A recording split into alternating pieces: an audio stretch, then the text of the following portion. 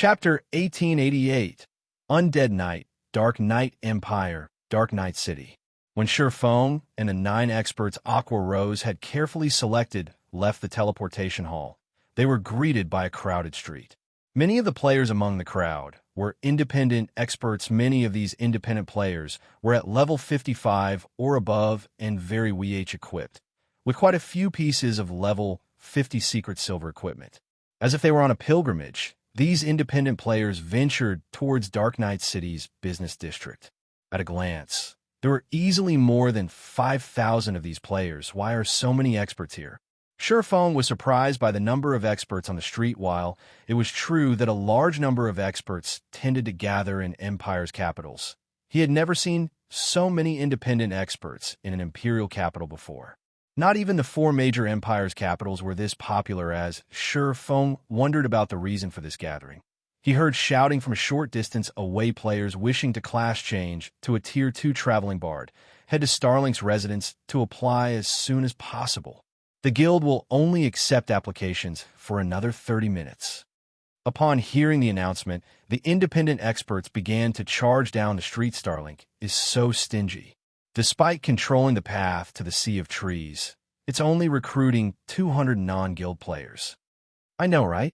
How could 200 slots be enough for so many people? I've heard that players have begun to line up outside of Starlink's residence 10 hours ago. There are already more than 100,000 players in line right now. The most infuriating part of it all is that instead of recruiting based on individual strength, Starlink is recruiting based on one skill with magic arrays. I'm a berserker. I almost never have to deal with magic arrays. Even magical class players rarely learn that stuff. That subclass can't help improve one's combat power, and you have to waste a lot of time researching arrays. However, I've also heard that if you become a traveling bard, you instantly get access to the same treatment as Starlink's core members. If you don't want to compete in Starlink, you can do so over at Unyielding Soul. Shortly after Starlink began its recruitment, Unyielding Soul did the same for the traveling bard class change. However, it only has 100 slots available.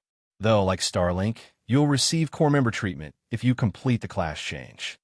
I really didn't expect a Tier 2 class change to require knowledge on controlling magic arrays. If I had known about it earlier, I would have studied magic arrays a while ago. The players on the streets chatted as they watched the swarm of players rush towards Starlink and Unyielding Soul's guild residences, discussing the 2 guilds' recruitment standards. They also expressed their regrets about not learning to control magic arrays earlier. Starlink is recruiting players with knowledge on magic arrays. Feng frowned a little when he overheard the nearby players' conversations.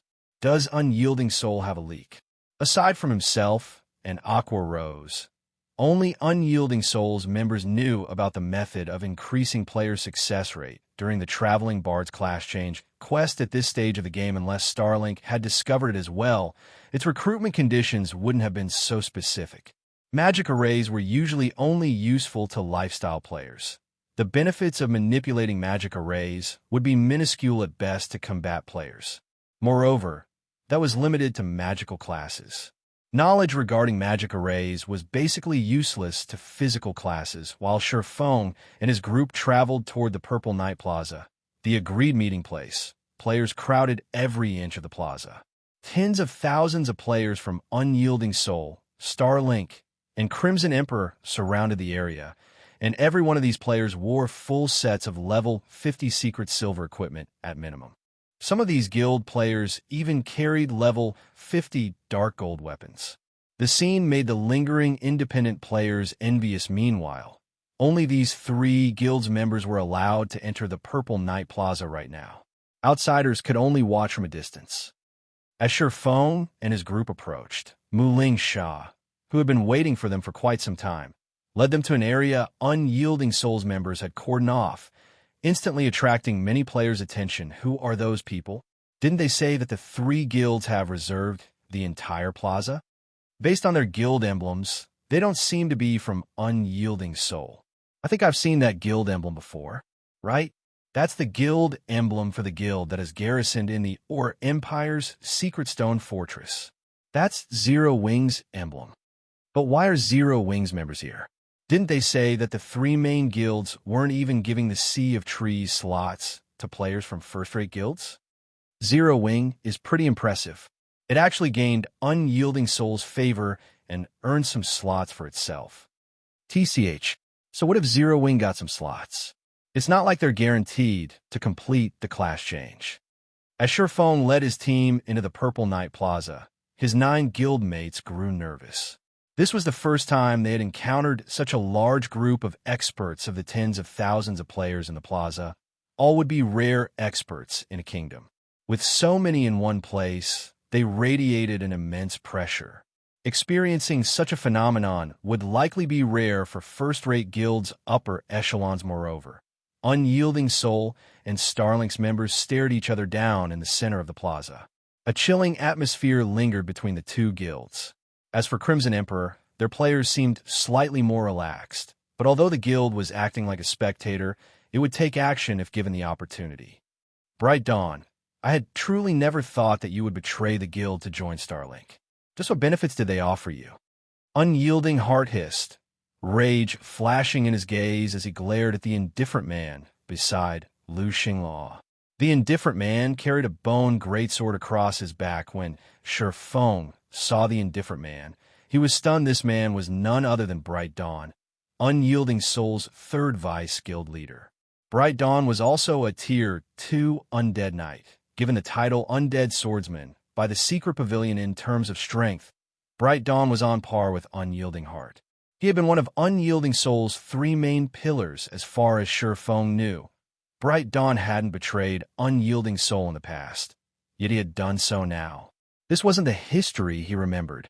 In response to Unyielding Heart's question, the indifferent man revealed a calm smile and responded, "You should be fully aware of Unyielding Soul's situation. Rather than fall with the ailing Unyielding Soul, isn't it better to join the Rising Starlink? Moreover, the Starlink Corporation has offered me far more than Unyielding Soul.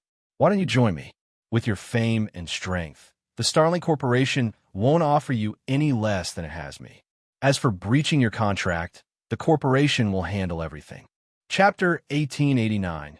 Change in trajectory at Bright Dawn's invitation. Unyielding Soul's members gasped. They finally realized why a vice guild leader like Bright Dawn would dare to betray Unyielding Soul-tight restrictions tied every upper echelon to their guild. If an upper echelon wished to withdraw from the guild and retain their game accounts, they only had 2 choices. The first required automatic expulsion from the guild, while the second option required the upper echelon to pay a high compensation fee for breaching their contract. For a vice guild leader that had spent more than a decade with Unyielding Soul, the required compensation wouldn't be trivial. It wouldn't have been odd if Bright Dawn had even gone bankrupt after paying the compensation fee yet. Not only had Starlink Corporation foot the compensation fee, but it had even offered Bright Dawn a high salary. Including Starlink's limitless potential due to the Starlink Corporation's backing, it was only natural that the guild had lured over Bright Dawn, of course. I'm sure that you have no interest in these factors. In that case, I'll tell you about something that will definitely catch your attention. A fantasy star. Unyielding Soul will never get its hands on something like it. Why don't you give the option some consideration?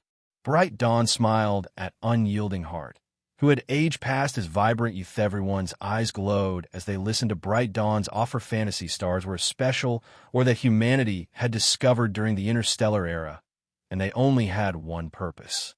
When worn, these stars would recover and retain a human's youth for a long time.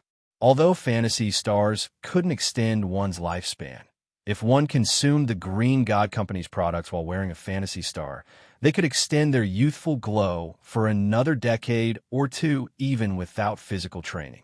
In other words, a middle-aged individual, around 40 years old, that didn't maintain their physical fitness could look like an early 20-year-old with the fantasy stars. Help. The fantasy star was an absolute treasure to professional gamers who relied on their youth to make their living. Although one's physical body in the real world wouldn't affect the performance of their virtual body in God's domain, their mental performance would. People past their prime generally had slower reactions than younger individuals. Even if one trained diligently to maintain their physical form, their age would, more or less, affect their mind. Needless to say, improving one's mental fortitude past one's prime was a daunting challenge, however. The Phantasy Star couldn't just restore one's youth.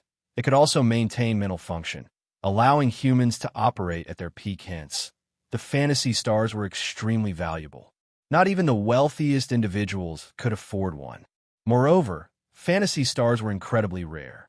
To purchase one needed sufficient status as well as funds. Meanwhile, the Starling Corporation just so happened to be one of the few Phantasy Star suppliers in the world, which meant that Bright Dawn had likely told the truth. A Phantasy Star.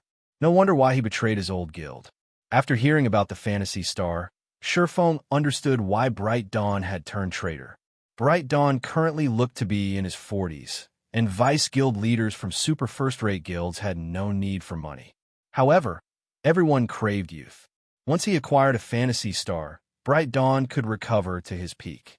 With his abundance of combat experience and combat techniques, he could improve himself further with his recovered youth. When Mu Lingsha heard what Bright Dawn had been offered, she glanced at Unyielding Heart nervously.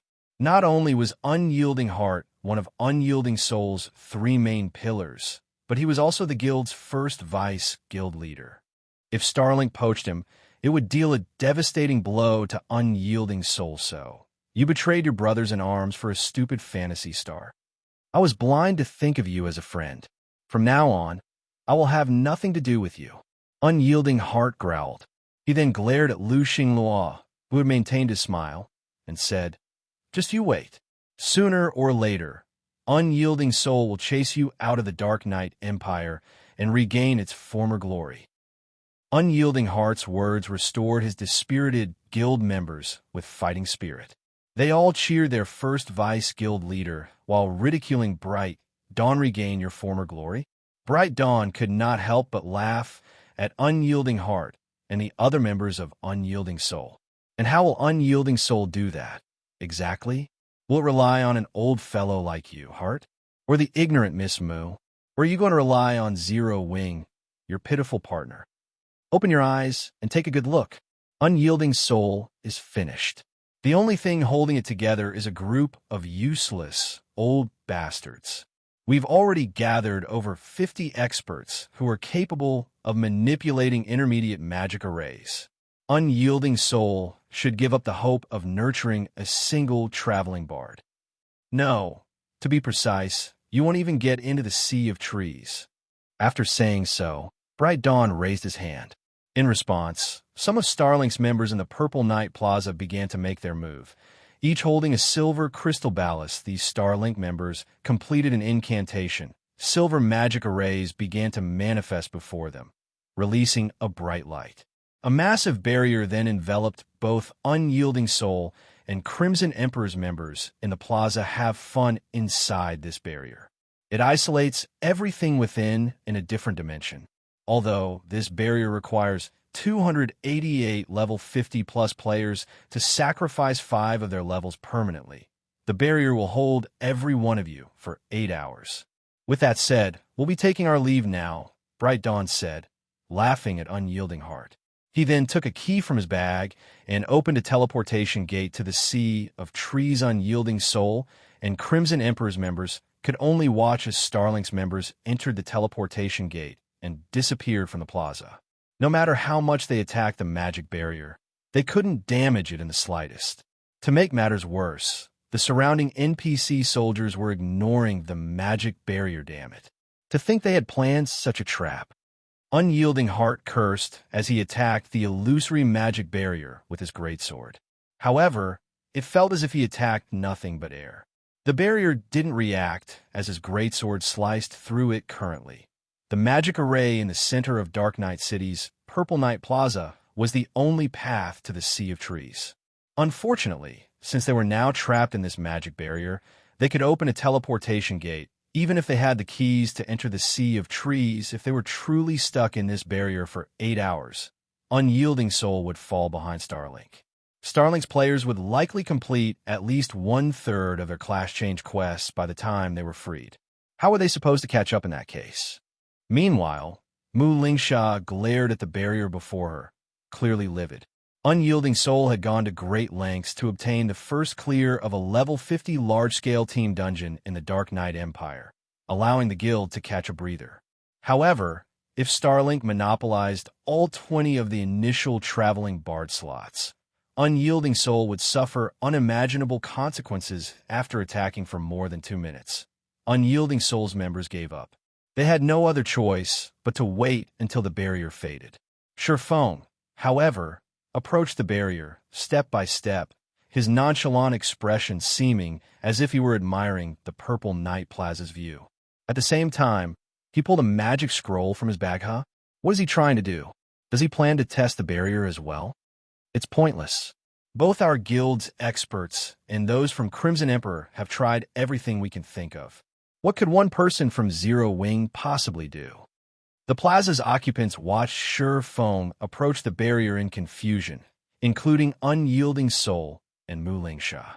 They had already expended a precious Tier 4 magic scroll to attack the barrier, but they had accomplished nothing even if Feng did the same. Nothing would change when Feng arrived before the barrier. He activated the Summon Guard scroll in his hands immediately. A golden-haired beauty in sacred robes appeared beside Feng. Destroy this magic array. Chapter 1890, Breaking the Barrier in One Hit. When the watching crowd saw the level 85 personal guard, they were dumbfounded to destroy it. Unyielding Heart and the other Unyielding Soul members felt their anticipation melt away when they saw that Feng had merely summoned his personal guard. Meanwhile, Crimson Emperor's upper echelons couldn't help but laugh at the swordsman. Is that kid stupid? What is a Tier 2 NPC going to do in this situation? A woman in white robes among Crimson Emperor's members said as she shook her head. She had a tall, slender figure and radiated a mature charm, while Anna was no doubt the highest-leveled personal guard she had ever seen. Anna was still only Tier 2. She wasn't much different than the players trapped in the Plaza magic arrays couldn't be destroyed simply by someone with a high level. Otherwise, a level 200 Tier 1 NPC should be just as capable of destroying a town's defensive magic array as a level 80 Tier 4 NPC. Unfortunately, that was not the case. In reality, a level 200 Tier 1 NPC would struggle to damage a defensive magic array, whereas a level 80 Tier 4 NPC would have no trouble doing so. This was the power of tiers. Not only did higher tiers provide quantitative transformations, but they also qualitatively improved one's power. This was the case for magic arrays as well. The higher ranked a magic array was, the purer its mana would be. Depending on the purity of the mana powering the magic array, the barrier could be as weak as paper or as tough as iron. Hence, Anna was only superior to Tier 2 players on a quantitative level. There was no difference in the quality of their strength. Since none of the players in the barrier had managed to deal any damage to it, Anna wouldn't be able to. Either vice guild leader, Starlink's trap is simply vicious. We have no choice but to sacrifice one of our players.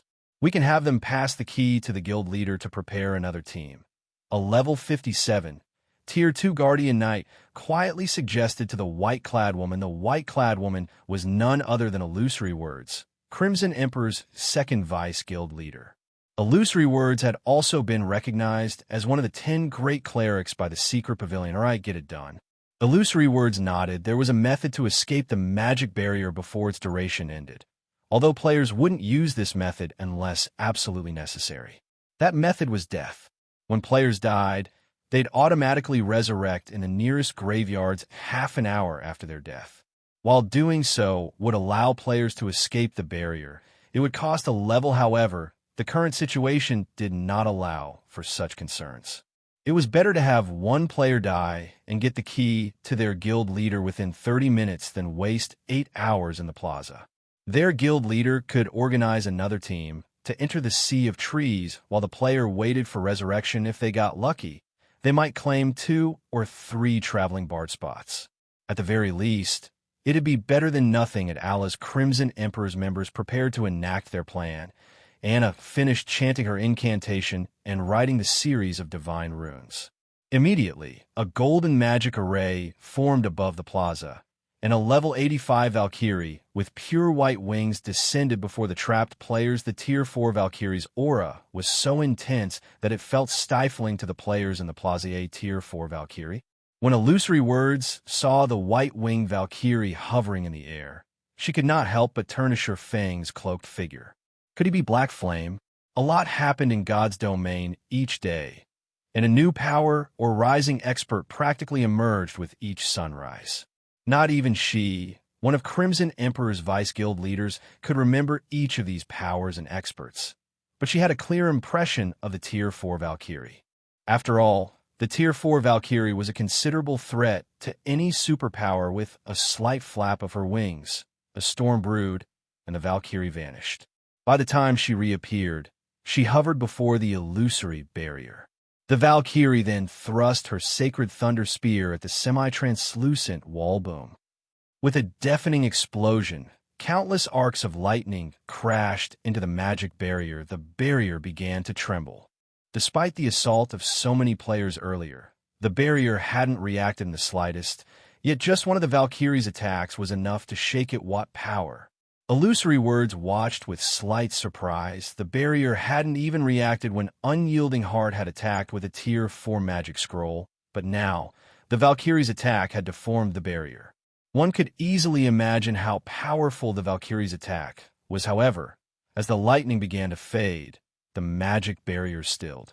A second later, the barrier recovered to its original state as if it hadn't been attacked at all. Even that wasn't enough.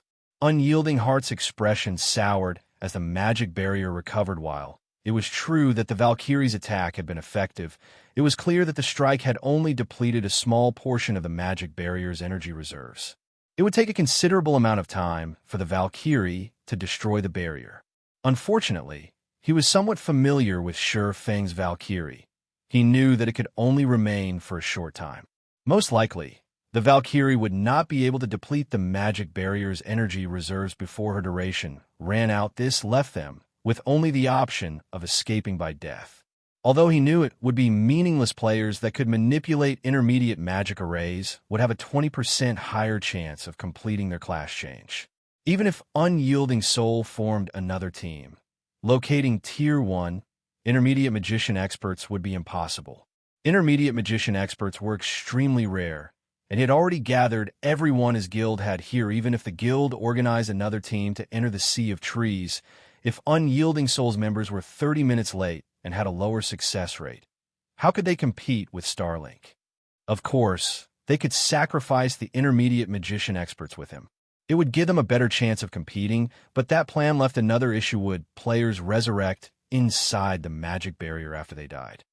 If players resurrected inside the barrier instead of the nearest graveyard after the 30-minute wait had passed, they'd sacrifice a level for nothing. Is there no choice but to risk it? Unyielding Heart gritted his teeth as he considered the option. As Unyielding Heart contemplated, the Valkyrie readied to throw her sacred thunder spear at the magic barrier. However, the surrounding crowd had already given up hope. Since the previous attack had failed, this one shouldn't fare any better. However, Feng, who had remained still earlier, suddenly activated Heavenly Dragon's power, his aura's intensity instantly skyrocketing. He then slashed at the barrier with killing ray lightning slash. The Valkyrie threw her sacred thunder spear at the same moment. Two streaks of light, one blue and one gold, collided at a single point on the magic barrier as one boom. With another explosion, the two streaks of light shot through the barrier, following which the crowd heard the sound of cracking glass cracks, then began to web themselves across the illusory barrier pump. A moment later, the blue sky returned above the players' heads. How is this possible? The barrier shattered. What did he do? Both Unyielding Soul's Unyielding Heart and Crimson Emperor's Illusory Words gave Feng incredulous looks. Chapter 1891, Another Method. Dark Night City, Purple Night Plaza. As the barrier disappeared, silence filled the entire plaza, and every player that had been trapped behind the barrier turned to stare at Feng. So strong. Didn't the barrier just shake a little after the Valkyrie's attack? How did he straight up destroy the barrier?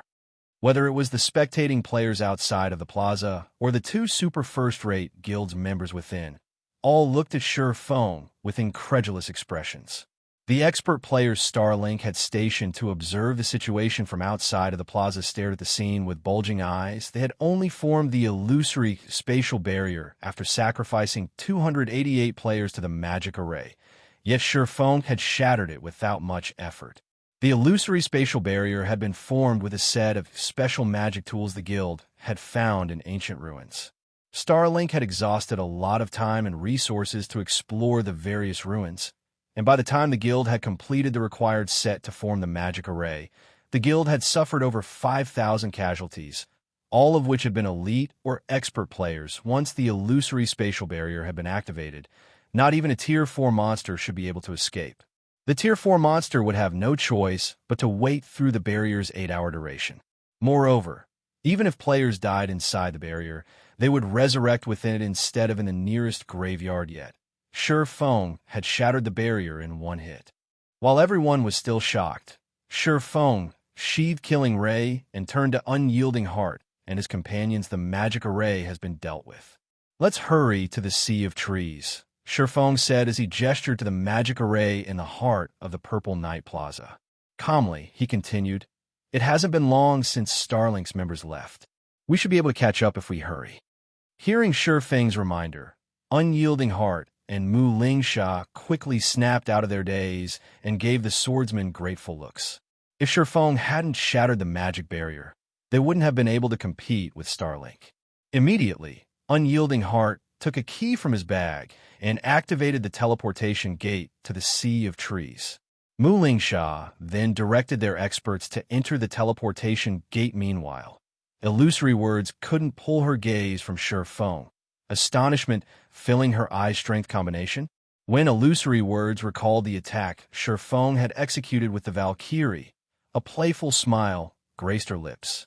"It seems that Black Flame is far more capable than I thought.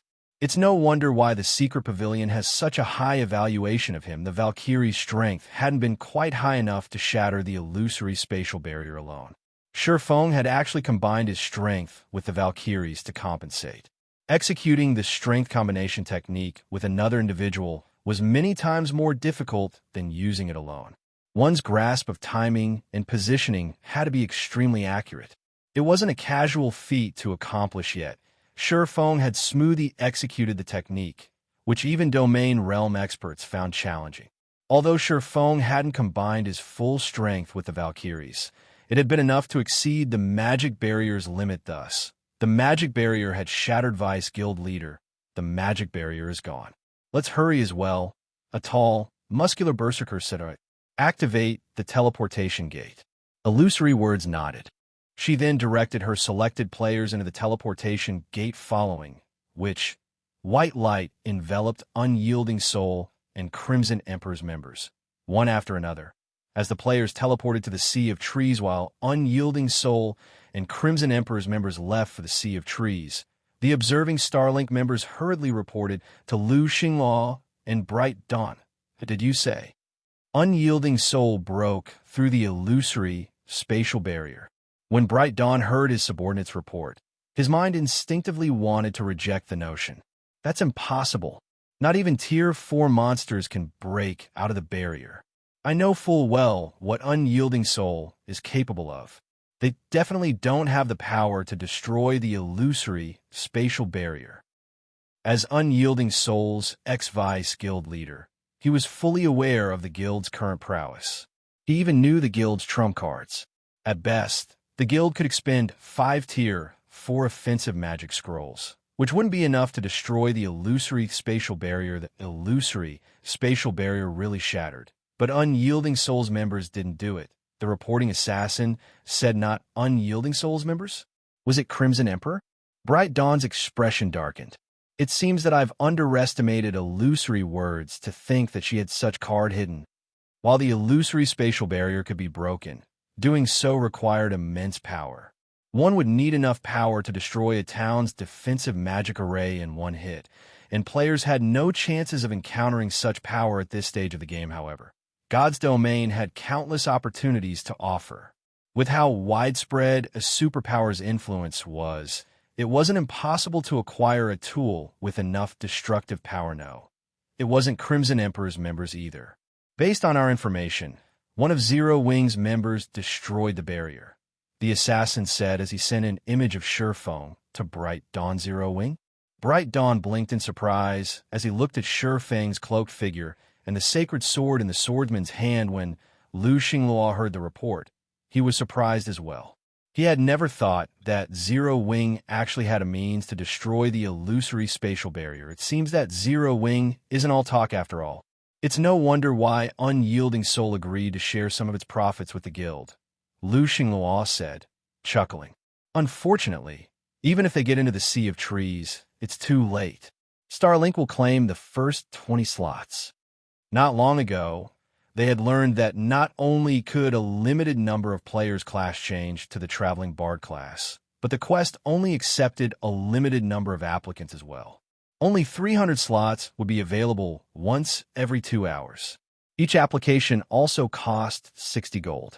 Although the price was high, it wasn't much to Starlink in the end. They had spent 18,000 gold to purchase all 300 slots, sending 50-plus intermediate magician experts to attempt the quest. The guild then gave the remaining 240 or so slots to WH-equipped Tier 1 experts as Lu Xingluo and his companions, who didn't plan on challenging the class change quest, were about to leave to explore the Sea of Trees city.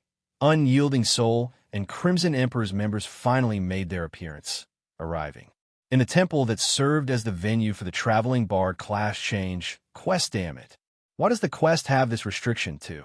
Unyielding Hearts gave the female elf clerk a grim expression after receiving her reply. They had just broken through the barrier with great difficulty, yet they had been told that there were no applicant slots remaining. They'd have to wait another 2 hours before they could attempt the quest. Unyielding Heart felt as if the system were playing some cruel joke. Illusory words were a similarly ugly expression. She hadn't expected the restriction either. Sure enough, there are no more slots available. Feng could not help but sigh as he looked toward Lu Xingluo and his group, who stood a short distance away. Well, I didn't plan for them to take the normal class change quest anyway, following which Feng switched his title to Demon Hunter and approached the exchange counter beside the registration counter. There was more than one way to obtain the Traveling Bard class. The first was the normal method, but the second required purchasing a trial emblem and taking part in the original class change trial the Primordial Elf Kings had left behind. However, the trial emblem wasn't easy to purchase. One needed to be a noble of the Sea of Trees. To gain access, other players would have to complete a long string of quests to become a noble in this city. But Feng, who had the Demon Hunter title, didn't. Players with the Demon Hunter title were considered world nobles, so Feng would be viewed as a noble in an NPC city like the Sea of Trees. Lord Demon Hunter, how may I be of service? The NPC elf asked, smiling brightly. Here, we can provide a trial emblem that will allow you to take part in the trial the Primordial Elf Kings had left behind for us. If you pass this trial, you'll become a valiant traveling bard. I wish to purchase 9 trial emblems, Feng answered. Chapter 1892, Complete Legacy Trial Emblem. How do you just trade with that NPC? Didn't she refuse to trade with us a moment ago? When Lu Xingluo and the others heard the female elf's words, they were stunned. When they had visited the Elven Temple, they had spoken with its NPCs. After asking around, they had verified that only 300 players could attempt the class change quest every 2 hours. They had tried to speak with the female elf at the exchange counter as well, but she had ignored their questions, stating that she'd only deal with people of noble status or higher. Yet she treated Feng with such respect. Moreover, she had taken the initiative to introduce Feng to the products she offered. There's still such a method? Unyielding Heart and his companions watched Feng purchase trial emblems with glowing eyes. They had never expected Feng to have such access to the class change quest. So, this is Zero Wing Sword King? Feng's display greatly surprised. Illusory words. The only guilds with a Sea of Trees teleportation key were Starlink, Unyielding Soul, and Crimson Emperor. Hence, one could say that their guilds are the most familiar with the Sea of Trees. However, based on Feng's performance thus far, it was obvious that he knew even more about the Sea of Trees than they did. In fact, he even possessed a special status in the Sea of Trees as the crowd watched. Feng spent 450 gold to purchase 9 trial emblems.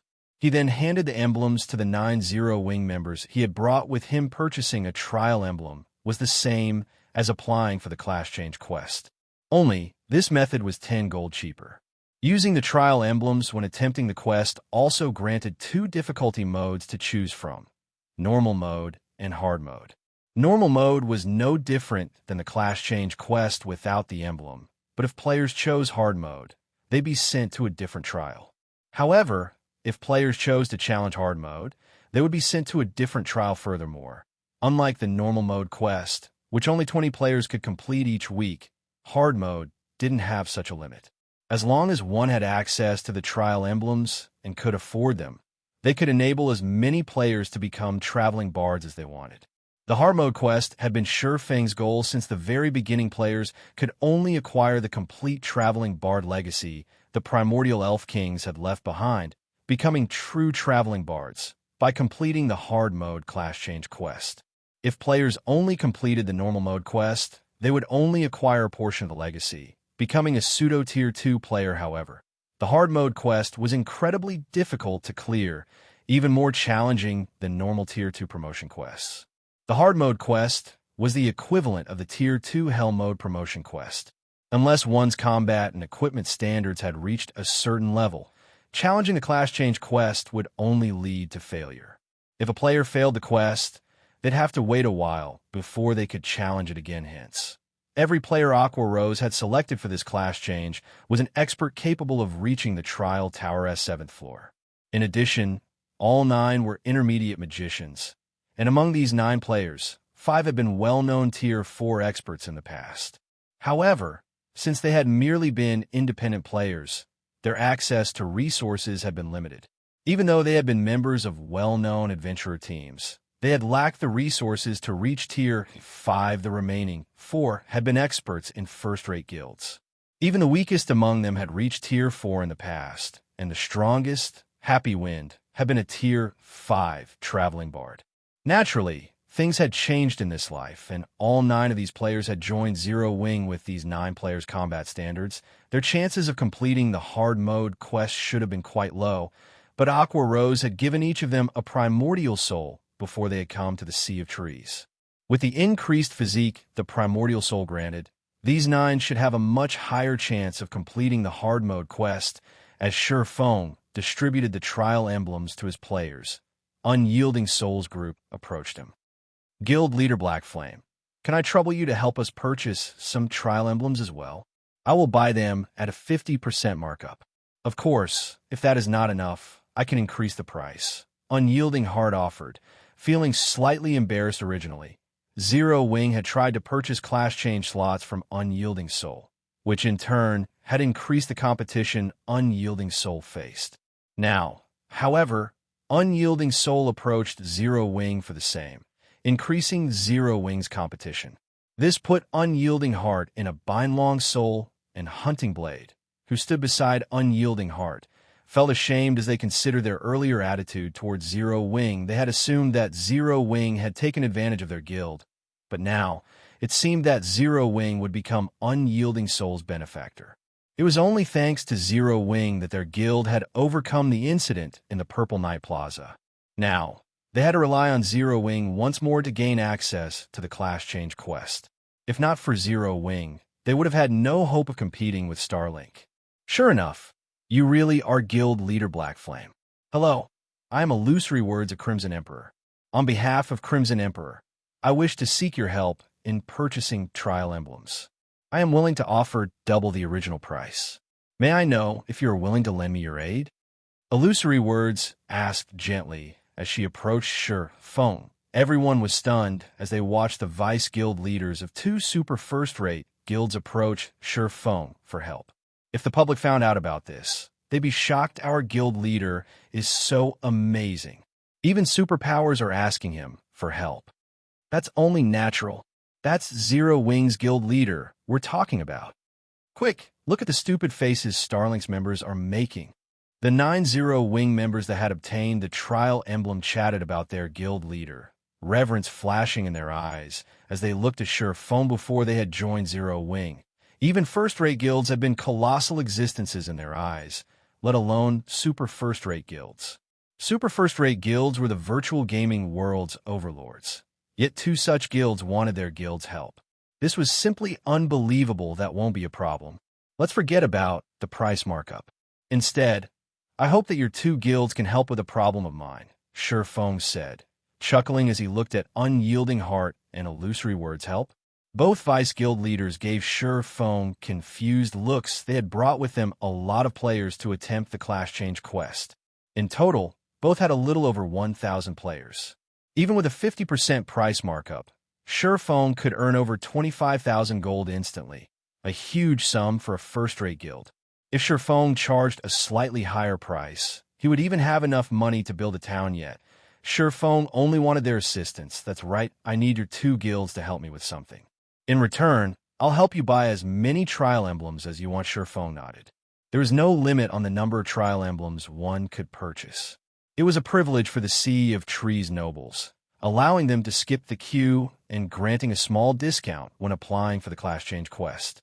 There was nothing special about it, moreover. Even with the trial emblems, neither of these guilds would become a competitor for Zero Wing. After all, the hard mode quest was Zero Wing's target. It didn't have to worry about any competition.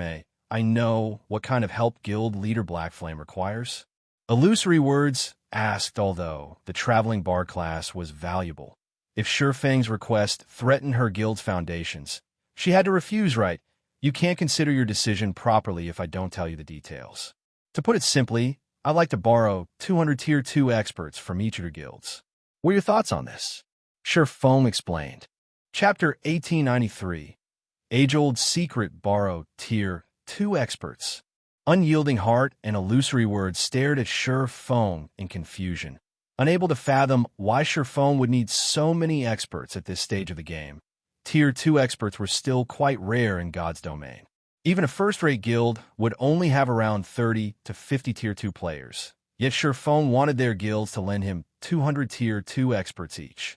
This was close to half of the Tier 2 experts in their guilds. Such a large number of Tier 2 experts would be far too many to raid a team dungeon. The largest team dungeon at this stage of the game could only accommodate 200 players, yet Feng wanted 400. Furthermore, Zero Wing had its own Tier 2 experts. That's right, I want to raid a field boss, but I currently lack manpower, Feng said, nodding. Of course, Zero Wing will compensate for any deaths incurred during the expedition. May I know your opinions on this? He might earn 30,000 gold or so if he resold the trial emblems to the two guilds at a markup, but 30,000 gold was not enough to change Zero Wing's situation. Besides, Zero Wing's financial need wasn't limited to the money required for Silverwing Town's upgrade. The guild also had to pay back the loan for the airport. In total, Zero Wing needed 500,000 gold. It was a significant sum, even for a superpower. Most importantly, Zero Wing wasn't as off as everyone thought. While it was true that Zero Wing's members were improving their equipment and leveling rapidly thanks to the guild's expansion into the Empire's southeastern area, there was a saying, the nail that sticks out gets hammered down. Now that Zero Wing had secured a large fraction of the Empire's benefits, the various superpowers watched the guild closely. The only reason they had not taken any actions was Zero Wing's war weapons and teleportation abilities, however. Now that Blackwater had opened their capital city's armory, it was only a matter of time before the various superpowers obtained a large number of war weapons or designs for them. If Zero Wing did not take any preventive measures now, the guild would suffer later on. Meanwhile, Feng had been nursing a headache over the last few days while trying to figure out a solution to this problem. Fortunately, an opportunity had just presented itself. He had planned to wait until Zero Wing had 1,000 Tier 2 experts before initiating the next step of his plan, but it seemed that he wouldn't have to wait that long. If he had the help of these two super first-rate guilds' Tier 2 experts, he could definitely defeat the Void Serpent, a level 60 world boss. Although world bosses seemed like ordinary field bosses, they possessed a unique domain that prevented players from using external tools. Players had to rely on their own strength to face these world bosses. Hence, Raiding world bosses was far more difficult than field bosses of the same rank and level, however, due to the extremely high raid difficulty. Every world boss dropped impressive loot. World bosses also dropped some unique materials. Because of this, God's Domain's countless powers had constantly challenged world bosses in his previous life. Guilds had still raided level 70 or 80 world bosses after players had reached level 200. Feng's interest in slaying the Void Serpent wasn't only because of its loot. The Void Serpent also held a secret that Feng wanted. Only with the Void Serpent's blood could players activate the greatest secret the Witch's Hill had hidden for several centuries: the Otherworld Gate. The Void Serpent was in a secret underground temple in the Witch's Hill, and since the map was so large, locating the underground temple was quite difficult. The fact that the Witch's Hill was so far from civilization only made the temple even more difficult to find. As a result, the Void Serpent had remained hidden even after mainstream players had reached level 100 in Feng's past. Players had only learned of the Void Serpent after a party exploring the Witch's Hill had discovered the world boss. After news of the creature had gone public, guild teams had rushed to the underground temple to kill the Void Serpent. They then discovered the Witch's Hill's secret. Although the Otherworld Gate had been activated relatively late in the past, the various powers had still treated it like a priceless treasure. Within the Otherworld Gate, players had discovered an abundance of rare, precious materials, all of which were difficult to acquire in Starmoon Kingdom. Among the most notable materials was Void Silver. Void Silver was no less valuable than Mana Stone. Not only could it strengthen weapons and equipment, but it could also increase production success rates for forgers, engineers, enchanters, and alchemists by a large margin. The Otherworld Gate was also a good place to acquire level 50 plus top-tier weapons and equipment for independent players. Hence, the Witch's Hill had instantly become Starmoon Kingdom's focus. If Feng could activate the Otherworld Gate now, Zero Wing City, which occupied the Witch's Hill, would become the most popular city in Starmoon Kingdom. Not only could Zero Wing rake in a fortune, but could also acquire tons of rare materials, allowing the guild to grow rapidly. He had wanted to raid the Void Serpent for a while, but unfortunately, Zero Wing lacked the strength to do so. A world boss was not an easy raid, and he didn't have a quest to take advantage of drastically weakening the Void Serpent as he had with the Flame Demon King. If he wanted to raid the Void Serpent, he'd need at least 1,000 Tier 2 players. Meanwhile, after pondering on Feng's suggestion for a short moment, both Unyielding Heart and Illusory Words nodded. Right, I'll agree to your proposal on Unyielding Soul's behalf, Unyielding Heart said.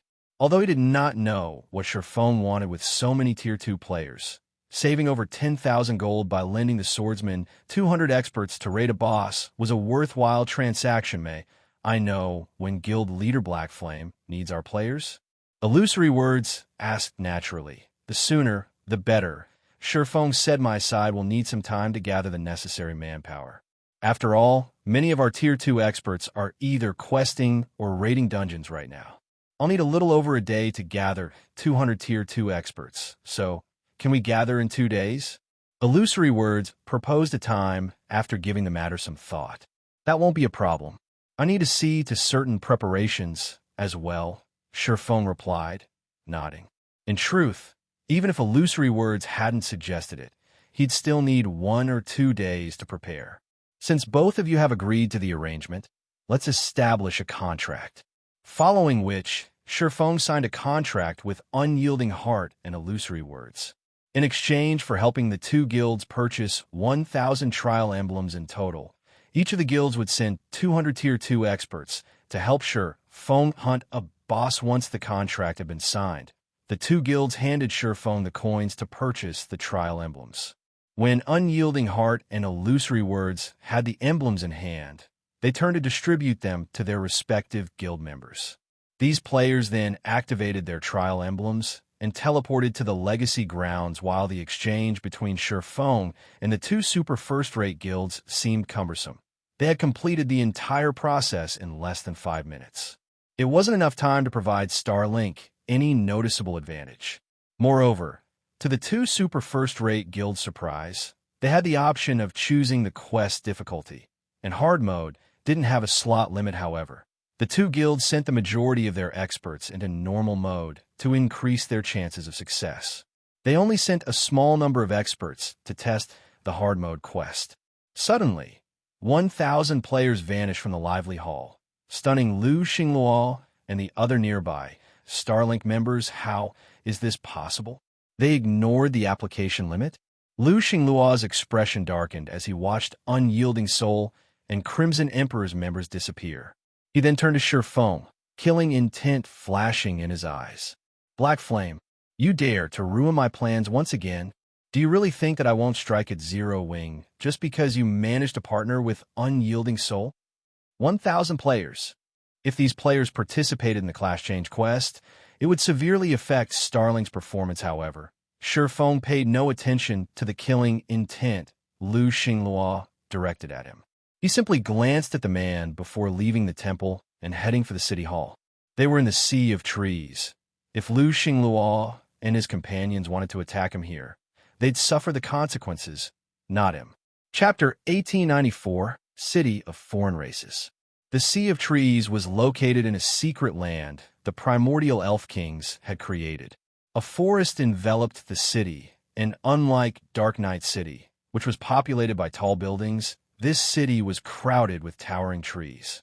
Every tree pierced the clouds like a skyscraper. Houses had been built within the gigantic trees, and thick vines connected one tree to the next currently. Feng rode his mount down the spacious roads made of vines. When he looked down, he gazed at a sea of clouds below him. Since the Sea of Trees hadn't been fully unlocked, most of the people wandering on the streets were NPCs. Aside from the 3 Superpowers members who had begun to explore the city, Feng didn't spot a single player shelter by the 6 great primordial elf kings. The Sea of Trees had a long history. Most of the NPCs living here were elves, although some were NPC merchants from other races. Human NPCs only made up a small majority of the city's residents. Meanwhile, the weakest soldiers patrolling the city were level 180, Tier 1 NPCs. There were well-equipped Tier 2 soldiers as well. Each patrol squad was led by a level 200 Tier 3 knight. However, these soldiers' levels and tiers weren't their most eye-catching aspects. All of these soldiers wore ancient equipment engraved with advanced battle arrays. When the advanced battle array activated, the Tier 2 soldiers could even take down Tier 4 players. The patrol captain's equipment sported master battle arrays. With these patrol captains protecting the city, not even Tier 5 players would last long if they tried to cause trouble. According to the legends, the primordial elf kings had also left behind immortal guardians to protect their Sea of Trees. Although these immortal guardians were not Tier 6 existences, they had the combat power to face gods. If a Tier 6 player entered the city, the secret land would forcibly suppress them to Tier 5. Hence, on the continent of God's domain, the Sea of Trees security was even superior to Blackwing cities. During Feng's previous life, Tier 5 and Tier 6 players had frequently caused trouble in NPC cities, but none had dared to do so in the Sea of Trees. This was also the reason that the Sea of Trees had become the most well-known NPC city in God's domain, attracting tons of normal and neutral players. These players didn't have to worry about their safety while inside the city. After roughly 20 minutes, Feng arrived before the largest, oldest tree in the city. This primordial tree was both the Sea of Trees City Hall and the city's heart. There are so many foreign race merchants here already. As Feng approached the city's central district, he noticed many NPC merchants hawking their wares alongside the road. These merchants all sold rare goods such as magic scrolls, potions, materials, tomes, engineering tools, weapons, equipment, etc. The sight was dazzling. The 3 Superpowers members who had arrived before him browsed the goods with sparkling eyes. They could easily make a fortune by reselling these items, especially the magic scrolls, weapons, equipment, and rare materials. Some merchants even offered Tier 2 magic scrolls and level 50 dark gold equipment. Only, the items' prices were far higher than market value. However, the Superpowers members weren't fools. Rather than purchasing any of these items, they first investigated every NPC merchant's goods.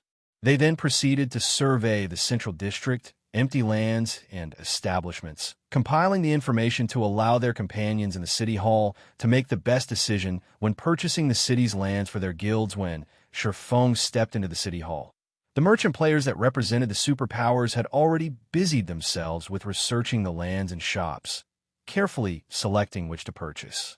Naturally, the three superpowers had sent these merchant players since they were more adept with business negotiations than the guild's upper echelons. Moreover, the merchant subclass allowed them to bargain for discounts and learn more from NPCs, but despite their expertise, these merchant players had headaches as they selected lands for their guilds. The Sea of Trees lands were just so expensive.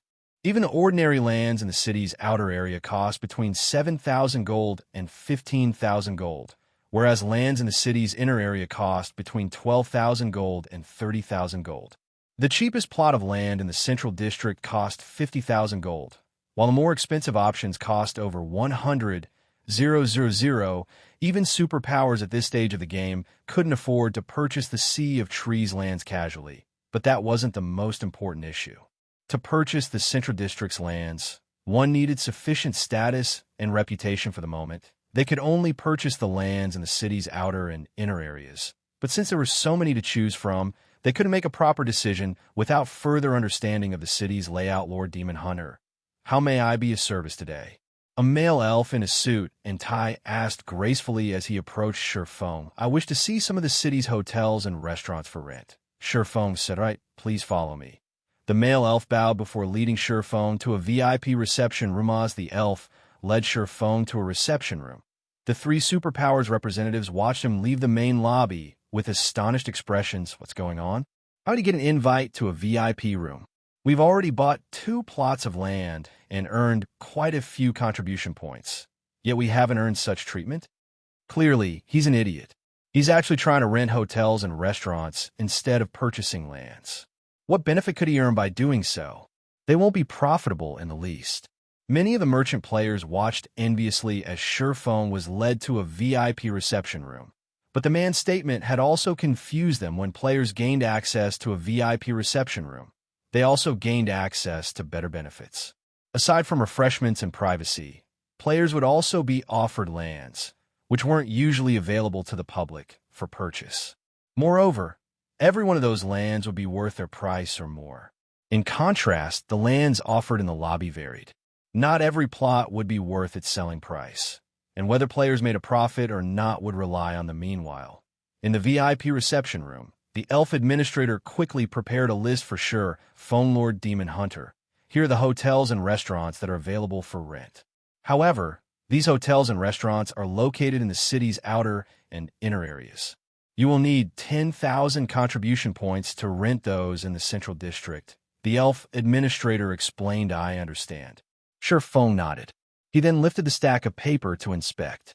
Naturally, setting up a trading firm in a trade city like the Sea of Trees would generate a lot of profit. Aside from selling products, the shops could also serve as a warehouse for all kinds of precious materials and items that flowed into the city. However, unlike ordinary NPC cities, the Sea of Trees was slightly unique since it occupied a secret land. The Sea of Trees was similar to the holy city of Titan in that players could not remain in the city long term. Once the sun set, players that hadn't rented a hotel room or purchased a private house would be automatically teleported out of the Sea of Trees. Furthermore, getting into the city wasn't an easy task. Even once the Sea of Trees had been fully unlocked, players would still need to expend a lot of effort to visit the city, especially ordinary and elite players. Unfortunately, purchasing a private house in the city was out of the question for most players. Not even large guilds, upper echelons, could necessarily afford a private house here. Purchasing a private house in this city was even more expensive than setting up a shop. Most importantly, players needed a very high status and a ton of reputation points to buy one. Even expert players would need to quest in the Sea of Trees for a very long time to fulfill these requirements. Aside from private houses, players could stay in hotels or advanced restaurants. Of course, since shops had living spaces for players, they could own a shop as well. Only, shops accommodated far fewer players than private houses, but how could many players afford shops just for the living space? As a result, The only options remaining were hotels and advanced restaurants. Needless to say, staying in these establishments was also quite expensive. Depending on the environment, accommodation fees could range from 50 silver to 5 gold per day. Even elite players would feel a sting from these prices.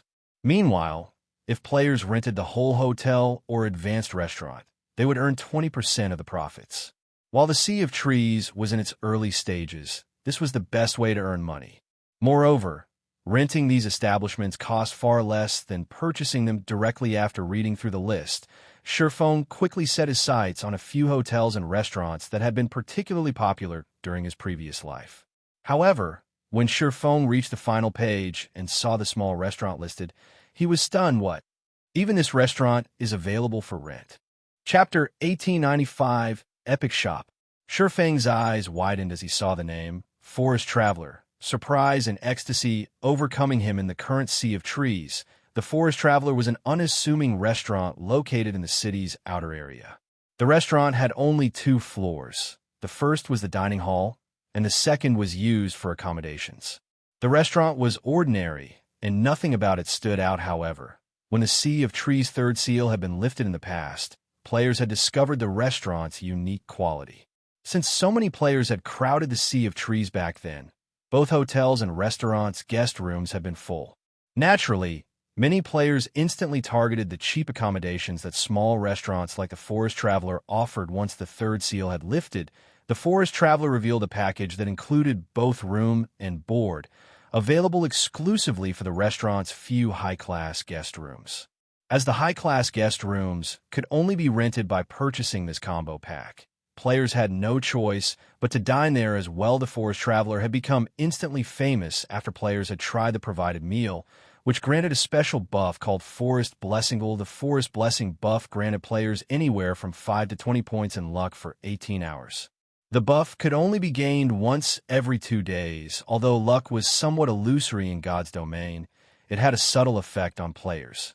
For example, luck would affect loot from opening treasure chests and killing monsters. It would also affect one's production success rate. Hence, on the market, ornaments that added even 3 to 5 points of luck cost a fortune. Such ornaments would never become obsolete in the past. The various large guilds had desperately stockpiled items that added luck. A single extra point in luck could be enough to gain a top-tier item. Since luck items were so precious to both independent players and guilds, such items had rarely appeared on the market. One could easily imagine how attractive a meal that increased luck would be to independent and guild players. Even Feng had often visited the Forest Traveler for a meal in the past, especially before he raided a large-scale team dungeon. The only downside was the buff's long cooldown. Even after the Forest Traveler had expanded its shopfront, players had to deal with a 7 to 8 hour queue to get a seat. The Forest Traveler had ranked as one of the top 100 epic shops in God's domain in its heyday. The Secret Pavilion managed the ranking system, and a shop's rank depended on demand for and rarity of its services. Since the Forest Traveler had revealed itself to him, why wouldn't Feng be surprised and excited? However, when Feng saw the restaurant's rental price, his eyebrows twitched. Is this a robbery? Feng couldn't help but wonder. Normally, the Sea of Trees hotels and restaurants demanded per week or per month rent, but the Forest Traveler had to be paid by the year. Moreover, renting the restaurant for a single year cost 60,000 gold. Even the larger advanced restaurants only cost 4,000 gold per month, yet the Forest Traveler's rent cost 5,000 gold per month. Moreover, the system demanded a full year up front. It was half of the funds Feng had on hand right now. With 60,000 gold, he could rent over a dozen hotels and restaurants. Should I set it aside for now and rent it during my next visit? Feng fell into deep thought as he looked at the Forest Traveler's information competition would be at its fiercest during the first month after the Sea of Trees had activated. It was also the best time to secure an advantage. As long as players rented one of the Sea of Trees establishments, they could continue to renew their lease. Unless players gave up their right to renew the lease, other players wouldn't have an opportunity to claim the establishment. However, if he rented the Forest Traveler now, he wouldn't have much left to rent other restaurants and hotels. But he had no guarantee that the three superpowers wouldn't discover these hotels and restaurants' importance before his next visit. If the superpowers had already realized these establishments' value, he'd have a far more difficult time renting a large number of them later.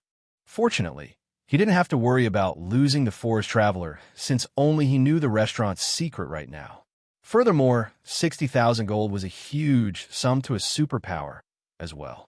None of them would be willing to spend so much gold for a modest restaurant like the Forest Traveler, Lord Demon Hunter. I recommend the hotels and restaurants on the last page. Many customers favor those establishments in particular.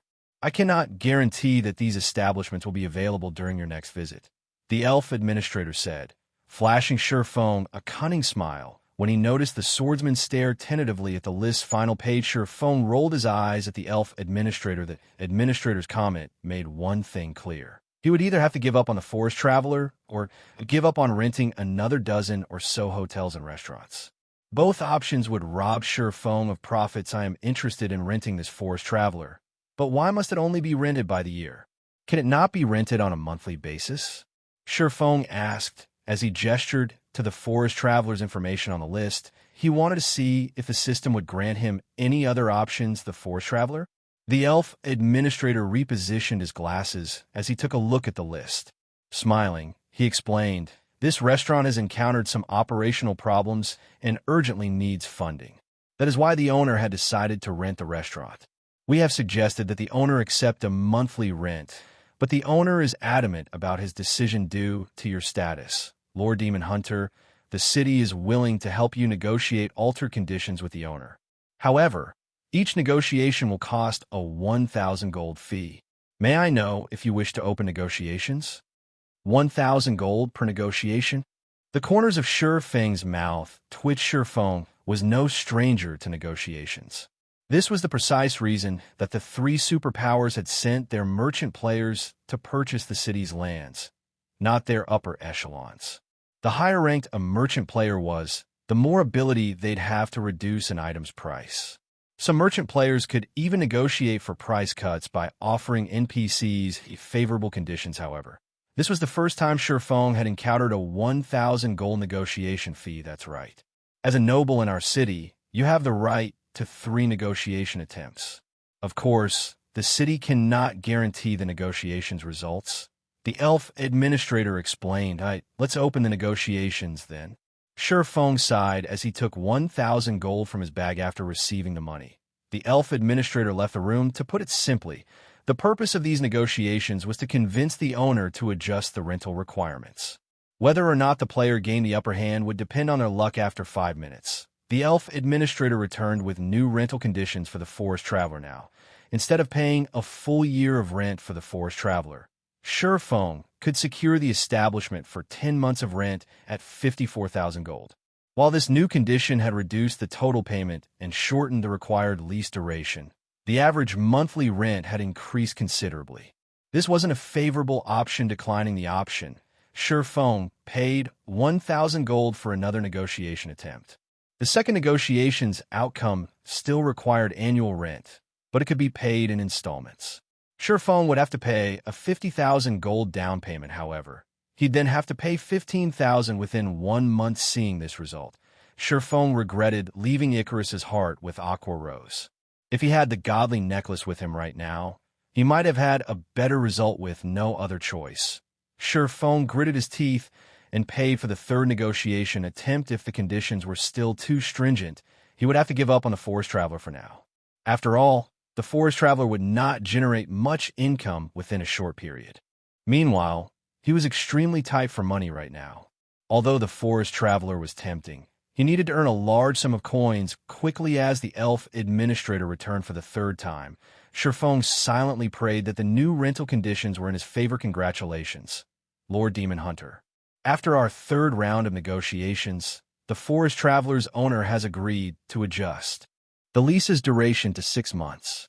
However, you'll have to pay 45,000 gold. In exchange, you will receive 40% of the Forest Traveler's profits instead of 20% during those 6 months. Chapter 1896, 2-Star Restaurant. Half a year and 40% of the profits for 45,000 gold? Feng fell deep in thought after hearing the elf administrator's final results. Once the forest traveler introduced the meal that granted the forest blessing buff, the various major powers would visit before any major operation.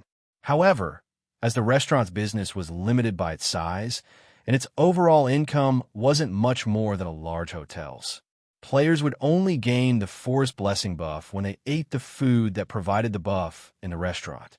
The food would not grant the buff if consumed elsewhere, hence. Feng had considered giving the forest traveler up, selecting a dozen or so ordinary restaurants and hotels instead. However, the forest traveler's latest conditions were far better than they had been, especially the 40% profit sharing.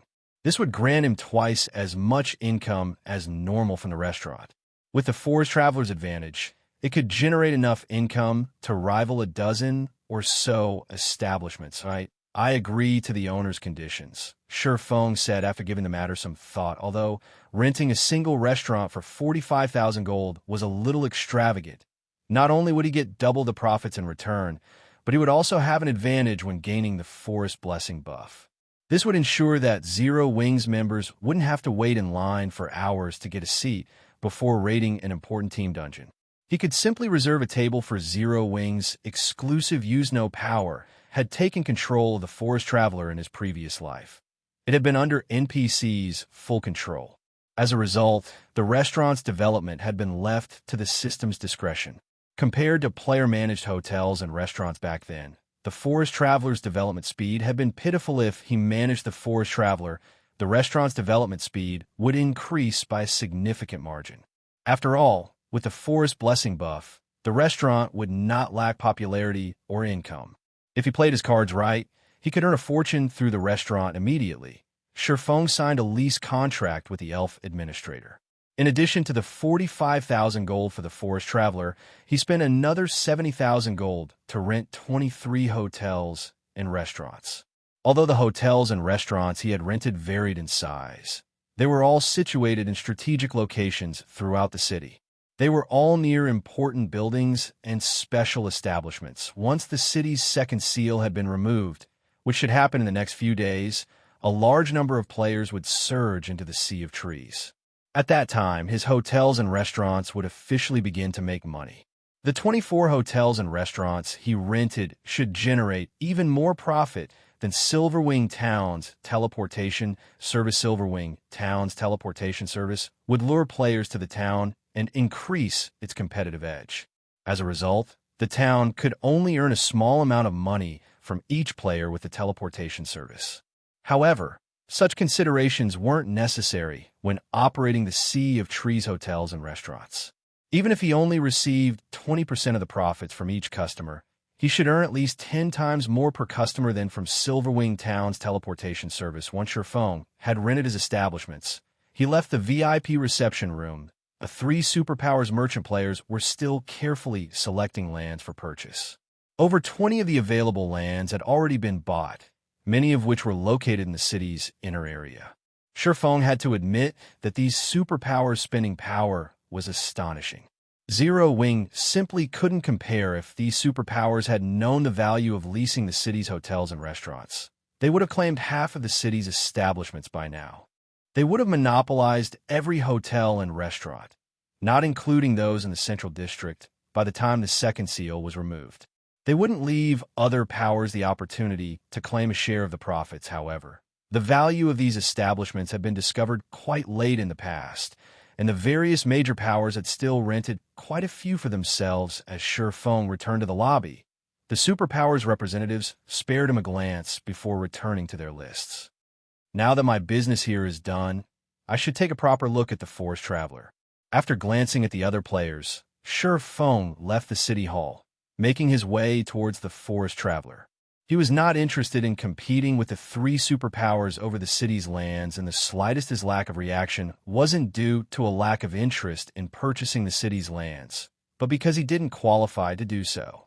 Purchasing a plot of land and setting up a shop here would easily cost more than 10,000 gold. Although these shops would pay for themselves in the long run, he currently needed his money. He could not afford such long-term investments right now. After riding his demonic flame tiger for half an hour, Feng arrived before a two-story restaurant near the edge of the city. This area wasn't as lively as the central district, as there were only a dozen or so NPCs roaming the street. Meanwhile, the street's few shops only sold groceries, and the highest class building was a three-story smithy. Smoke swirled out of the smithy as the sound of metal on metal echoed down the street. The view here was one of a kind. A sea of clouds enclosed the district, and flying beasts occasionally soared by. Due to the refreshing scenery, many leisure players would settle here long-term. Sure enough, business here is bleak. When Feng entered the Forest Traveler, he noticed that, aside from the restaurant owner and two staff members, there was nobody inside the restaurant. The two waitresses were members of foreign races. One was a female Kakin with cat ears and tail, while the other was a female foxskin with a pair of pointed ears atop her head and a bushy tail. The restaurant owner was a long-haired elf, but unlike most elves, the man was burly. He looked like a Nature Bomb shield warrior or berserker. Based on the scars gracing the elf's arms and neck, it was clear that he had once been an adventurer. Welcome, Lord Demon Hunter. Thank you for renting our restaurant. I am Joseph, the owner of this establishment.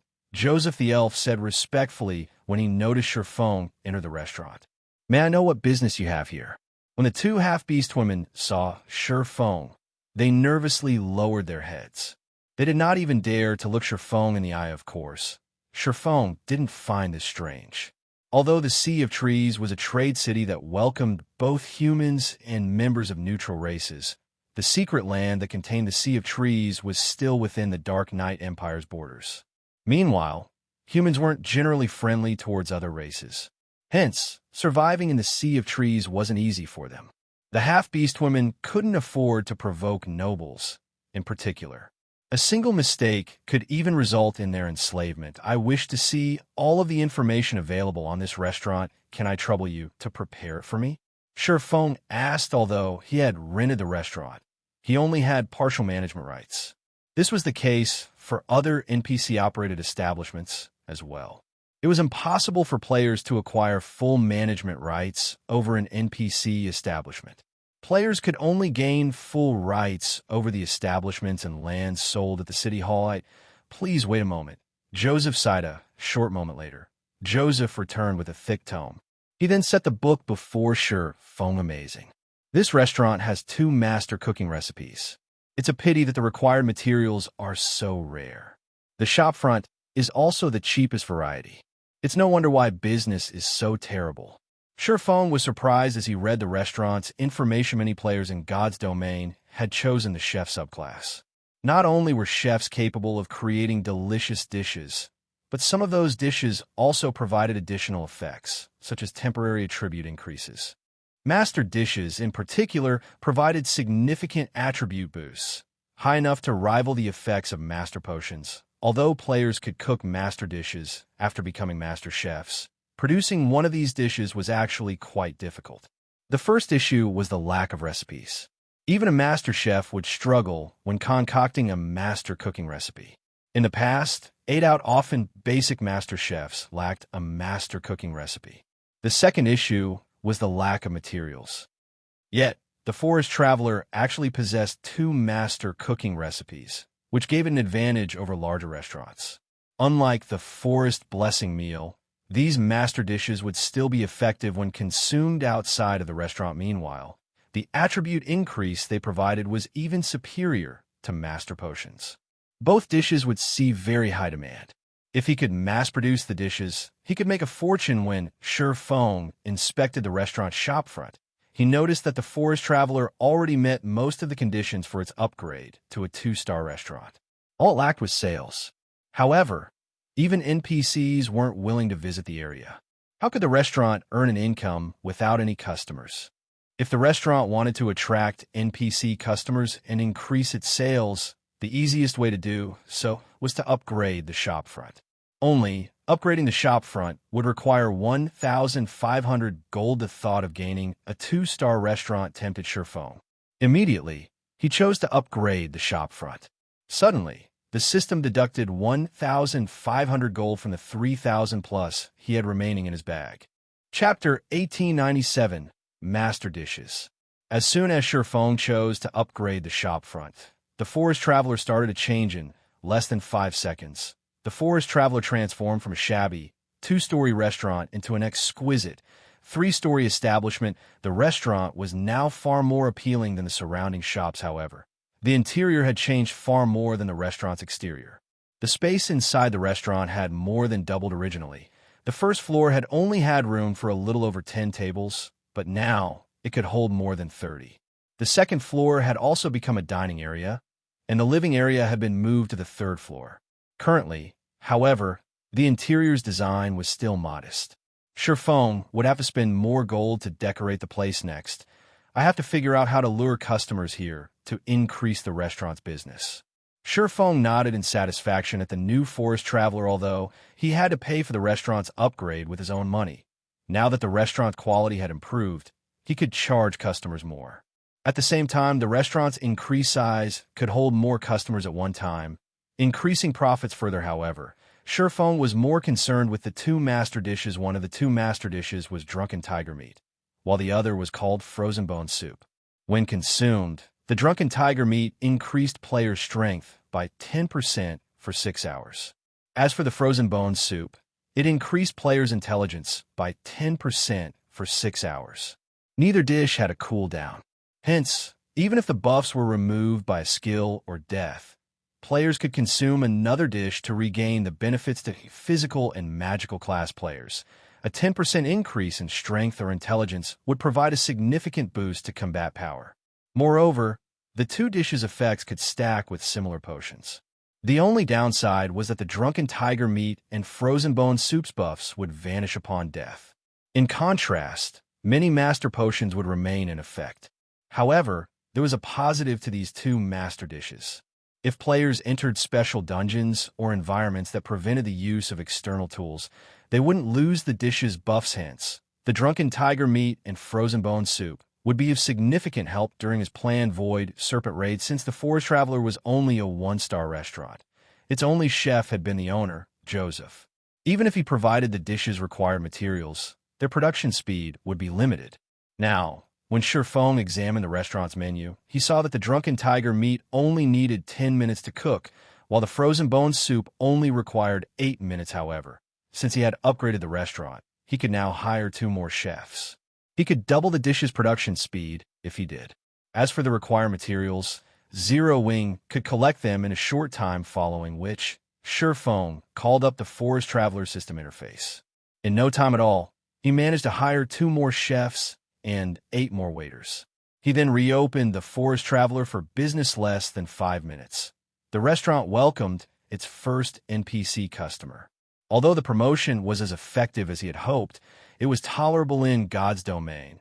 A leased restaurant didn't only earn an income from player customers. It could also earn money from NPCs. Only the profit sharing for income from NPC customers was much lower, only 1/4 of that from players. However, while this amount seemed insignificant, NPCs provided daily income. As the restaurant's star rank and size continued to improve, it would generate more income from NPCs. Currently, the Forest Traveler was a 1-star restaurant and could only earn about 3 to 10 gold from NPCs each day. However, once it became a 2-star restaurant, it could earn around 30 to 100 gold per day from NPCs. Most importantly, the restaurant would gain more master cooking recipes. The restaurant's accommodations would become higher quality, as well. Players didn't determine accommodation fees in the Sea of Trees. Rather, the system would set a price based on the hotel or restaurant size, star rank, and popularity. The minimum accommodation fee for a 1-star establishment in the city would be 50 silver, while the maximum was 1 gold. For 2-star accommodation, the minimum price was 2 gold, while the maximum was 5 gold. Hence, accommodation fees in the Sea of Trees range from 50 silver to 5 gold. Establishments could only rise to 2-star status in the city. However, 2-star restaurants and hotels were very rare in the Sea of Trees. They were all concentrated in the Central District, but players would need sufficient status and contribution points to rent these establishments. Though once players crowded the Sea of Trees, those who owned 2-star hotels and restaurants would earn a massive income from their establishments. After Feng dealt with the Forest Traveler, He contacted Melancholic Smile and had her collect the required materials for the Drunken Tiger meat and frozen bone soup as quickly as possible. Then, using the Abyss pendant, Feng left an Abyss marker in his office in the Forest Traveler. With this, he could return to the Sea of Trees, even without a key, of course. There was an easier method to return. He could upgrade one of his leased establishments to 2-star status. He'd be able to head to a magic store and purchase a special teleportation scroll. Although the teleportation scroll cost far more than a return scroll, each costing 5 silver coins, 2-star establishment's player staff could bind the teleportation scroll to the building. Players could then use the bound teleportation scroll to teleport back to the establishment. Since the Forest Traveler wasn't yet 2-star rank, it didn't have this function. Hence, Feng had to rely on the Abyss pendant. Once Melancholic Smile had gathered the necessary materials, Feng teleported to White River City's guild residence to collect them. After retrieving the materials from the guild warehouse, he used Abyss Teleport to return to the Forest Traveler. He then had Joseph and the 2 new chefs begin their work in the kitchen. While waiting for the chefs to complete the dishes, Feng returned to White River City's Candlelight trading firm to produce advanced mana armor kits and Titan City's standardized dark gold weapons. He used this opportunity to upgrade the weapons of Zero Wings members and earn the forging proficiency required to become an intermediate master forger. Previously, he had acquired several hundred sets of materials necessary for forging the standardized dark gold weapons from the Dragon Phoenix Pavilion and Unyielding Soul. Meanwhile, as Cream Cocoa and Melancholic Smile were both busy with the Hell Tank components, these items' production rate had considerably slowed. Even now, there was a huge pile of materials left and used in his special forging room. Feng forged weapons without rest, steadily and rapidly filling his experience barrels. He crafted dark gold weapons. Not only did his forging proficiency increase, but he also gained EXP faster than grinding normal monsters. After 2 days of work, Feng had reached 75% of level 69. He was now less than 30% away from the level 70 threshold. He was also less than 20,000 proficiency points away from becoming an intermediate master forger. Feng had also forged 300+ standardized dark gold weapons and 200+ advanced mana armor kits. Feng used 130 dark gold weapons to upgrade the Abyssal Blade to level 55. Although the improvement wasn't earth-shattering this time, its attack power had risen from 2,070 to 2,350. All basic attributes had also increased by 192 points, rather than the previous 170 points, and the weapon's attack speed had risen by 29 instead of 27. This change increased the attack power of Feng's subarm immensely. However, the Abyssal Blade still couldn't compare to Killing Ray, whose level increased or decreased with its useress. However, Feng was satisfied with this result. After all, the Abyssal Blade was a top-tier epic weapon now. If he evolved it further, it would become as powerful as fragmented legendary weapons. It's about time. I should go and collect the dishes. After a glance at the time, Feng used Abyss Transfer to return to the Sea of Trees. As Feng returned to the Forest Traveler, he noticed that the restaurant had considerably more NPC customers. At least, it wasn't as deserted as it had been. There were even 6 customers dining in the first floor hala. Short moment later, Feng collected 300 sets of Drunken Tiger meat and 500 bowls of frozen bone soup from Joseph.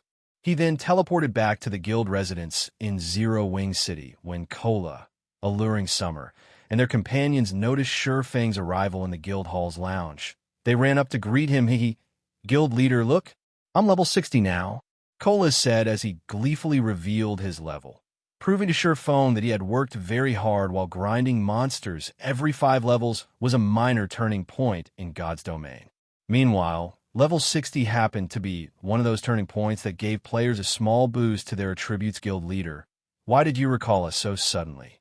Alluring Summer asked after rolling her eyes at Commotion. You too. Try on these 2 set equipment, Feng said, nodding. He then took out the Sins of Thunderfire set and the Scorching Wind set, which he had acquired from the Flame Demon King, handing them to Alluring Summer and Cola. Chapter 1898, Gathering at Zero Wing City. Set equipment. Both Alluring Summer and Cola looked at the two-set equipment Feng had taken out, a little confused. While they were not trying to brag, their current equipment was among the best available in God's domain right now. Only epic equipment could surpass what they wore. Just try it out, Feng said. Although he could see the confusion plaguing the two, he didn't bother to offer any additional explanation with no other choice. Alluring Summer and Cola complied, trying on the set equipment. This is a level 70 set equipment? Alluring Summer's eyes widened in shock when she saw the Sins of Thunderfire set's attributes. The Sins of Thunderfire set was a level 70 fine gold set equipment, though Feng had only given her 4 of the 6 pieces. Even so, the Thunderfire set's attributes were far superior to the level 60 dark gold equipment she currently wore. Moreover, the Sins of Thunderfire set's set effects were simply tyrannical. The 2-piece set effect increased casting speed by 20%, cast range by 20%, and magic damage dealt by 20%. As for the 4-piece set effect, it increased all basic attributes by 15% and granted the use of the Tier 3 spell, Thunderburst, a dual-element spell that dealt both flame and lightning damage. Meanwhile, Cola was incomparably excited after receiving the Scorching Wind set. Unlike Alluring Summer, he had received a complete 6-piece level 70 fine gold set equipment, as Feng had already equipped the 2 sets with attribute gemstones and level reduction gemstones. Alluring Summer and Cola could equip the sets right away. Amazing. Just equipping this set has pushed my defense past 35,000 and HP past 100,000. Cola was stunned when he inspected his updated attribute panel. Not even a Tier 2 Berserker can budge me now. Not even receiving a level 60 Mythic Monsters attack will be a problem. If Turtle Dove and Yi Wumian saw this, they'd die with envy. Even without any team buffs, he had 100,000 HP. He was basically a humanoid boss. Reaching 120,000 HP shouldn't even be impossible with team buffs. Currently, Turtle Dove and Yi Wumian only had 85,000 HP after receiving team buffs, which only the best Tier 2 MTs had at this stage of the game. Not only had his HP sword pass his 2 companions, but he was also a strength-focused MT. He had only invested a small fraction of his free attribute points in endurance. Alright, it's time to go. We can't keep the other guilds waiting for too long, Feng said, nodding in satisfaction when he saw Cola and Alluring Summer's attributes. With this, he was more confident of taking down the Void Serpent, following which Feng led Cola and the others to one of the 4 Towers of Elements. The meeting point he had agreed upon with Unyielding Soul and Crimson Emperor. The members of both super first-rate guilds had already arrived, but to avoid attracting attention, they all wore black cloaks despite their efforts. However, the group of 400 players was simply too large to ignore. Furthermore, these players were all Tier 2 experts from major guilds, so the aura they radiated instilled fear in others. Although these experts had done their best to suppress their auras, the combined energy of 400 experts was stifling. Who are those people? I don't mean to brag, but I can be considered an expert player as well. So why do those people feel so dangerous? I caught a glimpse of their equipment a moment ago, and they're all wearing multiple pieces of level 50 fine gold equipment. I've spent many days grinding to reach level 54, but even now, I only have 1 piece of level 50 secret silver equipment, yet they have multiple pieces of level 50 fine gold equipment. Could they be members from a top adventurer team? Curiosity pulled at the passers-by when they looked at Unyielding Soul and Crimson Emperor's members, but the super first-rate guild's players simply ignored the surrounding crowd, waiting in the tower's main hall in silence. Vice guild leader Zero Wing is quite impressive. It actually developed Zero Wing City to such a prosperous state. I get the feeling that it's even more prosperous than Starmoon City.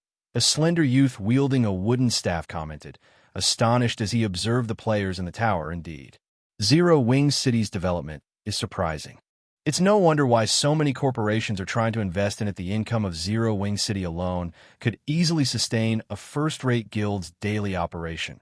Illusory Words said, nodding. I wonder which mythic boss Zero Wing plans to raid this time. On their way to the tower, they had noticed that Zero Wing City's player population was in no way inferior to that of Star Moon City. Many of the city's residents were even elite and expert players. Quite a few major trading firms had also set up shop here. However, the most unbelievable part about the city had to be its number of NPC merchants, which sold plenty of rare items, according to our investigation on Starmoon Kingdom. There are only 16 known mythic bosses between level 50 and level 60 inches the kingdom. Since Zero Wing has gathered us in Zero Wing City, I assume that they are targeting the level 56 Emerald Dryad in the Witches' Hills Forest. However, I have heard that the Emerald Dryad is extremely difficult to deal with. There will be several hundred treants guarding the Dryad as well, all of which are level 50 lords and above. Among them are more than 30 Great Lords and 4 Grand Lords. Even with the combined strength of our guild's team and unyielding souls, raiding the Emerald Dryad will be quite challenging. If we include 600 Tier 1 and Tier 2 experts from Zero Wing, our chances of success are, the slender youth said, shaking his head. Just dealing with the several hundred treants would be a major problem. Not to mention defeating the mythic boss itself. Zero Wing should have a plan. Otherwise, they wouldn't have given up such a good opportunity to make money, hiring our guild's experts instead. Illusory Words Reason God's domain had many tools to offer, and with an appropriate tool, challenging a field mythic boss wasn't that difficult. One of the most common examples of such tools was the variety of magic arrays. While Unyielding Soul and Crimson Emperor's members wondered how Zero Wing planned to take down the Emerald Dryad, a large group of cloaked players appeared in the tower's entrance. These cloaked players were none other than Zero Wing's members. The group consisted of exactly 600 players. Naturally, such a large team's arrival attracted the attention of the players in the tower. How is this possible? The slender youth beside Illusory Words stared at the approaching Zero Wing members with a flabbergasted expression. What's wrong? They're not Zero Wing's members? Illusory Words asked strangely. The slender youth was Dawnmaster, one of Crimson Emperor's top 10 elementalists. He also possessed an identification skill called Demon Eye, which allowed him to ignore Black Cloak's concealment. No, they're all from Zero Wing, but those people, they are all Tier 2. Dawnmaster explained in a trembling voice. Chapter 1899, World Boss. They're all Tier 2. Illusory Words spun towards the approaching Zero Wing members after hearing Dawnmaster's statement. In a low tone, she asked, "There are 600 people here. Are you sure you're not mistaken?" Although she could tell that the approaching players were powerful experts, she found it a little frightening that all 600 were Tier 2. All of the various superpowers had an increasingly large number of players that had already completed their Tier 2 promotion quests, but even the weaker superpowers were still some time from amassing a 500-man Tier 2 team, let alone a 600-man team. The Tier 2 promotion quests weren't easy challenges to overcome. The quest had heavy requirements of both technique and equipment standards. Of course, some players, such as independent players with good equipment and techniques, would challenge the lowest difficulty promotion quests. The advantage a Tier 2 class had over a Tier 1 was simply too massive. Not only would players gain a huge boost to their basic attributes once they reached Tier 2, but their physique would also improve significantly. With these improvements, players would have a much easier time questing and grinding monsters. However, players that selected a low-difficulty promotion quest would face severe consequences. Their Tier 3 promotion quest would be far more difficult than normal. The majority of independent players chose to acquire their Tier 2 class as soon as possible to secure better resources now. But large guild experts were a different story. As these experts had their guild support, they didn't lack resources. Naturally, to ensure that they had an easier time with their Tier 3 promotion quests, these experts would challenge the harder Tier 2 promotion quests. They invested a lot of time in improving their levels, equipment, and techniques to complete the higher difficulty promotion quests, establishing a sturdy foundation so they could walk a smoother path in the future. Meanwhile, Zero Wing was a guild with abundant resources due to its gold mines like Zero Wing City and Silverwing Town. There was no doubt that Zero Wing had prepared its experts to challenge high-difficulty promotion quests. However, just how many members did Zero Wing possess? How many experts had the guild nurtured? Comparing Zero Wing to a superpower was akin to comparing a firefly to the moon.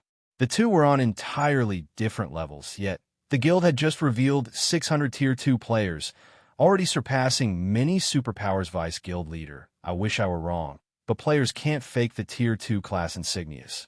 Every one of those players has a Tier 2 class insignia equipped, Dawnmaster said.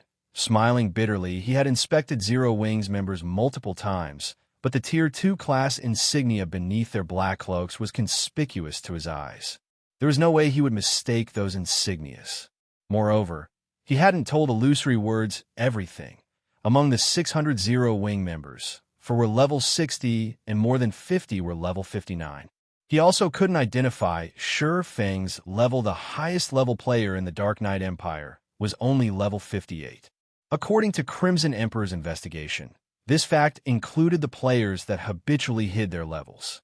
Once players reached such a high level, they'd require a massive amount of EXP to level up, and although players could grind more efficiently and gain EXP more quickly once they had reached Tier 2, they'd still need a lot of time to grind to the next level yet. Zero Wing had over 50 Tier 2 players at level 59. There were even 4 level 60 players. If the guild wished it, it could easily monopolize the top 50 spots on the Dark Knight Empire's ranking list. 1 or 2 levels higher might not mean much to ordinary players, but once players reached level 50 and gained their Tier 2 class, their natural attribute growth would increase significantly, exceeding the free attribute points each level up awarded. A gap of 2 levels could mean a difference of 30 points in one's main attribute. Taking into account the free attribute points, the gap would become even larger if the level gap increased to 5 levels. The difference in attributes would be so massive that it would be akin to equipping an additional piece of top-tier equipment. This was the frightening aspect of level differences. This was also why many independent players had opted to complete their Tier 2 promotion quests as soon as possible. Leveling up more quickly, Zero Wing has already developed to such an extent. When illusory words thought about Zero Wing openly declaring war against Blackwater in your empire, she realized the source of Zero Wing's confidence. It was no wonder why Zero Wing dared to provoke Blackwater with so many Tier 2 experts when he saw Zero Wing's members.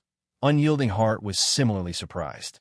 Unyielding Soul also had players with high-ranked identification skills, after all, but compared to illusory words, Unyielding Heart was stupefied by the discovery Unyielding Heart had raided the Eclipse Throne alongside Zero Wing's members, so he had known how many Tier 2 players the guild had. While it was possible that Zero Wing had hidden some of its Tier 2 players, it shouldn't have been able to hide so many despite the short time that had passed since the Eclipse Throne raid. Zero Wing now had at least 600 Tier 2 players. The guild's development speed was disturbing. Since everyone's here, let's set out, Feng said once he stood before Unyielding Heart and illusory words. If we linger, I'm afraid that we'll attract even more attention. The two vice guild leaders exchanged a glance before nodding to Feng's statement. They had already attracted a lot of attention. If they stayed, they would likely attract the various major powers' notice.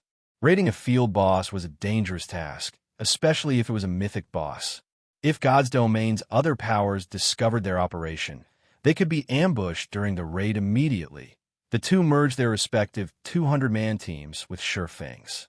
The team of 1,000 then moved to the tower's teleportation array. Once Feng had input the coordinates, the entire team vanished. Although some curious players had tried to follow the team, Feng had instructed the NPC soldier to erase the team's destination coordinates before he had left, replacing it with a random location. Players' figures began to appear, one after another, before a large waterfall within a dense forest. The lake at the base of the waterfall radiated a chilly air, making the new arrivals shiver.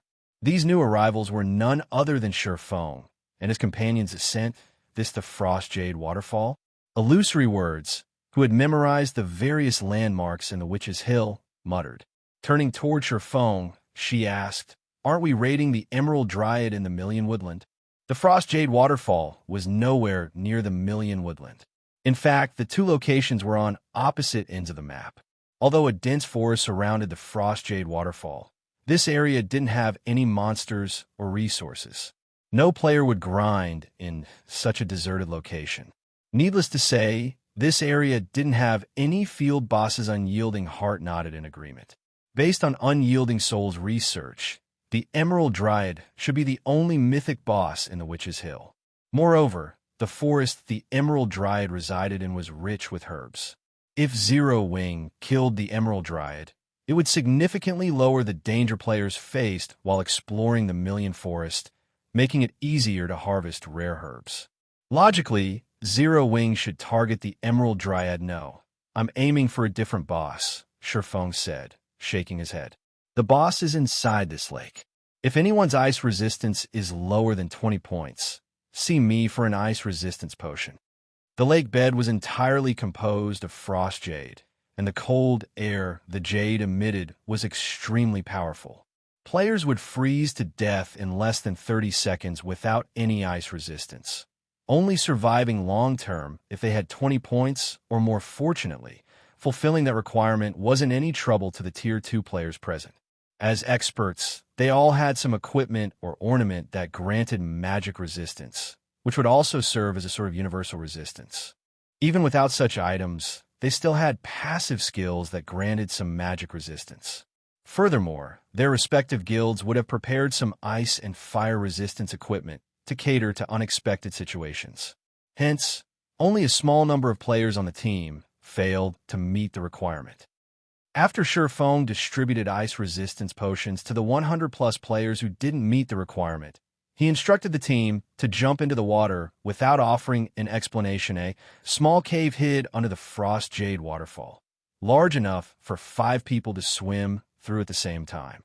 This cave was the entrance to the Void Serpent's underground temple. After swimming through the cave for around 3 minutes, the first group discovered an exit. As players emerged from the tunnel, they arrived in a dark cavern. Ancient murals covered the cavern walls, depicting the history of the Witch's Hill. When these players broke through the water's surface, they were amazed by the scene. They had never expected to find such a place hidden beneath the Frost Jade waterfall. Unfortunately, the players who lacked understanding of divine runes failed to comprehend the murals on the walls. The players who were familiar with divine runes, however, quickly realized that the murals depicted the Otherworld gate and the method of activating it. Once the team had finished admiring the murals, they proceeded into another long, dark tunnel. When they left the tunnel, the team arrived in another cavern. This time, the team found a temple within, and unlike the previous cavern, this one was as large as a town and brightly illuminated. Lifting their heads, the team discovered a gigantic, glowing crystal embedded in the cavern ceiling. This crystal lit the cavern until it was as bright as day. While everyone admired the glowing crystal, they discovered something that caused their stomachs to churn and a frown to pull at their lips. Coiled around the crystal was a snake that was over 100 meters long. The serpent's body was made entirely of translucent crystal. At the moment, the serpent's eyes were shut, and if not for the occasional twitch, the players would have treated it as a part of the shining crystal. The serpent's head was easily the size of a 3-story building, and its eyes alone were easily larger than a human.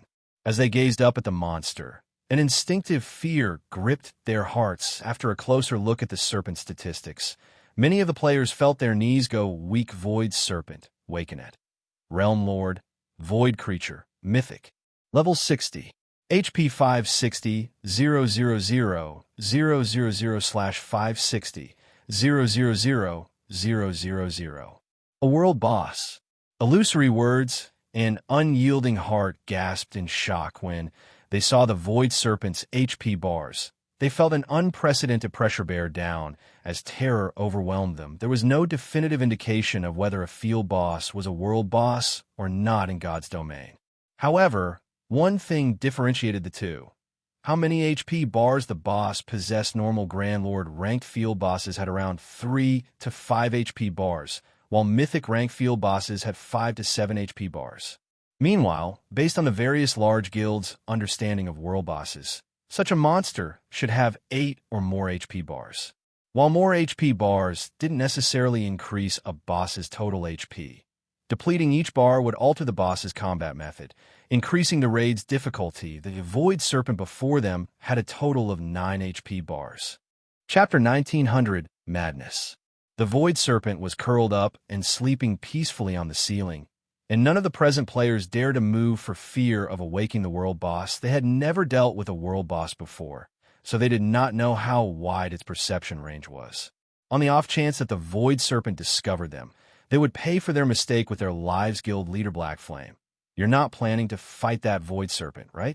Illusory Words softly asked Feng, although she understood that since Feng had brought them here, there was a 99% chance that the Void Serpent was his target. Her sanity urged her to confirm her suspicion. For all she knew, this cavern might have two bosses, and they were actually here for the other one. It's this Void Serpent. Feng nodded. Illusory Words was silent for a long moment. She decided that Feng must be insane. That was a world boss they were talking about. Ordinary mythic monsters were no match for the Void Serpent, and magical tools were utterly useless against world bosses. In other words, they had no special means of weakening the Void Serpent. They would have to fight it at its peak.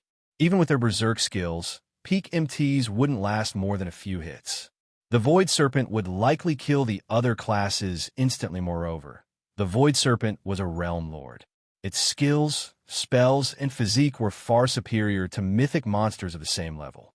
Defeating this monster would be even more difficult than facing the Emerald Dryad and its several hundred guards. Although their team of 1,000 Tier 2 players met the requirements to raid a level 60 world boss, they barely managed it. If they wanted to raid the world boss effectively, all 1,000 members would have to be level 60 and wear level 50 fine gold equipment, or better. Taking a deep breath, Illusory Words looked at Feng and said seriously, Guild Leader Black Flame, let me say this. The dangers of raiding a world boss are too great. Crimson Emperor will only help you once. If it looks like we'll team wipe, Crimson Emperor's members will retreat. If she allowed 200 of her guild's Tier 2 experts to lose a level, her guild would suffer a massive blow. She would not follow Zero Wing in its descent into madness. Unyielding Heart, however, said nothing. He simply watched the Void Serpent before turning to Zero Wing's members. Vice Guild Leader, aren't you going to inform Zero Wing of your limits? Long Soul whispered. That's a world boss we're talking about. Our guild can't afford to lose so many Tier 2 players. Lately, the intensity of the struggle between Unyielding Soul and Starlink had grown. As a result, the guild needed its Tier 2 experts to manage many affairs. Unyielding Soul could not afford to weaken 200 of its Tier 2 experts for no reason. If the raid turned sour, they had to retreat to minimize their losses. However, Unyielding Heart did not answer Long Soul's question. Instead, he walked up to Feng solemnly. Guild Leader Black Flame, Unyielding Soul is willing to fight to the death alongside Zero Wing. In return, please consider selling Unyielding Soul a few pieces of MT equipment once the raid is over. Unyielding Heart said sincerely. Heart, are you insane? Unyielding Heart's proposal shocked Long Soul. Illusory Words also turned to the other Vice Guild Leader, confusion flashing in her eyes. Various superpowers still relied on special tools for a small chance of defeating ordinary mythic bosses. Yet not only were they about to raid a mythic world boss, but they also had to do so without any tools. Unyielding Heart was one of Unyielding Soul's supporting pillars of strength. He had invested a lot of time and effort into developing his guild.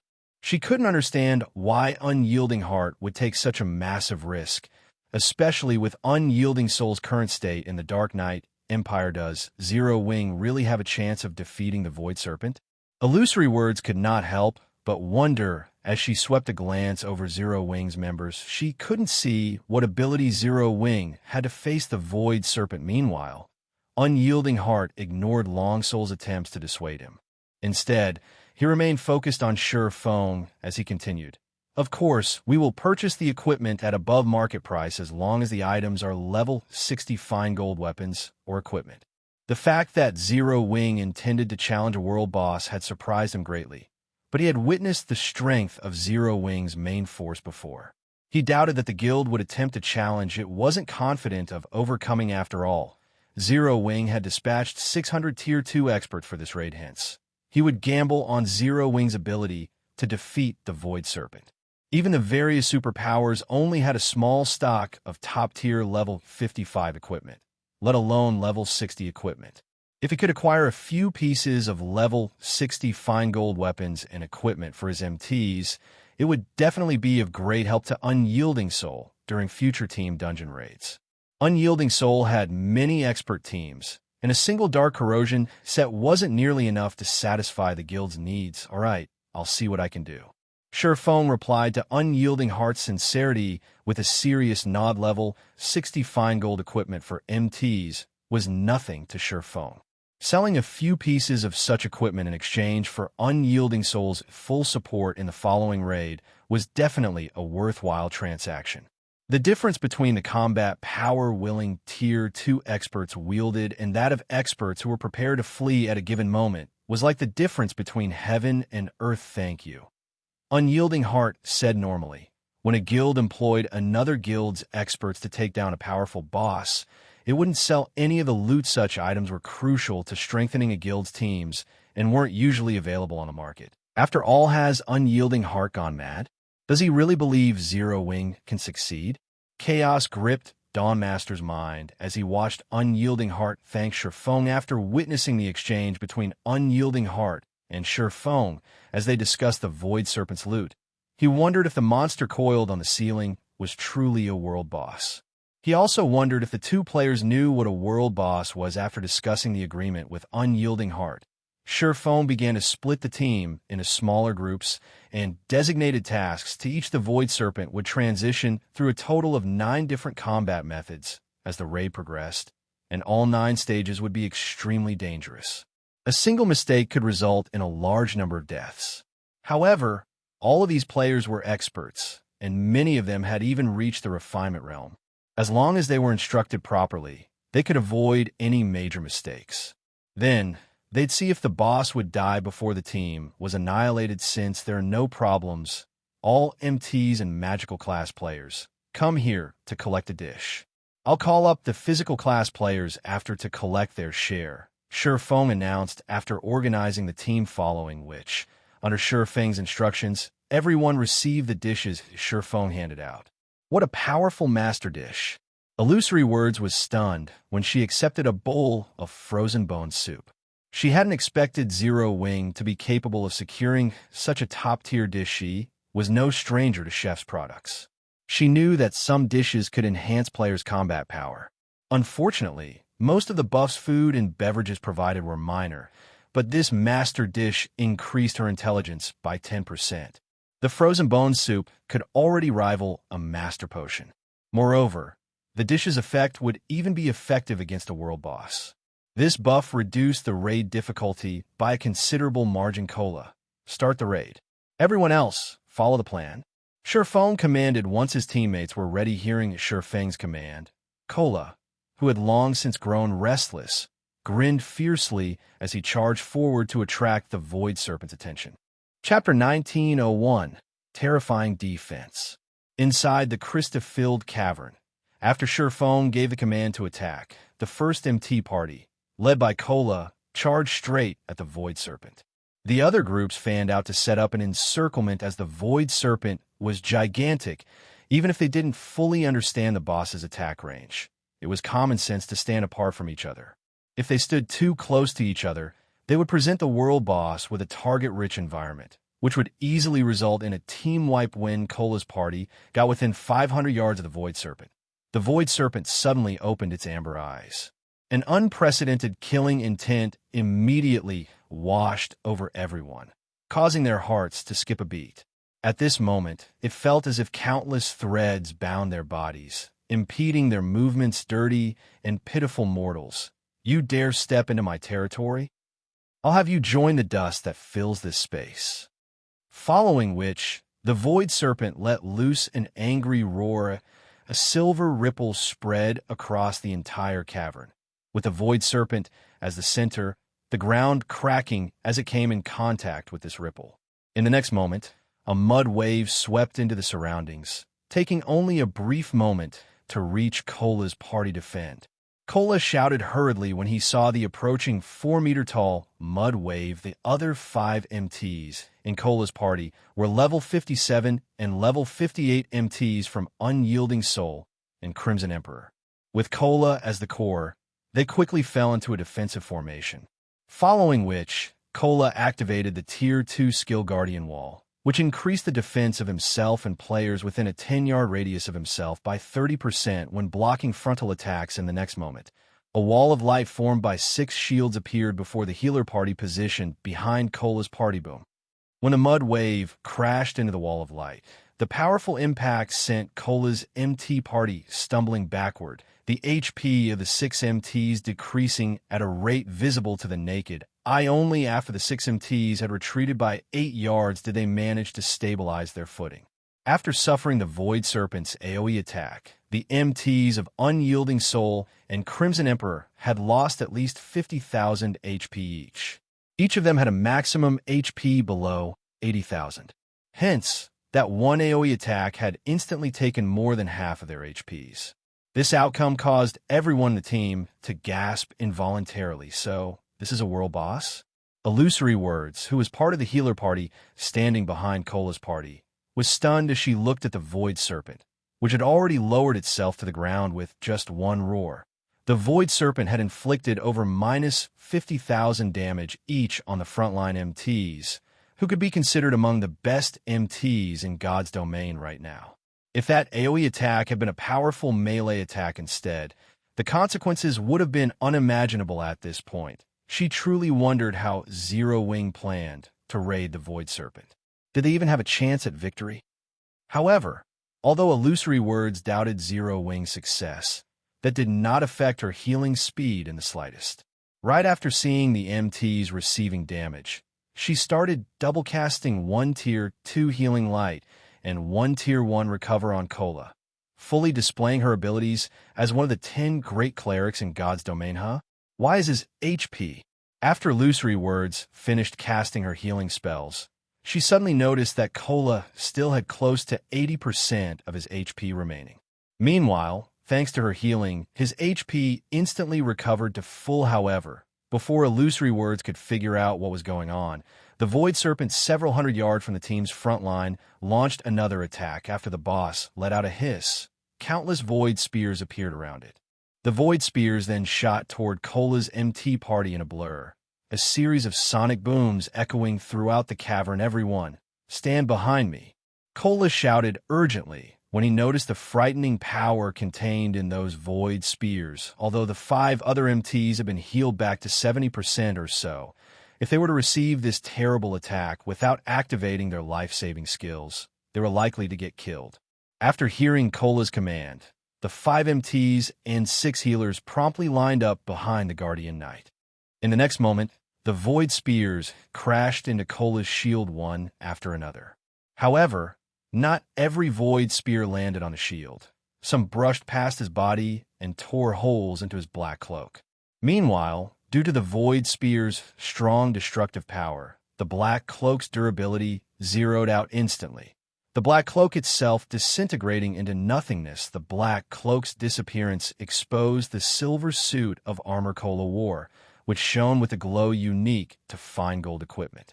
Crimson runes could be seen engraved all over the silver armor, and judging from how the runes matched perfectly, it was obvious that the suit of silver armor was fine gold set equipment. Meanwhile, with the black cloak on, Kola's attributes were also on display for all to see. His maximum HP of 118,600 revealed to everyone. Moreover, as the black cloak was no longer present to suppress Kola's aura, the Tier 2 MTs standing behind him suddenly felt a powerful pressure bearing down on their bodies. How is this possible? Illusory Words fell into a daze when she saw Kola's HP bar. Even the strongest MT in Crimson Emperor had only a little over 80,000 HP after including team buffs. Yet Kola had close to 120,000 HP. Moreover, Kola's defense was also as unbelievably high as his HP was, despite not having activated any life-saving skills. Kola had lost less than 40,000 HP after receiving all those Void Spears. If it were any other Tier 2 metric tons standing in Kola's place just now, they would have been killed instantly by those Void Spears. After all, the Void Spears were a completely different attack from the Mud Wave before. The Mud Wave had simply been a casual greeting from the Void Serpent. Meanwhile, the Void Spears were the result of a spell. Those void spears should be much more powerful than the mud wave at this moment. Illusory Words wasn't the only one surprised by this revelation. The other Tier 2 MTs in Cola's party were similarly stupefied, as they were also MTs. Nobody understood more clearly than they did just how frightening a Tier 2 Metrotons with close to 120,000 HP was. What kind of set equipment is he wearing? It's actually capable of forming a protective barrier around his body. I've seen every level 50 fine gold set equipment for MTs available in the game, and this is definitely not one of them. He's most likely wearing level 55 fine gold set equipment. Zero Wing is amazing. It actually managed to get its hands on this sort of set equipment. As the other Tier 2 MTs were very close to Cola, they could see that a faint layer of mana covered Cola's silver armor, forming a protective barrier that mitigated the Void Spear's damage tremendously. This situation was simply unbelievable. They had never seen fine gold set equipment like this before. Is this the reason why Black Flame is confident of defeating the Void Serpent? When Illusory Words looked at Cola's bear-like figure, she more or less understood why Zero Wing dared to challenge a world boss. The most important requirement when raiding a boss was a powerful MT. As long as a team had an MT capable of tanking the boss, then the raid definitely had a chance of succeeding. While everyone was still in shock, Cola took the initiative to charge at the Void Serpent. He wanted to get within attacking range of the Void Serpent as quickly as possible. However, the Void Serpent showed no signs of relenting as it continuously launched Void Spears at Cola from a distance. Meanwhile, the healer party led by Illusory Words kept healing him, although each wave of Void Spears dealt close to minus 40,000 damage to Cola. The healers were still able to keep him alive and healthy without much effort. After all, Cola's massive HP granted Illusory Words and the others a lot of leeway when healing. They could afford to cast powerful healing spells, which had long cast times. After running for a short moment, Cola arrived before the Void Serpent. Foolish mortals, all your efforts are futile. Upon seeing Cola closing in on itself, the Void Serpent sent its tail whipping at the Guardian Knight. Despite its gigantic size, the Void Serpent's tail moved with lightning speed, so fast that it even tore space. The strong air pressure the tail created impeded the movements of the other Tier 2 MTs, which turned sluggish. They couldn't help Cola block the attack in time. However, unlike the other MTs in his party, Cola remained completely unaffected by the powerful air pressure, swiftly raising the Titan Guard to block the attack boom. The ground beneath Cola shattered. The impact was so powerful that even the players standing over 100 yards away could feel the ground underfoot shaking. When everyone present saw the devastated terrain before the Void Serpent, they stared in stupefaction. Despite themselves, the Void Serpent's frightening destructive power woke a sense of hopelessness in everyone as the dust settled. Everyone quickly noticed a figure standing amid the dirt and rubble. This figure was none other than Cola. Meanwhile, beside Cola's body lay the Void Serpent's tail. He managed to block even that. When everyone saw that Cola still retained over half of his HP, they could not help gaping in shock. Chapter 1902, Overwhelming DPS. Crap, just how high is his strength attribute? Hunting Blade, who was currently prepared to close in on the Void Serpent, could not help his surprise when he looked at Cola. He could not bring himself to believe that Cola had actually managed to offset the power of the Void Serpent's tail strike. Although he was currently equipped in the Dark Erosion set, he wouldn't have had the strength to offset the Void Serpent's attack without activating a Berserk skill. He would only have been able to receive the attack head-on. The Void Snake's simple physical attack had deformed its surroundings to such an extent. Its strength was so great that the resulting shockwave had sent the 5 Tier 2 MTs near Cola flying back over a dozen yards. The party of healers, who stood roughly 30 yards away from Cola, also nearly lost their footing. While offsetting a monster's attack was easy for expert players, the precondition for doing so was for the strength of both sides to be roughly equal. If a player tried to defend against an attack that carried strength far superior to their own, they would either go flying or get crushed on the spot. Yet, despite Cola not having activated a Berserk skill, he had managed to offset the Void Snake's attack. Kola's strength was simply extraordinary meanwhile. Unyielding Heart, who stood a short distance away from the Void Serpent, was similarly shocked by this outcome, although he had known that Kola possessed frightening attributes since the Eclipse throne raid. Kola was like a completely different person compared to back then. If Kola went to raid the Eclipse throne right now, the dungeon raid would definitely be a piece of cake. Heal Kola. Everyone else, move according to the plan once Kola stabilizes his aggro. Feng instructed through the team chat after seeing Kola arrive before the Void Serpent. Feng did not find Kola's performance surprising even in the slightest. After all, Kola was equipped with not only a fragmented legendary shield, but also a 6-piece level 70 fine gold set equipment for him to be able to tank a level 60 world boss was very normal. Of course, Kola was still far from capable of dealing with a normal level 80 Flame Demon King.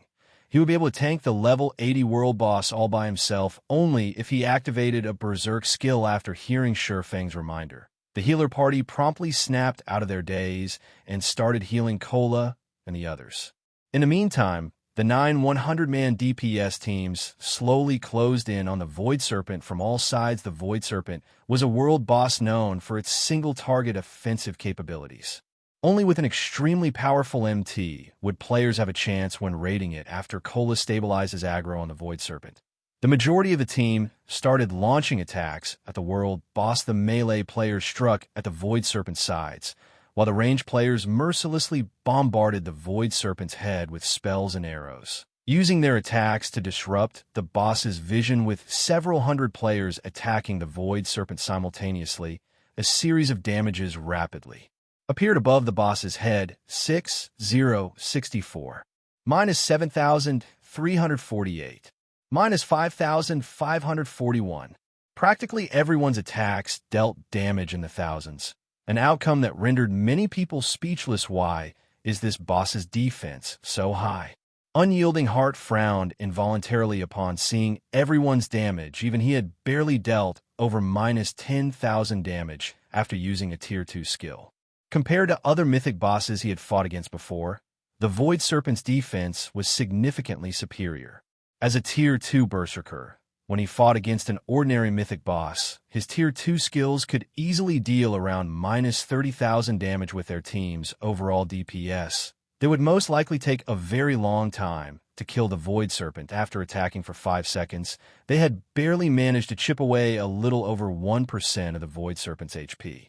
However, when the world boss's battle recovery kicked in, its HP actually reverted to full what? Illusory Words could not help but be surprised when she saw this situation, wondering what the Void Serpent had just done to recover so much HP. Everyone in the team was puzzled by this situation. Feng knew exactly what was going on. This was the effect of the Void Serpent's self-healing passive skill, which doubled its battle recovery. In other words, the Void Serpent regenerated 2% of its HP every 5 seconds. This boss also had another passive skill called Void Body, which halved the damage it received and reduced chances of critical hits occurring by 70%. These two passive skills made the Void Serpent extremely difficult to deal with. If a team lacked DPS, it would only be slowly whittled to death. Aqua, you guys can start attacking now. Feng said to Zero Wing's main force members, who had arrived behind the Void Serpent. Understood. Aqua Rose promptly commanded Zero Wing's main force to attack at this moment. The advantage in attributes Zero Wing's main force members possessed revealed itself. Everyone of them dealt at least minus 8,000 damage with their attacks. In the case of Aqua Rose, Flying Shadow, Shadow Sword, and Blackie, their attacks delivered at least minus 15,000 damage. Occasionally, Aqua Rose would use a powerful water-type spell and inflict over minus 20,000 damage on the world bosses for Gentle Snow, Fire Dance, Zhao, Yueru, and Alluring Summer. Every one of their attacks reaped a minimum of minus 20,000 from the boss's HP. Occasionally, they would use a powerful skill that wreaked around minus 40,000 damage. Moreover, none of these damages were due to critical hits. How are they dealing so much damage? Even when I used a Tier 2 curse, I only managed to deal around minus 13,000 damage. How are they dealing over minus 40,000 damage with normal tier 2 spells? Crap, just what kind of equipment are they using? The members of the two super first-rate guilds found this situation unbelievable. They were all experts of super first-rate guilds. Quite a few of them were even refinement realm experts. Although they were not the strongest in their respective guilds, they were still in the upper ranks. If placed in a first-rate guild, they would undoubtedly rank at the very top due to Zero Wing's main force taking action.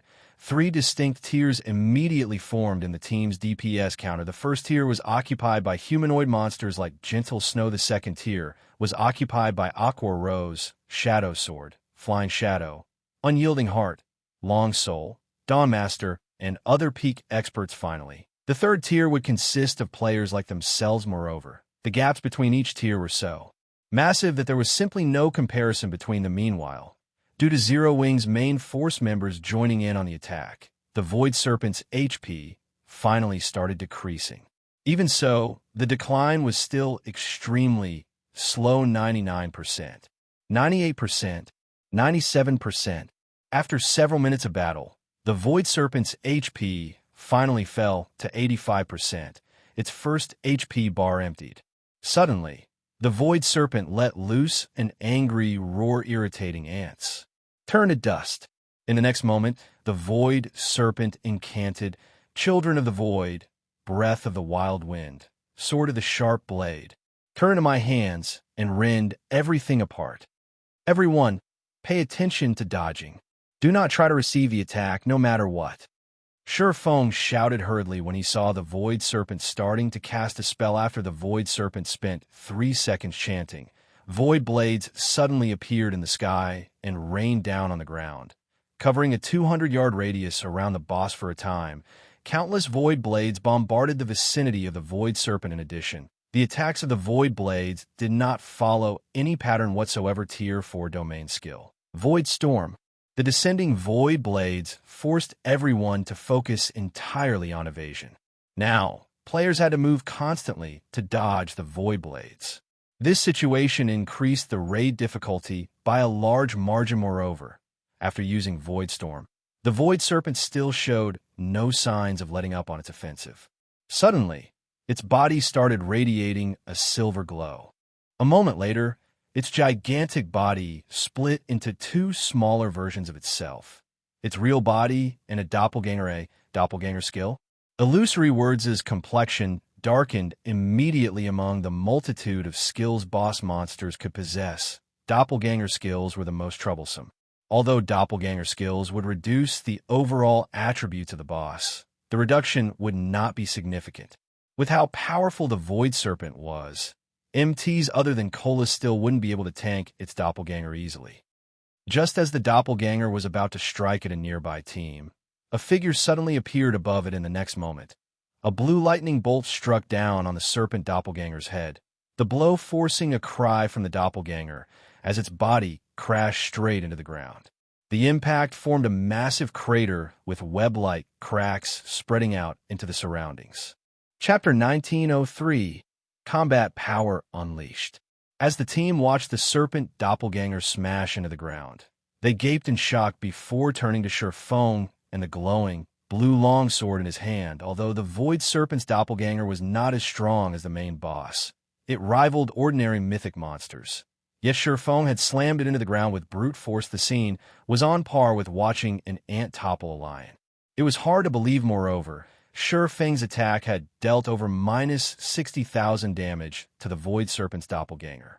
Seeing this, the Tier 2 berserkers broke out in a cold sweat before his teammates could recover from their shock of seeing such a formidable performance.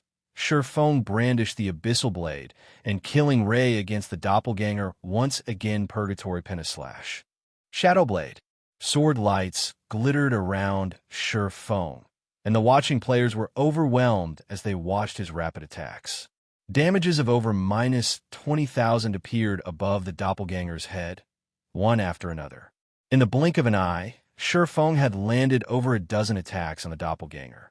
In terms of DPS, not even Fire Dance and her companions, members of the first tier, were no match for Feng. Everyone, focus your fire on the doppelganger.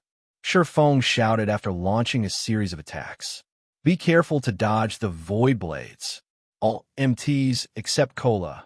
Protect the healers. Don't get greedy when attacking, and do not look into the doppelganger's magic eyes. Range DPS. Use your strongest moves on the doppelganger's eyes on my command. The Serpent Doppelganger was a part of the Void Serpent. If they killed the doppelganger, the real Void Serpent would take a corresponding amount of damage. However, if they did not kill the doppelganger within a set time, the doppelganger would automatically disappear and heal the Void Serpent for a considerable amount of HP. They needed to kill the doppelganger immediately, or the Void Serpent would chip away at the team until they were all dead. Meanwhile, the Serpent Doppelganger's power wasn't its strength, but its passive skill, Void Magic Eyes. Players would be briefly paralyzed if they looked directly into the doppelganger's eyes. In addition, the doppelganger could use the Tier 4 spell, Void Freeze, through its gaze.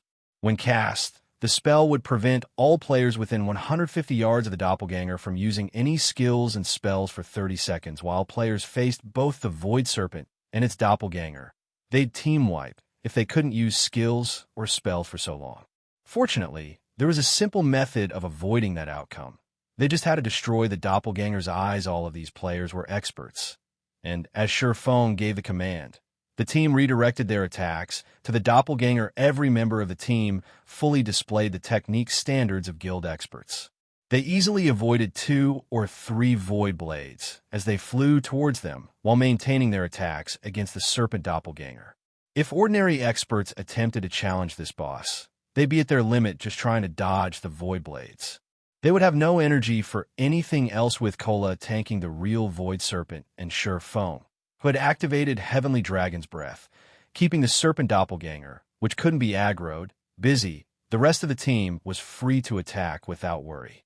Whenever the Doppelganger was about to cast Void Freeze, Feng instructed the team's ranged players to bombard the monster's eyes.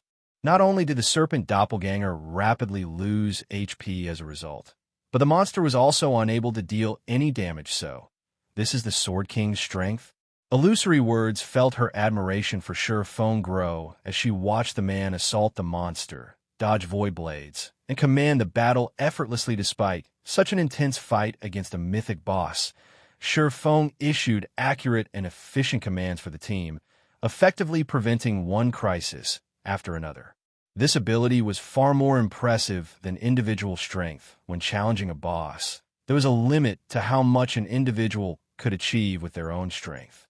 Only a cohesive team could effectively defeat boss monsters. Hence, leadership in a team was very important. With good leadership, a team could avoid unnecessary losses. This was also why the various large guilds and adventurer teams valued players with leadership skills. While an adventurer team's commander didn't need to be the strongest player on the team, they had to be able to command it. Not only was Feng ridiculously powerful as an individual, but he was also capable of commanding a 1,000-man team so precisely.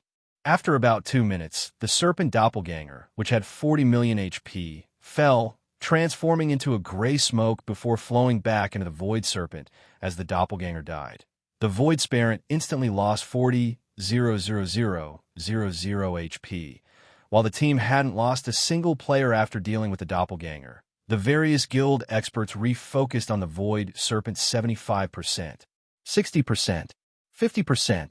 When the Void Serpent's HP fell to 50%, it only had 4 HP bars remaining.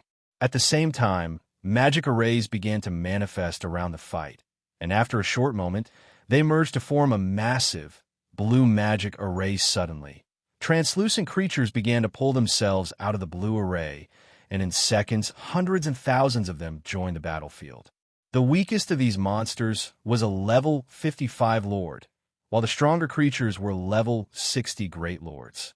Everyone felt their scalps tingle when they saw the army of translucent creatures. It was as if the Void Serpent had opened a gate to another world, and the world's monsters poured out of the gate. Everyone, activate your berserk skills and attack the boss with everything you've got.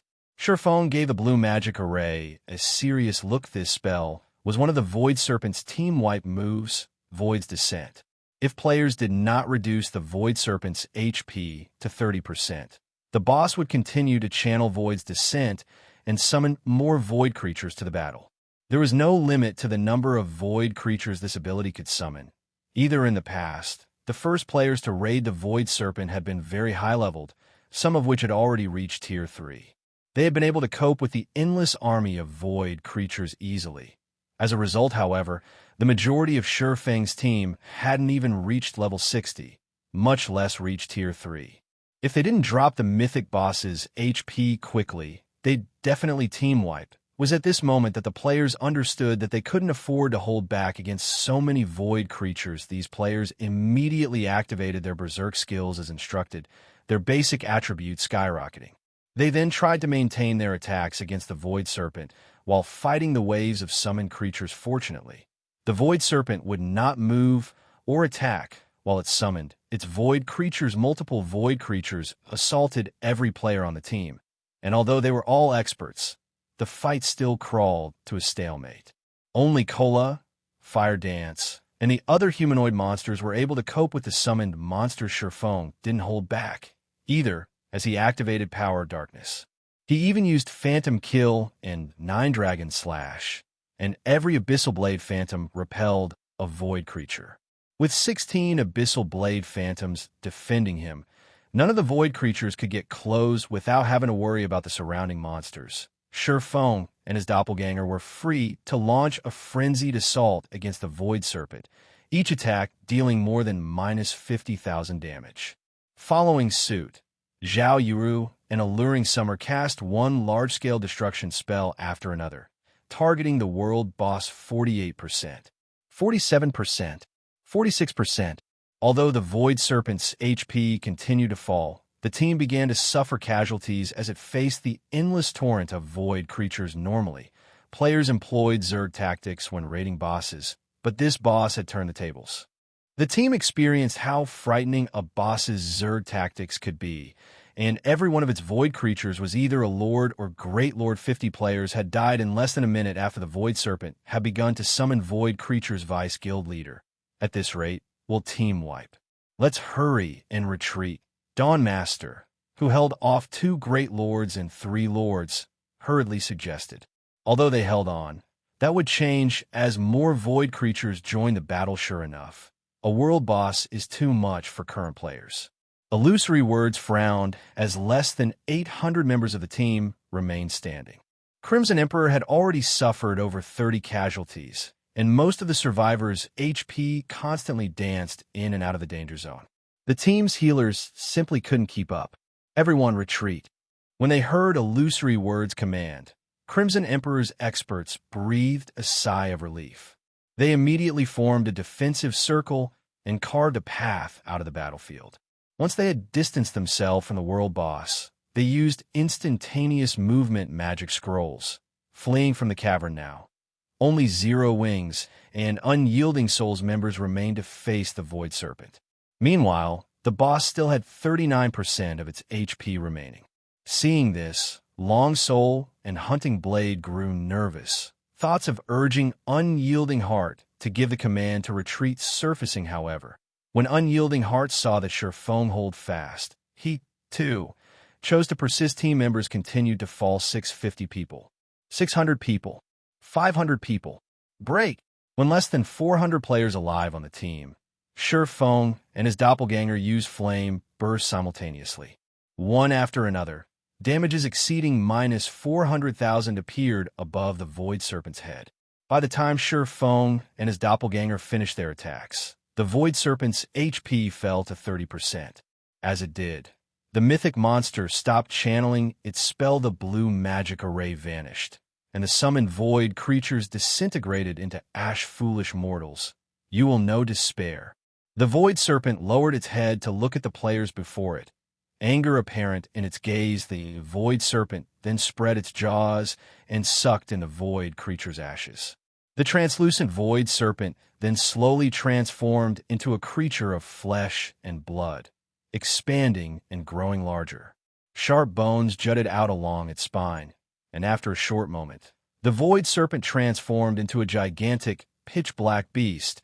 exuding turbid gas that filled the cavern roar. With a roar, the cavern began to tremble, shaking debris from the ceiling. This boss can grow even stronger.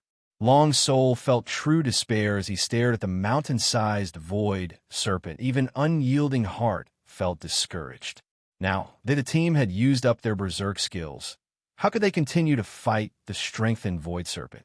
It's finally in its complete state. Feng felt an intense pressure from the void serpent. It seems that we don't need to hold back anymore. Kola, unleash your combat power. When Kola heard Feng's order, all of his worry about the world boss vanished. Now, only excitement and joy drove him. Leave it to me, guild leader. Kola grinned at the void serpent. He then charged at the monster without hesitation.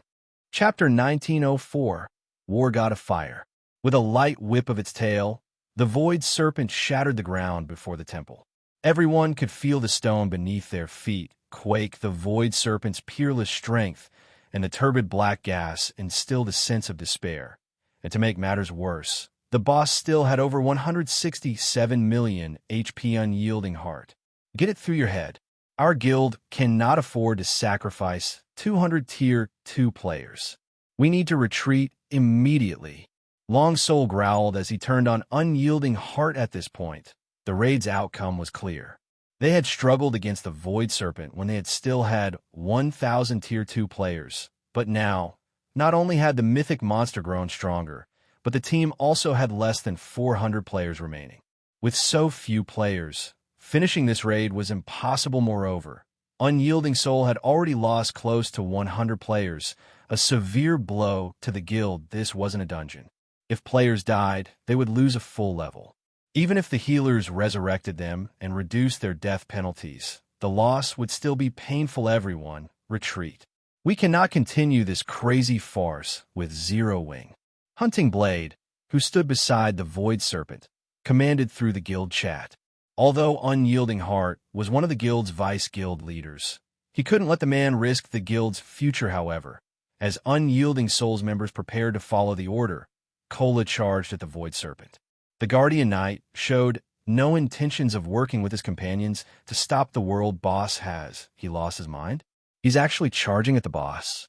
Hunting Blade could not help but watch Kola in astonishment while he acknowledged that Kola's attributes were frightening.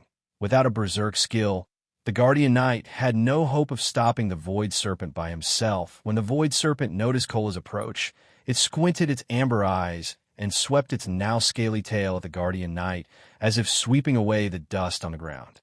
From afar, players noticed that space seemed to twist as the tail passed, barely withstanding the Void Serpent's strength. Come! Rather than shrink back in fear, Kola dashed to meet the attack. Just before the Void Serpent's tail struck the Guardian Knight, flames emerged from Kola's form. In the blink of an eye, Kola had transformed into a charging bonfire with a 6-meter radius, leaving his teammates confused. But despite the strange development, the Void Serpent had no intentions of slowing its tail attack as it struck the moving bonfire pump. It stopped. Since everyone had assumed that the Void Serpent's attack would extinguish the flames, they were shocked by the true outcome of the clash. The gigantic, scaly tail had actually stopped before the humanoid torch, unable to proceed any further. The stone beneath the raging fire cracked, only stopping over 20 yards away. After the flames subsided, they revealed a 6-meter giant. The giant wore a full set of flaming, crimson armor, the flames' heat boiling the water in the air and turning the ground beneath it into lava. In addition, the giant wielded a flaming one-handed axe and a flaming shield. As the giant's aura washed over the team, they felt an intense pressure bear down on them. But it wasn't just a result of a difference in attributes. It was a result of a difference in life ratings. Before anyone could react, the flaming, armored giant sent a chop at the Void Serpent's tail. As the axe swung through the air, a sea of fire enveloped everything in a 30-yard cone before the giant. The burning weapon left a deep, scorched wound in the Void Serpent's tail as the mythic monster cried out in agony. A damage exceeding -80,000 also appeared above the Void Serpent's head, the attack's power astonishing the surrounding players. The injury enraged the Void Serpent, spreading its maw. The boss shot a spear of foul, black gas, and the spear flew so fast that not even the Tier 2 experts could keep up with the attack. Fortunately, the flaming giant reacted quickly, raising its flaming shield in time to stop the attack. The impact forced the giant to stumble 4 steps back, a damage of over -100,000 appearing above its head. The Void Serpent's destructive power had clearly improved, however. To everyone's surprise, the giant's HP bar had barely decreased despite so much damage. Upon closer inspection, they would have seen that the flaming giant had maximum HP of 12 million. With so much HP, over -100,000 damage was practically negligible. So, this is the power of the Wargod of Fire? Once he had steadied, Kola couldn't help but take a look at himself. He could feel that his physical control had reached unprecedented levels. In addition, his basic attributes were even higher than when he activated a berserk skill, especially his HP. Although he was still no match for actual monsters, he was leaps and bounds superior to other players and NPCs healers. Focus on Kola. Everyone else, focus on the boss. Sure, Feng shouted. Even he was slightly surprised to see Kola single-handedly tank the Void Serpent. He hadn't dreamed that the Wargod of Fire transformation would be so powerful. Meanwhile, Sure Feng's command shook everyone from their daze. Kola? That flaming giant is Kola? The revelation shocked Long Soul so. This is the trump card Black Flame had prepared? Unyielding Heart was similarly astounded. At the same time, he envied Zero Wing a little. With such a powerful MT, Zero Wing would have no problems raiding level 60, 100-man team dungeons in the future. The guild would also collect level 60 top-tier weapons and equipment far faster than the various superpowers, securing a massive advantage. Meanwhile, Kola rendered the Void Serpent powerless thanks to his recent transformation. Although it launched a series of frenzied attacks, Kola stopped everyone effortlessly. Moreover, since the mythic boss had entered its complete form, it had lost the effects of its passive skill, Void Body, and its battle recovery. From now on, all damage the boss received would be permanent. However, the Berserk Void Serpent wasn't an easy foe. From time to time, it launched AoE breath attacks, and players still had to cope with the Void Blades. The team steadily lost players once the situation had stabilized. Feng focused on his offense. After Phantom Kill's cooldown ended, he summoned his doppelganger and used Dragon Soul, transforming his doppelganger into a black dragon. Although the doppelganger would lose its weapons and equipment after transforming, the black dragon's life rating and strength surpassed Kola's by a large margin. Most importantly, the black dragon was a level 69 monster. Each time the black dragon attacked, it devoured a large chunk of the Void Serpent's HP, 24%. 20%, 16%. When less than 300 players remained alive on the team, the Void Serpent's HP had fallen below 1 million. Seeing this, Feng activated Icarus's heart, which he had reclaimed from Aqua Rose earlier.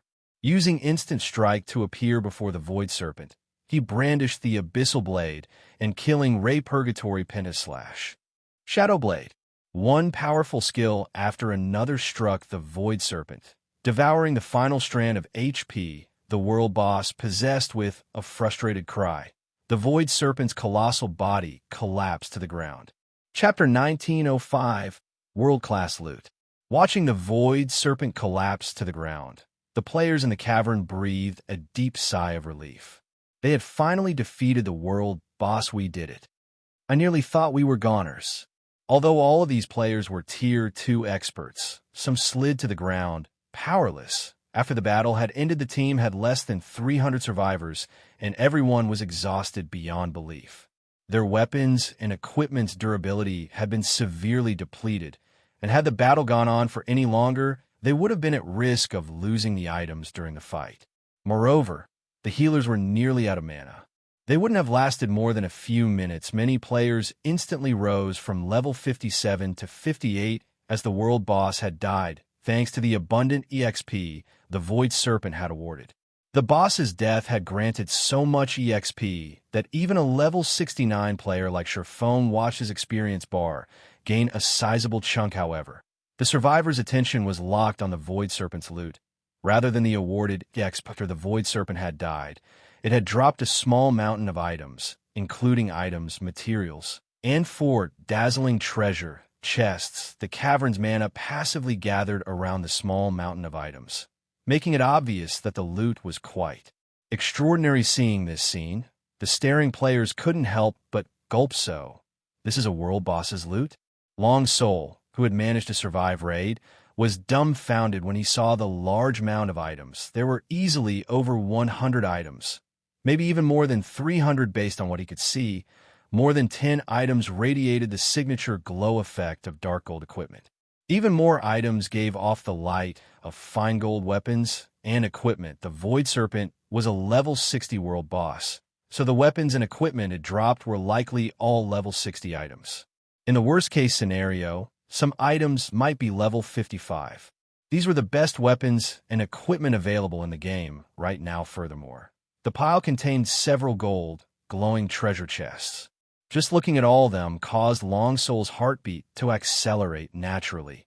Unyielding Heart was similarly excited and envious upon seeing the small mountain. He hadn't expected the Void Serpent to drop so many items. Its loot could likely boost a 100-man team's combat power by a significant margin. Of course, the Zero Wing members present stared at the loot with brightly glowing eyes. Since they had participated in the raid, they'd have priority when purchasing the items. If they purchased the items now, they wouldn't have to spend as many GCPs than if they waited until the items showed up in the guild warehouse. This loot really is frightening. Even Feng was a little surprised to see so many items.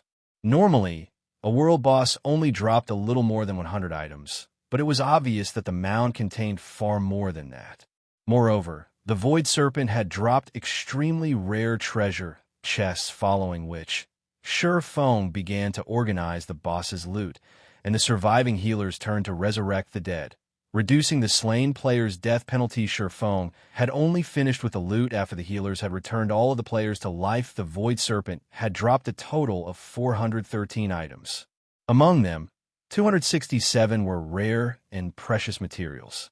None of the rare materials were available on the market, and 17 were even inferior legendary rank. Take the Void Serpent scales, for example. Void scales were natural armor kits and far more powerful than advanced man armor kits. When equipped, not only would one of these scales reduce incoming damage by 10%, but it would also improve physique by 5% and basic attributes by 8%. Unfortunately, players were only able to equip one Void scale. Even so, just one offered a massive boost. The Void scales were especially potent on an MT's equipment. A total of 11 Void scales had dropped. There were also 4 Void Fangs among the inferior legendary materials. The Void Fang could be used to strengthen weapons. When used, they would grant the weapon the Void Rend effect, increasing damage by 10% and ignoring one tier of defense. The last 2 inferior legendary materials were bottles of Void Blood, each containing 100 drops. Not only was Void Blood a key component in activating the Otherworld gate, but it was also the main material to brew Void Wine. When consumed, Void Wine would permanently increase all attributes by 20 points and physique by 5%. Each bottle of Void Wine had sold for at least 600 gold during Feng's previous life. But even at that price, the various large guilds had fought to claim them. A Void Wine recipe was also among the 146 items the Void Serpent had dropped. Although only master chefs could brew it, of the 146 items, 35 were level 55 to 60 fine gold weapons and equipment, including the Mana Heart set, a level 60 fine gold set equipment for elementalists, and the Earthen Protector set, a level 60 fine gold set equipment for shield warriors. Unfortunately, both sets were incomplete. Only 4 set pieces of each had dropped.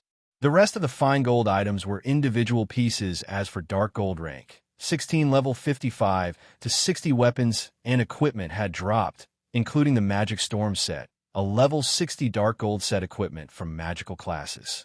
However, only 5 pieces had dropped. To complete the set, Feng would need to acquire 3 more pieces. The rest of the dark gold items were all individual pieces, the most valuable of which was the Magic Serpent Buckler. Although these fine gold and dark gold weapons and equipment were considered top tier at this stage of the game, They were subpar at best compared to the remaining weapons and equipment. The Void Serpent had dropped of the remaining weapons and equipment. 3 pieces were epic rank, and 1 was fragmented legendary rank. All of the fine gold and dark gold items combined weren't worth the total value of these the 3 epic items that had dropped were the Void Robe, Void Gloves, and Sacred Word Staff. The Void Robe and Void Gloves were part of the Void Magic set, a bona fide epic set equipment. The 2-piece set effect alone increased the wearer's maximum mana and physique by 20%. The Void Magic set was definitely the best set equipment for magical classes at this stage of the game. After all, a magical class player's mana was the equivalent of Second Life, as for the Sacred Word Staff, it was a top-tier staff that allowed players to cast their 1-second spells instantly. It also increased spell completion rate by 4%. However, these 3 epic items were nothing compared to the fragmented legendary item. Even this dropped? Feng was ecstatic when he saw the ring of 2 carved snakes, 1 black and 1 white. Almost everyone in God's domain had heard of this ring in the past, the Fate Ring. Chapter 1906, Fate Ring. Guild Leader, what is that ring? Aqua Rose, who stood nearby, asked in surprise when she saw the Fate Ring in Feng's hand. She could feel the mana density around her increase drastically after Feng had stored the dropped items in his bag. The surrounding mana density had returned to normal, but the moment he had retrieved the Fate Ring, the mana density in a 20-yard radius around Feng had skyrocketed in God's domain. Items that passively attracted mana were incredibly rare. Even so, she had seen quite a few. However, this was the first time she had seen an item that could increase its ambient mana density so intensely despite being inactive. Looking at it now, it seemed as if the Fate Ring was the main cause for the intense mana around the mountain of loot. The Fate Ring, Feng said. It can help players develop until they reach the apex of God's domain. Help players develop to the apex? Aqua Rose was utterly confused. A top-tier weapon or equipment piece could significantly increase a player's combat power, and it would be a great help to the player's development. But even a fragmented legendary items assistance would be limited. Yet, Feng claimed that the ring in his hand was capable of helping players reach the game's apex. No matter how she looked at it, he had to be joking. She had been Twilight Echoes, a first-rate guild, honorary elder. Hence, she knew exactly how difficult it was for a player to reach the virtual gaming world's apex. It wasn't something someone could do by relying on 1 or 2 pieces of equipment. Furthermore, unlike other virtual reality games, the competition in God's domain was particularly intense. However, Feng simply smiled at Aqua Rose's confusion. He did not bother to explain further on its own. The Fate Ring didn't have any particular powerful effects. In fact, one might even consider it a weak item.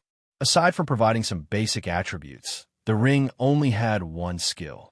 Moreover, the ring's basic attribute bonuses were standard for an ordinary epic item. Even if players acquired the Fate Ring, they might be embarrassed to call it a fragmented legendary item. However, when a first-rate guild had purchased the Fate Ring at an auction during Feng's previous life, its guild leader had changed his fate after equipping the ring, eventually becoming one of God's domain's top powerhouses. Even after 10 years, that guild leader had still been a godly existence. The achievement had invoked the other large guild's jealousy, and a superpower that had sold the ring had been racked with regret. This skill was incomparably powerful. When activated, it granted players an opportunity. However, the impact of the opportunity varied.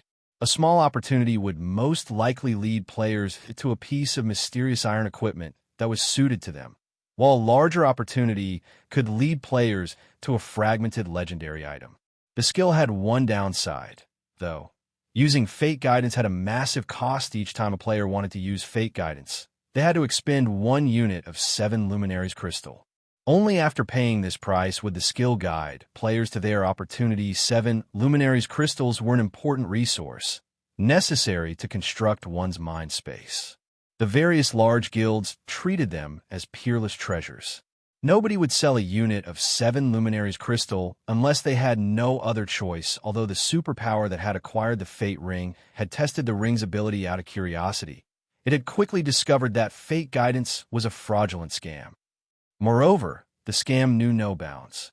Of the 100 attempts the superpower had made, more than 90 had yielded mysterious iron weapons, equipment, and tools. The remaining attempts had led the superpower to secret silver items, and only one had led to a fine gold item. To the various large guilds, one unit of 7 luminaries crystal was worth more than the latest top-tier dark gold weapon or equipment piece. Gathering dark gold items was, after all, several times easier than collecting 7 luminaries crystals. No one would trade 100 units of 7 luminaries crystals for a pile of junk, so the Fate Ring had switched owners multiple times until it had been claimed by the lucky first-rate guild. That lucky guild hadn't invested a lot of 7 luminaries crystals before it had struck gold. Overall, the guild had only spent several dozen units before securing a large opportunity, which had yielded a fragmented legendary item. If given the opportunity, any power would be more than willing to trade several dozen units of 7 luminaries crystals for a fragmented legendary item.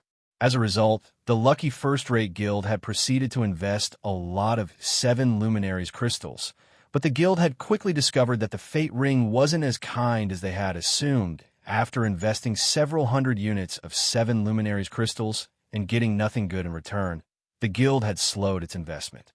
Even so, the guild had occasionally tried its luck. It had only discovered the Fate Ring's secret after hitting a second jackpot and acquiring a Master Magic Array design.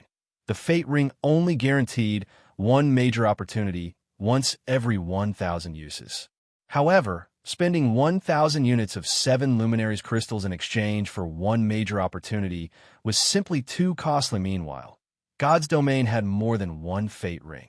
When this lucky first-rate guild had acquired its second Fate Ring, the ring's value had truly shined. After merging 2 Fate Rings, Fate Guidance granted a major opportunity once every 500 uses. Unfortunately, claiming the opportunities would become far more difficult, but it was still possible for ordinary expert players. Furthermore, players could acquire a top-tier item by simply spending 500 units of 7 luminaries crystals, which was certainly a worthwhile price due to this change. The lucky first-rate guild's guild leader had gradually collected top-tier weapons, equipment, and tools for himself, increasing his strength and eventually becoming one of God's domain's apex players. Of course, the heaven-defying items acquired via Fate Guidance were only suitable to help one player reach the apex, since each opportunity only yielded items suitable for the player that activated the skill. If other players used the items, their performance would suffer. Other players couldn't even use certain items, such as those that granted skills and combat techniques. In other words, the lucky first-rate guild had spent a frightening amount of 7 luminaries crystals to nurture a single apex powerhouse. However, Feng had no intentions of replicating that guild's actions. While nurturing a single apex expert might be worthwhile to guilds that didn't have any, the same couldn't be said for Zero Wing. In fact, doing so would be a waste of time and resources. Zero Wing had far more experts than any first-rate guild, and those experts' potential was far superior to those in first-rate guilds. It was only a matter of time before the guild had multiple apex powerhouses. Hence, instead of wasting tons of 7 luminaries crystals on nurturing an ordinary expert, it would be much wiser and more efficient to use the Fate Ring to help an expert, who is only a step away from the apex, cross the final hurdle. It seems I'll have to find an opportunity to secure some 7 luminaries crystals. Feng inwardly decided Zero Wing already had a lot of guild members capable of contending with peak experts, but it had very few members that could rival apex experts. Although Shadow Sword, Turtle Dove, Flying Shadow, and a handful of other members of Zero Wing's main force were capable of contending with Superpower's peak experts by relying on their equipment advantage, as players progressed, this advantage would shrink. If Shadow Sword and the others didn't improve their combat standards, it would only be a matter of time before others surpassed them. However, if they used Fate Guidance, they could quickly gain the combat power they needed to rival apex experts. As Feng finished examining the loot, he sold 16 pieces of equipment for MTs and DPS classes, including the level 60 Dark Gold Shield, Magic Serpent Buckler. He did not, however, decide to sell the Earthen Protector set. The situation surprised Unyielding Heart. He had expected Feng to refuse to sell both the Magic Serpent Buckler and the Earthen Protector set. The fact that Feng had allowed him to purchase the buckler, which was even more valuable than the set equipment, was shocking. However, what Unyielding Heart did not know was that Zero Wing did not need powerful shields. Even the weakest shield, Zero Wing's 3-core MTs used, was an epic shield. A level 60 Dark Gold shield was nothing in comparison. The Earthen Protector set, though, was different. Yi Wumian still wore the level 50 Magic Light set, which was weaker than the Earthen Protector set. Hence, this was a perfect opportunity for Yi Wumian to upgrade his equipment. Aside from weapons and equipment, Feng had decided to sell a few Void Scales to Unyielding Heart. Upon seeing the Void Scales attributes, Long Soul's eyes went bloodshot. If given to an MT, the Void Scale would elevate the player's standards to a whole new level. In the past, Void Scales had sold for around 5,000 to 7,000 gold on the market, so Feng sold them to Unyielding Heart for 10,000 gold each.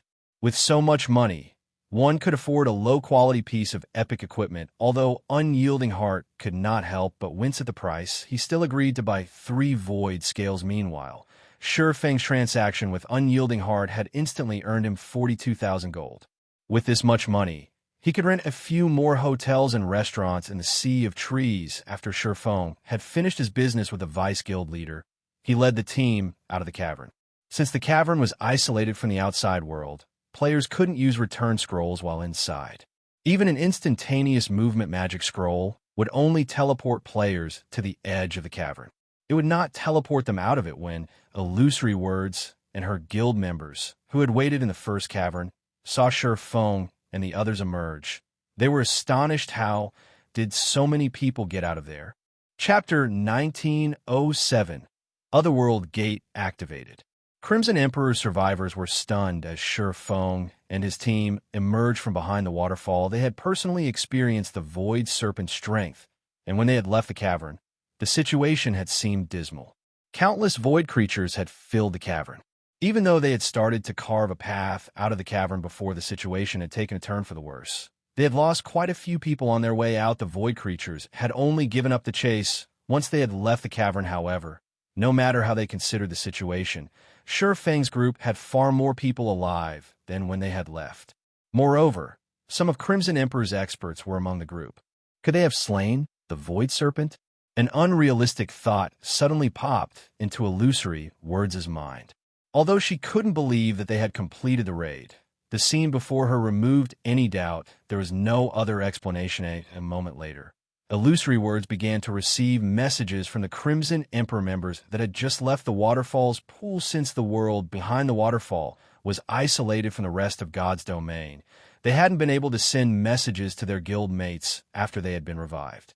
Hence, they had contacted Illusory Words the moment they had emerged, reporting the Void Serpent raid's outcome. Meanwhile, aside from the fact that Zero Wing had slain the Void Serpent, the reports mentioned the Void Serpent's loot and the fact that Zero Wing had sold quite a few items to Unyielding Soul. So, is that why Unyielding Heart was so adamant about fighting to the end? Illusory Words could not help her bitter smile as she read her subordinates' messages. Although she did not know which items Unyielding Soul had purchased from Zero Wing, the Void Serpent was a world boss. How could any of the items be poor quality? Zero Wing might not have sold the best weapons and equipment to Unyielding Soul, but even the second-rate items would be a massive harvest for the guild. At the very least, Unyielding Soul could fortify its main force's combat power. Vice Guild leader, why don't we try to purchase some of the Void Serpent's loot from Zero Wing at a high price? We have, more or less, participated in the raid, and we suffered quite a few losses. Zero Wing will likely agree if we ask. Dawnmaster suggested softly. With how powerful the Void Serpent was, its loot would definitely be extraordinary. It might have even dropped a level 60 top-tier weapons and equipment. Any of those items would be far stronger than the weapons and equipment their guild's experts currently wore. If they could acquire some for their guild's main force, they would have a much easier time raiding the various level 60, 100-man Hell Mode team dungeons in the future. Forget it. Asking will likely be useless. After all, we didn't propose such a condition like Unyielding Heart, Illusory Words said, shaking her head. Sighing, she gave Unyielding Heart an envious look. Unyielding Heart made the right bet this time. Although she slightly regretted her earlier decision, this trip hadn't been fruitless at the very least. She now knew that Zero Wing was not as simple as everyone assumed following which. Illusory Words approached Feng and congratulated him and Zero Wing on their success against the world boss. After some brief pleasantries, Illusory Words shifted the conversation toward the Drunken Tiger Meat and Frozen Bone Soup Guild leader Black Flame. May I know if you still have any Drunken Tiger Meat and Frozen Bone soup left? If you do, Crimson Emperor is willing to purchase 1,000 of each dish at 5 gold per serving. Illusory Words offered while she had given up on acquiring any of the Void Serpent's loot. The master dishes Feng had revealed earlier were a different story. She hadn't seen master dishes like those since she had joined God's domain, although they were not as effective as master potions. They could stack with potions. In addition, the 2 master dishes could be used to raid world bosses. This tremendously increased their usefulness. Moreover, they would make dungeon raids slightly easier. As Illusory Words finished speaking, Unyielding Heart, who still celebrated his portion of the Void Serpent's loot, snapped out of his daze and realized that he had forgotten about the 2 Master Dishes Guild leader Black Flame. If you still have any of those Master Dishes remaining, Unyielding Soul will also purchase 1,000 of each dish at 5 gold per serving. Unyielding Heart hurriedly said, hearing the 2 Vice Guild leaders' interest in purchasing the Master Dishes. Feng inwardly celebrated both the Drunken Tiger Meat and the Frozen Bone Soup cost a little over 1 gold to make. Moreover, both had a 100% production success rate.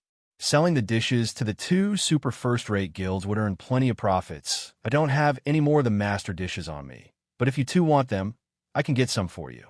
However, it'll take some time for me to gather the requested amounts. May I know if you 2 are willing to wait? Feng asked. The 2 dishes required a lot of time to make, and each guild wanted 1,000 servings of both. The order would take a few days to fulfill. That won't be a problem. I can wait as long as I can purchase them. Crimson Emperor will also pay a 5,000 gold deposit, Illusory Words said, settling the deal once she realized that it was possible the 2 master dishes wouldn't become obsolete with time. They would work wonderfully at any point. She had worried that Feng would reject her offer, but now that he had agreed, she decided to form a contract, binding the agreement as a precaution. With this, she had reaped an additional benefit from her trip here. Meanwhile, Unyielding Heart chose to do the same, binding the agreement with Feng and paying a 5,000 gold deposit. Naturally, Feng was more than willing to play along with the 2 Vice Guild leaders. After signing the contracts, an additional 10,000 filled Feng's pockets. With this, he had made a total of 52,000 gold from this single boss raid. If the various first-rate guilds knew about this, their envy would drive them mad. After all, current first-rate guilds were fortunate if they even had 30,000 gold in liquid funds, following which Unyielding Soul and Crimson Emperor's members used return scrolls and returned to the Dark Knight Empire. Meanwhile, Feng had Zero Wing's members return to Zero Wing City to rest. As for Feng, he used the 7 Luminaries ring to teleport to the Million Forest, which happened to be the Emerald Dryad's territory. The Million Forest was a dangerous location to almost all players due to the area's large Dryad population. If a player encountered a single Dryad, it would immediately call for reinforcements, and a large number of the creatures would quickly gather. Moreover, this cycle would continue. Once a certain number of Dryads had gathered, it would attract the Emerald Dryad's attention. Hence, very few players were willing to adventure in the Million Forest. Feng, however, had teleported directly to the heart of the Million Forest. Great Lord ranked Dryads wandered all over the area. If Feng hadn't been level 69 and used an isolation scroll before he had teleported, the level 55+ monsters would have discovered him. This should be the place. It didn't take Feng long to discover a grass-covered, dilapidated magic array within the forest. The array seemed blurry, and if not for the massive stone pillars around it, he would have had a hard time finding the magic array. This was the teleportation array that led to the Otherworld gate. To revitalize the teleportation array, one needed a full bottle of void blood immediately. Feng walked to the center of the teleportation array and retrieved a bottle of void blood from his bag. After removing the cap, he emptied the bottle's contents onto the magic arrays. Centera's void blood flowed into the magic array, It seemed to revive, rapidly gathering the ambient mana. The magic array seemed to absorb mana from farther away as time passed, and eventually, it drew mana from throughout the Million Forest, making the area's dryads tremble with fear after 3 minutes. A towering pillar of crimson light shot forth from the center of the Million Forest, visible from the surrounding maps. The players grinding in the nearby maps couldn't help but turn to look at the light pillar, overwhelmed by their curiosity as they started to move towards it. Shortly after these players began to travel towards the light pillar, a series of system notifications rang in every player's ears in Starmoon Kingdom. Chapter 1908. Changes to the Witch's Hill Starmoon Kingdom Region System Announcement. A player has triggered the new expansion pack, Otherworld. The expansion pack will take effect in the Witch's Hill in 6 hours. Starmoon Kingdom Region System Announcement. An Otherworld gate has been activated. A large amount of Otherworld energy has flowed into the Witch's Hill, driving the area's mana into chaos. Please take care when roaming through the Witch's Hill. The sudden system announcement had caught Starmoon Kingdom's players off guard. However, after a few seconds, every player in the kingdom went into an uproar. What's going on? Another new expansion pack. This new expansion pack is amazing. Doesn't this mean that we can head to an Otherworld to level up? According to rumors, it seems that Otherworlds have more abundant resources than the continent of God's domain. I've heard that too. Not only are Otherworlds rich in resources, but leveling there is also much faster. We'll be able to travel to an Otherworld from the Witch's Hill in 6 hours? In that case, I'm heading there immediately. The large guilds have already monopolized every high-resource map. Independent players like us can't even earn enough money to afford the latest equipment. The moment they heard the system announcement, independent players and adventurer teams began to swarm towards the Witch's Hill. The number of resource maps in Starmoon Kingdom dwindled as players reached higher levels. There were fewer opportunities for independent players to earn money. Now that a completely new map, one not owned by any guild, had appeared, this was a golden opportunity for independent players. As players reached higher levels, money would become an increasingly larger problem. Although players continued to earn more money each day, they had higher expenditures. Take weapons and equipment, for example. After level 50, the drop rate for top-tier weapons and equipment had decreased drastically. Even ordinary weapons and equipment drop rates had been affected. This caused the prices for level 50-plus weapons and equipment to skyrocket. This was also the case for repair fees. Moreover, as high-level resource maps were so far from NPC cities, teleportation fees had increased. High-level resource maps also had harsh environments, so players had to prepare appropriate weapons, equipment, tools, and potions if they wanted to grind effectively in these areas. And everything cost money. As God's domain continued to develop as a game, it provided a wider variety of services for players to enjoy as well.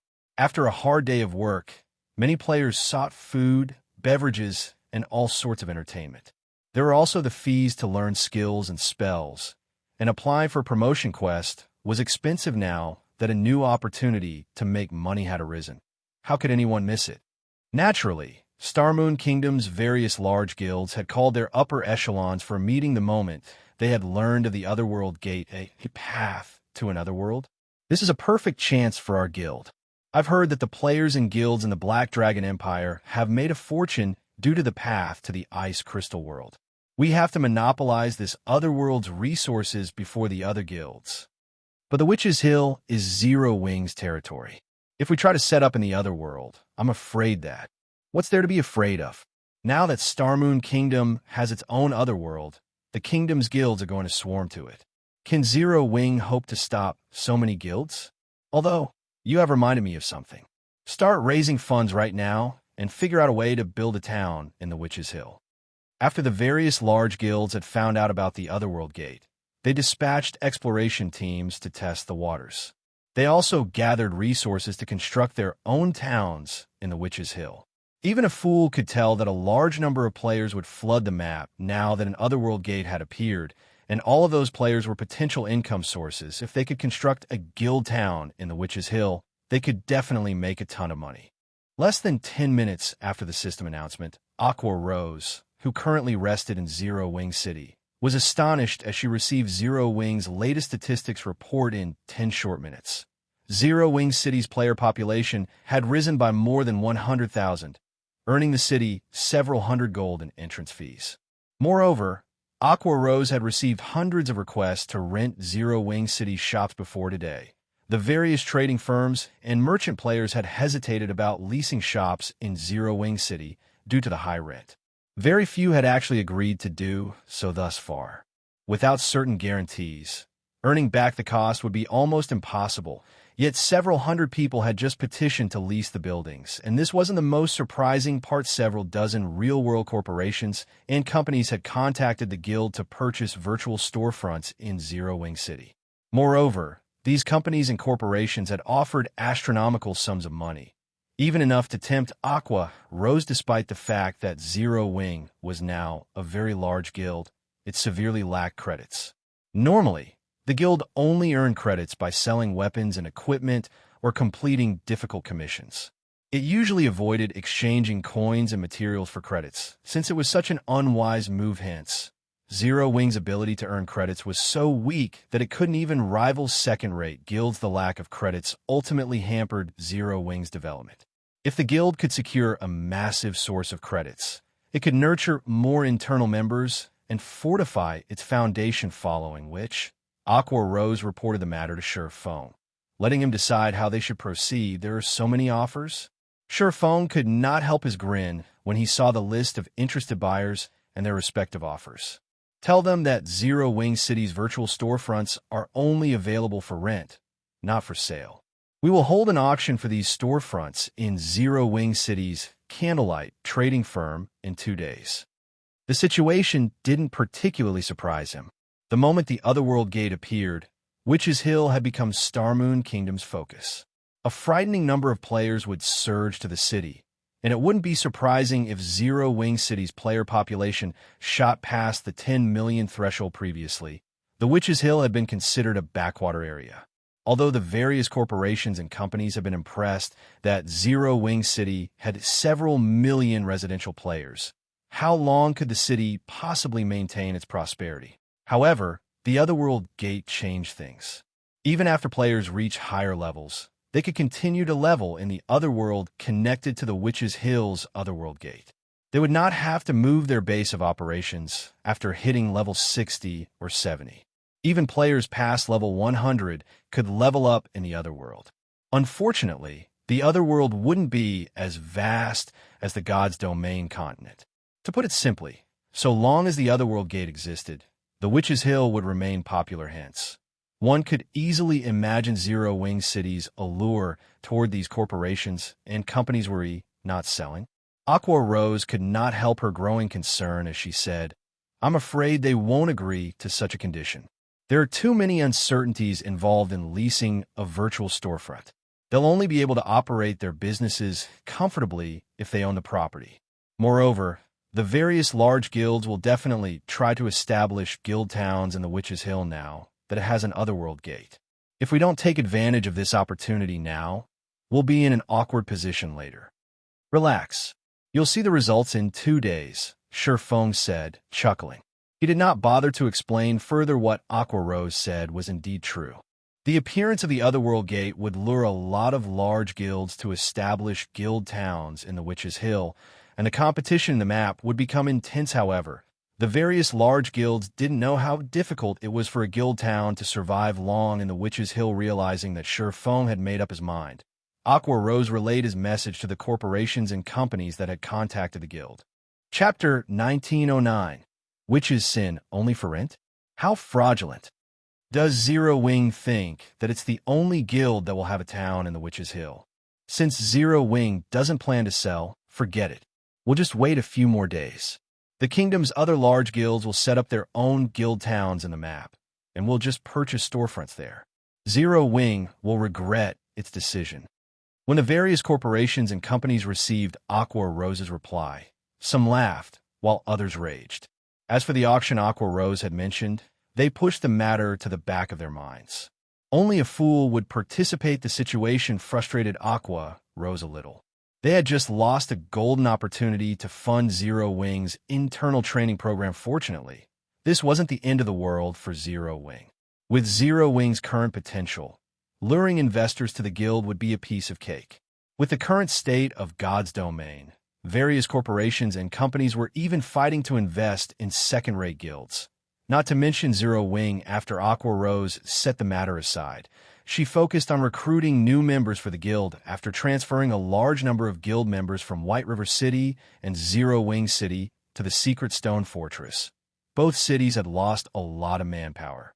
Thus, they needed to replenish their member count. Moreover, with the Otherworld Gates activation, some well-known adventurer teams that had hesitated about joining Zero Wing had made up their minds. Although Zero Wing City was relatively far away from the Million Forest, Zero Wing City's teleport service could reach the forest. Furthermore, even if these adventurer teams didn't want to develop in Starmoon Kingdom, they could develop in the Or Empire after joining the guild. Zero Wing's current resources were now beyond that of a first-rate guild, after Allah's fewer resource maps were available in the kingdom. Living space for the various adventurer teams dwindled. If the various adventurer teams wanted to maintain an adequate development speed, they'd have to copy the top and large-scale adventurer teams. They would have to venture to remote and dangerous maps to level and acquire resources. However, this wasn't an easy task. Like the guilds, God's Domain's adventurer teams faced fierce competition. In fact, the intensity of the competition between adventurer teams was no less than the competition between guilds. Only, the scale was not as large. Hence, if the well-known adventurer teams, which had already reached a bottleneck in their development, wished to grow their strength, joining a powerful guild was a wise move. Because of this, as many as 30 adventurer teams had petitioned to join Zero Wing. The smaller teams only had several hundred members, while the larger ones had thousands. Every adventurer team had accumulated a certain amount of resources and quite a few experts, as well as bountiful experience fighting as a team and raiding team dungeons.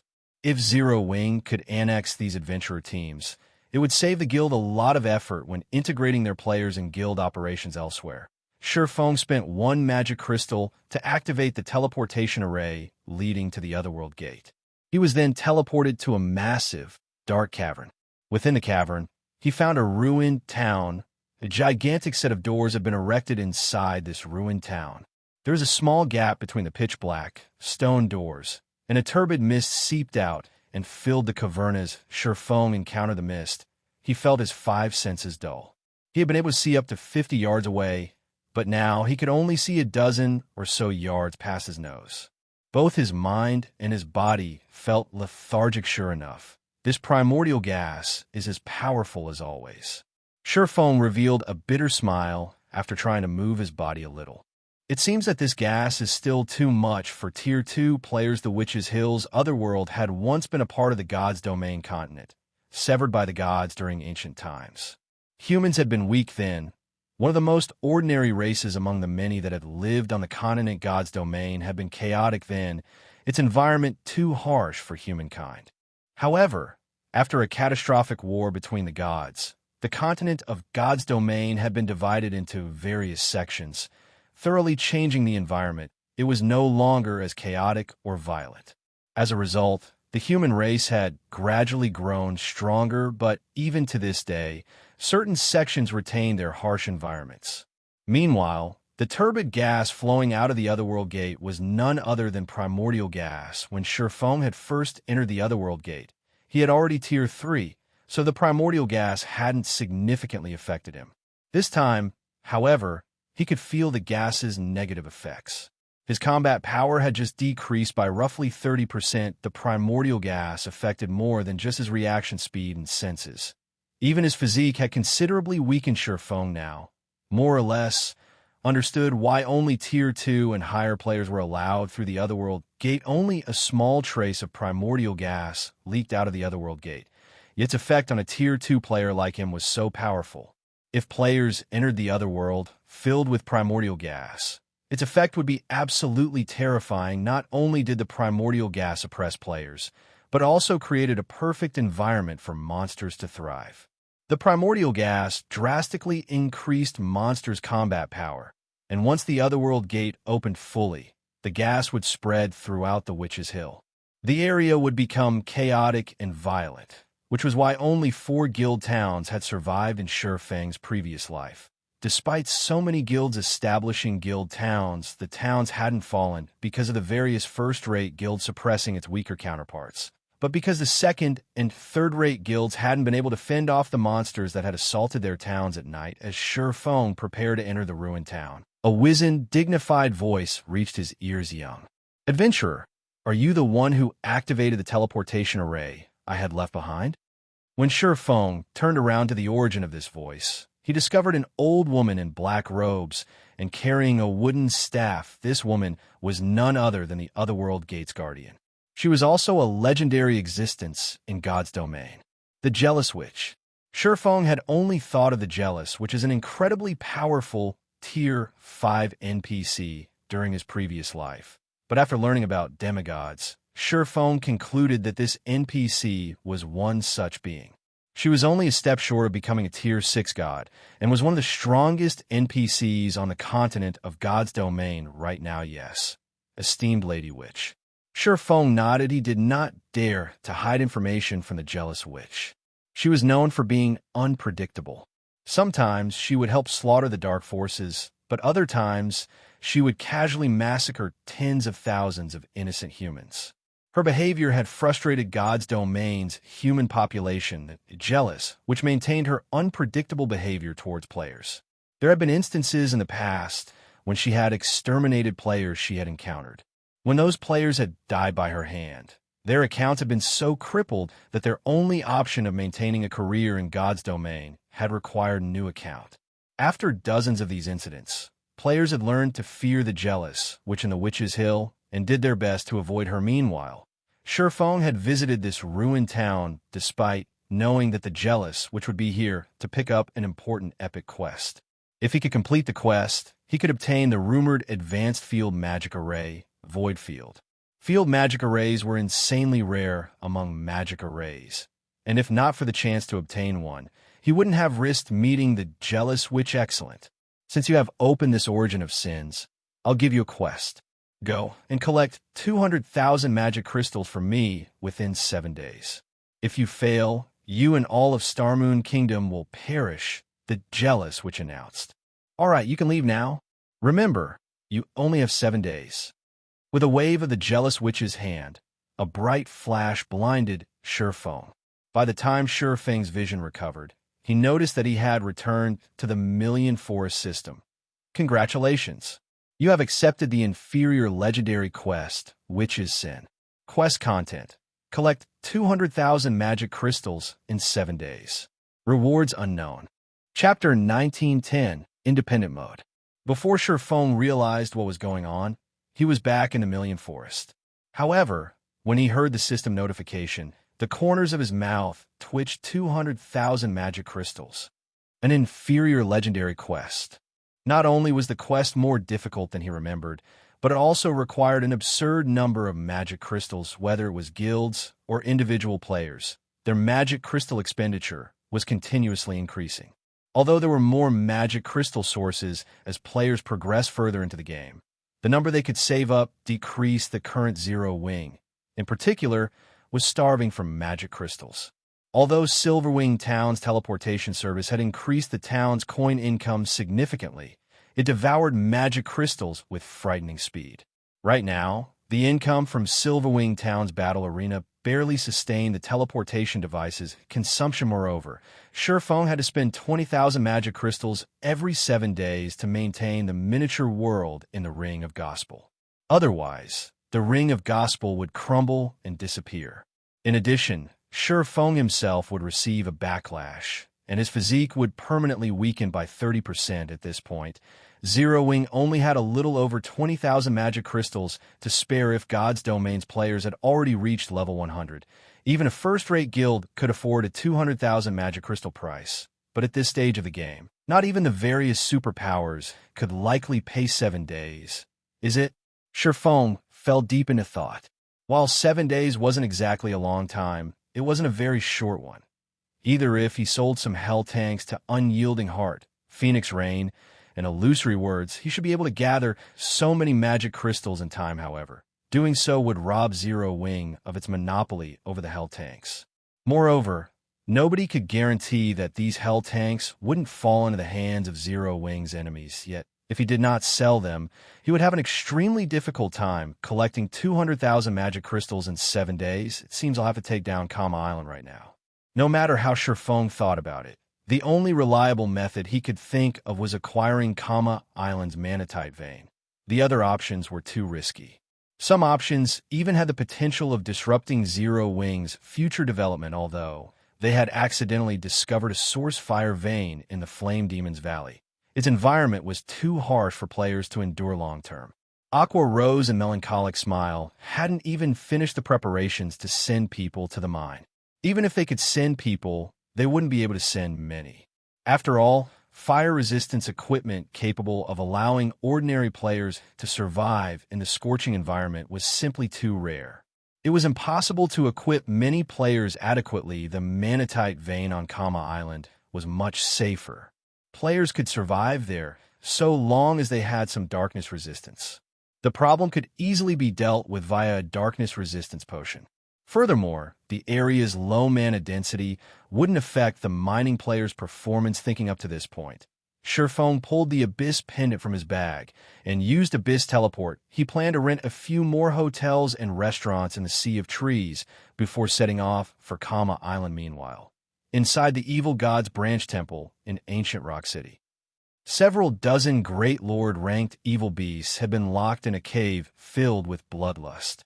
They constantly fought, tearing each other apart, and the surviving evil beasts would devour any of their comrades that died after fighting several minutes. Only half of the several dozen Great Lords remained alive. One of the evil beasts, which had just finished cannibalizing another, began to transform, its muscles rapidly expanding. The evil energy it radiated grew denser, and after several seconds, the evil beast had become nearly 20% larger than the other monsters in the cave. This bloodlust crystal dark soul scent is quite impressive. It can actually increase the evolution success rate to Great Lord rank by 15%. After glancing at the evolving evil beast, Beast Emperor turned his attention to the crystal, which emitted its own bloodlust, in his hand with a soft smile. The partnership between the Evil God's Temple and Dark Soul had been far more effective than he had expected. He had thought that Dark Soul would be useful for acquiring materials and sacrificial players for Dust Edge at most. He hadn't expected the Alliance to acquire such a lively bloodlust crystal as of late. His evil beast army had recovered plenty of its lost combat power. Although bloodlust crystals could only help evil beasts evolve to the Grand Lord rank, he now had far more Grand Lords under his command, and it would reduce the difficulty of nurturing mythic evil beasts. As long as he had enough mythic evil beasts, he could destroy Silverwing Town, even without Dark Soul and Blackwater's assistance, as Beast Emperor rejoiced over his newest Grand Lord-ranked evil beast. A tall, robust berserker with a giant axe across his back entered the cave. This was none other than Windhunter Boss. We've just received news from Starmoon Kingdom. For some reason, an Otherworld gate has appeared in the Witch's Hill. The gate allows passage to an Otherworld. Because of this development, a large number of players have swarmed to Zero Wing City. Some of the guilds in neighboring kingdoms and empires have also started to make their move. Windhunter reported with a grim expression. Not only will this incident earn Zero Wing a small fortune, but based on our reports, over 20 well-known adventurer teams have also shown signs of merging with the guild. Should we send Dark Soul to eliminate a few of these teams and teach the public about the consequences of relying on Zero Wing? Well-known adventurer teams are joining Zero Wing. Beast Emperor revealed a faint smile. There's no need to involve Dark Soul. I recall that Dust Edge has conducted another evil dragonification experiment, correct? Take him to Zero Wing City to test out his new toy on the adventurer teams. We'll use this opportunity to warn those teams and ensure that they understand who is strongest in this war. Understood. I'll ensure that these adventurer teams won't dare to set foot in Zero Wing City ever again. Windhunter said excitedly he had seen the evil dragons Dust Edge produced.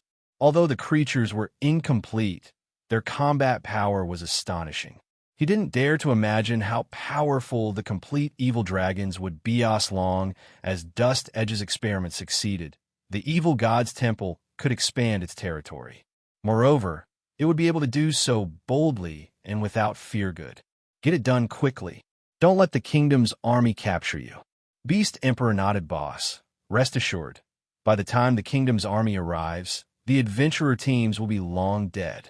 Wind Hunter said, licking his lips in anticipation. After Wind Hunter left, Beast Emperor proceeded to release a new batch of Great Lord-ranked evil beasts into the caver, starting another round of slaughter. Meanwhile, in Starmoon Kingdom's Zero-Wing City, after spending 50,000 gold to rent another 15 hotels and restaurants in the Sea of Trees, Feng used a guild transfer scroll and returned to the guild residence in Zero-Wing City. When he arrived, Feng left for the Candlelight trading firm to prepare for his trip to Calm Island. However, as he reached the street outside of the residence, he was stunned by what he saw. The previously desolate Central District was now crowded with players, many of which were members of the various large guilds. At a glance, Feng could spot over a dozen Tier 2 experts wandering the street. This prosperity could even rival an empire's imperial capital. As Feng was about to enter the Candlelight trading firm, he heard the sound of a system notification system. Congratulations! Zero-Wing City's player population has reached 8 million. Do you wish to activate independent mode and allow the Wargod's Temple to garrison the city? Chapter 1911. Wargod's Temple Garrisons in Zero-Wing City. The city's development is fast.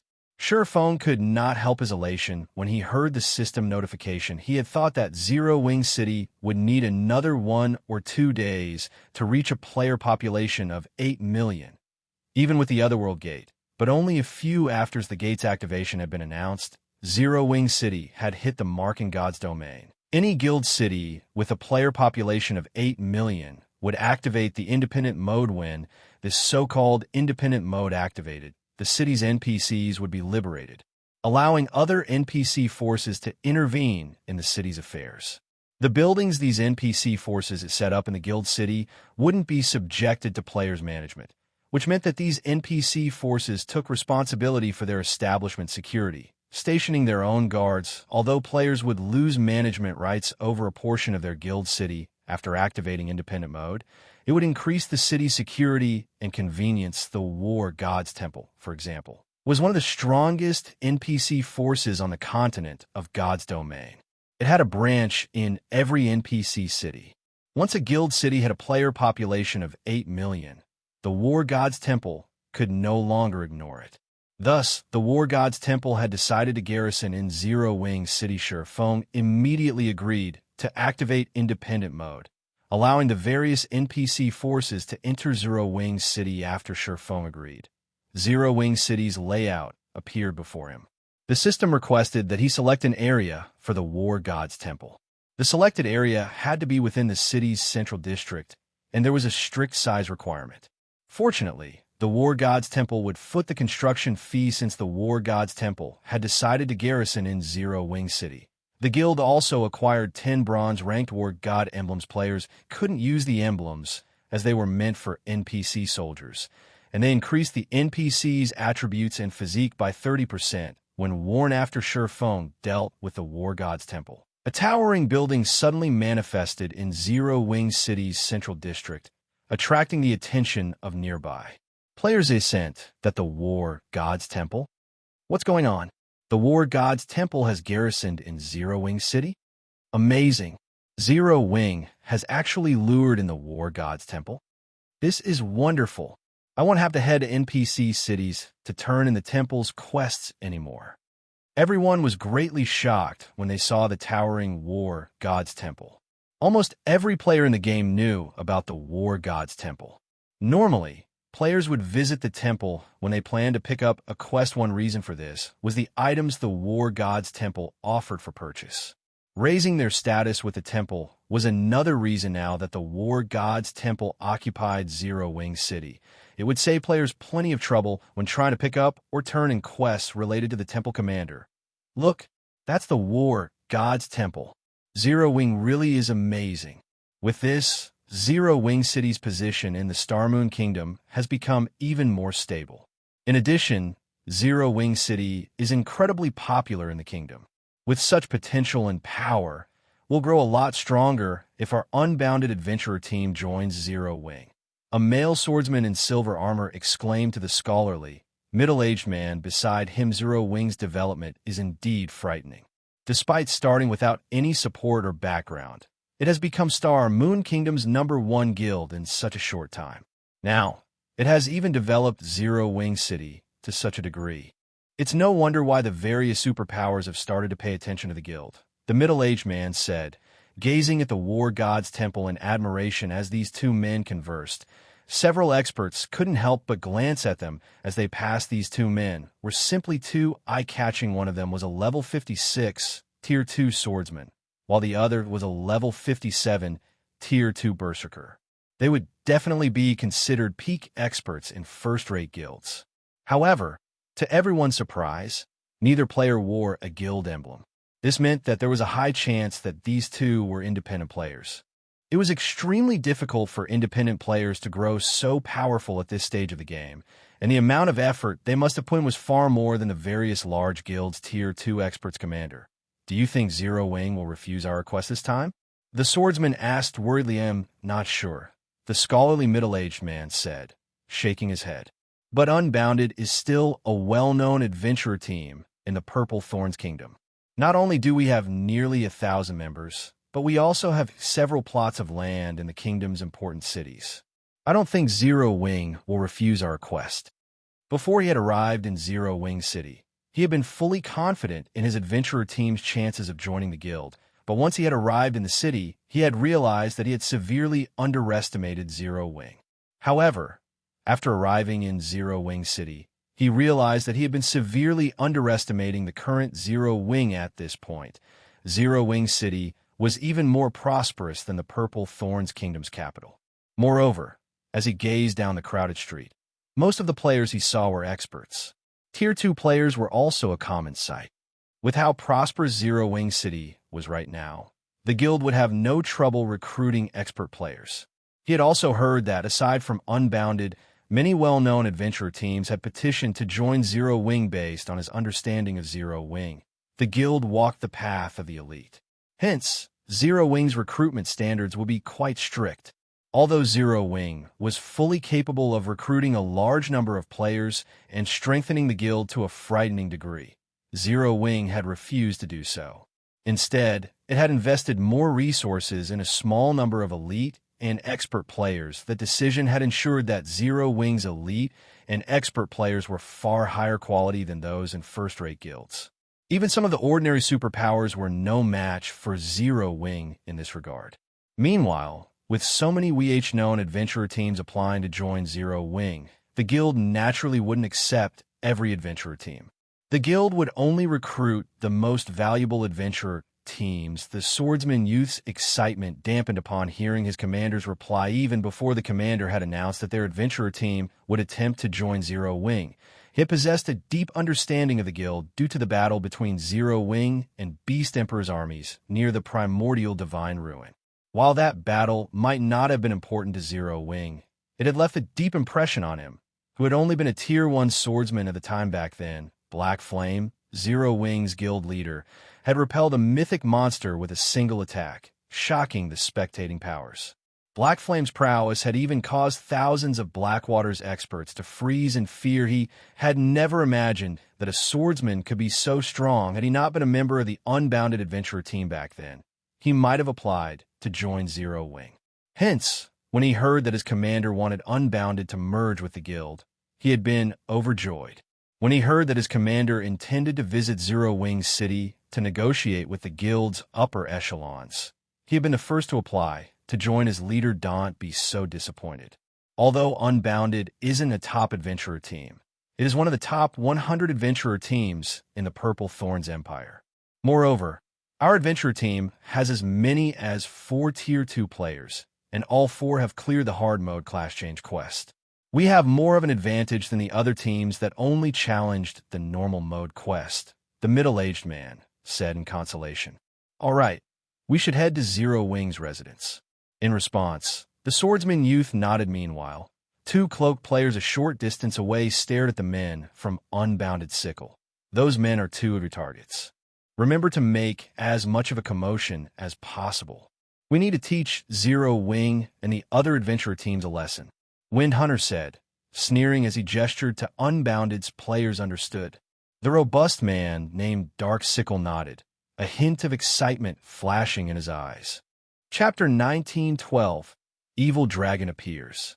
Zero Wing City, Candlelight Trading Firm. When the system had announced the Otherworld Gates activation, a large number of Starmoon Kingdom's independent players had flooded Zero Wing City.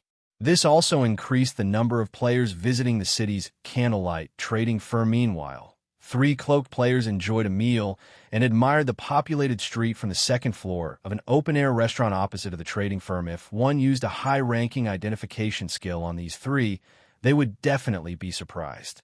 None of these players were human. Among the 3, one was a beautiful female half-elf, one was a female catkin with cat ears and tail, and one was a male tigerkin with a powerful, robust body. All 3 were members of the Ninth Heaven Guild, with the female half-elf being Melody, Ninth Heaven's Guild leader. Big Sis Melody. This city is so prosperous, even more so than our 4 city. I could see more than 100 Tier 2 experts from here, the catkin, Scarlet Heart, said, watching the sea of players downstairs with a shocked expression indeed. I never thought that a Kingdom's Guild city could develop to this extent. Melody was similarly surprised by the number of Tier 2 experts roaming the street below before coming to Starmoon Kingdom. She had specifically asked Thoughtful Rain about Zero Wing's current state of affairs. However, she couldn't believe Thoughtful Rain's reply. Thoughtful Rain had mentioned that Zero Wing City's player population had already reached 5 million, and experts were a common sight in the city.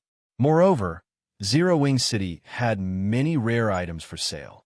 Based on these descriptions, Zero Wing City sounded no less successful than Forest City. How could that possibly be true?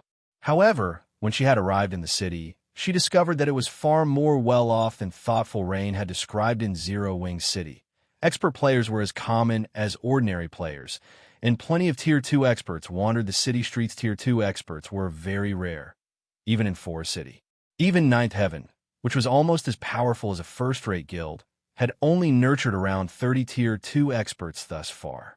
However, the number of Tier 2 experts on the street outside of the restaurant already outnumbered Ninth Heaven's.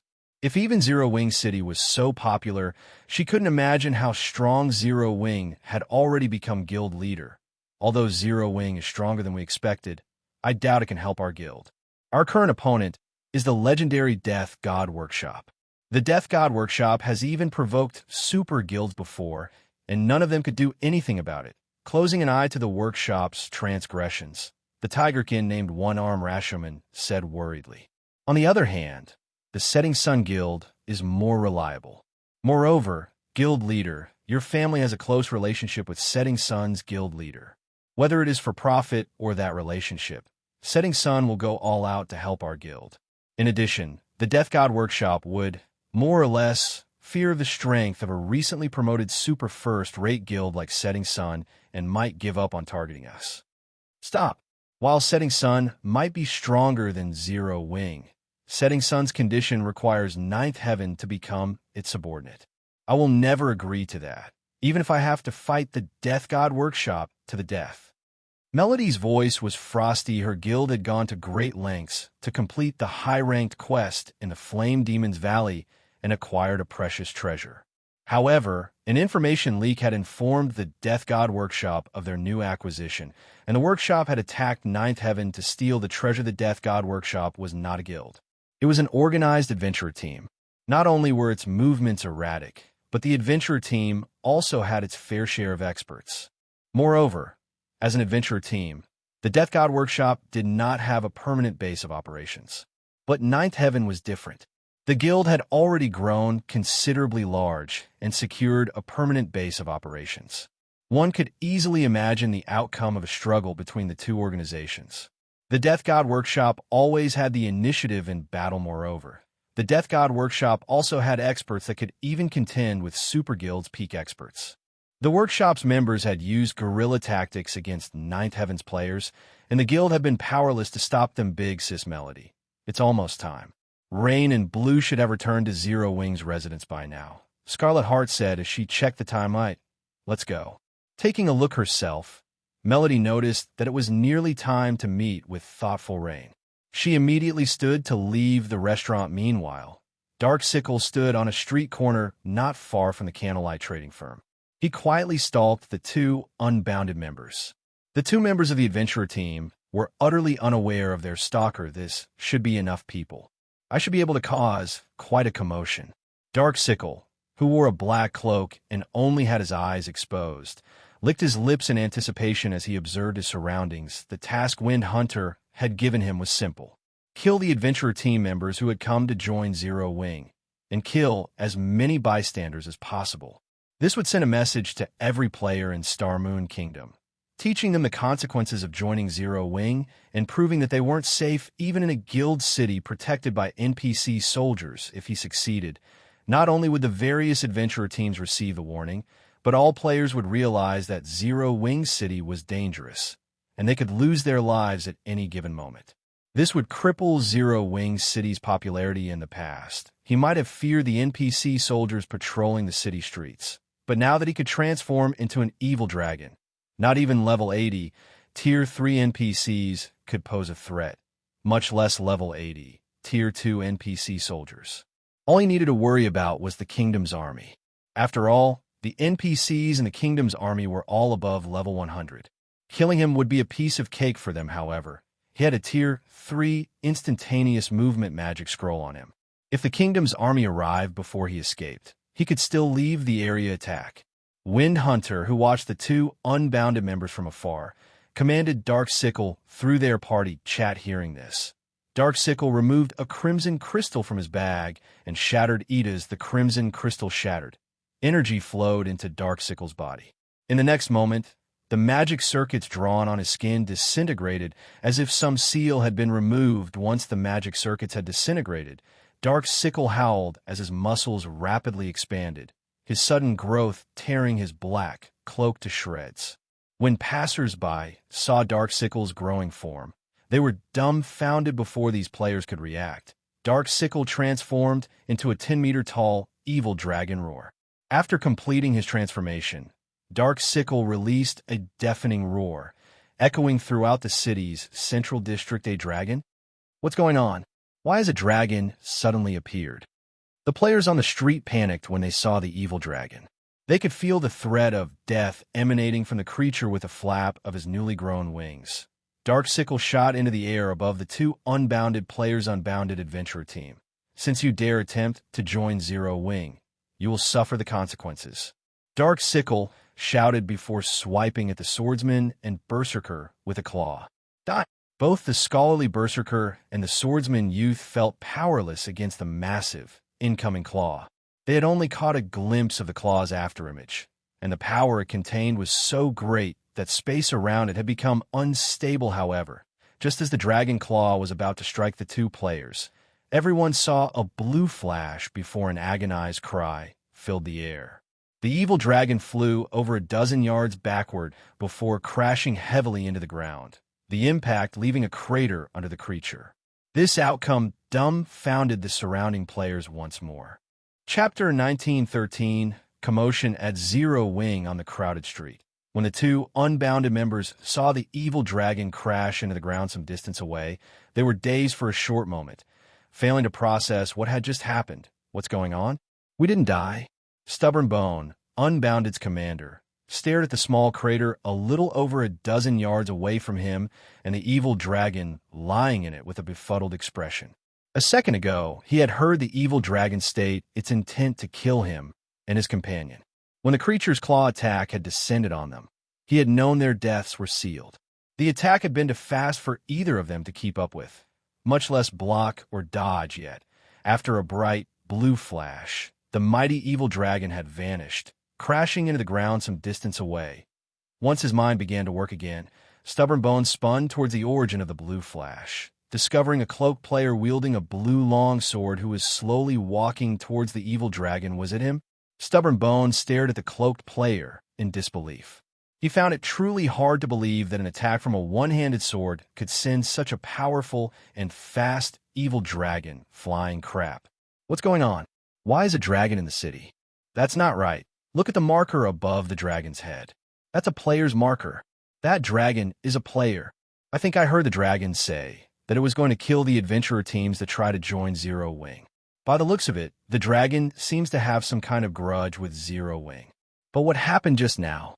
I only saw the dragon begin its rampage, and before I realized it, the creature had been thrown. The players on the street couldn't help but discuss Dark Sickle's sudden attack. The situation confused them. When a various major powers' upper echelons on the street saw the gigantic evil dragon, realization dawned on them. Isn't that the evil god's temple's evil dragon? Haha, this is interesting. It seems the evil god's temple can no longer sit still after watching Zero Wing City's rapid development. I wonder how Zero Wing will deal with this problem. This evil dragon is clearly much stronger than the ones over at the Dark Witch's Tower. Even the NPC soldiers should be powerless against it. Good. Keep making trouble. Once Zero Wing City's fame is ruined, our guilds will have a better chance of luring the Witch's Hills players later. The various guild upper echelons watched Dark Sickle, who stood back up and seemed mostly unharmed, with anticipation. They hoped that Dark Sickle would cause a large enough commotion in the city that they could take advantage of, attracting more players to the guild towns they would build in the near future. Who are you? You dare to make an enemy of the evil god's temple? As Dark Sickle regained his footing, he glared at the cloaked man wielding the blue longsword, his voice echoing throughout the central district as he spoke Zero Wing's black flame. Feng said, chuckling as he took off his black cloak. Satisfied? You? How? Dark Sickle's anger vanished when he saw Feng, and he was abruptly alert when the spectators saw Feng's appearance. They could not help but gape. What? It's the Sword King. Lucky. I never thought I would get to meet the legendary Black Flame on my first visit to Zero Wing City. Amazing. I can boast about this when I meet up with my friends later. After a moment of silence, the crowd erupted into a round of cheers. Not only was Black Flame's name known by all in Star Moon Kingdom, but many players also revered him to a fanatical degree. This swordsman had been responsible for many miracles in the kingdom, and a large portion of players trying to join Zero Wing did so. Because of his presence in the guild, why wouldn't they be excited now that he had shown up in Zero Wing City? Damn it, why is Black Flame here? When the various guild upper echelons saw Feng, their expressions darkened. They knew what kind of strength Black Flame possessed. When the man went all out, he could even stand toe-to-toe with a mythic monster for a short time. With Black Flame here, the evil dragon would likely fail to cause any trouble in Zero Wing City. Black Flame? Stubborn Bone was dazed once more as Feng walked past him. Amazing. As expected of the Sword King. Just a mention of his name is enough to make that dragon panic. The swordsman youth beside Stubborn Bone was ecstatic to see Feng, his eyes practically sparkling. After this turn of events, he was even more resolved to join Zero Wing meanwhile. When Melody's group of three, who had just stepped out of the open-air restaurant opposite of the Candlelight Trading Firm, saw this scene, they could not help but reveal astonished expressions. What's going on? Why are these people so excited? Scarlet Heart muttered strangely, although sure Feng's attack had been stunning. It hadn't been impressive enough to warrant such a crazed reaction from the crowd. After all, the evil dragon wasn't even injured. It had merely lost a few tens of thousands of HP.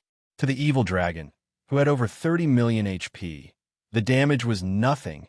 It's probably because of Black Flame's fame in Star Moon Kingdom, Melody deduced.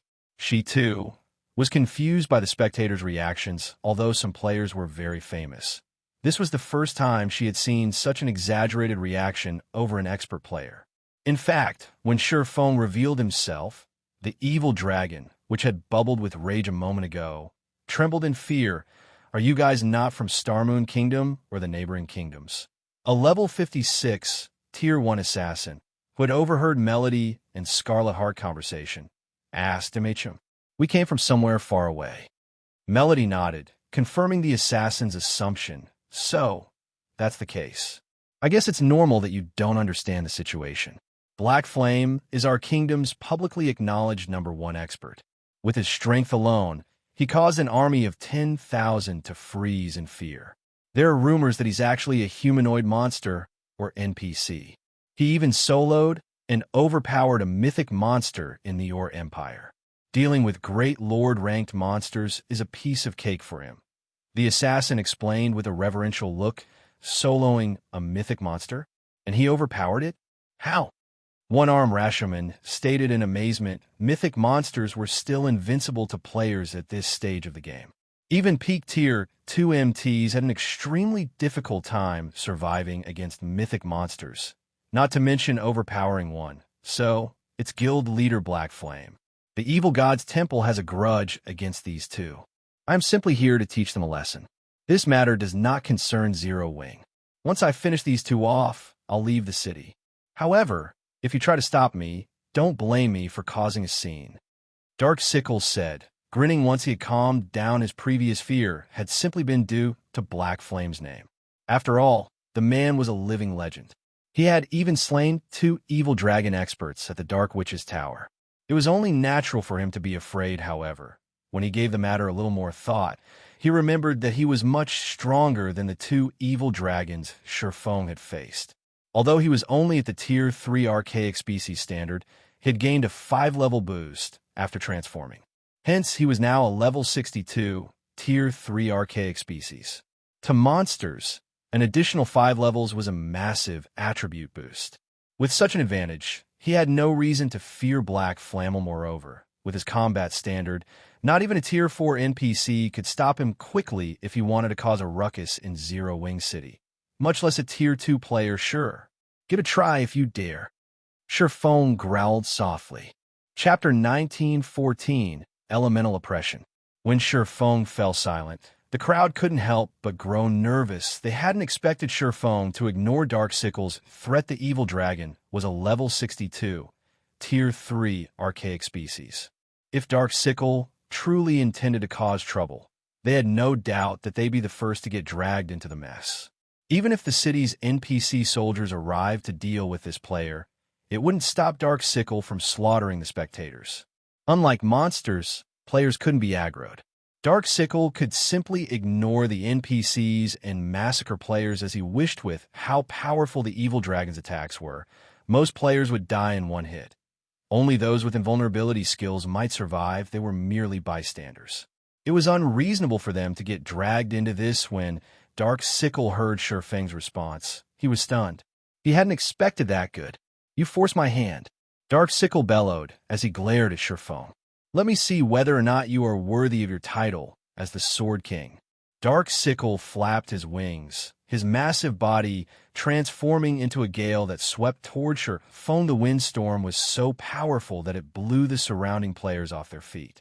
Even the Tier 2 players barely kept their footing. It took only an instant for Dark Sickle to cross the 20 yards between him and Feng. As he arrived before the swordsman, he swung his claw at the man. As Stubborn Bone, who stood behind Feng, felt the attack's intense pressure, he felt his body grow heavy. However, despite the approaching attack, Feng made no attempt to dodge. Instead, his body lit with a golden light as he countered the attack with a swing of killing ray boom. With the sound of an explosion, the marble under Feng's feet cracked. As the powerful storm subsided, and everyone could reopen their eyes, the unbelievable scene before them left them astounded. Feng's longsword had actually stopped the evil dragon's gigantic claw. He blocked it. Everyone was shocked when they saw that Feng had only taken a few steps back after receiving the attack. Everyone had a very clear understanding of the evil dragon's strength. Moreover, the creature was ridiculously fast. Current players had no hope against this evil dragon yet. Feng had stopped its attack, so what if you blocked a casual strike? I wonder how long you can keep it up. Dark Sickle sneered. Although Feng had blocked his attack, he knew that both his strength and speed were superior to Feng's. Meanwhile, Feng's berserk skill had a limited duration, and he hadn't even gotten serious. Yet Dark Sickle proceeded to brandish his claws, sending countless afterimages flying at Feng. When the crowd saw the innumerable afterimages, they were momentarily stunned. If they were in Feng's position, they wouldn't have any way to nullify the attack. They had never thought that a player-control monster would be so horrifically powerful unlike players. Monsters couldn't fully exhibit their combat power, and they couldn't execute rapid chain attacks, which was why players had a chance of defeating them. But as these players watched the evil dragon's attacks, they were overcome with despair, instinctively giving up on any form of resistance. Finally getting serious? Feng wasn't particularly surprised to see the approaching afterimages. Immediately, he unsheathed the abyssal blade and brandished both swords Purgatory Pentaslash. Shadowblade. One sword light after another flew from Feng's hands and clashed with the claw afterimages. Sparks and sounds of explosions filling the air. The exchanges between Feng and Dark Sickle were so fast that not even the surrounding Tier 2 experts could discern what was happening. They could only hear the booms as a strong wind pushed against them too strong. Black Flame can actually fight that powerful evil dragon to a standstill. Is he really a player? An indescribable shock filled the spectators as they watched the showdown between a human and a dragon. As for Dark Sickle, the more he fought, the more frightened he became. He clearly had the advantage when it came to strength and speed. Yet Feng's swords always deflected his attacks, as the swordsman employed an impeccable defense and only lost a small amount of HP from each clash. Even after more than 10 seconds, Feng hadn't even lost 10% of his HP. Big Sis Melody. Black Flame is ridiculously strong. He can actually face off against a player with the strength of a Tier 3. Archaic species. If Black Flame is willing to help us, we might be able to resolve the matter with the Death God Workshop. She was breathless, yet Feng's breathing remained steady despite such an intense battle. Black Flame is quite powerful, but at the end of the day, he's still using a berserk skill. He can't keep this up for long. Once his skill's duration is over, he won't be able to stop the evil dragon. We should leave quickly. One-Arm Rashomon said worriedly. There's no need to be afraid. We're in a guild city. There are plenty of NPC soldiers nearby. That evil dragon can't keep fighting for long. Hey there, Melody said as she turned to look at Zero Wing City's NPC soldiers, who had just arrived. The first NPC soldiers to arrive were a 20-man patrol squad, and every soldier was a level 80, Tier 2 NPC. Upon arriving, the NPCs attacked Dark Sickle without hesitation, as these Tier 2 NPCs receive an attribute boost from the city's core magic array. Their strength could rival great lords of the same level due to the NPC soldiers' participation. Feng's situation turned for the better. One of the Tier 2 cleric NPCs immediately cast Recovery on Feng, granting him an hot buff. Meanwhile, several MTs carrying shields quickly formed a defensive wall before Feng, severely hindering the evil dragon's attacks, while several ranged NPCs bombarded Dark Sickle with attacks, depleting the evil dragon's HP by tens of thousands. Although Dark Sickle still had the upper hand, it was only a matter of time before his HP was whittled down to nothing. Black Flame, I have underestimated you, but you still can't stop me if I target other players. When Dark Sickle saw the growing NPC crowd around him, he realized that continuing his fight with Feng would be detrimental. He then shifted his gaze to Unbounded's 2 members, sneering as he said, I'll show you the price of angering me. After saying so, Dark Sickle flapped his wings and dashed toward Stubbornbone, and the swordsman used since his strength and speed were so much greater than Feng and the Tier 2 NPC soldiers. It only took him a second to shake them off and reach the Unbounded duo elemental oppression. Feng shouted suddenly. A beam of light shot up from each of the 4 towers of elements, located in Zero Wing City's 4 corners. A colossal magic array enveloped the city from above, freezing space within the city's walls. Every player in the city felt their bodies become indescribably heavy. As for Dark Sickle, it felt as if his body had been submerged in a pool of water. Now, it took a lot more effort to move his claws, decreasing his attack speed by more than 50% after activating elemental oppression. Feng used Instant Strike to appear before Dark Sickle. He then swung Killing Ray at the evil dragon's descending Kloppung. After repelling the attack, Feng thrust the abyssal blade towards Dark Sickle. Although the evil dragon saw the attack and tried to intercept it with his other claw, he was simply too slow to keep up with Feng's strike suddenly. Darksickle felt pain in his chest before his body was thrown backward, the attack's outcome surprising him. Chapter 19:15, Might of the Four Towers of Elements. He sent the dragon flying. The crowd stared in shock as Feng threw the evil dragon backward by over a dozen yards a moment ago. Feng had clearly been at a disadvantage, yet he had just sent this intruder flying. Moreover, he had done so with a normal attack. Damn it, why does this city have such a powerful domain magic array? Darksickle glared at the magic barrier above the city with a grim expression due to this magic array. His mobility had been reduced by at least half. Moreover, his basic attributes had decreased by as much as 40%. This drop in his performance was the reason that Feng had succeeded in throwing him so far with a simple, normal attack a domain magic array. So, this is Zero Wing City's trump card? Although the magic array's powerful suppression only targeted Darksickle, the various guild upper echelons realized what had happened. The previous exchange's unexpected outcome hadn't been a result of Feng's strength. Rather, it had been because the magic array, which had abruptly appeared above the city, had drastically weakened Darksickle. The magic array must be particularly powerful since an ordinary array wouldn't be enough to suppress a Tier 3 archaic species to this extent after Feng repulsed Darksickle. The 20 NPC soldiers moved to surround him. They had no problems suppressing Darksickle now, dealing over minus 100,000 damage with each attack no matter how much Darksickle struggled. He couldn't break free from the NPC's encirclement. He couldn't even get close to any of the surrounding players, much less kill them. How is this possible? Wind Hunter, who watched from a safe distance, frowned. He hadn't expected Zero Wing City to possess such powerful defenses. Not only did the city possess a defensive magic array, but it was also a domain magic array. He had used a precious disguise tool to sneak Darksickle into the city, yet his efforts had gone to waste. Now, Darksickle couldn't even manage to kill a single ordinary player, much less the two unbounded members. If this battle continued, Darksickle would be the only player to die. Boss Wind, more NPCs are gathering to my location. I can't hold on at this rate. If I'm going to cause any damage to Zero Wing City, I'm afraid that I'll have to use that move. Darksickle contacted Wind Hunter while defending himself against the NPC soldiers. His evil dragonification was far different from the first attempts.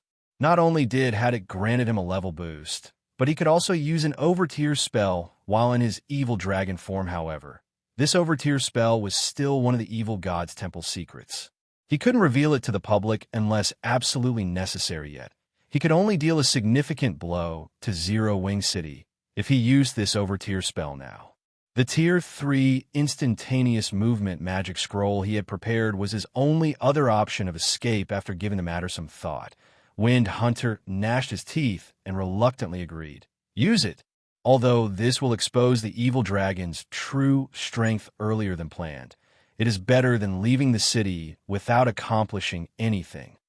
Dust Edge had warned him that the evil dragonification process was still incomplete, and as a result, casting its overtier spell would require a heavy price.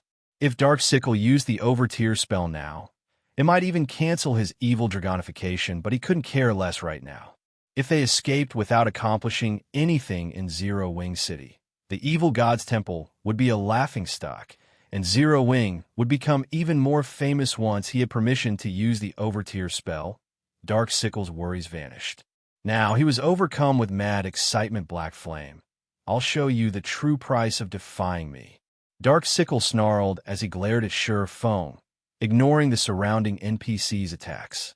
Suddenly, the evil energy around his body skyrocketed, and his aura intensified. 12 pitch-black magic arrays manifested around Darksickle, each opening a hole in space as a flood of evil energy poured out and into Darksickle's draconic form.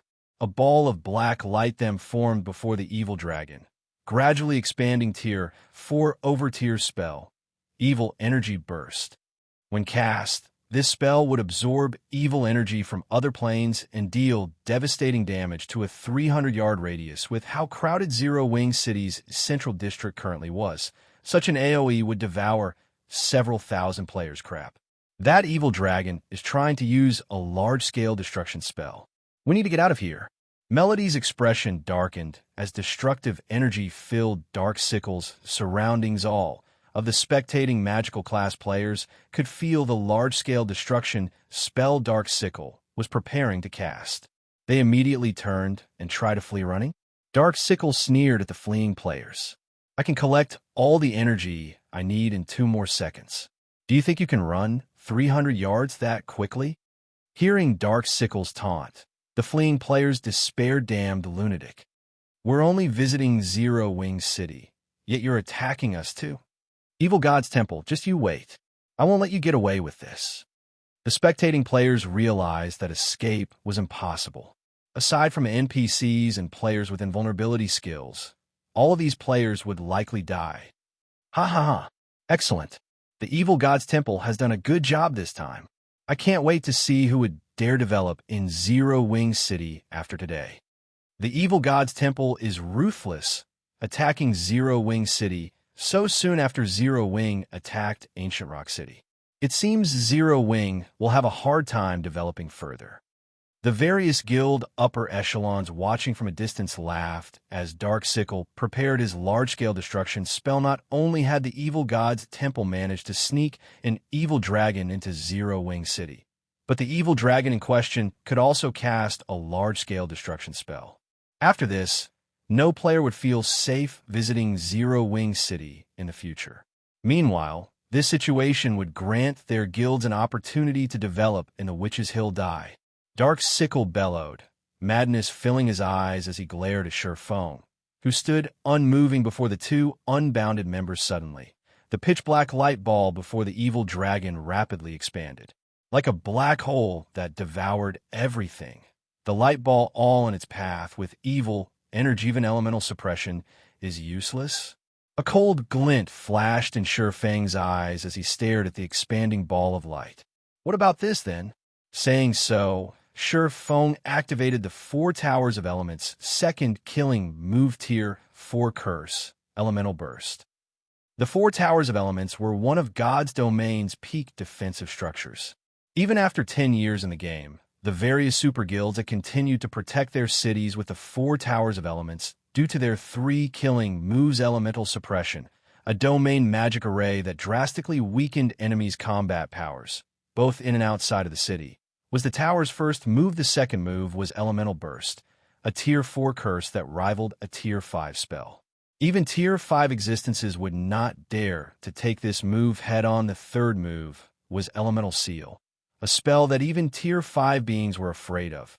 Of course, unlike the first 2 moves, which only required a small number of magic crystals, activating Elemental Seal required mana stones. As Feng activated Elemental Burst, a 4-colored beam descended from the magic array above Zero Wing City, slamming into Dark Sickle and the black light ball before him. By the time the light faded, only an empty crater over 10 meters deep remained. Chapter 1916. Fame spreads, the evil dragon is dead. Impossible. That's a tier 3 archaic species we're talking about. The spectating players gaped at the deep crater in the middle of the street. Utterly frozen in shock, they had thought that their deaths were certain a moment ago. But in the next second, the evil dragon, which had been about to release a large-scale destruction spell, had died. It had been so thoroughly destroyed that not even ashes remained. So strong. That attack instantly killed the half HP dragon. Big Sis Melody, do you think that Zero Wing launched that attack just now?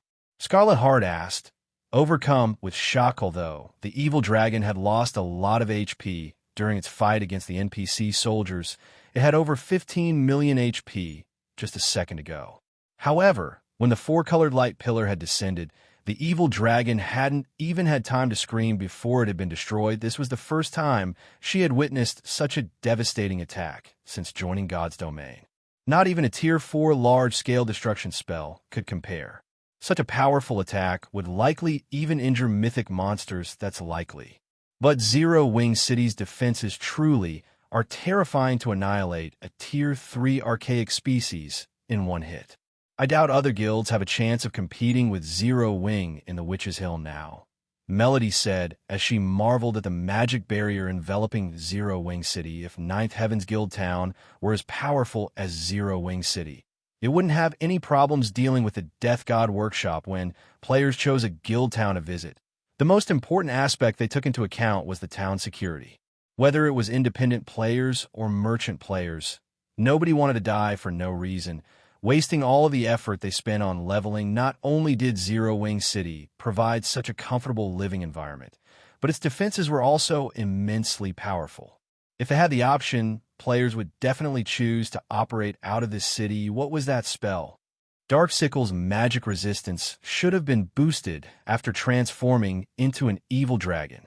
How could he have died despite still having over half of his HP? Windhunter's expression twisted when he saw the crater void of the evil dragon. Although Darksickle was only a member of the second batch of experiments, the evil god's temple had spent a lot of resources on Darksickle's evil dragonification. Now that Darksickle was dead, those resources were gone. This outcome wouldn't have been so terrible if Darksickle had damaged Zero Wing City, but he hadn't even killed a single player. All Darksickle had accomplished was further solidifying the public's confidence in this city, which was the exact opposite of the evil god's temple's goal. The various guild upper echelons watching from a distance were in a similarly gloomy mood. Not only had Zero Wing City revealed its powerful domain magic array, but also had command of such a powerful offensive spell. If any power had still harbored ideas of causing trouble in this city, they'd likely abandon the idea after today's display. I have to report this to the guild leader right away. Zero Wing City actually has such frightening defensive measures. It seems that we'll need to alter our plans and give up on the idea of harassing the city. We'll have to build a guild town in the Witch's Hill as soon as possible if we hope to compete with Zero Wing City. After this battle, the various guild upper echelons promptly reported to their respective superiors. They suggested that their guilds shift their focus to constructing a town in the map as soon as they could and avoid interfering with Zero Wing City's operations. If even a Tier 3 archaic species failed to cause trouble in the city, their guild's attempts would be an utter joke. Meanwhile, Feng, standing some distance away from the new crater, wasn't surprised in the least that Darksickle had died so quickly. Immediately, he instructed some of his NPCs to repair the damaged street and disperse the crowd, quickly ending this farce. The four towers of elements could even threaten a Tier 5 being, much less a Tier 3 evil dragon. This was also why he had stationed the Magic King in Silverwing Town instead of Zero Wing City. Once the lively Central District had returned to its former state, Feng called up Zero Wing City's system interface and selected 10 Tier 2 NPC soldiers with the most potential. He then armed them with the Bronze Wargod emblems. Although the Bronze Wargod emblems effects would not help these Tier 2 NPC soldiers reach the Tier 3 standard, it pushed them quite close to it. Even if a level 80 Grand Lord came to cause trouble, a patrol squad with one of these pseudo Tier 3 NPCs could keep the creature busy until other squads arrived with the four towers of elements elemental suppression if possible. Feng preferred to avoid using elemental bust. After all, the Tier 4 curse cost 2,000 magic crystals each time it activated. It was a considerable expenditure to Zero Wing. Meanwhile, news of the commotion in Zero Wing City quickly spread throughout Starmoon Kingdom. Players bombarded the kingdom's forums with discussions about the event. Tier 3 evil dragon appears in Zero Wing City. Tier 3 archaic species gets instant killed. The various discussions on the forums brought Zero Wing City into a new light for the kingdom's players. Some independent players and adventurer teams, who hadn't been particularly interested in the city, decided to shift their base of operations to Zero Wing City in God's domain. NPC cities were the safest locations for player residences. Hence, many players preferred to develop in NPC cities that lacked resources rather than in cities with abundant resources and lacking security. After all, the cost of death was simply too high. They would rather level up at a slower pace than take such a risk. However, The situation had changed since Zero Wing City could even instant kill a Tier 3 archaic species. It was more than capable of doing the same for current players. If any player dared to cause trouble in the city, they'd suffer a similar fate. As the Evil Dragon One could say that Zero Wing City was now even safer than an ordinary NPC city. It also provided many benefits and occupied a resource-rich area for a time. A large number of players in Starmoon Kingdom started to migrate to Zero Wing City, awaiting the Otherworld Gates activation.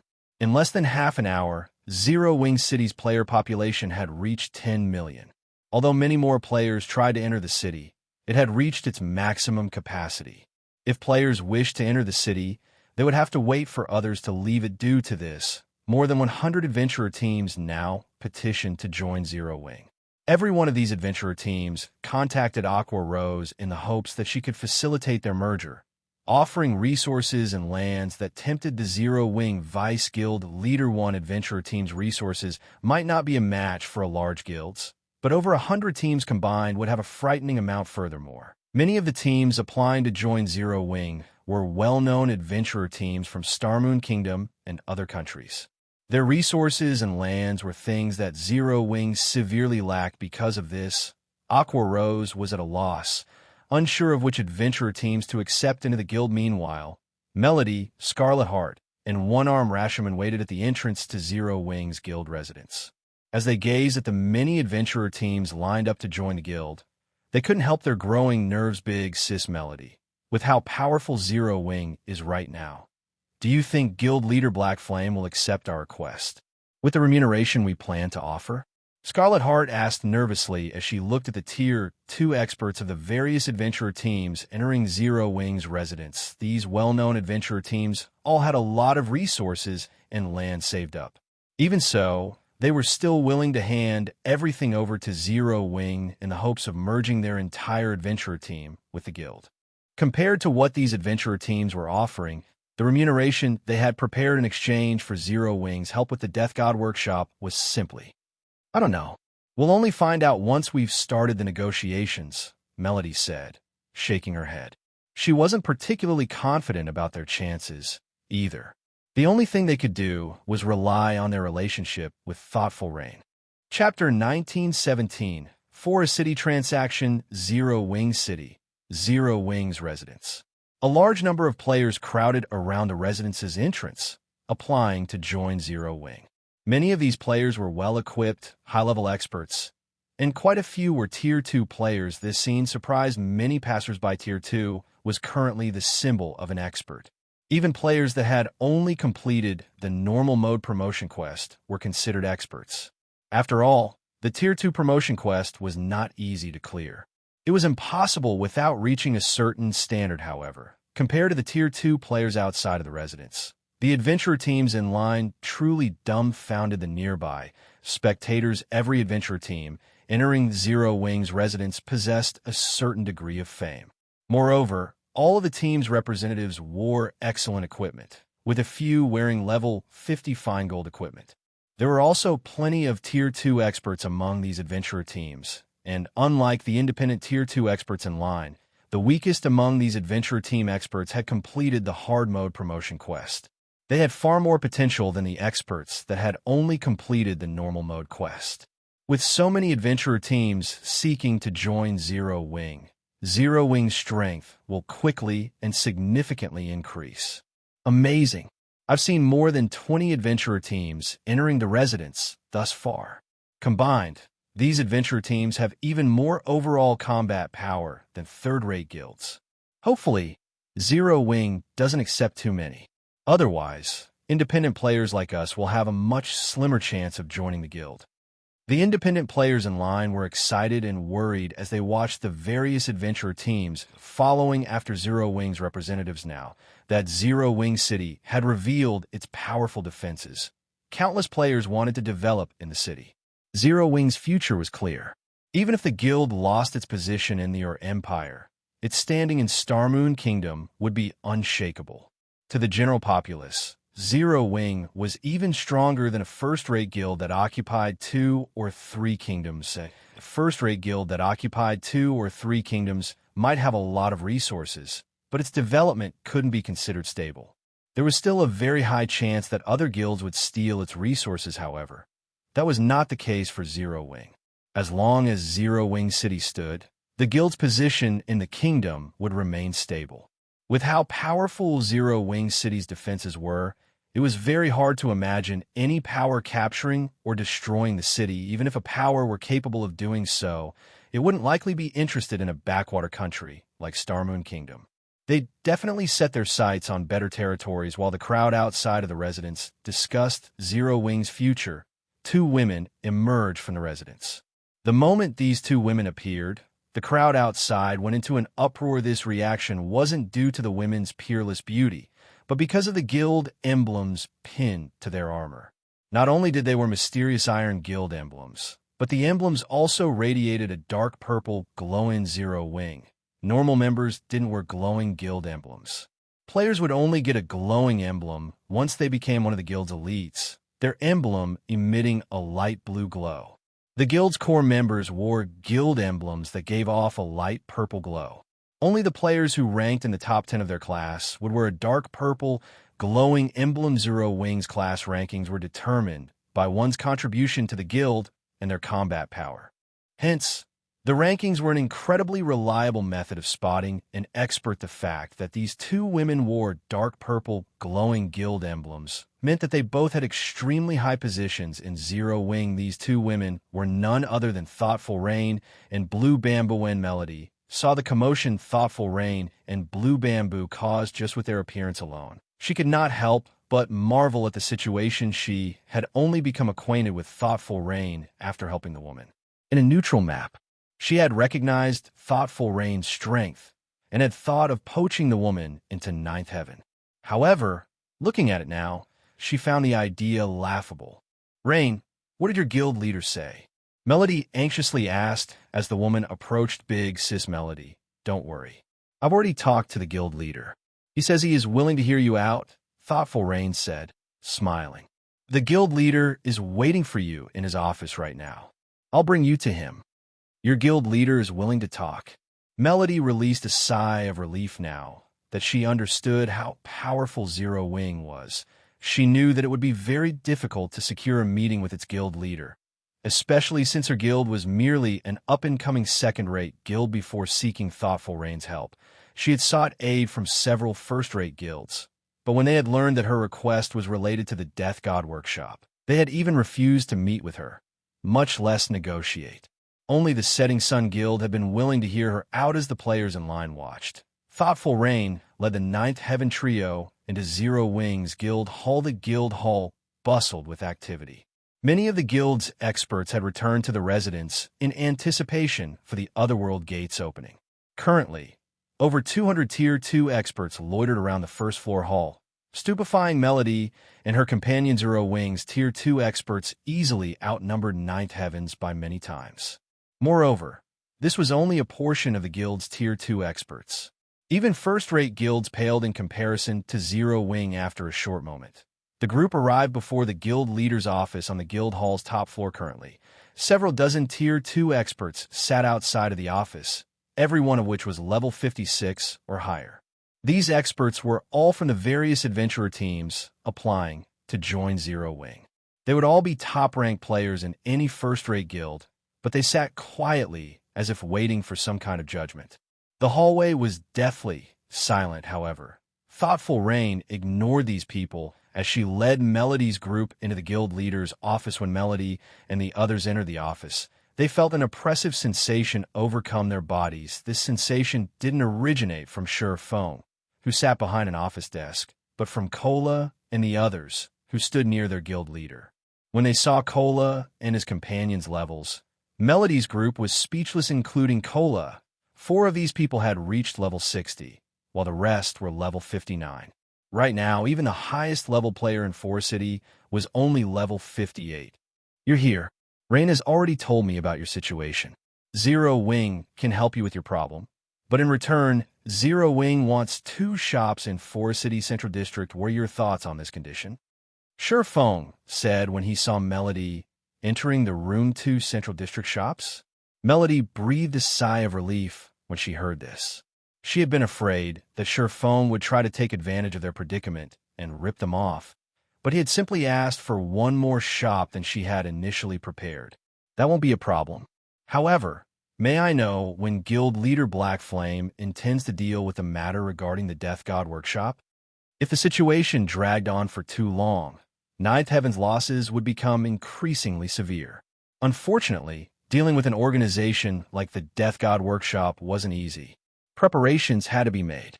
If Feng could give her a time frame, she would have an easier time coordinating with his guild once we sign a contract.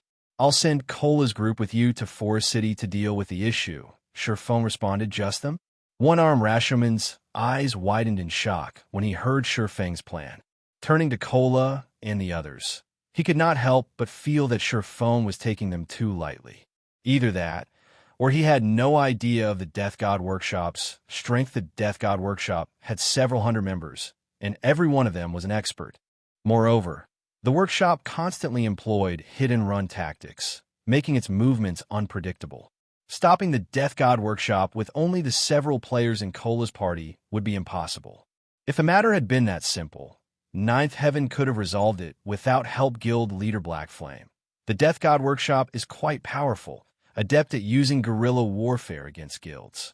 Even superpowers have to tolerate their antics. With so few people, I'm afraid that Melody tried to warn Feng. Relax. Cola's group will be enough. If it isn't, I'll find another way to deal with this problem, Feng said, chuckling. If you have no other concerns, let's sign the contract. Melody could not help but sigh at Feng's response, but since he had agreed to help, demanding too much wouldn't benefit her. She could only see how this played out if the problem persisted. Zero Wing would dispatch more experts to deal with the Death God Workshop. Chapter 1918, Fairy Country.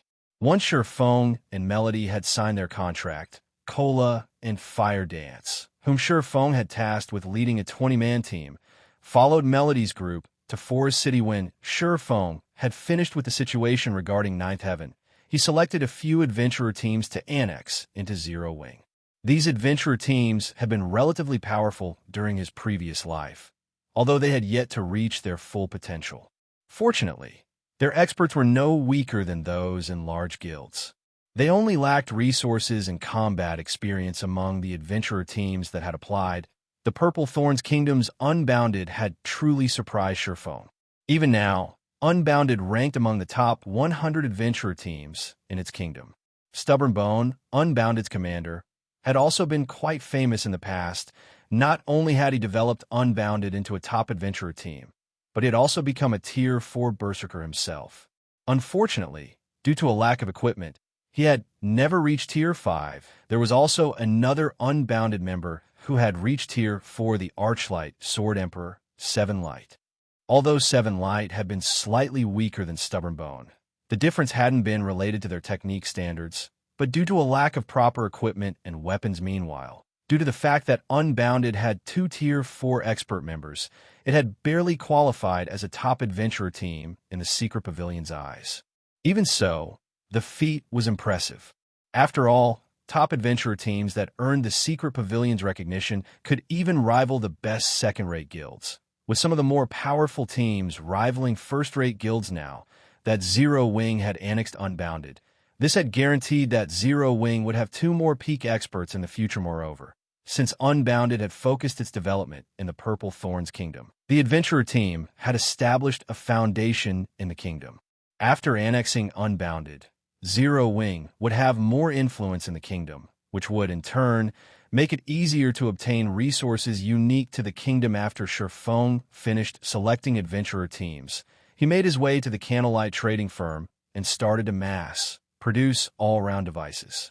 He also instructed Melancholic Smile to arrange the production of advanced darkness resistance potions in preparation for his expedition to Kama Island. Meanwhile, in the second-floor hall of Zero Wing's Guild Hall, when the various adventurer team representatives waiting in the hall saw Aqua Rose, they all could not help but grow nervous. After researching your adventurer teams, we have decided that we will only fully welcome the teams on this list. For those not listed, Zero Wing will accept a portion of your members, Aqua Rose said as she passed a list to the various adventurer teams present.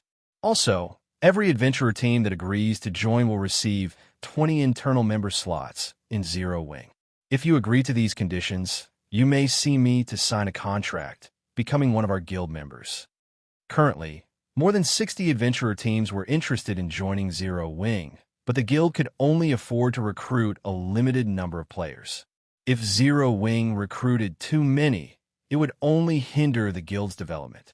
Hence, including the adventurer teams Feng had handpicked, Aqua Rose had only decided to allow 11 adventurer teams to join Zero Wing, all of which had relatively strong Tier 2 experts and resources that would be crucial to Zero Wing's development. After checking the list, some of the adventurer teams celebrated, while others were frustrated. Commander, this is great. Our adventurer team can join Zero Wing as a whole. Seven Light exclaimed after reading the list. After witnessing Feng's fight with the evil dragon, his desire to join the guild had grown despite being at a disadvantage in terms of strength and speed. Feng had relied on his extraordinary techniques to render the evil dragon powerless. He had been utterly mesmerized when he thought about how he might be able to seek guidance from Feng after joining the guild. He couldn't help his excitement. Good. For now, I'll go and apply to form a 1,000-man legion with Zero Wing while you head back and prepare our players to migrate to Zero Wing City. From now on, we'll operate out of this city. Stubborn Bone was just as elated even before applying to join Zero Wing. He had heard that Zero Wing offered amazing benefits to its players.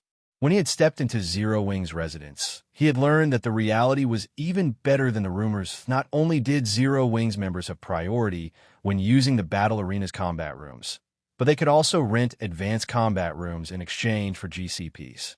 As long as they had enough GCPs, they could even learn all kinds of combat techniques. However, what surprised him the most was Zero Wing's guild warehouse. There were even level 55 and 60 dark gold weapons and equipment available for purchase. Of course, guild members had to have enough GCPs and sufficient status to buy these items. Only core members were allowed access to top-tier items. Even so, elite members could purchase level 55 and 60 fine gold weapons and equipment. Moreover, Zero Wing's members had a variety of methods to earn money. Not only were a ton of high-rank quests available in the guild's various residences, but there were also plenty of guild transportation quests available in Silverwing City. These guild transportation quests awarded far better remuneration than the transportation firm's quest for non-guild members. With all of these resources, Stubborn Bone even had hope of becoming a peak expert in God's domain. However, he wanted to get Unbounded's members settled in Zero Wing City first. Then, he would do everything he could to raise his position in the guild. He could only secure more resources to grow by doing so. All of the adventurer teams that joined Zero Wing would start as normal members, and commanders were no exception. Meanwhile, in the Fairy Country, a neutral map far away from Starmoon Kingdom, under Melody's lead, Cola and the others finally arrived at the Fairy Country's Forest City. This place is so prosperous. It seems like there are so many more players here than in Starmoon City. Shadow Sword was a little surprised to see half-beastmen and half-elves filling the streets. Fire Dance and the others nodded in agreement in their opinion. Very few players should choose to play as a neutral race, but Forest City streets were packed. Moreover, all of these players were very high-leveled, with most having passed level 55. Many of them had even reached level 57, which only expert players could do at this stage of the game. In fact, Forest City likely had more level 57 players than Zero Wing City. Forest City is the Fairy Country's capital. 1/3 of the country's half-beastmen and half-elves are here. Although it can't compare to an empire's imperial capital, it's more prosperous than an ordinary kingdom's capital. Fairy Country is a hub for players seeking individual strength. Players come here from various kingdoms and empires.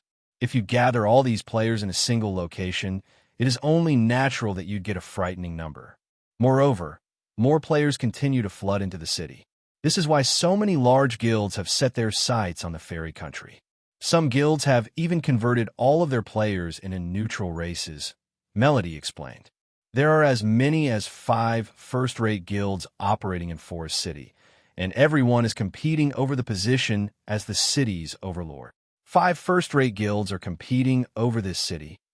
Fire Dance was astonished during the game's early stages. The competition in Star Moon Kingdom had been intense, but only 3 first-rate guilds had participated. However, 5 first-rate guilds fought over this single NPC city, of course. Fire Dance recognized Forest City's value not long after Melody introduced Fire Dance and her team to the mesmerizing Forest City. She received a message. As she read it, Melody's expression darkened. Has something happened? Fire Dance asked when she noticed the change. Vivi just received a report stating that the Death God Workshop has taken action yet again. Just some time ago, the workshop ambushed one of our 1,000-man teams while it raided a field boss. Melody said grimly. The Death God Workshop? Hearing Melody's words, a joyful smile lit up Fire Dance's face as she asked, "Can you take us there now?" Now, Melody was stunned for a moment. We're pretty far from the ambush site. By the time we arrive, they will be gone. Moreover, the Death God Workshop only dispatched a 100-man team this time, and every member is an expert. With just the 20 of you, I'm afraid that. It's fine. Just lead us there to take a look, Fire Dance gently demanded with a calm smile. Chapter 1919, Battlefield of Monsters. Hearing Fire Dance's confident tone, Melody sent one-arm Rashomon to organize a team while she understood that Fire Dance and the others were extraordinarily strong. The Death God Workshop was not a simple opponent otherwise. Forest City's various first-rate guilds wouldn't have such a massive headache over the workshop. It should be known that the Death God Workshop had ambushed those guilds' teams many times. But the workshop's members were quite cunning. Despite doing all they could to retaliate, their efforts had been wasted on a few small fries. They couldn't reach the Death God Workshop's core. This was also why only the super first-rate guild, Setting Sun, of all the guilds she had reached out to, had been willing to help them. However, the Setting Sun's price was just vicious. Accepting Setting Sun's offer was no different than giving the guild, which she had gone to great lengths to develop, away. She would never agree to such a thing. Meanwhile, with how many members the Death God Workshop had mobilized to ambush Ninth Heaven's 1,000-man team, they'd suffer a massive loss if Fire Dance and her companions actually found the workshop's members. Hence, as a precaution, she had decided to take some of her people along. She couldn't afford to let Fire Dance and the others die so soon after reaching Forest City. It would be hard to explain to Zero Wing due to time constraints. One-arm Rashomon was only able to gather a little over 200 experts from the guild before Melody led Fire Dance and the team to Wisp Cemetery. A level 60 to 75 map some distance for Forest City. Dark clouds covered the sky above Wisp Cemetery throughout the year, and although lush forest occupied the area, it gave off an oppressive and gloomy aura. However, since this was a high-resource map, many guilds often grinded and collected resources here. Melody and her group carefully advanced down a forest path as they made their way towards the reported battlefield on not many monsters called Wisp Cemetery home. The wandering wisps in the area were incredibly troublesome. Once they spotted living creatures, they'd call upon a small force of undead creatures to eliminate the intruders. These little monsters could easily summon hundreds and thousands of undead creatures with its call. To make matters worse, not only did the undead creatures provide very little EXP, but they also almost never dropped good items. As a result, players grinding in the Wisp Cemetery tried to avoid the wandering wisps and undead creatures as often as possible. After traveling through the Wisp Cemetery for about half an hour, Melody's group finally reached the ambush site. The Death God Workshop had ambushed Ninth Heaven's players at the entrance of an underground tomb. The tomb contained a level 63 field boss, and the Death God Workshop had killed both Ninth Heaven's members and the field boss during its ambush. Traces of combat were evident in and outside of the tomb. It was clear that the recent battle had been intense. Players' blood had been scattered across the ground, filling the air with its stench. They must have executed the ambush during the boss fight. They must have stationed some players outside of the tomb to stop anyone from escaping. Were there any survivors from the 1,000-man team? Thoughtful Rain turned to ask Melody after observing the bloodstains. Not one person managed to escape. The Death God Workshop always operates this way. Whenever the workshop launches an ambush, It uses a magic scroll to seal the area, preventing players from using instantaneous movement scrolls and return scrolls. Melody said, gnashing her teeth. Although the ambush team wasn't the guild's main force, it was an elite team led by expert players. Losing the entire team had incurred significant losses. Not only had every player died, but they had also all lost a piece of equipment. The lost weapons and equipment were far more of a problem than the lost levels big ceasefire. Too much time has passed since the end of the battle. The players from the workshop have already left the area, and their tracks have faded. I'm afraid that chasing after them is impossible, Flying Shadow said after getting no result from his tracking skill. Your Tier 1 tracking skill isn't enough.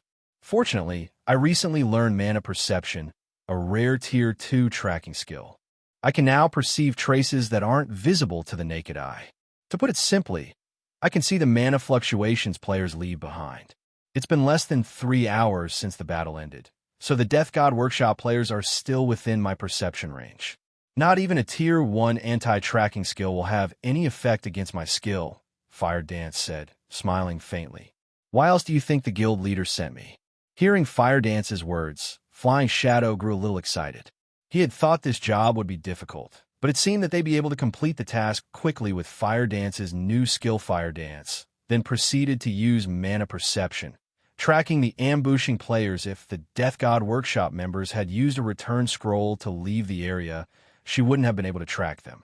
However, she'd find them as long as they simply walked away. These people haven't left using a return scroll. After lingering here for some time, they headed north, Fire Dance said as she watched the mana fluctuations lead into the forest. Hurriedly, she said, they only left about an hour ago. We still have hope of catching up to them. Let's move out.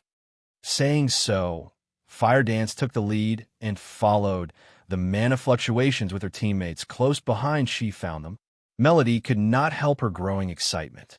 Hurriedly, she and the 200-plus expert from her guild followed after Fire Dance. She had never thought that Fire Dance was so amazing to locate a trail that was more than an hour old. Ordinary tracking skills were impressive enough if they could find 30-minute-old traces. If the target had an anti-tracking skill, finding them would be even more difficult after following the trail for about half an hour. The group finally arrived before an ancient temple nestled in a thick grove of trees. At a glance, over 500 players were gathered before the temple's entrance. However, these players were a part of two different groups, a 60-man team and a 500-man team. All of the 500 wore uniform equipment of relatively high quality, and they were all level 56 or above. This was obviously a guild team, huh? Isn't that East Crow's Trouble Madness? Melody, who had hidden behind a tree, wondered aloud when she saw a righteous man among the 500-man team. The man wore aqua blue mage robes and held a staff embedded with 3 resplendent gemstones. Why is he here? Trouble Madness was a vice guild leader from East Crow, a first-rate guild. In terms of individual strength, he ranked among the top in his guild. He was also one of the top-ranking elementalists in Forest City, and he wasn't any weaker than she was. East Crow's 500-man team had surrounded the Death God Workshop's 60 members. It was evident that East Crow had located the troublesome players before her group. How fortunate. I had never thought that I'd get to meet 2 of the Death God Workshop's famous commanders, Frost Rain and Chopped Axe, at the same time. You have been challenging to track down. Now, it's time to pay for your past transgressions. Troubled Madness snarled as he glared at a man and a woman amidst the Death God Workshop's group. The middle-aged man that had a scholarly look was a level 58, Tier 2 swordsman, while the tall woman exuding a wild aura was a level 58, Tier 2 Berserker Frost. What do you think we did to East Crow? The tall woman asked as she considered the situation. It seemed as if she were trying to remember what she had done to this first-rate guild. I don't remember. We've done a lot of things. There's no way I can remember everything. Since we can't remember, it shouldn't have been important, Frost Rain, the scholarly man, said with a wave of his hand, expressing his lack of concern over such trivial matters. A mere workshop dares to mock East Crow? We already have you surrounded. None of you should think of leaving this place alive. Troubled Madness bellowed in rage. East Crow's other members went into a frenzy, killing intent flooding from them as they charged at the Death God Workshop players. The Workshop's players had previously killed their guild leader in the fields and stole an important epic weapon, yet they acted as if the incident meant nothing. Why wouldn't this enrage East Crow's players? Countless spells and arrows rained down on the Death God Workshop's members as East Crow's MTs and melee players tightened their circle. All of these guild players were experts, and their coordination was seamless after so much talk. "You still attack us?" Chopped Axe, the tall woman, exclaimed. "I haven't had my fill yet, so let's see how far you East Crow players can go." After saying so, Chopped Axe charged into the shrinking wall of players. Frost Rain, however, showed no interest in the battle. He yawned with boredom, further inciting guild players' fury. The MTs and melee players on the front line began to employ their specialty moves. Meeting Chopped Axe in battle-elated, Chopped Axe raised the excessively large axe in her hands and brandished it at the approaching players. Pung, pung, pung. As the two sides clashed, the level 56-plus shield warriors, Guardian Knights, Berserkers, Swordsmen, and Assassins were sent flying, their HPs plummeting. Not even their healers could keep up with the damage in less than 30 seconds. Chopped Axe had carved a hole in East Crow's encirclement. Seeing this, the Death God Workshop members surged through the gap and assaulted the guild's ranged players in less than a minute after the battle had begun.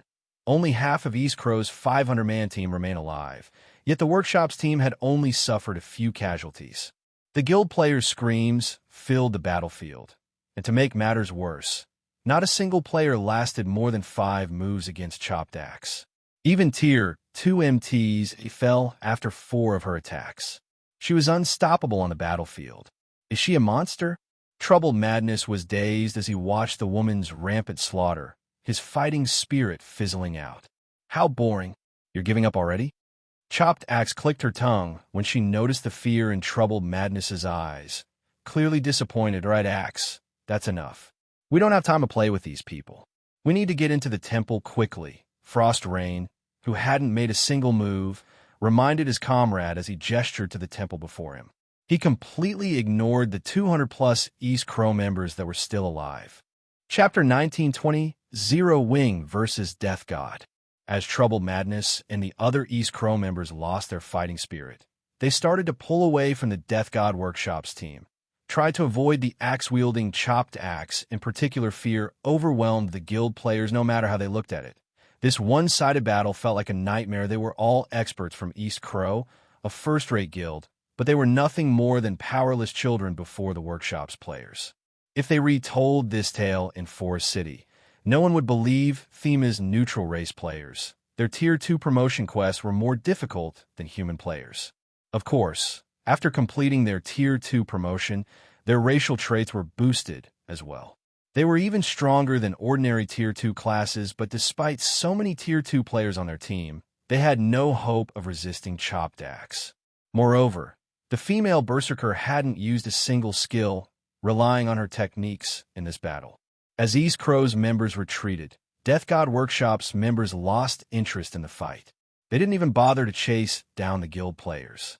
Instead, they turned and walked toward the Temple Vice guild leader. "What should we do?"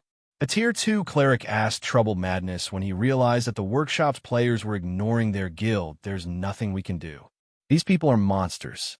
Chopped Axe, in particular, has the strength of a 1,000-man legion. We have no chance against her. Most likely, only Setting Sun, which is interested in Forest City, can stop them now," Troubled Madness said as he balled his fists. Fear and frustration filling his heart. Although he was a powerful expert, he could only take on 24 experts at the same time. Against a 100-man expert team, even he would have to flee. In contrast, Chopped Axe had just rendered a 500 expert team powerless. With such strength, it would take 1,000 experts to defeat the woman. In other words, Chopped Axe had the strength to single-handedly change the outcome of a battle of several thousand players.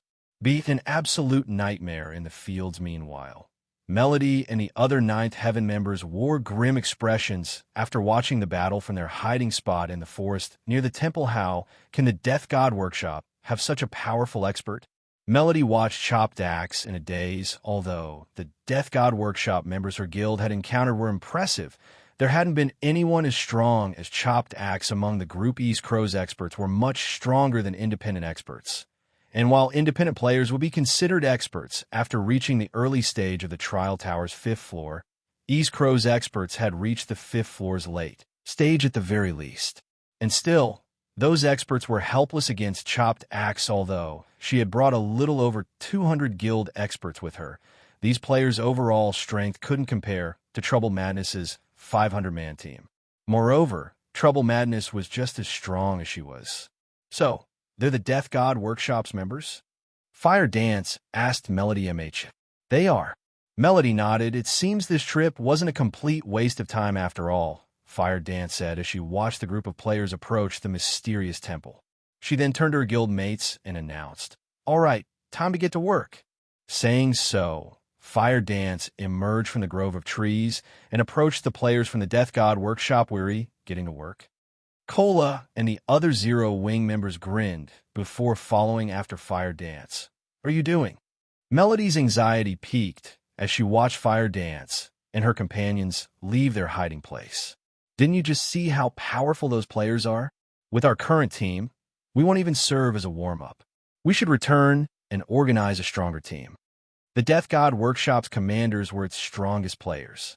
She had assumed that while these commanders might be strong, they shouldn't be much stronger than the workshop's other players, but it seemed that she had been gravely mistaken.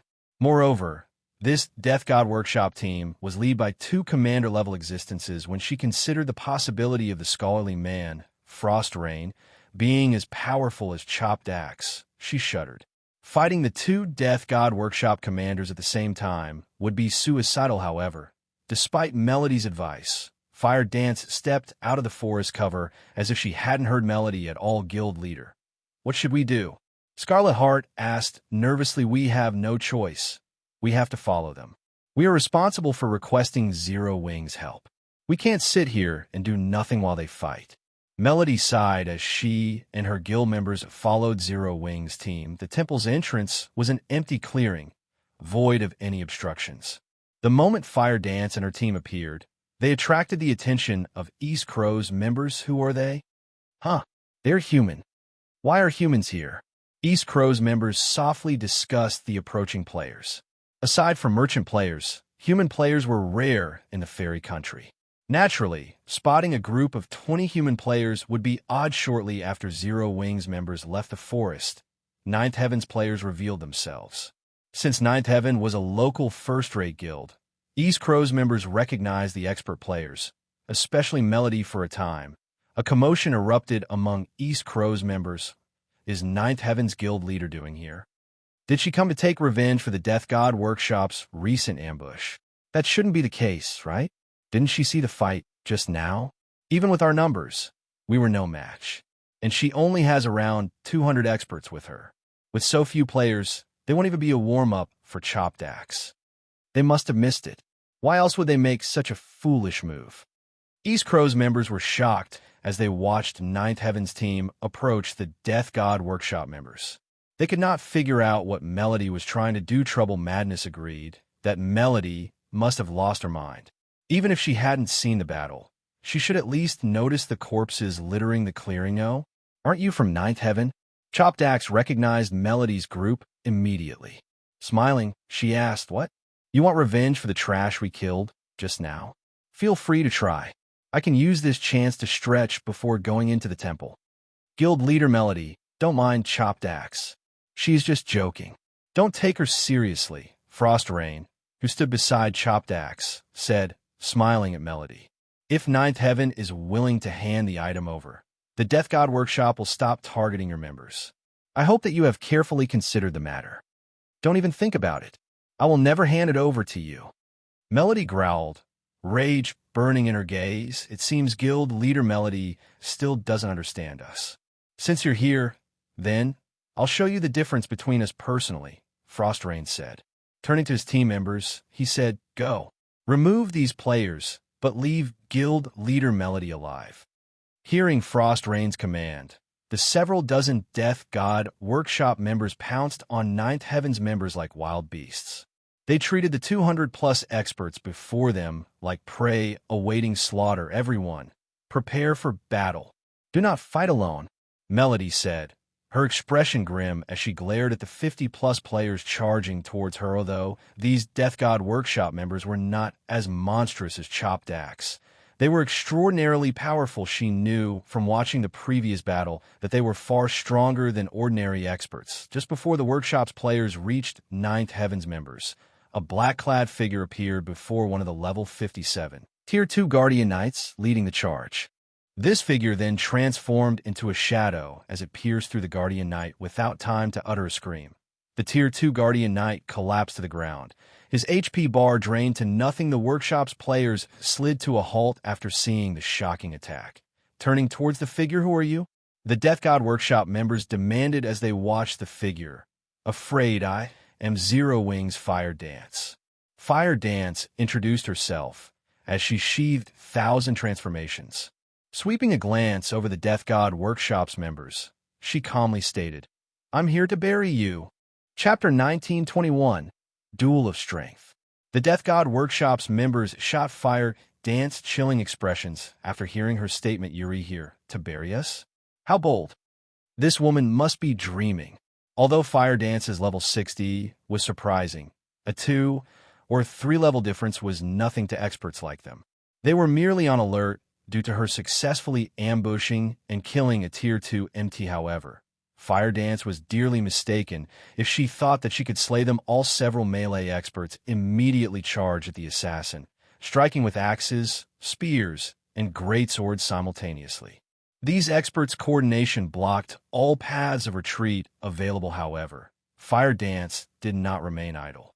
Unsheathing 1,000 transformations once more, she met the approaching weapons with her fragmented legendary sword. When the weapons collided, something astonishing occurred. The impact through the several charging melee players, and despite all of them being Tier 2 experts, they felt their arms numb from the force, their weapons trembling violently. How can an assassin have so much strength?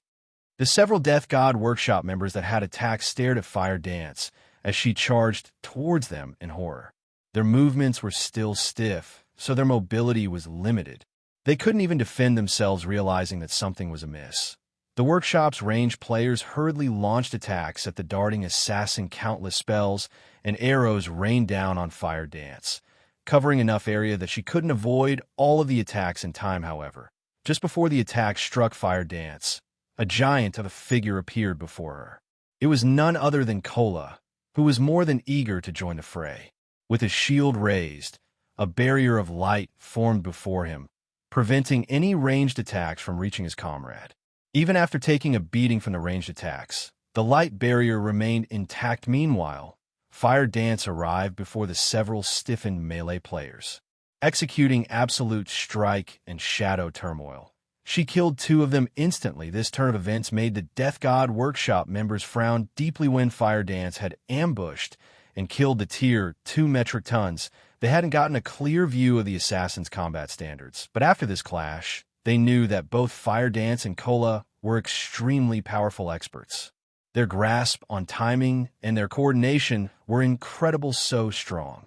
Troubled Madness, who watched the battle from a safe distance, gasped when Fire Dance had instantly eliminated 2 players after fighting the Death God Workshop earlier. He had learned how powerful the workshop's Tier 2 experts were. Even in a one-on-one, he was not confident of defeating those experts decisively, let alone several of them at once. It seems they're not all talk after all. I finally get to have some fun. Chopped Axe licked the corner of her lips before raising her gigantic battle axe and charging at the human assassin. Although Chopped Axe was a berserker, her movement speed was even higher than ordinary assassins, fully displaying the benefit of being a tigerkin. She left afterimages wherever she passed. By the time Fire Dance had killed her 4th Death God Workshop member, Chopped Axe had appeared before the female assassin. Raising her battle axe with a single hand, she sent a powerful chop at Fire Dance. As the weapon descended, space around its blade showed faint signs of crumbling. Tier 2 skill, Spatial Quake. Not only did Spatial Quake temporarily increase her strength, but also dealt damage in a 5 by 15-yard area before her. It was one of the few AoE skills the Berserker class possessed, not one to fall behind. Fire Dance used the Tier 2 skill, Shadow Edge. Like the earlier clashes, neither player had been thrown when Fire Dance's short sword met Chopped Axe's colossal weapon. However, the resulting impact was so powerful that space around them cracked. The women looked at each other in astonishment. How is this possible? How can a human assassin have so much strength? I'm a Tigerkin, for God's sake. This Berserker strength is actually a match for mine. The outcome even surprised the Death God Workshop's Frost Rain and Zero Wings members. Chopped Axe was a Tigerkin. Her body's innate strength far surpassed that of a human. She had also learned super rare passive skills and wielded a special legacy. Moreover, her weapon was an epic battle axe. Her strength was even unrivaled within the Death God Workshop. The unexpected outcome put Chopped Axe in a very bad mood. She, someone famed for her strength, had failed to defeat a human assassin in a duel of the attribute. This was unforgivable. As for Cola and the others, they were fully aware of just how powerful Fire Dance was. Not only did she wear multiple pieces of epic equipment, but she also wielded 1,000 transformations. Since Cola had his own fragmented legendary item, he could guess that her short sword was the same rank. If that were the case, only Feng and General Snow could likely surpass Fire Dance's strength yet. Despite being so powerful, Fire Dance's clash with the Tigerkin Berserker had ended in a tie. While everyone was still shocked by the collision, neither Fire Dance nor Chopped Axe gave their opponent an opportunity as they continued to launch frenzied attacks. For a time, after images of Fire Dance's short sword and Chopped Axe's axe filled the battlefield, Chopped Axe had better techniques than Fire Dance, and it was evident that she had reached the flowing water realm. She could perceive Fire Dance's attacks as soon as the human assassin began to execute them. However, Fire Dance was an assassin. Strength wasn't her forte. Her true power lay in her speed. So even though the Berserker could read her movements, she still had an advantage with her movement speed, making up for her weaker combat standard despite such a thrilling battle, where her life would be forfeit if she made a single mistake. Fire Dance very much enjoyed this moment. Throughout this battle, she recognized many of her deficiencies and perfected her techniques. Fortunately, the same could not be said for Chopped Axe. She could only watch, displeased, as the human assassin continued to improve as they dueled. "You dare use me as a grinding stone? Do you think I will give you enough time to grow stronger?" Chopped Axe immediately activated her Berserk skill, Savage God's Power, her muscles rapidly expanding. In the blink of an eye, she transformed into a 3-meter-tall giant. At the same time, an extra crimson battle axe had appeared in her hand, radiating waves of bone-chilling mana. "You are the first person in the fairy country to force me to use this move. Now go to hell." Chopped Axe then swung her blades in a powerful downward slash towards Fire Dance Tier 2 taboo skill, Meteoric Annihilation. Suddenly, over a dozen crimson axes descended from the sky, each carrying the weight of a mountain. In response, Fire Dance activated Power of Darkness before brandishing 1,000 transformations, sending countless water whips at the falling axe blades. Domain skill, Water Binding. Chapter 1922, Painful Lesson. When the two powerful skills clashed, an intense shockwave shook the ground and the surrounding players at the same time. The ground at the epicenter of the collision shattered and crumbled, a huge crater forming around the two women. Shockingly, huge cracks spread out from the crater. There simply was no comparison between this clash and the numerous exchanges the two had before. As the attacks of Meteoric Annihilation and Water Binding disappeared, Fire Dance's and Chopped Axe's figures emerged, standing quietly inside the crater. Although both sides remained completely unscathed, the expressions both women wore were completely different. One of them incomparably excited, and the other astonished. "This assassin actually stopped my strongest skill." At this moment, Chopped Axe's complexion turned ashen as she looked at Fire Dance. Her earlier sense of ease gone. Meteoric Annihilation was a Tier 2 taboo skill. Combined with her Berserk skill, she could send even a Grand Lord of the same level stumbling back. She was extremely confident in this move of hers and believed that no player could receive it head-on yet. Despite Fire Dance being only an assassin, not only did the female assassin manage to stop her attack without receiving any damage, but she had even done so without using Vanish, a well-known life-saving skill of the assassin class. This was definitely an outcome that Chopped Axe could neither accept nor tolerate, however. After Chopped Axe's skill came to an end, Fire Dance's water binding was still in effect. The assassin immediately sent water whips at Chopped Axe, one after another, each whip containing strength surpassing Fire Dance's own.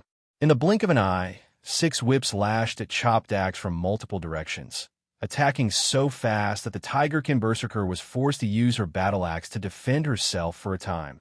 Chopped Axe actually fell into a disadvantage and could only focus on defending herself. Amazing. She is actually suppressing Chopped Axe all by herself? Melody was filled with an indescribable sense of surprise as she watched the battle between Fire Dance and Chopped Axe. She never thought that Fire Dance was this strong. Meanwhile, Troubled Madness, who was spectating the battle from afar, was goggling in shock.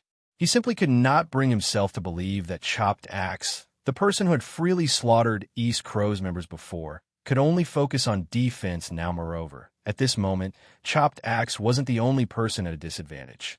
The other Death God Workshop members were also engaged in a bitter battle with the other Zero Wing members. Despite the Death God Workshop members' numerical advantage, they were no match for their opponents at all, dying one after another shortly after Fire Dance started suppressing Chopped Axe. The half-elf Frost Rain finally made his move. After activating his Berserk skill, he began chanting an incantation and drawing line after line of divine runes. A moment later, ice swords appeared in the sky one after another, easily numbering more than 20. These ice swords then descended on Fire Dance. At the same time, a thick wall of dirt formed around the female assassin, preventing her from escaping the ice swords due to the ice swords. Fire Dance gave up on attacking Chopped Axe.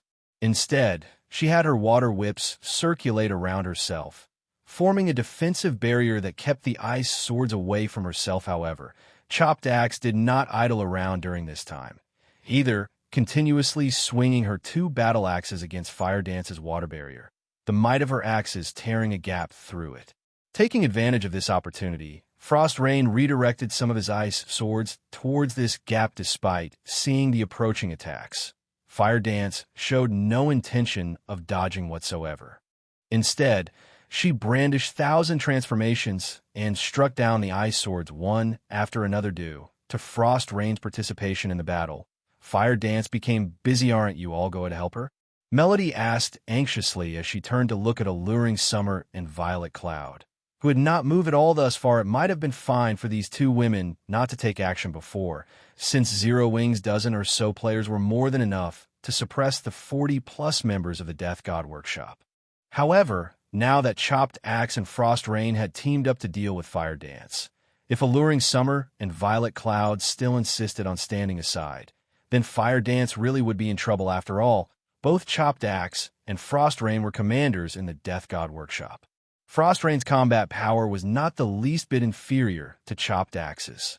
With the 2 of them working together, their combat power increased exponentially. The slightest gap in Fire Dance's defense would get her killed instantly. However, all Melody's question did was earn her confused looks from Alluring Summer and Violet Cloud. Why should we ruin such a rare opportunity for Fire? Fire is perfecting her techniques right now. Can't you see how happy she is? But those 2 are commanders of the Death God Workshop, the strongest experts in the workshop. Either of them can go up against a legion of 1,000 experts on their own, even if Fire Dance is stronger than either one. Dealing with both at the same time is... Melody fell speechless at the serious expressions Alluring Summer and Violet Cloud had. Fire Dance was obviously at a disadvantage right now, forced into constant defense. She would be killed if she made even the smallest mistake. While the loss of EXP might not be a big problem, it would be a huge loss if Chopped Axe or Frost Rain managed to loot the weapon or equipment Fire Dance dropped. After all, The fact that Fire Dance boasted such frightening strength and speed proved that her weapons and equipment were extraordinary to commanders from the Death God Workshop.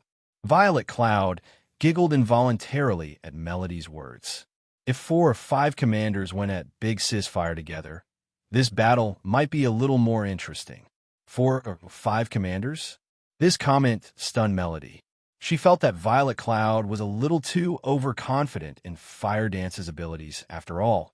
The Death God Workshop was an adventurer team that even super guilds chose to ignore. Melody had long heard that every one of the workshop's commanders could rival the peak experts of super guilds in terms of combat power. Despite that, Violet Cloud was actually saying that Fire Dance could handle 4 or 5 of such commanders. While Melody was conversing with Alluring Summer and Violet Cloud, Chopped Axes and Frost Rain's attacks grew even fiercer. Frost Rain ceaselessly bombarded Fire Dance with spells, giving her no chance to catch a breath. Once he noticed a gap in the assassin's defense, he would immediately strike at it. Meanwhile, Chopped Axe kept creating gaps in Fire Dance's defense.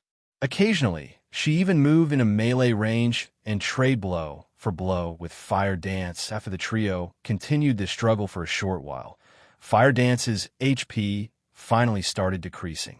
Although the assassin had the protection of her armor, just a graze from Chopped Axe's battle axes inflicted a heavy impact. Blood was even leaking from her mouth now. Fortunately, the physical injuries she sustained thus far were still not at a point where they would affect her combat power, of course. Chopped Axe wasn't having a good time, either. Trading blows with Fire Dance had opened cuts and cracks on the Berserker's armor. The impact so heavy that the Tigerkin would spit out mouthfuls of blood, her HP decreasing by chunks. That weapon really is amazing. It even cuts through my dark gold armor. Chopped Axe was shocked as she took in her damaged armor. She then turned to look at the distant Frost Rain and said, "We can't continue like this. Let's use the combination attack." Nodding in response, Frost Rain promptly changed his attack method and started double speed casting. Meanwhile, Chopped Axe stored her epic battle axe and gripped the crimson battle axe with both hands. Her dark gray irises then turned silvery white as 6 small magic arrays appeared around her. She then charged straight at Fire Dance. When Chopped Axe got within 15 yards of Fire Dance, she suddenly disappeared. In the next moment, 6 doppelgangers of the female berserker appeared around Fire Dance, all 6 leaping into the air and chopping down at the female assassin. At this time, Frost Rain finished casting his spells. Immediately, frost barriers appeared around Fire Dance one after another. The ground she stood on also giving off a crimson glow, as if something was about to spew out from the ground combination skill. Frostfire Annihilation. It's over. When Melody saw this scene, she deeply felt death looming over her. Now, she was certain that Alluring Summer and Violet Cloud were overconfident about Fire Dance's abilities as expected of the famous Death God Workshop. This trip really isn't a waste. A touch of joy appeared on Fire Dance's face when she looked at the combination skill her 2 opponents were executing.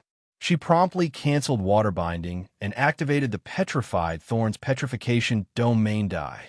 The 6 Chopped Axes yelled simultaneously just as they were about to hit Fire Dance. The 6 doppelgangers possessed 100% of the main body strength. Meanwhile, the axes of all 6 covered the entire area Fire Dance stood in. When all 6 axes landed, the power they carried was so great that even space itself showed signs of shattering. Boom, boom, boom. At the same time as the axes landed, the ground beneath Fire Dance burst apart. A towering pillar of fire emerged from the ground, enveloping Fire Dance completely. As the fire pillar dissipated, a lava field could be seen replacing the ground Fire Dance originally stood on. Meanwhile, surrounding the lava was an ice field. Seen from afar, this scene was spectacular. She's finally dead. Chopped Axe heaved a deep sigh of relief when she saw Fire Dance's corpse starting to disintegrate in the lava field. The petrification domain Fire Dance activated had struck both Frost Rain and Chopped Axe. Although their combination skill had mitigated a portion of the damage, they still had very little HP remaining after receiving that attack. Just as Chopped Axe was about to turn around and leave, a yell suddenly entered her ears. Careful. This voice originated from the distant Frost Rain. However, Before Chopped Axe could figure out what was going on, a stinging sensation came from her chest. When she looked down, she noticed the tip of a short sword emerging from her chest. Meanwhile, this short sword was none other than Fire Dance's 1,000 transformations. How? Weren't you? Chopped Axe turned around, her eyes filled with confusion. After all, Fire Dance, who should have been dead, was currently standing right behind her. Moreover, the female assassin's HP bar was actually full. Instead of replying immediately, Fire Dance pulled out 1,000 transformations from Chopped Axe, leaving a fountain of blood to pour out of the female berserker's chest. As she watched Chopped Axe's HP plummet, she said in a quiet tone, "Your combination attack really is impressive. You two actually forced me to waste one life." When Fire Dance was done speaking, Chopped Axe's HP zeroed out. The berserker's body then collapsed to the ground, a piece of equipment appearing beside her corpse. Meanwhile, upon seeing this scene, Frost Rain hurriedly took out an ancient magic scroll from his bag and activated it, destroying the seal on the battlefield and disappearing before everyone's eyes. As for the other Death God Workshop members, they all fell into a panic at Chopped Axe and Frost Rain's defeat. As a result, Zero Wing's members took only a short while to finish them off. At this moment, the Death God Workshop, which had been giving the various large guilds of the fairy country a headache all this time, finally sustained a severe loss for the first time in God's domain. Of the two commanders that fought against Zero Wing, one died while the other fled. As for the other 50-plus experts, they suffered annihilation. Chapter 1923. Fame spreading across the fairy country. After the Death God Workshop members' annihilation, varying expressions appeared on the faces of Ninth Heaven's and East Crow's members. Big Sis Melody, that Fire Dance is amazing. She actually defeated 2 of the Death God Workshop's commanders all by herself. If the rest of the Death God Workshop find out about this, they'll definitely start keeping a low profile when taking action. Scarlet Heart exclaimed excitedly as she watched Fire Dance going through the loot dropped by the Death God Workshop members. The large guilds operating in the fairy country were all powerless to do anything against the Death God Workshop, largely because the Death God Workshop had too many experts. If the guilds dispatched too small of a team to deal with the workshop, their teams would simply end up getting the tables turned on them. But if they sent too large of one, their movements would get noticed very easily, making a successful ambush on the workshop impossible. Take East Crow, for example. Had East Crow dispatched an army of several thousand players instead of just a 500-man team this time, Chopped Axe and Frost Rain's team would have most likely received news about the guild's movements and had long since fled to another map. They wouldn't have given East Crow any opportunity to meet them at all at this stage of the game. Only a superpower, which possessed plenty of experts and resources, would be capable of putting the Death God Workshop in its place. However, the various superpowers had plenty of territories that they needed capable people to manage. They simply couldn't afford a protracted battle with the Death God Workshop without hampering their own development. As a result, the superpowers had no choice but to ignore the antics of the Death God Workshop, so long as the workshop did not cross their bottom lines. However, Zero Wing was different from the various superpowers.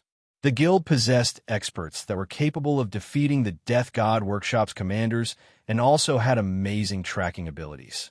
Even without expending a large amount of manpower and resources, Zero Wing could deal with the Death God Workshop. That's right. After this battle, the Death God Workshop will most likely keep its head down for some time. Melody nodded in agreement. She had never imagined that Zero Wing actually had such frightening strength. The strength the guild had displayed thus far greatly exceeded her expectations.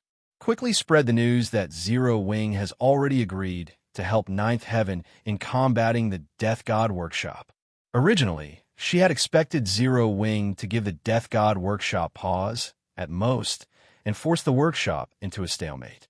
If that happened, Ninth Heaven would have room to develop. Everything would be fine, so long as the guild was not pushed to the brink of collapse. However, the situation was different now. Not only did Zero Wing possess the strength to suppress the Death God Workshop, but Zero Wing also had the ability to ambush the workshop's teams. This outcome was far better than what she initially expected. Once the Death God Workshop learned that Ninth Heaven had partnered with Zero Wing, The workshop would naturally stop seeking trouble with Ninth Heaven out of fear of Zero Wing. I'll spread the message right away. Upon hearing Melody's words, Scarlet Heart immediately understood Melody's intentions. She also could not help but anticipate the impact the news of the Death God Workshop's defeat would have on the fairy country. The Death God Workshop was akin to a plague to the fairy country. Just the mention of its name would give the various major powers of the country a headache, following which Scarlet Heart compiled the information of the battle and published it on the fairy country's official forums. She also had some of her subordinates talk it up in the country's various cities. Meanwhile, Trouble Madness, who stood some distance away from Zero Wing and Ninth Heaven's group, wore an incredulous expression on his face as he looked at Fire Dance and the others. Who are those people? Why haven't I heard of a guild named Zero Wing before? At this moment, an indescribable sense of shock filled Troubled Madness's heart. Both Chopped Axe and Frost Rain were monster-like existences. Yet, despite working together, they were still no match for Fire Dance. Had Troubled Madness heard about this situation from someone else, he would have most likely dismissed their words as a joke. However, having personally witnessed this battle, he had no choice but to believe it. The final exchange was especially astonishing. He had clearly seen Fire Dance getting killed, yet the female assassin had still managed to mysteriously appear behind Chopped Axe. This was definitely his first time coming across such a strange situation. However, unlike Ninth Heaven's and East Crow's members, Zero Wing's members did not feel particularly surprised by the outcome of Fire Dance's battle with Chopped Axe and Frost Rain. Although Fire Dance did not reveal the details of Thousand Transformations to anyone else, they still knew that Fire Dance possessed the true illusion skill, as they had seen it at work while they were out grinding monsters and bosses. True illusion granted Fire Dance one additional life, though the skill could be used only once every 48 hours. Due to this skill, with the exception of dungeons, Fire Dance had never truly died even once until now. Among Zero Wing's core members, Fire Dance held the nickname of Phoenix due to this skill, as well as the envy of many players. Vice Guild Leader. We just found out some information about Zero Wing. It is an up-and-coming guild that was established at the start of God's Domain. Although it doesn't have any background, its strength is not the slightest bit weaker than a first-rate guild's. One of East Crow's members reported hurriedly the guild's strength rivals of first-rate guilds. Troubled Madness rolled his eyes at his subordinate, feeling that this information was greatly mistaken. After all, the first-rate guilds of the fairy country were utterly helpless against the Death God Workshop. Yet Zero Wing, a guild capable of dealing with said workshop, was labeled as a guild that only rivaled first-rate guilds. What did that make the fairy country's 5 first-rate guilds then?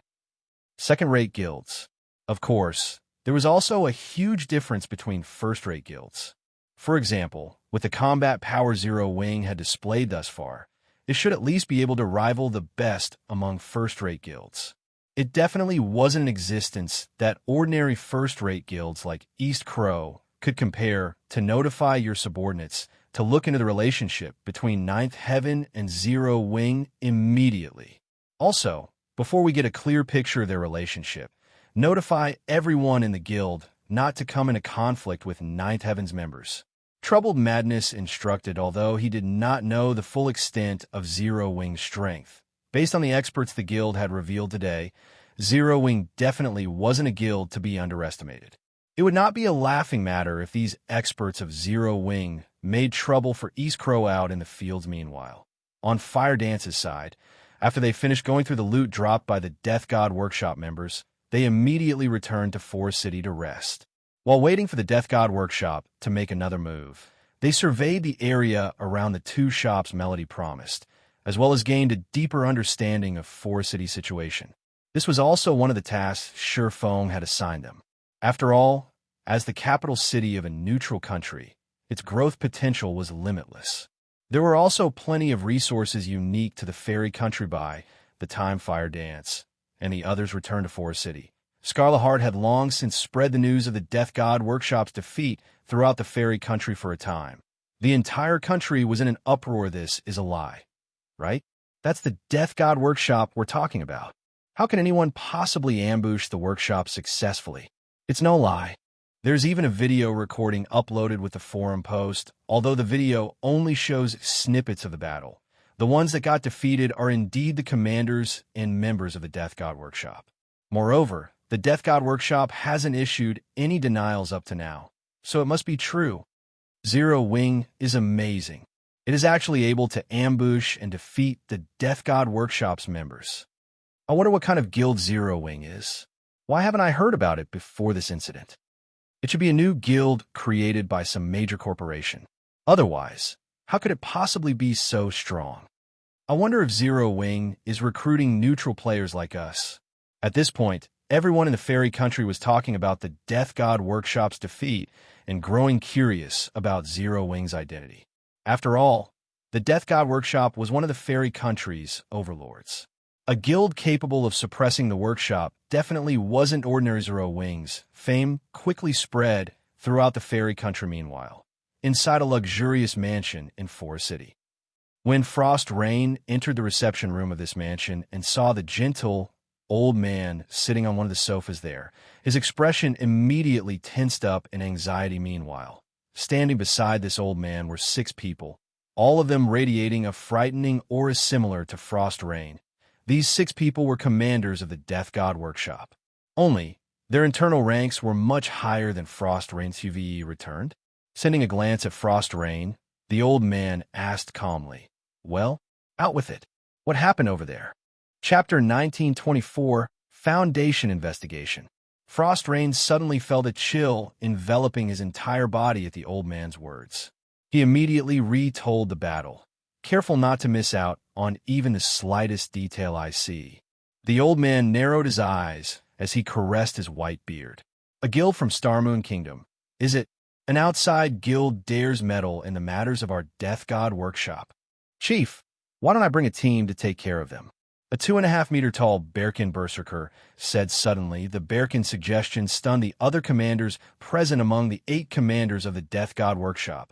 The Bearkin Berserker ranked number 1. Titled The Heavenly Spear by the Secret Pavilion, he was one of the 2 true pillars of the Death God Workshop.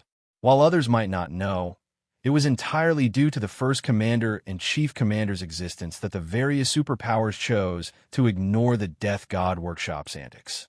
Otherwise, with the strength the various superpowers possessed, they would have long since taken care of the Death God Workshop yet. Now, one of the Death God Workshop's pillars was proposing to take action himself. The other commanders present were naturally surprised by this situation. Forget it. We'll stop harassing Ninth Heaven temporarily. We'll decide how we should proceed after we have conducted a thorough investigation of Zero Wing, the old man said, shaking his head. Moreover, even if we don't take action, Zero Wing will still encounter a lot of trouble from this point onward. The waters of the fairy country are much deeper than they think. Meanwhile, the Death God Workshop's lack of response to its crushing defeat fueled Zero Wing's fame to greater heights in Forest City. In just one day, a large number of players already wanted to join Zero Wing. Unfortunately, as Zero Wing had no intention to establish a branch guild in Forest City at the moment, these interested players could not help but sigh in disappointment. However, the businesses Zero Wing had set up in the 2 shops Melody had traded were booming with popularity. Many of the potions and engineering tools sold by the Candlelight trading firm were very much welcomed by Forest City's players. For example, the exotic stamina potion. As there weren't many towns and cities in the fairy country, there were very few teleportation points. Meanwhile, with the guilds occupying most of the nearby resource areas, independent players had no choice but to grind in distant maps. Due to these factors, independent players had to expend a lot of stamina just on travel, a situation that further increased the demand for the exotic stamina potion in addition. As Zero Wing held exclusive rights to the exotic stamina potion, Candlelight shops were the only source of the potion, which the independent players and guild players of Forest City were frantically purchasing. As for the selling price, it was much higher than that of the potion sold in Starmoon Kingdom in just one day. After deducting material costs and labor costs, the 2 shops set up in Forest City earned Zero Wing over 5,000 gold.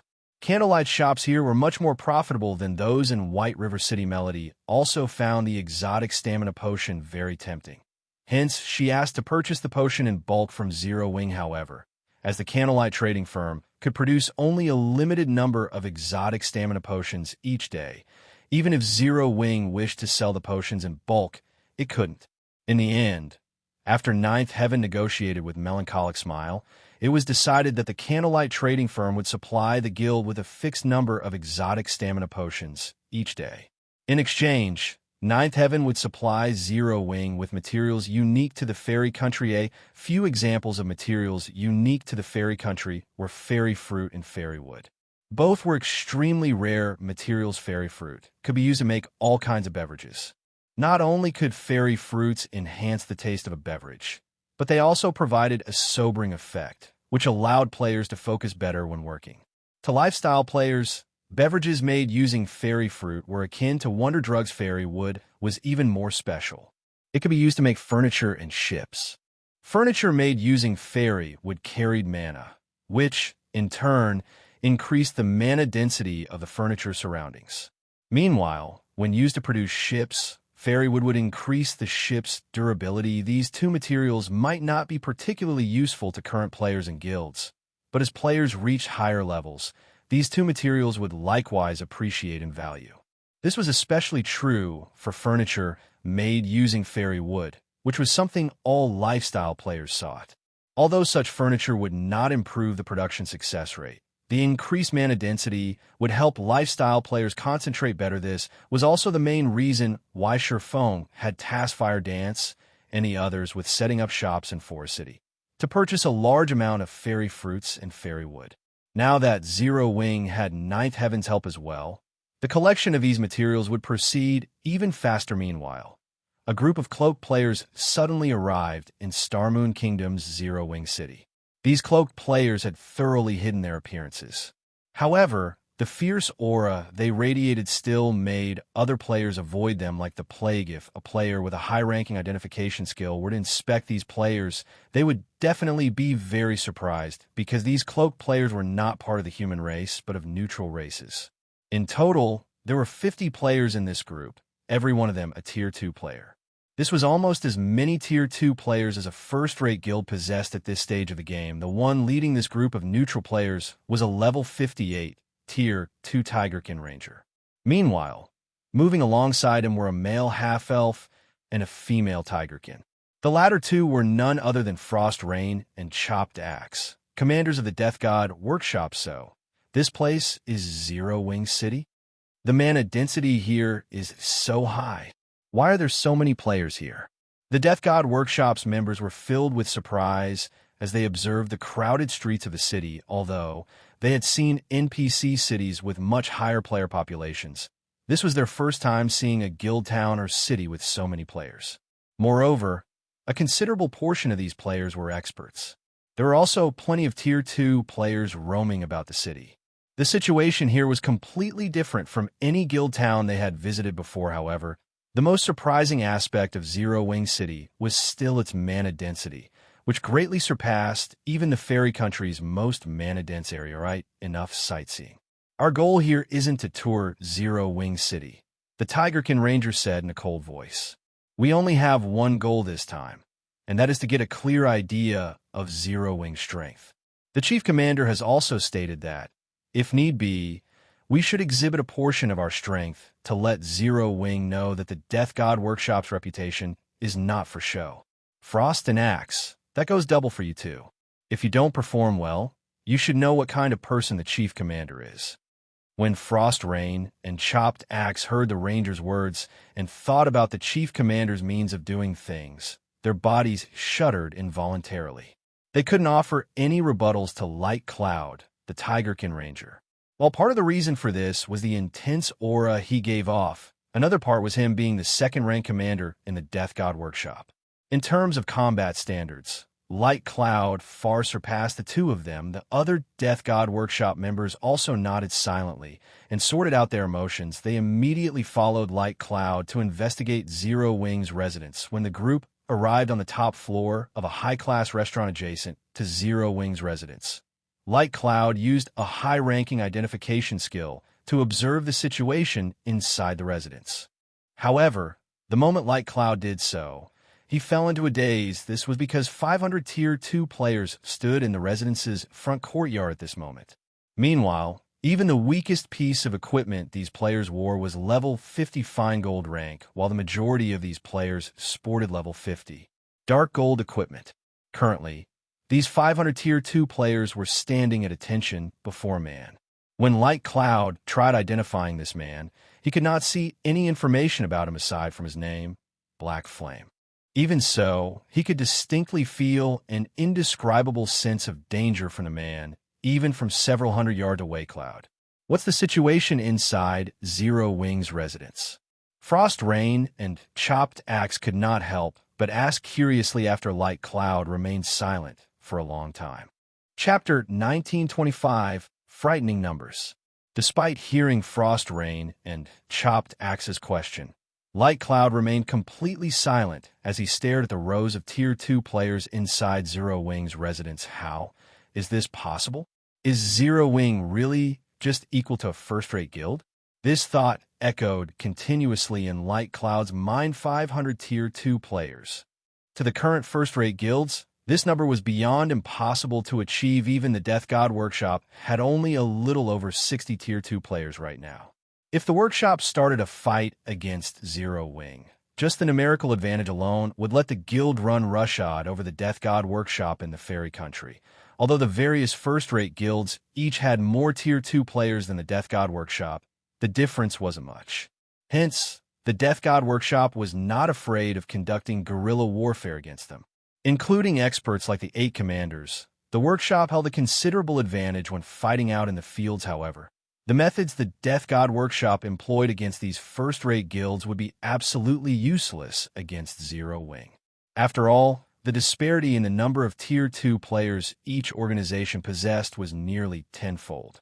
Even if Zero Wing divided its Tier 2 experts, the guild could still form sizable groups that would pose a formidable fighting force. Not to mention, unlike the various first-rate guilds, Zero Wing had experts that could rival the commanders of the Death God Workshop if the Death God Workshop really started fighting against Zero Wing in the Fairy Country. Even with the home ground advantage, the workshop wouldn't have it easy. Frost, Axe, you two stay here with me. Everyone else, return to base. Light Cloud commanded after giving the matter some more thought. Only the 3 of us are staying behind? Frost Rain was confused as he looked at Light Cloud. The chief commander specifically sent these people to help us. If all of them return, what can the 3 of us possibly achieve here? Aside from scouting out Zero Wing's strength, the chief commander had also implicitly suggested they make trouble for Zero Wing. Otherwise, he wouldn't have dispatched so many Tier 2 experts for a simple reconnaissance operation. The other Death God Workshop members agreed with Frost Rain's words. They all expressed their confusion over Light Cloud's decision, unable to understand why they had to return to base shortly after arriving in Zero Wing City. With their group of Tier 2 experts, they could cause even more destruction than a large guild's 1,000-man expert legion. Do you know how many Tier 2 experts are currently in Zero Wing's residence? Light Cloud asked as he shifted his gaze to Frost Rain. Tier 2 experts? Seeing as this is Zero Wing's main headquarters, there should be a couple of dozen, I guess. Frost Rain replied, after giving the matter some thought.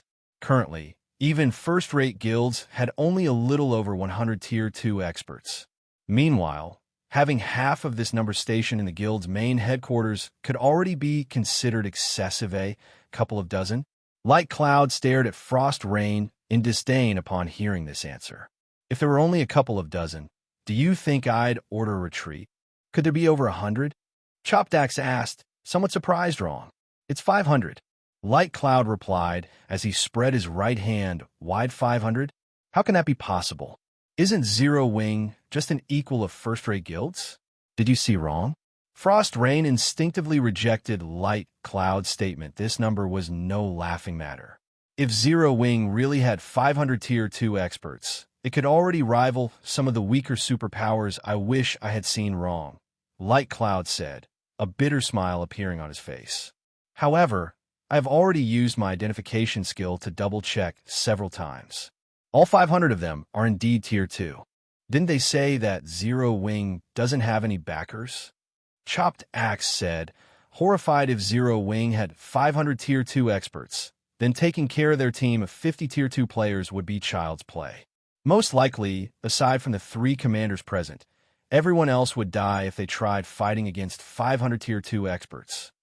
She found it truly hard to believe that Ninth Heaven, a second-rate guild that had no backers whatsoever, had managed to partner up with a titan like Zero Wing.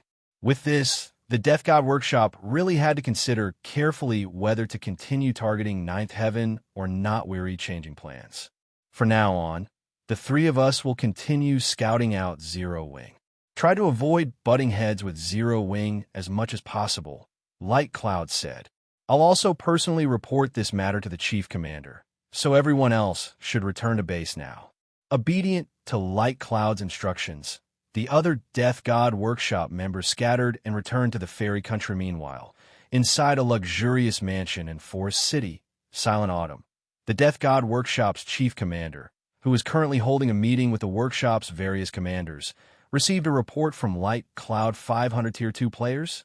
Silent Autumn, who was caressing his beard, froze when he read the contents of the report, although he had long since expected Zero Wing to be extraordinary since the guild dared to intervene in the Death God Workshop's affairs. He had never thought that the guild would be extraordinary to such an extent. It seems we'll have to shelve our plans for the moment. Chief Commander, what about our partnership with those people? The several commanders seated before Silent Autumn asked worriedly. Those people won't stop their plans just because of us. If we miss out on this opportunity, there's always money to be made. However, oftentimes, one wrong move could potentially end our lives. Silent Autumn replied, waving his hand. He still decided to play the spectator in this matter for the moment. Notify the ones below to maintain a low profile for now. We can also use this opportunity to determine whether Zero Wing has the ability to set foot into our territory. I believe it won't be long before we find out one way or another. There's no need for us to grow anxious.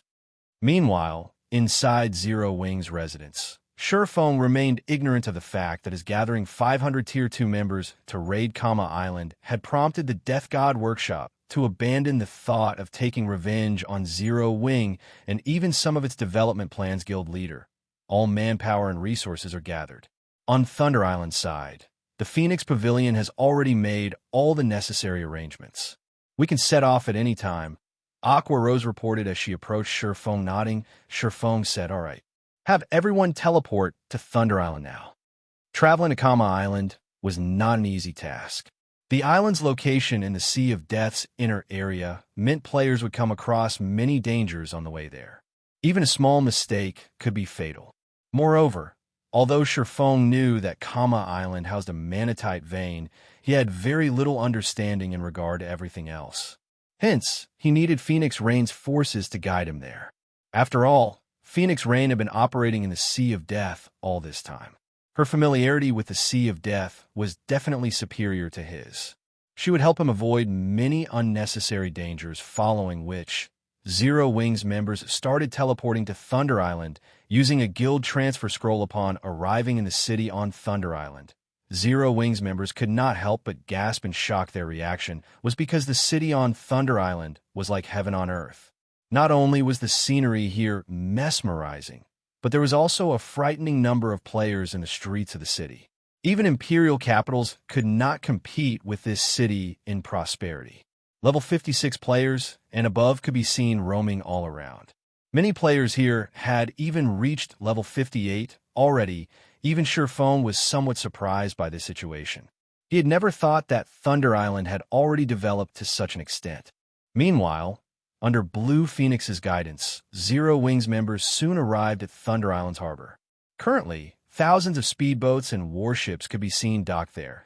The scene simply jaw-dropping just as Blue Phoenix was about to bring Zero Wing's members to the speedboats she had prepared for the trip to the Sea of Death's inner area.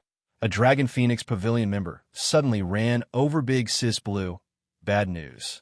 The Pavilion Master found the legacy left behind on Savage God Island, but information about it got out somehow, and her team ended up surrounded by Miracle's forces. Currently, Miracle has already blocked off the entire island. Although we immediately tried to deploy reinforcements, Nine Dragons Emperor's people are deliberately making trouble for us. preventing us from using the guild's warship to save the Pavilion Master. Damn it! Nine Dragons' Emperor must have leaked the information to Miracle to spoil our plans. Upon hearing her subordinate's report, Blue Phoenix could not help but frown in anxiety. The terrain on Savage God Island was slightly unusual. Players could use neither return scrolls nor instantaneous movement scrolls on the island. Meanwhile, entry to the island was possible only by ship. If the entire island was blocked off, the only way out was by carving a path of blood. Meanwhile, the members Phoenix Rain had brought to Savage God Island this time were all experts of the Phoenix Pavilion. Their annihilation would deal a severe blow to the Phoenix Pavilion Guild leader Black Flame. Due to this emergency, I'll have to postpone our trip for now. I need to quickly organize a fleet and head over to Savage God Island. I hope that you can understand, Blue Phoenix said anxiously as she looked at Feng. Something happened on Savage God Island? Feng was startled by Blue Phoenix's words. As far as he remembered, Savage God Island was not something that should appear at this stage of the game. He nodded and said, since the Phoenix Pavilion Master is in trouble, it is only natural to postpone this matter. As allies, is there anything we can do to help? Chapter 1926. Hell has no doors. Guild leader Black Flame is willing to help us? Wonderful.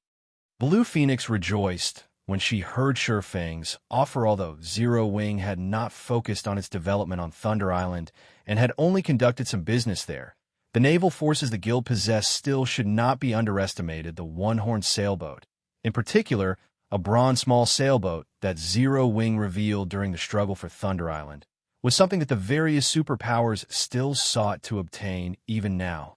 After all, although the superpowers' naval forces had improved a lot since the struggle of Thunder Island, the one-horned sailboat remained a force to be reckoned with, following which, while organizing a fleet to head towards Savage God Island, Blue Phoenix filled Feng in on their rescue operation, this time in order to monopolize the legacy ruin on Savage God Island. Miracle had dispatched 3 of its fleets, each of which had over 100 ships.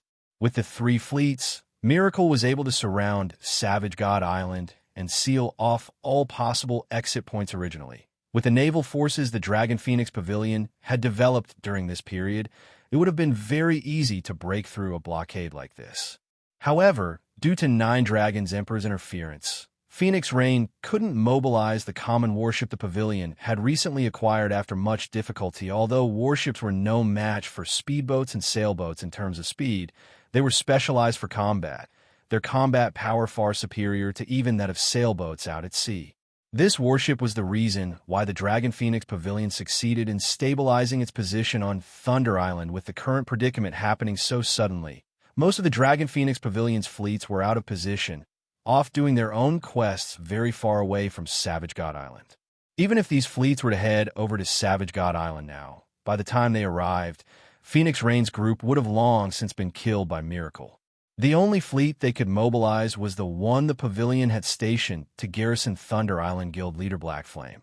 I hope that you can help us distract a part of Miracle's forces. You don't have to fight them head-on. It is fine, so long as you can distract 1 fleet's worth of ships. With that, my side will be able to break through the encirclement and rescue the Pavilion Master's group. Blue Phoenix briefed Feng on the plan as she took out a seam map as long as they could group up with Phoenix Rain's forces. Miracle would have a hard time doing anything against them. Then, all they would have to do was buy time until the Pavilion's other fleets arrived, at which point, Miracle would naturally give up on targeting Phoenix Rain. After all, if the fleets of their 2 superpowers truly started a fight with each other, all they would achieve was harm to themselves. Benefiting the other superpowers occupying Thunder Island, my side only needs to split one of their fleets away. After giving the matter some thought, Feng nodded and said, that won't be a problem. We'll do our best to keep them busy for as long as possible. The appearance of Savage God Island was a huge event. He naturally had to go and take a look. During his previous life, he had only heard about Savage God Island. Savage God Island was both a secret land and a drifting island. Rumor had it that there were legacies and treasures left behind on the island. Reality had indeed proven these claims true. Regardless if it were legacies or treasures, both could allow a guild's strength to skyrocket. However, Savage God Island had only appeared for a short period in the past. By the time the various large guilds had shifted their focus to the sea, Savage God Island had long since become a legend. In the end, only the superpowers back then had managed to gain some harvest from Itil, have to trouble guild leader Black Flame. Then, Blue Phoenix said sincerely by the time Blue Phoenix was done hashing out a rescue plan, her fleet was also ready to set off. She immediately commanded her fleet to depart for Savage God Island. The appearance of Blue Phoenix's fleet stunned many of the adventurer teams that had recently arrived on Thunder Island. Her fleet had 100 ships in total. Among them, more than 50 were advanced speedboats, 8 were bronze speedboats, 2 were mysterious iron speedboats, and 2 were common small sailboats, a very powerful fleet even in the Sea of Death. Compared to the fleets the adventurer teams normally came across, the difference was like heaven and earth. The usual fleets only had 5 or 6 bronze speedboats and 30 or so advanced speedboats, with the rest being ordinary speedboats in reality. The adventurer teams that had recently arrived on Thunder Island weren't the only ones surprised by the fleet Blue Phoenix prepared. Even Feng was surprised at this sight. He had never thought that Phoenix Rain had already expanded her naval forces to such a level. Moreover, this was only one of several fleets under Phoenix Rain's command, of course. A fleet used to garrison Thunder Island naturally needed to be excellent, as this was a show of the guild's strength. At the same time, this garrison fleet could be used during emergencies. Even so, from looking at Blue Phoenix's fleet, Feng could already tell just how frightening the naval forces Phoenix Rain currently possessed upon seeing Blue Phoenix's fleet leave the harbor. Feng took out the Swift Dragon speedboat, 2 bronze speedboats, over a dozen advanced speedboats, 1 common sailboat, and the one-horn sailboat to ferry the 500 Zero-Wing members he brought with him. Although the number of ships in his fleet was far from a match for Blue Phoenix's fleet, his fleet's overall combat power was still enough to make the various adventurer teams wandering around the harbor gawk at his fleet. Enviously, Zero-Wing's fleet is amazing. Big Sis Blue, this is wonderful. With our strength and 0 wings, we'll have no problem breaking through Miracle's encirclement. A level 57, Tier 2 female cleric on one of the Dragon Phoenix Pavilion's common sailboats exclaimed in surprise and joy when she saw 0 Wing's fleet. This is only natural. Back during the struggle for Thunder Island, 0 Wing's fleet was already something that the various superpowers envied. Although 0 Wing is currently unable to focus on its naval development due to a bunch of matters, its naval strength is still not to be underestimated. Blue Phoenix nodded. This was also the reason why she was so happy that Feng was willing to help them out after traveling for a little over 3 hours. Blue Phoenix and Feng's group finally saw an island enveloped by dark fog on the horizon. This island was none other than Savage God Island. Currently, the entirety of Savage God Island was surrounded by a large number of ships. However, after Blue Phoenix took a rough glance at these ships, her complexion darkened immediately. How is this possible? Her expression turned incomparably gloomy when she saw the ships anchored at Savage God Island. Miracle only dispatched 3 fleets? That was an outright lie. At this moment, there were more than 500 ships around Savage God Island. In other words, a total of 5 fleets were present. Moreover, just the small sailboats she could see from this distance numbered as many as 7, with mysterious iron speedboats numbering more than 10. Even Miracle's Pride, the giant crocodile warship, was here. Meanwhile, after noticing the appearance of Blue Phoenix's and Feng's fleets, these ships quickly went into action and started forming an encirclement around the 2 fleets' vice guild leader Miles. Just like you guessed, the fleet the Dragon Phoenix Pavilion used to garrison Thunder Island has arrived. However, according to the report we received, it would seem that 0 Wing's fleet is also participating in the rescue operation this time. 0 Wing's fleet has 2 sailboats and several excellent speedboats. A Tier 2 Ranger, the captain of one of Miracle's small sailboats, reported as he looked at Feng's fleet. Should we alter our original plans? 0 Wing. Thousand Miles smiled when he heard this. This is interesting. Originally, I only planned on damaging and plundering Phoenix Rain's first fleet, but since 0 Wing has also joined the fray, we'll take 0 Wing's ships too. Notify the Water Ghost Legion to start the assault. He was very familiar with Zero Wing's one-horned sailboat, however.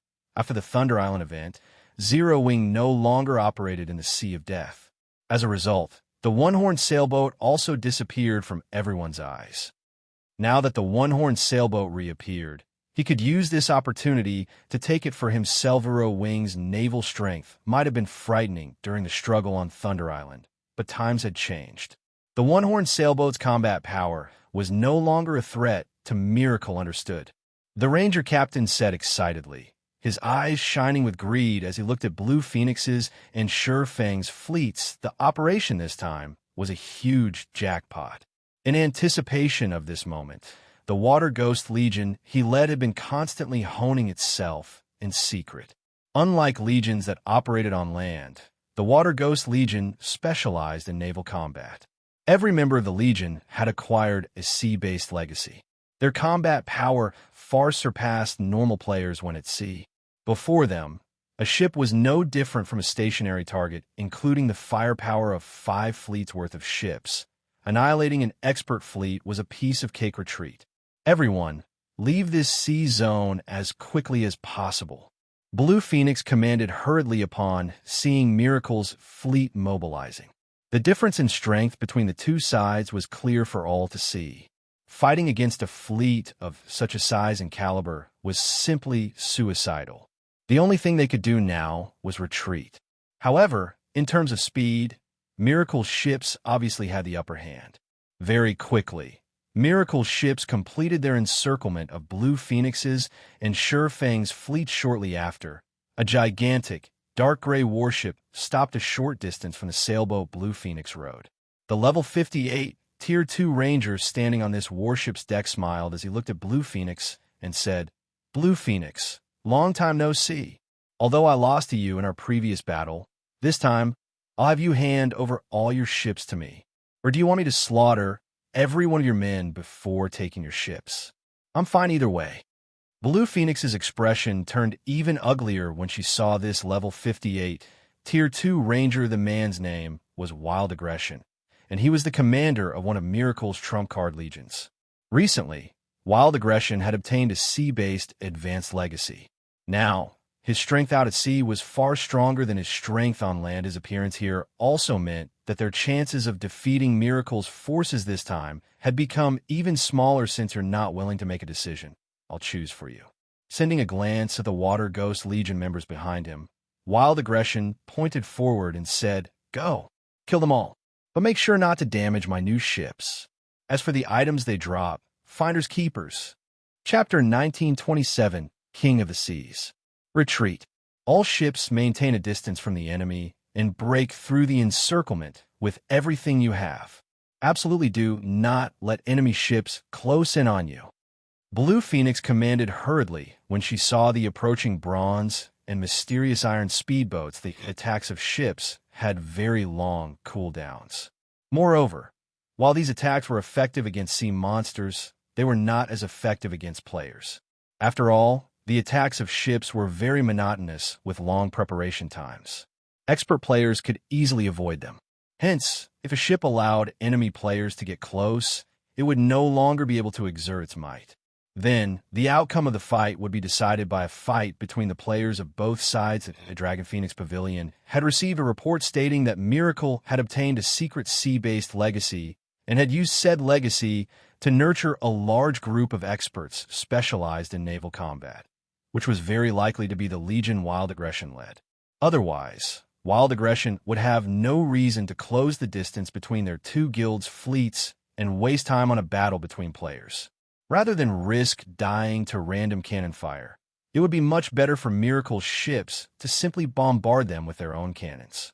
Although doing so would damage the pavilion's ships and reduce the harvest Miracle could gain, this method was comparatively safer under Blue Phoenix's command. The pavilion's ships maintained a steady bombardment, while simultaneously keeping their distance from Miracle's ships for a time. The Water Ghost Legion speedboats couldn't approach the pavilion's ships at all. What a bunch of slippery eels.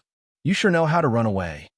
Whenever the Water Ghost Legion speedboats got too close, Blue Phoenix's ships would accurately launch a round of attacks that forced the Legion speedboats to either reduce their speed or swerve to avoid the attacks. This, in turn, opened the distance between the two fleets. You wish to escape? Try it if you can. We have long since set up a magic barrier around this area. Not a single one of you should think of leaving this place alive. Wild Aggression bellowed in rage when he saw that the distance between their two guilds' fleets was not shortening at all. Activate the magic array. Following Wild Aggression's command, walls of ice suddenly started emerging from the ocean's surface, blocking off the direction Blue Phoenix's and Feng's fleets were heading. The ice walls were over a dozen meters tall and several meters thick. Moreover, they kept expanding into the surroundings. It was simply impossible for the ships to break through this barrier, the Glacier Seal. Feng felt a little surprised when he saw the gigantic ice barrier forming a distance away from his fleet. The Glacier Seal was the product of the Glacier Orb, a rare magical tool meant for naval combat. However, activating the Glacier Seal required 100 Glacier Orbs. Moreover, each activation cost 10,000 magic crystals. Once activated, the Glacier Seal would lock down a 5,000-yard radius for 30 minutes. Only small sailboats, ranked Secret Silver or higher, and warships of Mysterious Iron and above could break through the Glacier Seal. All ships gather together. Do not engage the enemy by yourself.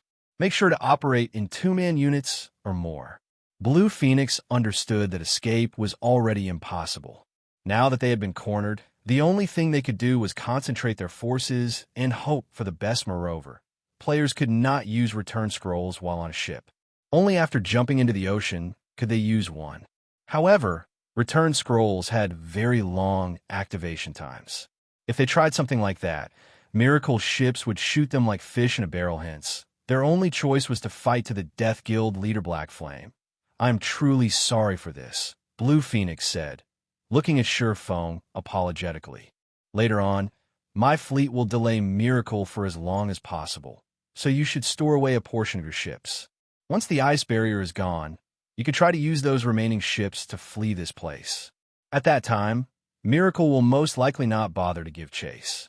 After saying so, Blue Phoenix quickly had her ships fall into a defensive formation, separating Miracle's fleet from Zero Wing's fleet entirely. With this, if Miracle wanted to target Zero Wing, it would have to go through her ships first. Do you think our Water Ghost Legion will let Zero Wing's members escape? A level 57, Tier 2 Berserker, who was a team leader from the Water Ghost Legion, sneered. "Use instantaneous movement scrolls to break through the defensive line. Prioritize killing all of Zero Wing's members. Let's see what the Dragon Phoenix Pavilion can do about it." After this team leader said so, a 100-man team from the Water Ghost Legion immediately used instantaneous movement scrolls after arriving at a location a short distance away from Blue Phoenix's ships. In the blink of an eye, this 100-man team broke through the defensive perimeter Blue Phoenix erected and appeared above Zero Wing's one-horned sailboat, drawing their weapons. These Water Ghost Legion members revealed sinister smiles. Meanwhile, the Berserker team leader unsheathed the blood-stained greatsword slung on his back. When he did so, a faint layer of water vapor appeared around it. This was none other than the power of the sea-based legacy he had acquired. Tier 2 passive skill, Flowing Water Blade.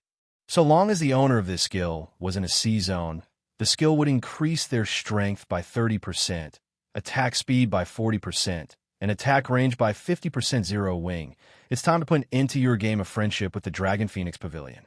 Who'll be the first to die to my blade?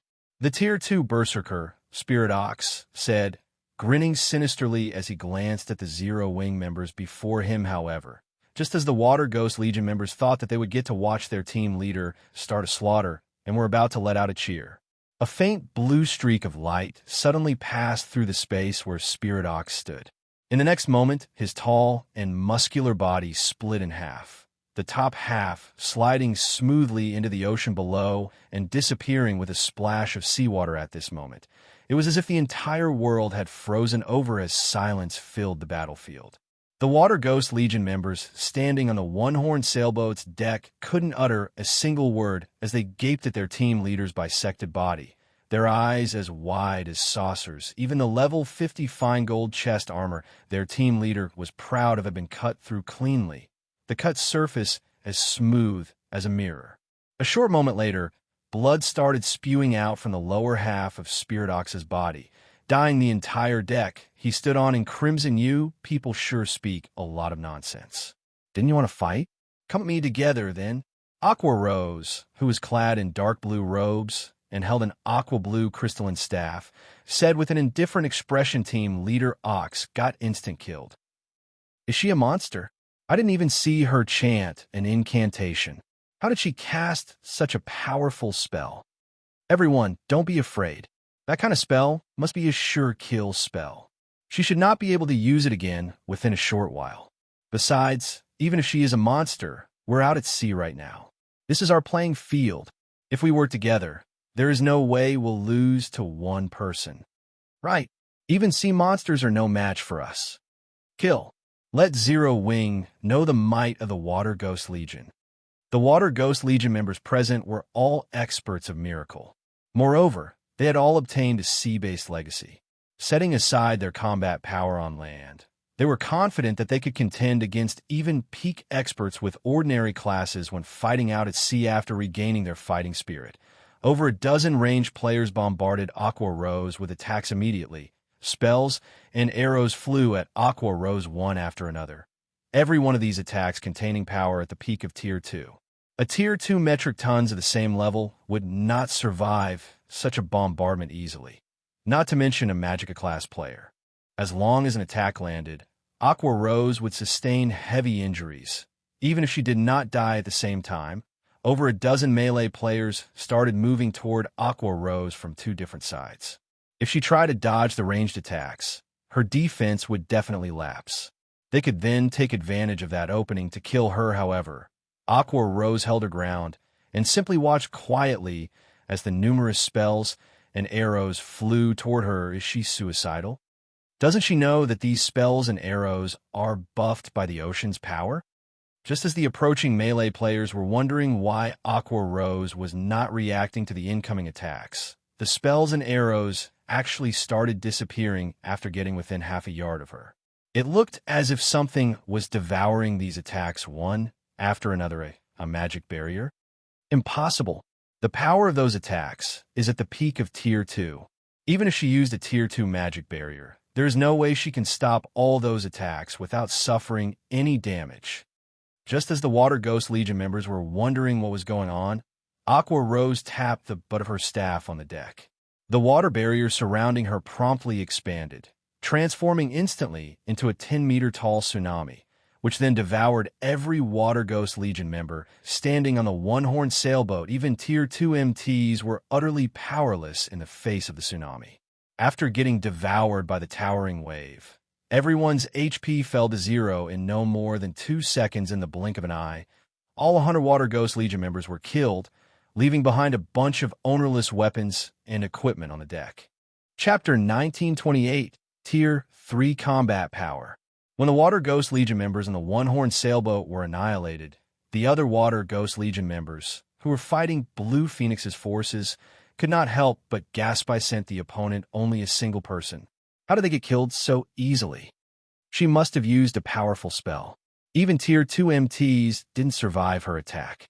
Did she use some kind of over-tier spell? Questions flooded the Water Ghost Legion members' minds as they looked at Aqua Rose. Due to their sea-based legacies, both their attack power and defense were greatly enhanced when fighting at sea. In addition, their combat standards were superior to ordinary experts. Overall, their Tier 2 members should be able to contend against peak experts. However, Aqua Rose had still killed the several Tier 2 members, who were part of the 100-man assault team. Instantly, what are you all afraid of? The enemy is just one person.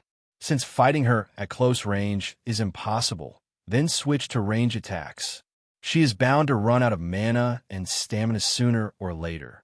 Wild Aggression barked strictly, a slight frown forming on his face, while Aqua Rose's strength did indeed make it more difficult for them to wipe out Zero Wing's forces. They still had an absolute advantage in numbers. The outcome of this battle wouldn't change just because of one person. After Wild Aggression finished speaking, another 100-man team from the Water Ghost Legion teleported to the one-horned sailboat. Obedient to Wild Aggression's command, several dozen ranged players started attacking Aqua Rose from a distance. Although Aqua Rose's spells were powerful, she would have difficulty retaliating when targeted by so many attacks.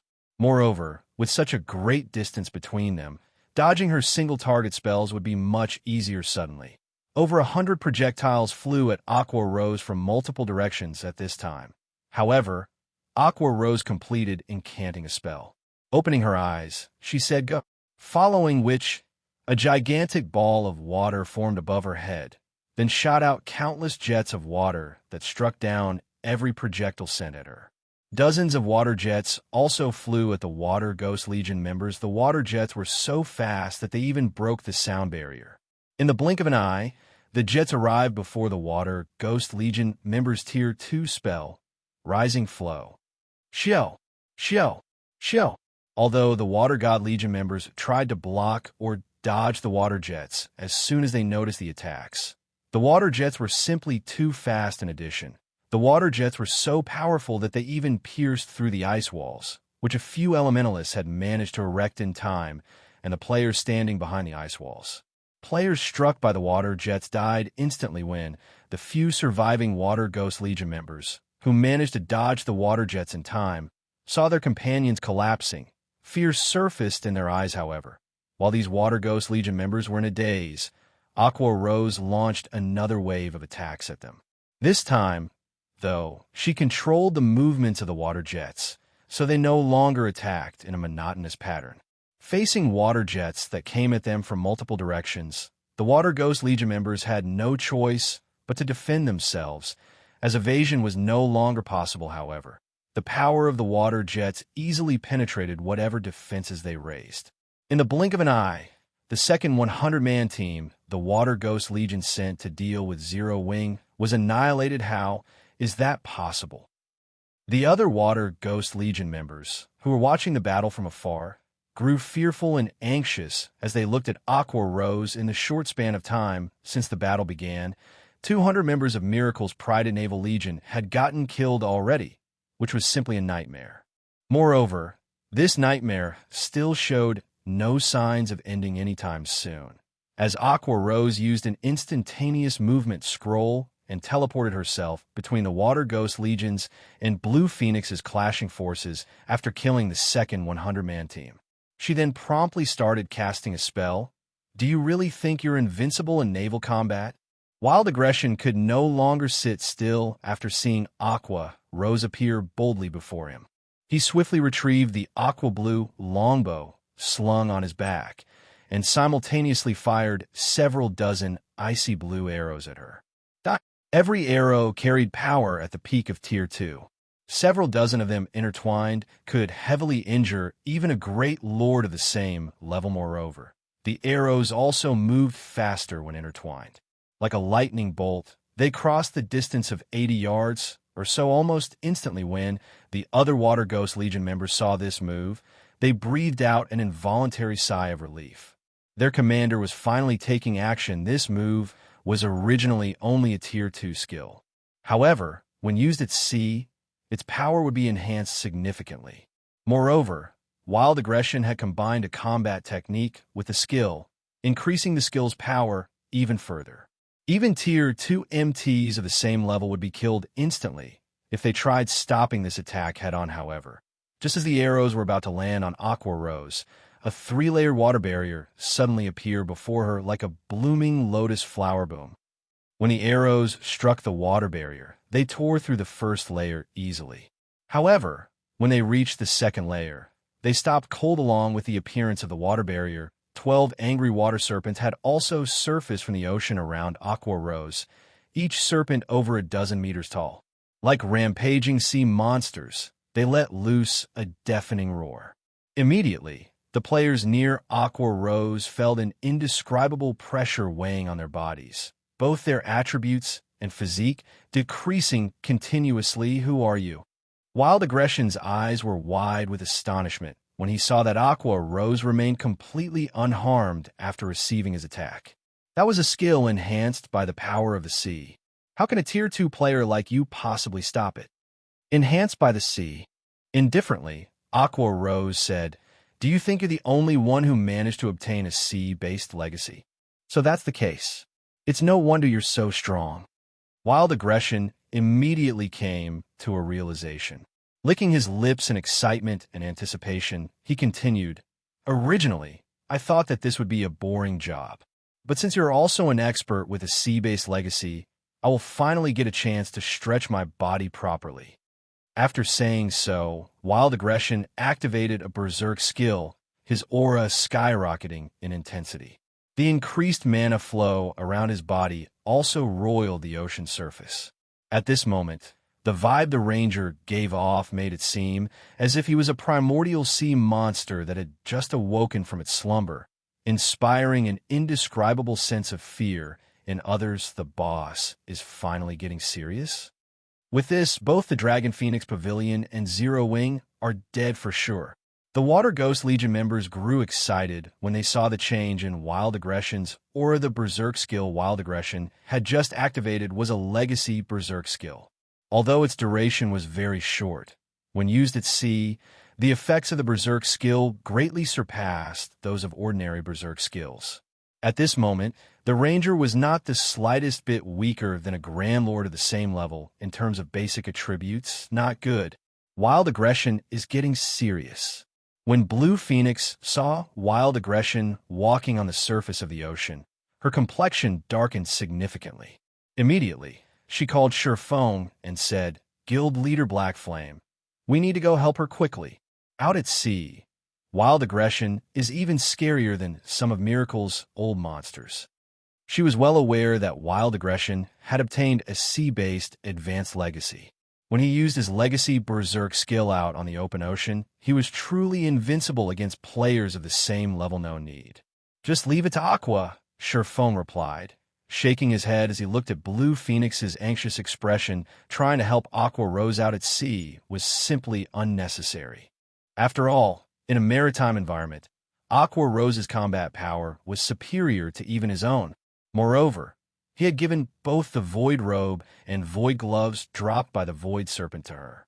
If it really came down to a battle out at sea against Aqua Rose, even he would have to flee. Right now, her combat power was solidly at Tier 3. Including the effects of the Sea Dragon Staff, a growth-type staff exclusive for Aqua Rose's Sea God's Legacy, her combat power was already at the peak of Tier 3, even without activating a Berserk skill. Hence, for Tier 2 players, picking a fight with Aqua Rose right now was no different from suicidal. Feng was saying so. Wild Aggression made his move, firing an arrow straight into the sky. Following which, a twofold magic array appeared overhead and rained countless aqua blue arrows onto Aqua Rose Tier 2 taboo skill, Heavenfall. As for Aqua Rose, she controlled the water serpents to greet these arrows. Boom.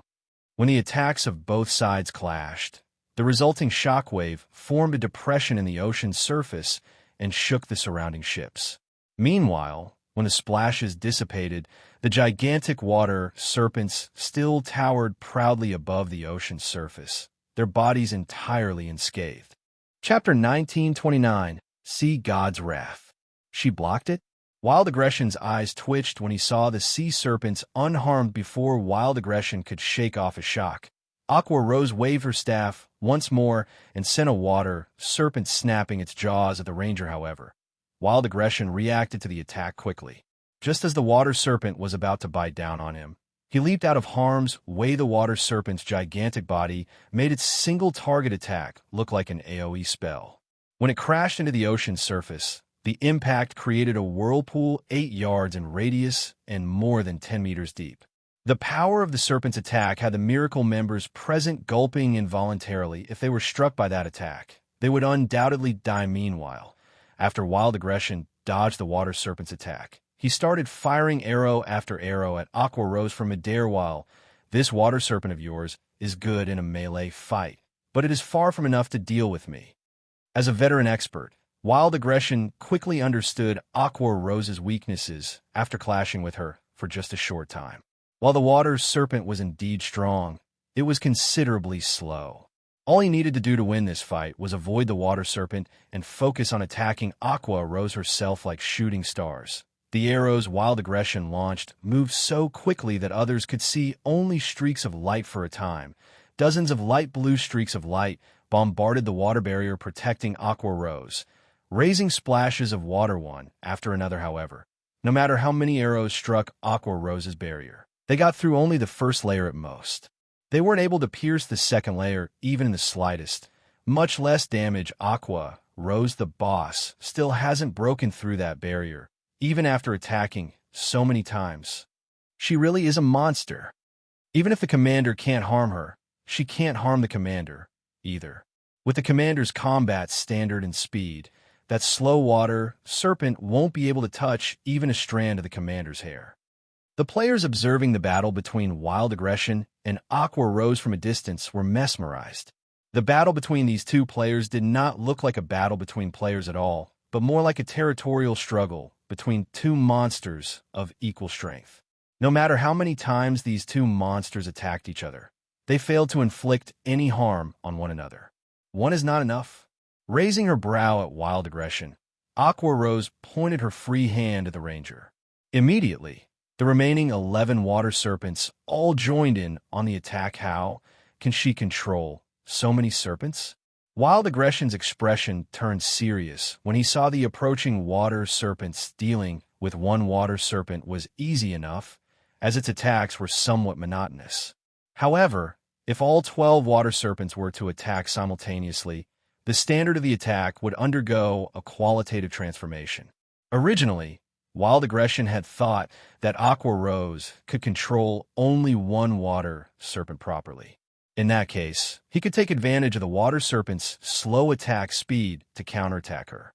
However, with all 12 water serpents attacking him now, he could only evade. He had no opportunity to attack Aqua Rose whatsoever in the blink of an eye.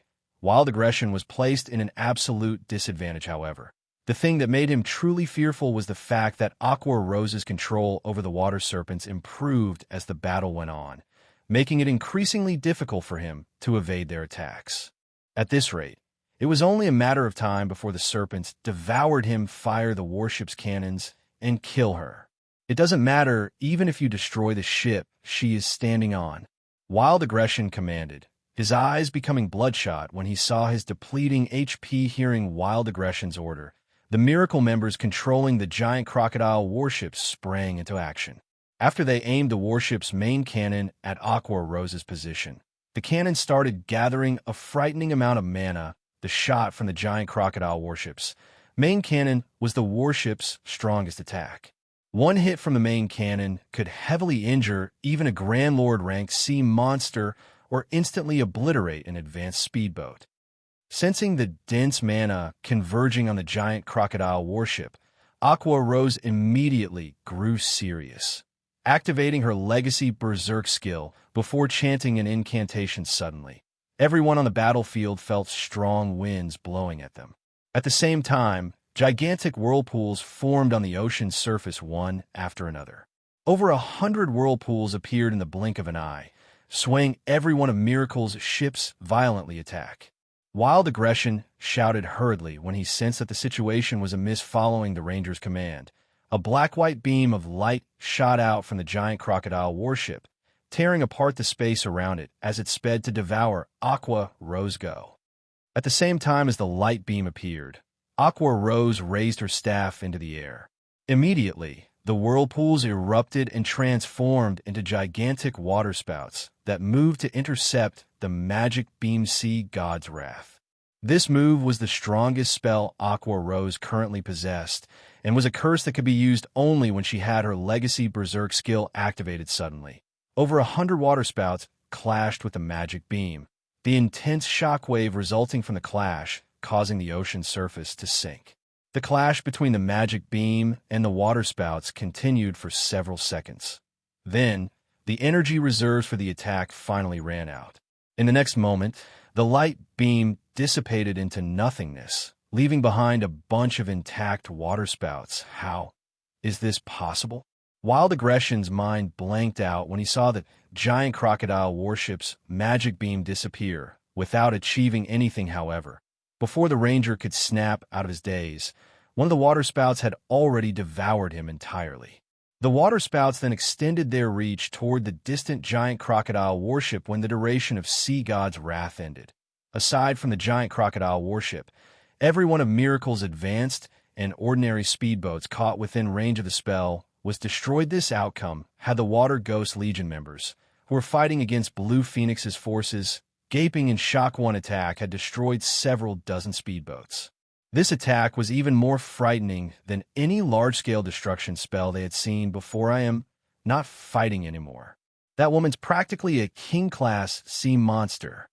I'm not going to die a pointless death here. Let's escape together. Right, let's escape together. That way, the higher-ups won't be able to pin the blame on us. After a moment of silence, Miracle's members could no longer withstand the pressure they felt from Aqua rose immediately. Every one of Miracle's ships turned around and fled the battlefield, further stupefying the Water Ghost Legion members. How were they supposed to leave the battlefield without any ships?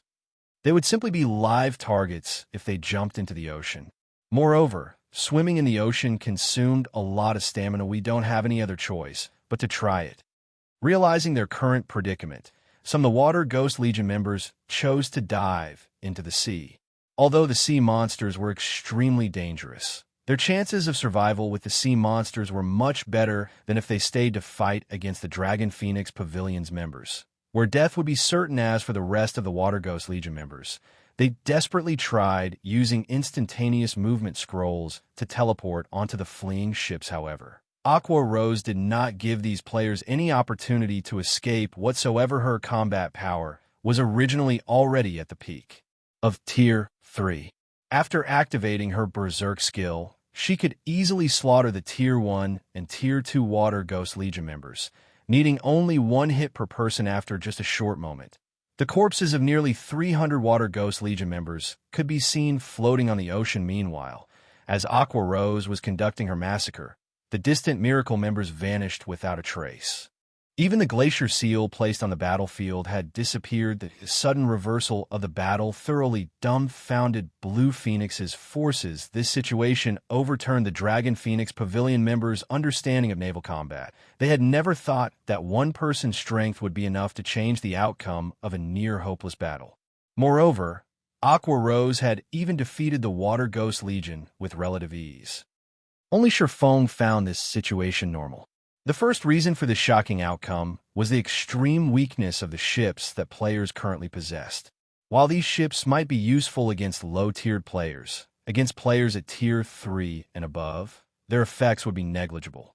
The second reason was Aqua Rose having the Sea God's Legacy, one of the strongest sea-based legacies in the game. In the past, it was precisely because of this legacy that the Freedom Alliance had managed to become an overlord of the seas. Otherwise, with the Freedom Alliance's strength, it would have long since been devoured by the various superpowers following, which, Feng started going through the spoils of war.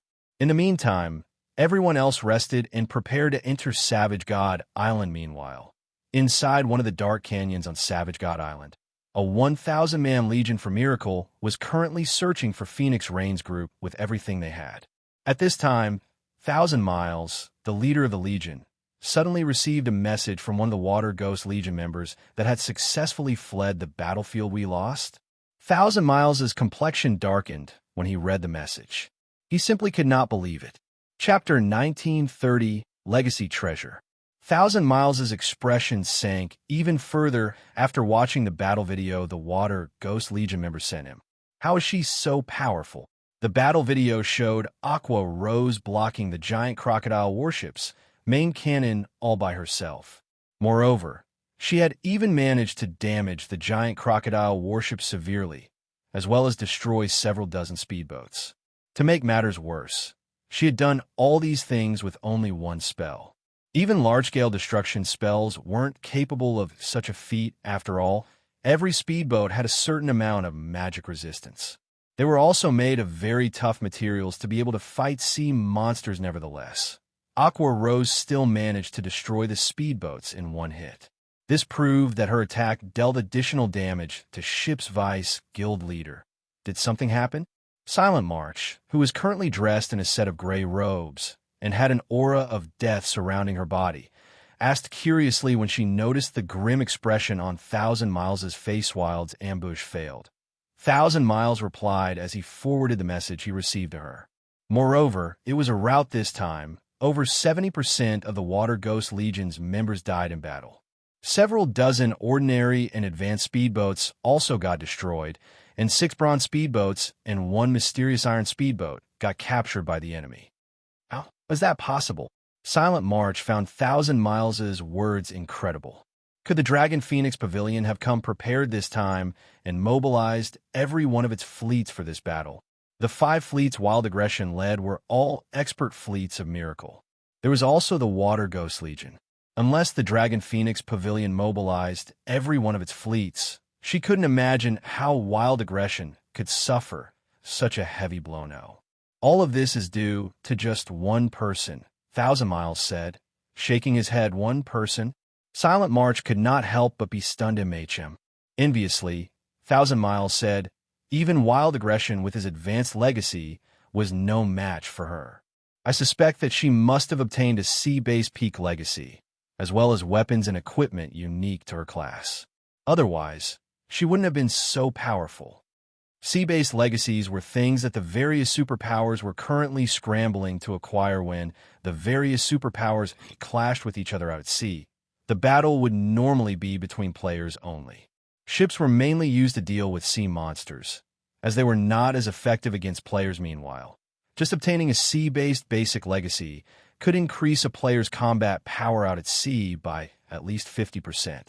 As for advanced legacies, the improvements provided were even more exaggerated. Miracle had exhausted a lot of manpower and resources just to obtain one sea-based advanced legacy. However, Thousand Miles had to admit that the return was worth the losses incurred. After gaining the advanced legacy, Wild Aggression's combat power out at sea was simply frightening. Whether the Ranger was going up against sea monsters or players, his advanced legacy provided significant help now that it seemed that Aqua Rose had acquired a sea-based peak legacy. How could Thousand Miles not feel envious of it? Moreover, watching this battle had also reaffirmed for him the importance of sea-based legacies. Then, what should we do now? I'm afraid it won't be long before the Dragon Phoenix Pavilion's reinforcements arrive. Once that happens, we'll have a harder time killing Phoenix Rain, Silent March said worriedly. Since reinforcements have already arrived, there's no need for us to waste time here any longer. In any case, we have already obtained the legacy treasure and achieved our initial goal. Have everyone retreat. Thousand Miles replied, smiling. We'll let Phoenix Rain and Zero Wing have their fun for now. Once we obtain this legacy, the entire Sea of Death will be Miracle's territory. When Blue Phoenix received news about Miracle's ambush on Phoenix Rain, they had already fought a battle with Phoenix Rain's team on Savage God Island. Meanwhile, by the time Blue Phoenix's fleet arrived, the battle had long since ended. Although they did not manage to steal everything from Phoenix Rain's group, they had still obtained the most important legacy treasure. If they had not wanted to obtain the remaining treasures, they wouldn't have bothered wasting time playing cat and mouse on the island with Phoenix Rain. Although the losses they suffered to Zero Wing were indeed unexpected, compared to the legacy treasure, these losses were negligible. Understood. I'll have everyone retreat from the island right away.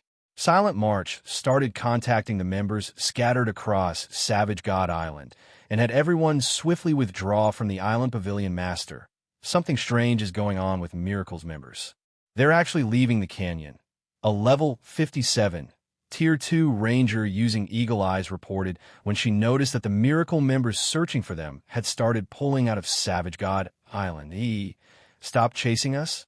Phoenix Rain, who is currently recovering her stamina beneath a tree, asked curiously. Has Blue arrived? That's not right. With Thousand Miles' personality, he wouldn't give up so easily. Did something unexpected happen to Miracle's forces? She knew very clearly what kind of strength Blue Phoenix's impromptu fleet possessed. It would be fortunate if Blue Phoenix's fleet could break through Miracle's blockade of Savage God Island. Even after Blue Phoenix's forces grouped up with her team, all they would be able to do was buy time for the Dragon Phoenix Pavilion's other fleets to arrive. Thousand Miles should know this as well. So how could he possibly give up on this excellent opportunity to deal her a blow? Pavilion Master, something changed. An assassin hiding at the shore of Savage God Island reported suddenly. Miracle's ships stationed around the island are withdrawing. Miracle even removed the lockdown on the island. Phoenix Rain grew even more curious after hearing this report. Just what is Thousand Miles planning? It was precisely Miracle's blockade that prevented her team from escaping. Meanwhile, now that it was gone, they could leave at any time. However, Phoenix Rain could not understand why Thousand Miles would give up on such a good opportunity. Pavilion Master, another update. Miracle's giant crocodile warship is approaching the island. However, by the looks of it, the warship seems to have sustained heavy damage. 2 of its mainsails are in tatters. Moreover, the fleets following behind the warship seem to have lost a lot of ships. They must have just experienced a great battle. The Miracle members on the island seem to be preparing to board the warship and leave the island. The assassin said, shocked as he eyed the gigantic warship that had anchored close to the beach and the Miracle members approaching the warship after hearing this assassin's report. Phoenix Rain grew even more confused. She could not make heads or tails of the situation at all. Miracle's giant crocodile warship was no laughing matter. It was much more powerful than even the Dragon Phoenix Pavilion's warship, akin to a mobile seaborne fortress. Hence, she found it truly hard to imagine that Miracle's prided warship would suffer heavy damage. Moreover, Miracle had even decided to abandon Savage God Island and retreat right after suffering such a humiliation. Everyone, get yourselves ready. We're going to leave the island now. Phoenix Rain decided, after giving the matter some more thought. Pavilion Master, could this be Miracle's trap? Maybe they're pretending to retreat to get us to lower our guard. A female cleric said with how strange this situation was, they had to be especially careful in their decisions. That shouldn't be the case. That's the giant crocodile warship we're talking about. Miracle doesn't need to damage its prized warship to such an extent just to deal with us. Miracle must have fought some other superpower and ended up eating a loss, Phoenix Rain said, shaking her head. While she had indeed considered the possibility of this being a ploy by Miracle, the likelihood was very low. Warships could not be repaired in ordinary repair yards. It would be utterly foolish for Miracle to damage its core combat power just to deal with her team a short moment later. Phoenix Rain led the survivors of her team out of the canyon they were hiding in and carefully approached the shore of Savage God Island. Their journey there was incomparably peaceful. They did not encounter a single member of Miracle. Just which superpower started a fight with Miracle? Phoenix Rain could not help but wonder as she thought back to the uneventful journey her team just made. As far as she knew, there were no naval superpowers capable of forcing Miracle to make such a decisive retreat. Pavilion Master, look, it's Blue Phoenix's fleet. A Tier 2 ranger said as she waved excitedly at the ships approaching the shore. They stood on when Phoenix Rain turned to the direction the female ranger indicated. Confusion covered Phoenix Rain's face. It was indeed Blue Phoenix's fleet that arriving. However, Miracle's ships currently surrounded Blue Phoenix's fleet, yet for some reason, none of Miracle's ships dared approach Blue Phoenix's fleet. They only watched the fleet edge up to the shore from afar, as if they were afraid of something. When Blue Phoenix's fleet got closer, Phoenix Rain suddenly noticed the presence of sailboats and speedboats that were both unfamiliar, yet familiar to her. This was especially true for the sailboat at the lead Zero Wing. Phoenix Rain was filled with an indescribable sense of shock when she saw Feng and his guild members standing at the bow of the one-horn sailboat. Could it be their doing? Chapter 1931, Savage God's Treasure. Sea of Death on the giant crocodile warship off Savage God Island. Vice Guild Leader, the results of our investigation are in. According to our spies, Black Flame is personally leading Zero Wing's team this time. As for why Zero Wing is here, we still aren't certain. Silent March reported as she pointed toward Zero Wing's members, who had just set foot ashore. Black Flame. Thousand Miles smiled upon hearing this. We're quite lucky this time, since the guild leader of Zero Wing has personally come to a remote place like the Sea of Death. Zero Wing must be conducting a big operation. Although Zero Wing had ruined his plans, it would seem that he was soon going to earn back his losses. I'll have 5 assassin parties secretly tail them, Silent March said, a smile likewise appearing on her face. She then started arranging for the necessary manpower in God's domain. Guild leaders of large guilds generally wouldn't lead a team of their own. However, when they did, it would definitely be an important operation. If one stalled such a team and properly took advantage of the opportunity, one could deal damage to the targeted guild and steal said guild's harvest. Only, it was very difficult to track the guild leaders of the various large guilds, as they would generally take preventive measures to cover their traces, make sure Zero Wings members don't detect them, no matter what. 1,000 Miles reminded Vice guild leader, rest assured, the parties I sent are the best. I am certain they will not be discovered. Silent March nodded meanwhile on Savage God Island. After Blue Phoenix informed Phoenix Rain about the battle between Aqua Rose and the Water Ghost Legion, Phoenix Rain could not help but sigh ruefully. She had gone to great lengths to secure a clue leading to a sea-based legacy. Yet before she could get the legacy, Miracle stole it from under her.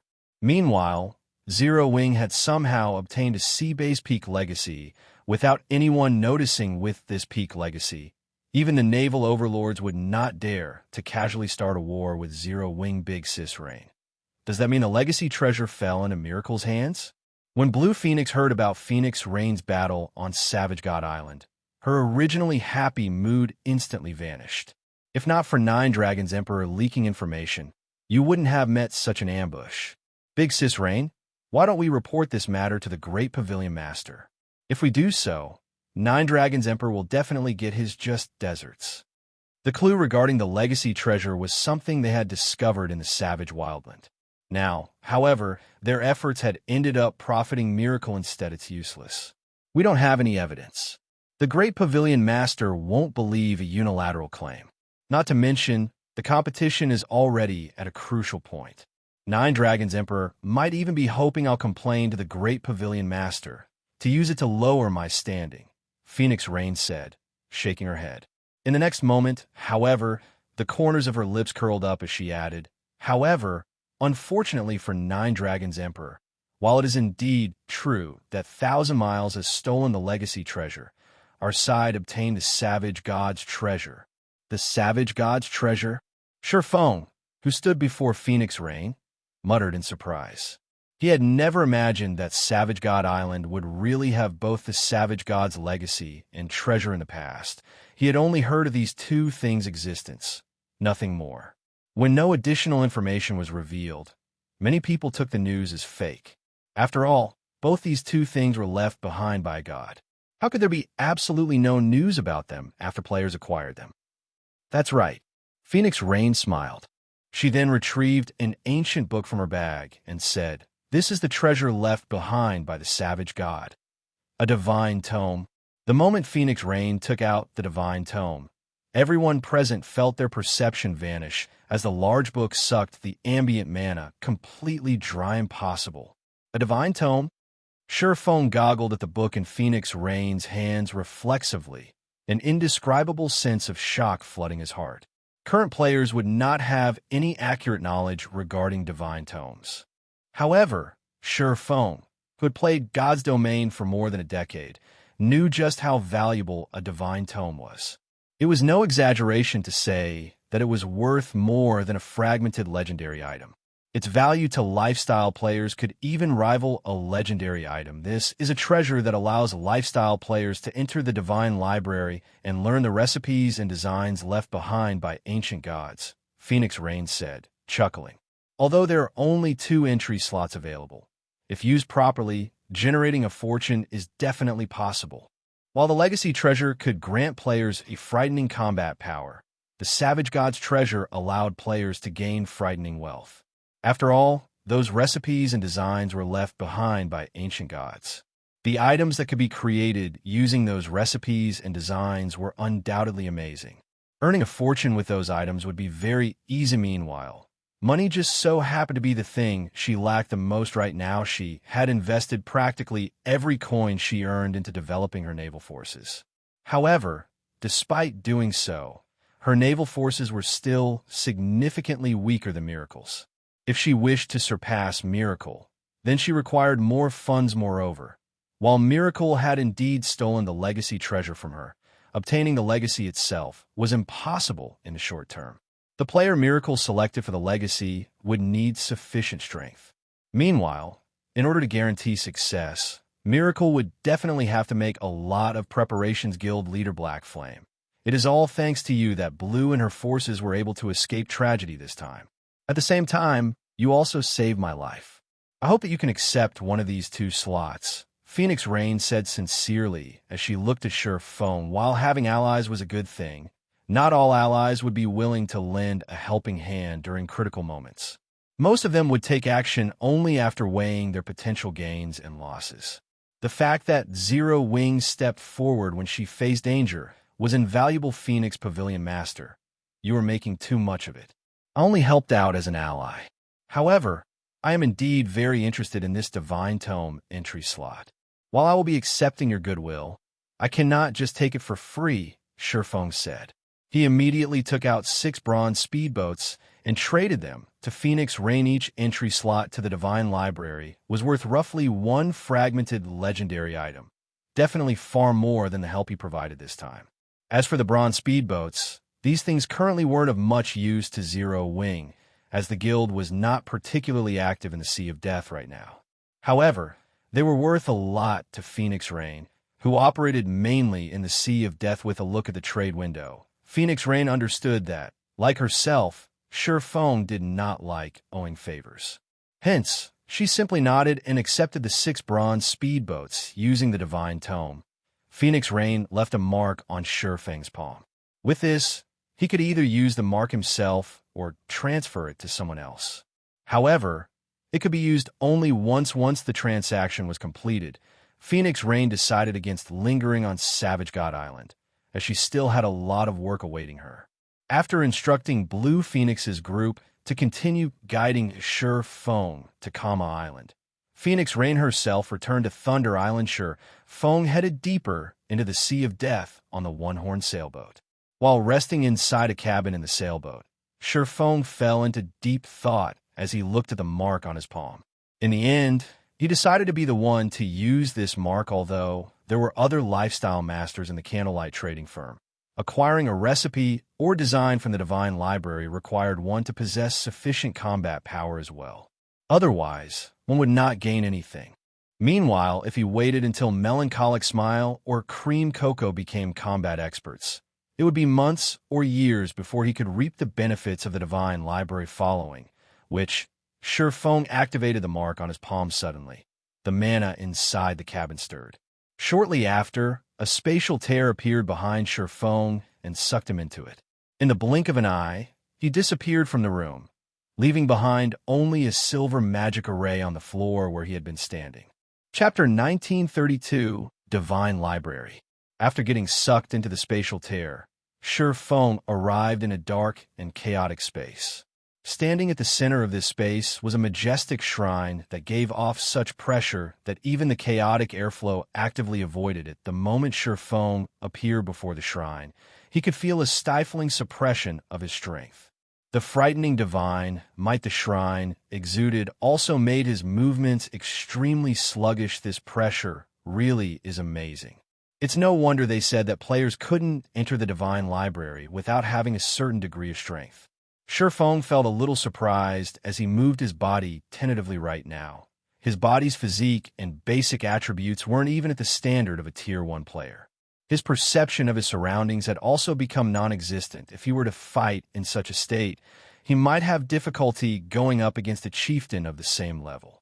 If any other Tier 2 player were in his position right now, one could easily imagine how much weaker they would become. Not to mention lifestyle players. After familiarizing himself with the environment, Feng approached the shrine, which was over 1 kilometer tall. Countless divine runes and magic arrays were engraved into the shrine's exterior, radiating a golden glow that gave the shrine a sacred ambience. Meanwhile, standing before the main entrance was a stalwart statue, wearing leather armor and a helmet made out of dragon bones, the helmet exposing only a set of eyes. The statue also held an axe in each hand. The pressure the statue gave off was so powerful that Feng had extreme difficulty approaching it. When he got within 100 yards of the statue, His body refused to move, even a step closer. What kind of statue is this? It's clearly an inanimate object, yet it still has such a powerful pressure.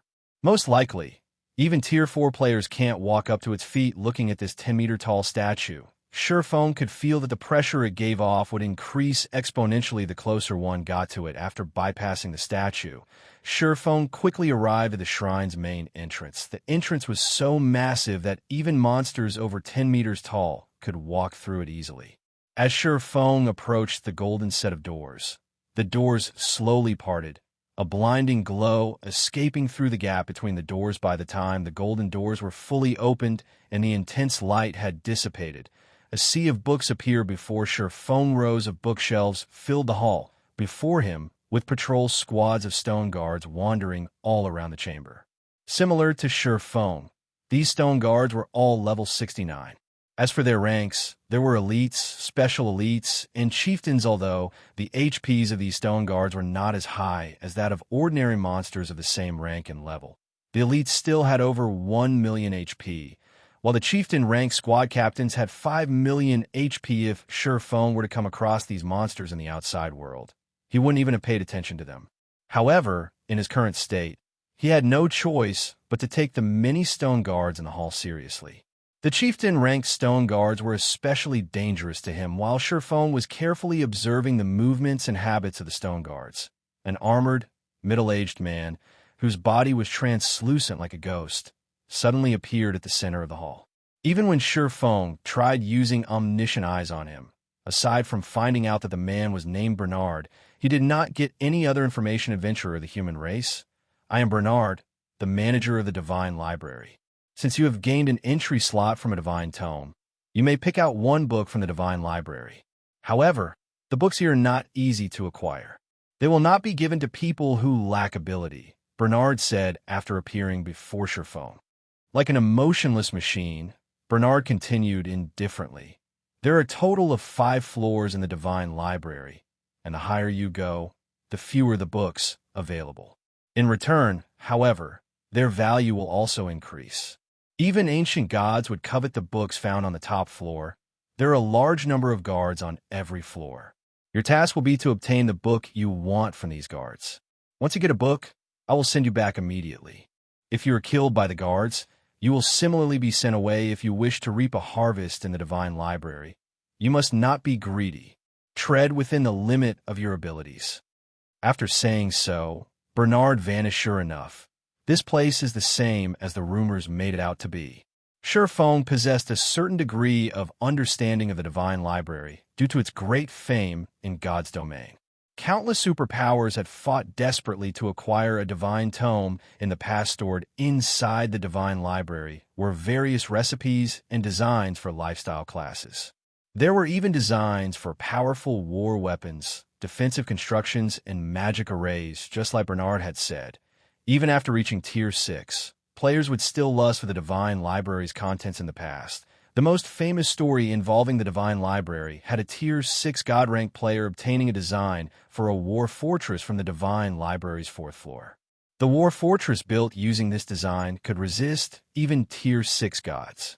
Its deterrent force easily surpassed that of a Tier 6 player. The guild that acquired this war fortress also gained great assistance from it. God's domain had many forbidden lands that were so inhospitable that guild towns couldn't be set up within them no matter what. However, the war fortress could do to this reason. Countless superpowers had tried desperately to obtain a divine tome so that they could acquire an amazing war fortress design themselves.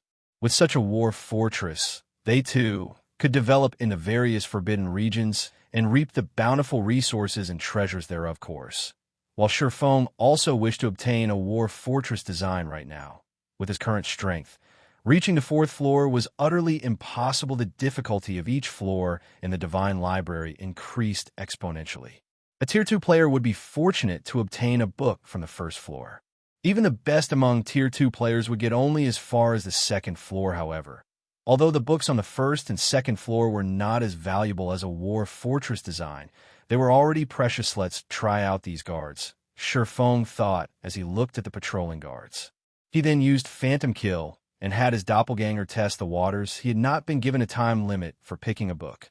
Although his doppelganger was not as strong as his main body, even if it died, he wouldn't lose anything. At most, he would just have to wait a few minutes for the skills cooldown to end as Feng controlled his doppelganger to approach one of the patrol squads. The guards in the entire hall went into a frenzy, all of them surging toward his doppelganger.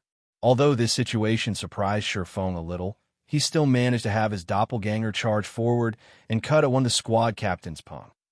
Before the doppelganger could even land a hit, however, Feng suddenly saw a flash stabbing at his doppelganger's body. The doppelganger went flying, its HP decreasing by 1/9 so strong.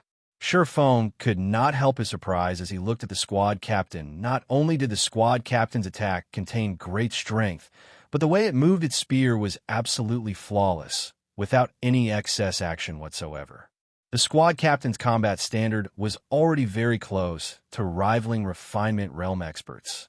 All the captain lacked was a little bit of intellect before Feng's doppelganger could stand up. Several squad captains nearby had already arrived before it, their spears stabbing the doppelganger one time after another. Whether it was in terms of speed or strength, the squad captains had the upper hand. Despite activating its life-saving skills, Feng's doppelganger still did not last more than 10 seconds before getting killed. It did not even get to touch the first row of bookshelves.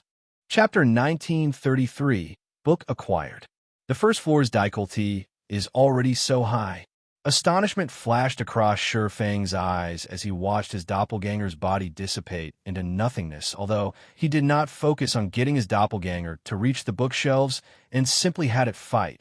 From the moment the doppelganger attacked the first stone guard until it died, less than 10 seconds had passed in total. If an ordinary Tier 2 expert had attempted the same thing, they most likely would have died an even more miserable death at this moment. Feng felt very fortunate that he had not sent one of the other lifestyle masters of the Candlelight trading firm to the Divine Library. Otherwise, this entry slot would have been wasted after waiting for several minutes. Feng summoned his doppelganger again for another experiment. This time, instead of fighting the stone guards, Feng had his doppelganger focus on moving as far as possible into the hall. However, when Feng's doppelganger was still 30 yards away from the first row of bookshelves, the patrolling guards noticed his doppelganger. By the time the doppelganger was 20 yards away from the bookshelves, more than 30 stone guards had already surrounded it, blocking off its path forward completely. What a rapid response! Feng was surprised as he watched the stone guards rushing toward his doppelganger. However, while the movement speed of the stone guards was indeed very fast, the doppelganger was not slow either. Immediately, Feng had his doppelganger use Windblade, its movement speed skyrocketing. The doppelganger then skirted the blockade and dashed for the bookshelves whenever the stone guards launched an attack at his doppelganger. Feng would have the doppelganger deflect the attack using its two swords. While it barely managed with the chieftain's attacks, it had no problem with the elites and special elites attacks. Leveraging this knowledge, Feng controlled his doppelganger to surround itself with elites and special elites, using them as shields to hinder the chieftains as much as possible. A short moment later, Feng's doppelganger arrived before the first row of bookshelves. The first row of bookshelves contained advanced recipes and designs, all of which came from ancient times, so they could be considered unique in the current god's domain. The sight of these recipes and designs tempted Feng greatly. However, he also understood very clearly that the deeper the bookshelves were located, the more valuable the books they held. Hence, he had his doppelganger continue deeper without hesitation. Second row. Third row. The deeper Feng traveled into the hall, the more effort he had to expend to get even further. The first reason for this was the continuous increase in the number of stone guards. The second reason was the elites and special elites taking the initiative to give way to allow the chieftain-ranked squad captains to attack after Feng expended every skill his doppelganger possessed. The doppelganger ended up dying in the middle of the first floor hall, so that's how it is. It's no wonder so many experts failed to obtain anything from the Divine Library in the past.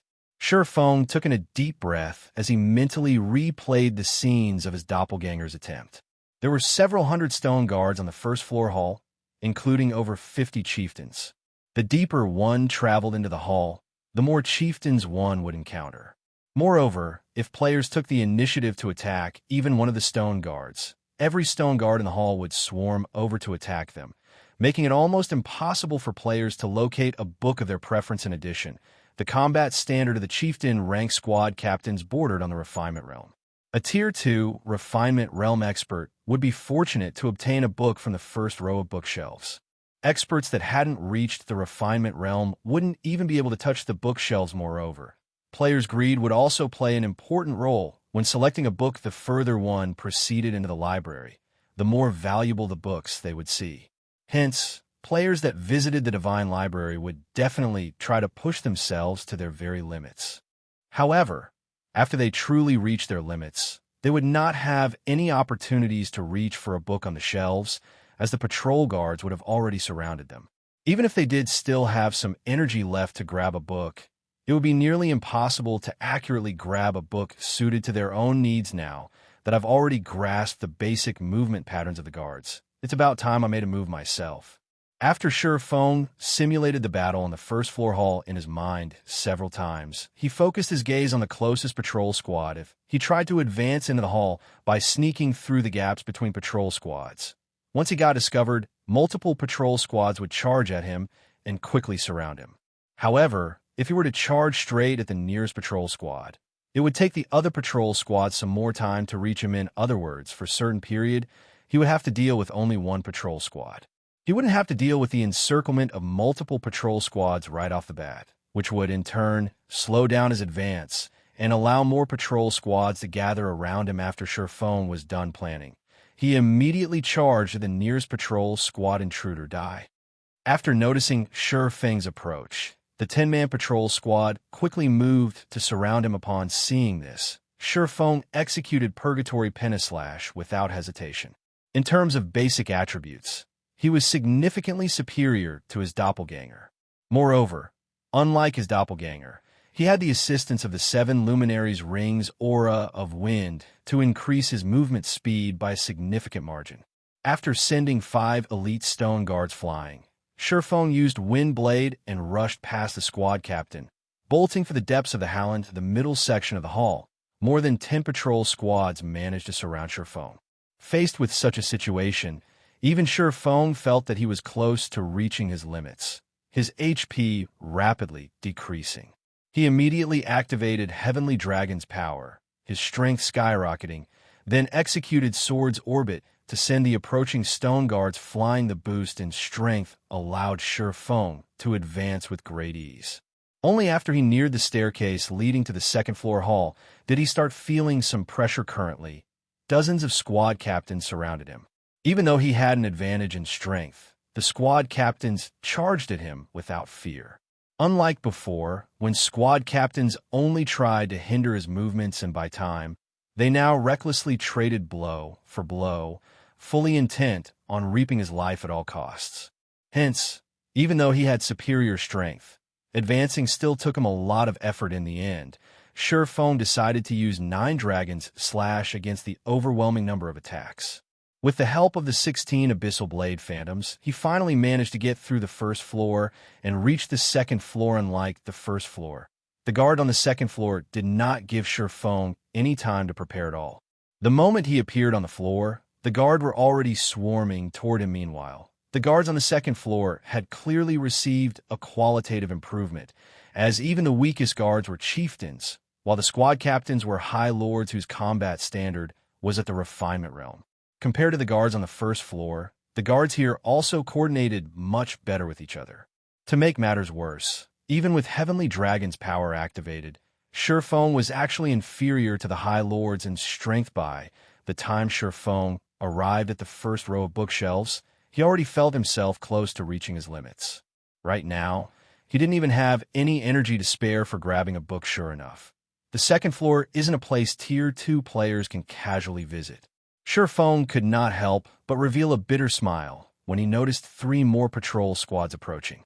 It seems I have no choice but to give it my all. He activated Blade Liberation, allowing his strength to skyrocket once more. With the activation of twofold Berserk, his strength rivaled that of the High Lord-ranked squad captains, following which he stabbed the Abyssal Blade into the ground. Shadows then spread out from the magic weapon Abyssal Curse. All the guards within a 50-yard radius were instantly immobilized. Next, Feng activated Phantom Kill and had his doppelganger transform into a black dragon.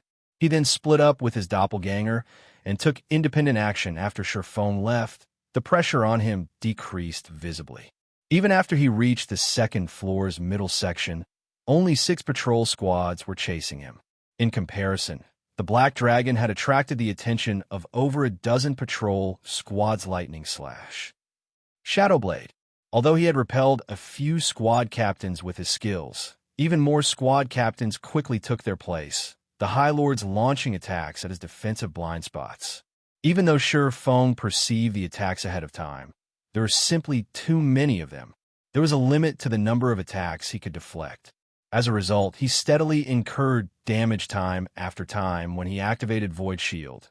The shield's energy depleted rapidly 80%, 50%, 20%.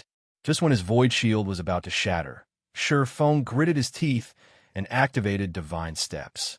Immediately, he and his 10 new doppelgangers scattered, dashing in different directions, forcing the patrol squads to split up. By constantly switching positions with his doppelgangers, he managed to advance a considerable distance into the Hallis This My Limit. When Feng saw the 20-plus patrol squads charging at him from the hall's rear section, he understood that entering the rear section would be impossible. Moreover, his twofold Berserk was about to lapse, risking getting hit. He dashed for a dark gray bookshelf nearby. Just as he was about to look at the books there, however, an angry bellow entered his ears. Intruder, die. When the squad captains saw Feng approaching a bookshelf, they went berserk. Suddenly, over a dozen squad captains raised their spears and hurled their weapons at him. Xiao! Xiao! The spears created sonic booms as they flew at Feng.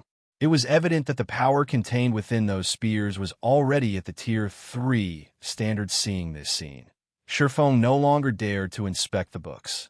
Sensing the lethality of those spears, he grabbed one of the 3 books displayed on the bookshelf. The moment Feng took the book off the bookshelf, he disappeared from the hall. As for the dozen or so spears, they harmlessly passed through his former location and crashed into the magic barrier protecting the dark gray bookshelf, the magic barrier trembling slightly from the spear's might. Chapter 1934, Basic Combat Device. Sea of Death. In one of the one-horned sailboat's cabins, the silver magic array carved on the floorboards suddenly lit with a brilliant glow. Feng's figure then emerged from the array that was close.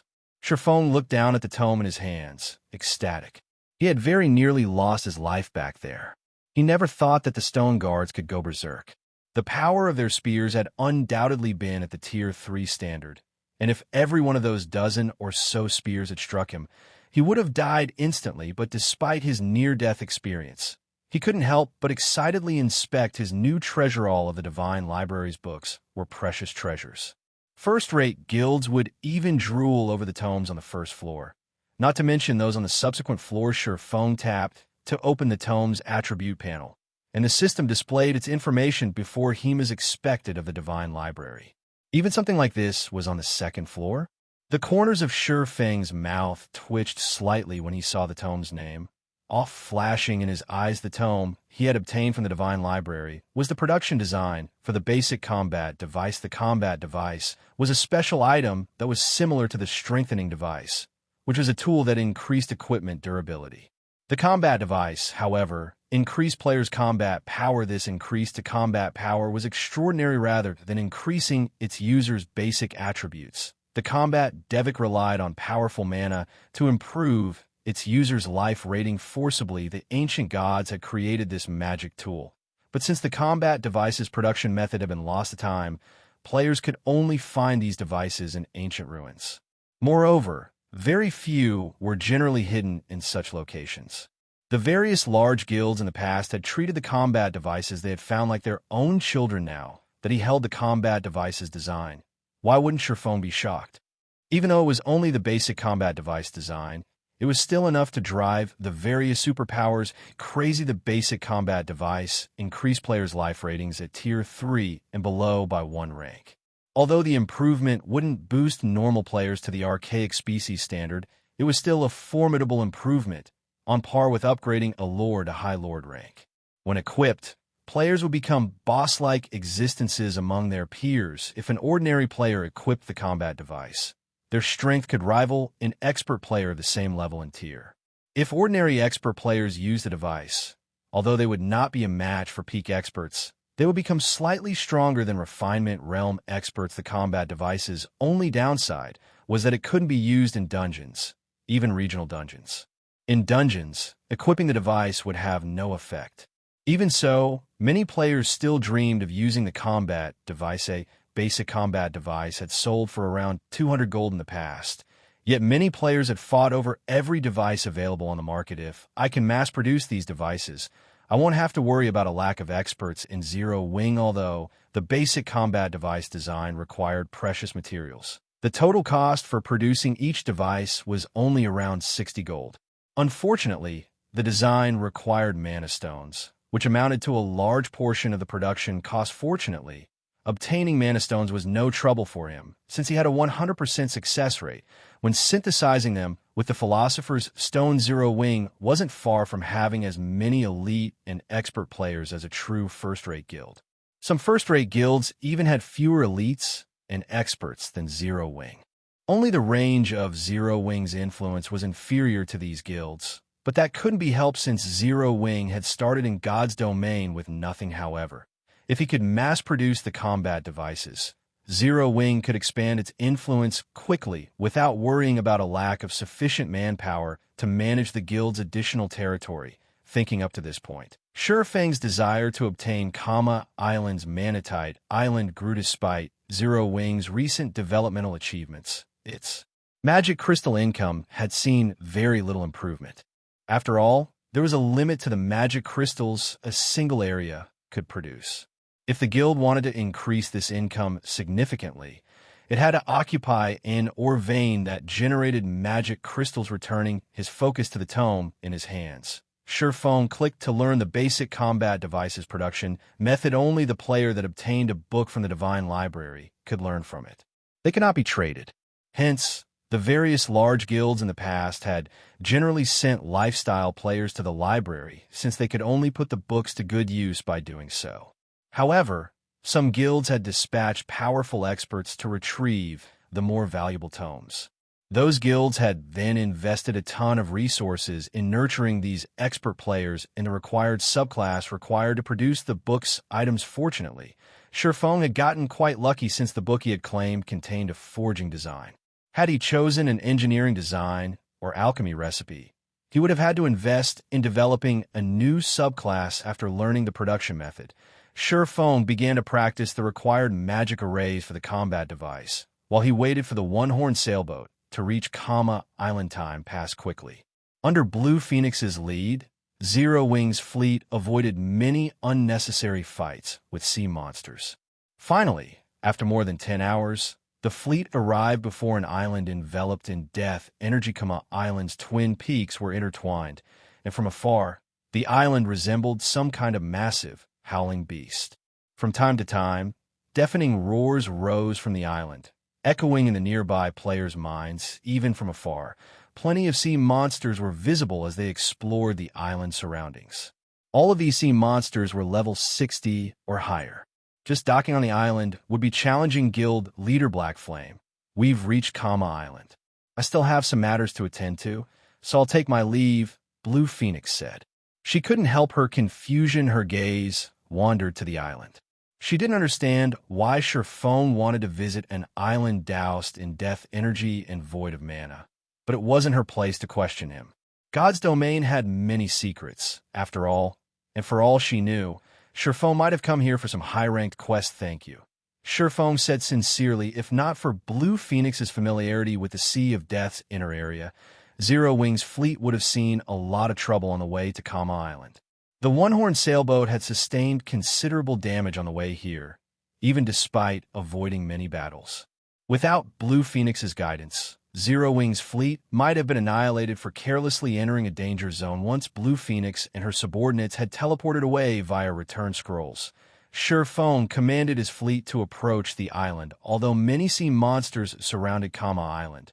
Aqua Rose and the fleet's other players who wielded sea-based legacies easily removed the creatures from their path.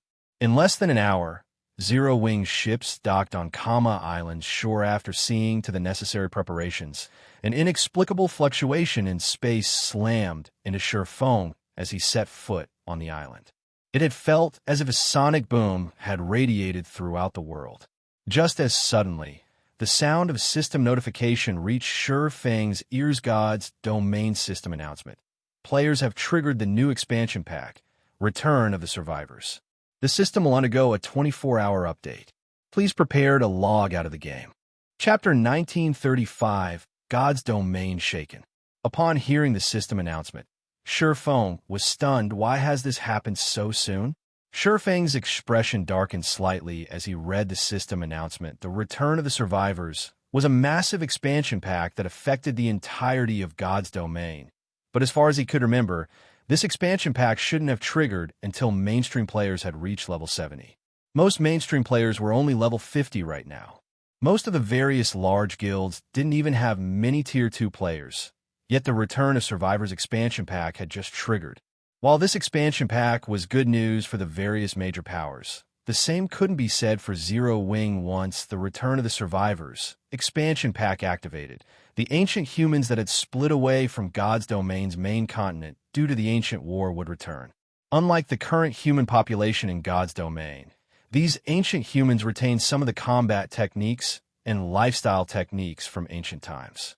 The return of these beings also meant the return of lost technologies. One could easily imagine the impact this change would have on current players in addition to the return of the ancient humans. The Return of the Survivors expansion pack also reduced the teleportation fees between the continent's various countries. The price of guild transfer scrolls would also drop. Once the expansion pack took effect, both independent players and guild players would have a much easier time traveling between countries. As a result, competition within the various countries would become far more intense. However, these changes were only the tip of the iceberg. The expansion pack's real impact lay in the real world. When the Return of Survivors expansion pack activated, the main god system would also activate the mental assistance system, incorporating players' habitual movements and nerve reactions from the real world in the game. Players' control of their virtual bodies would become more comfortable due to this change, removing the disparity between players' virtual bodies and their physical forms. This latest expansion pack also introduced the EXP potion, the effects of which lasted for 6 hours and disappeared upon death to the game. The potion would help low-level players level up quickly, doubling their EXP gain from monster kills. Of course, the EXP potion would only be effective for players below the mainstream level, which the main god system determined. To acquire the EXP potion, players had to increase their reputation with the survivors until they were respected and complete a series of quests. Only then would players have the privilege of purchasing the EXP potion from the survivor NPCs at the low price of 1 silver per bottle. Due to the EXP potion, new players had an easier time of quickly catching up to mainstream players.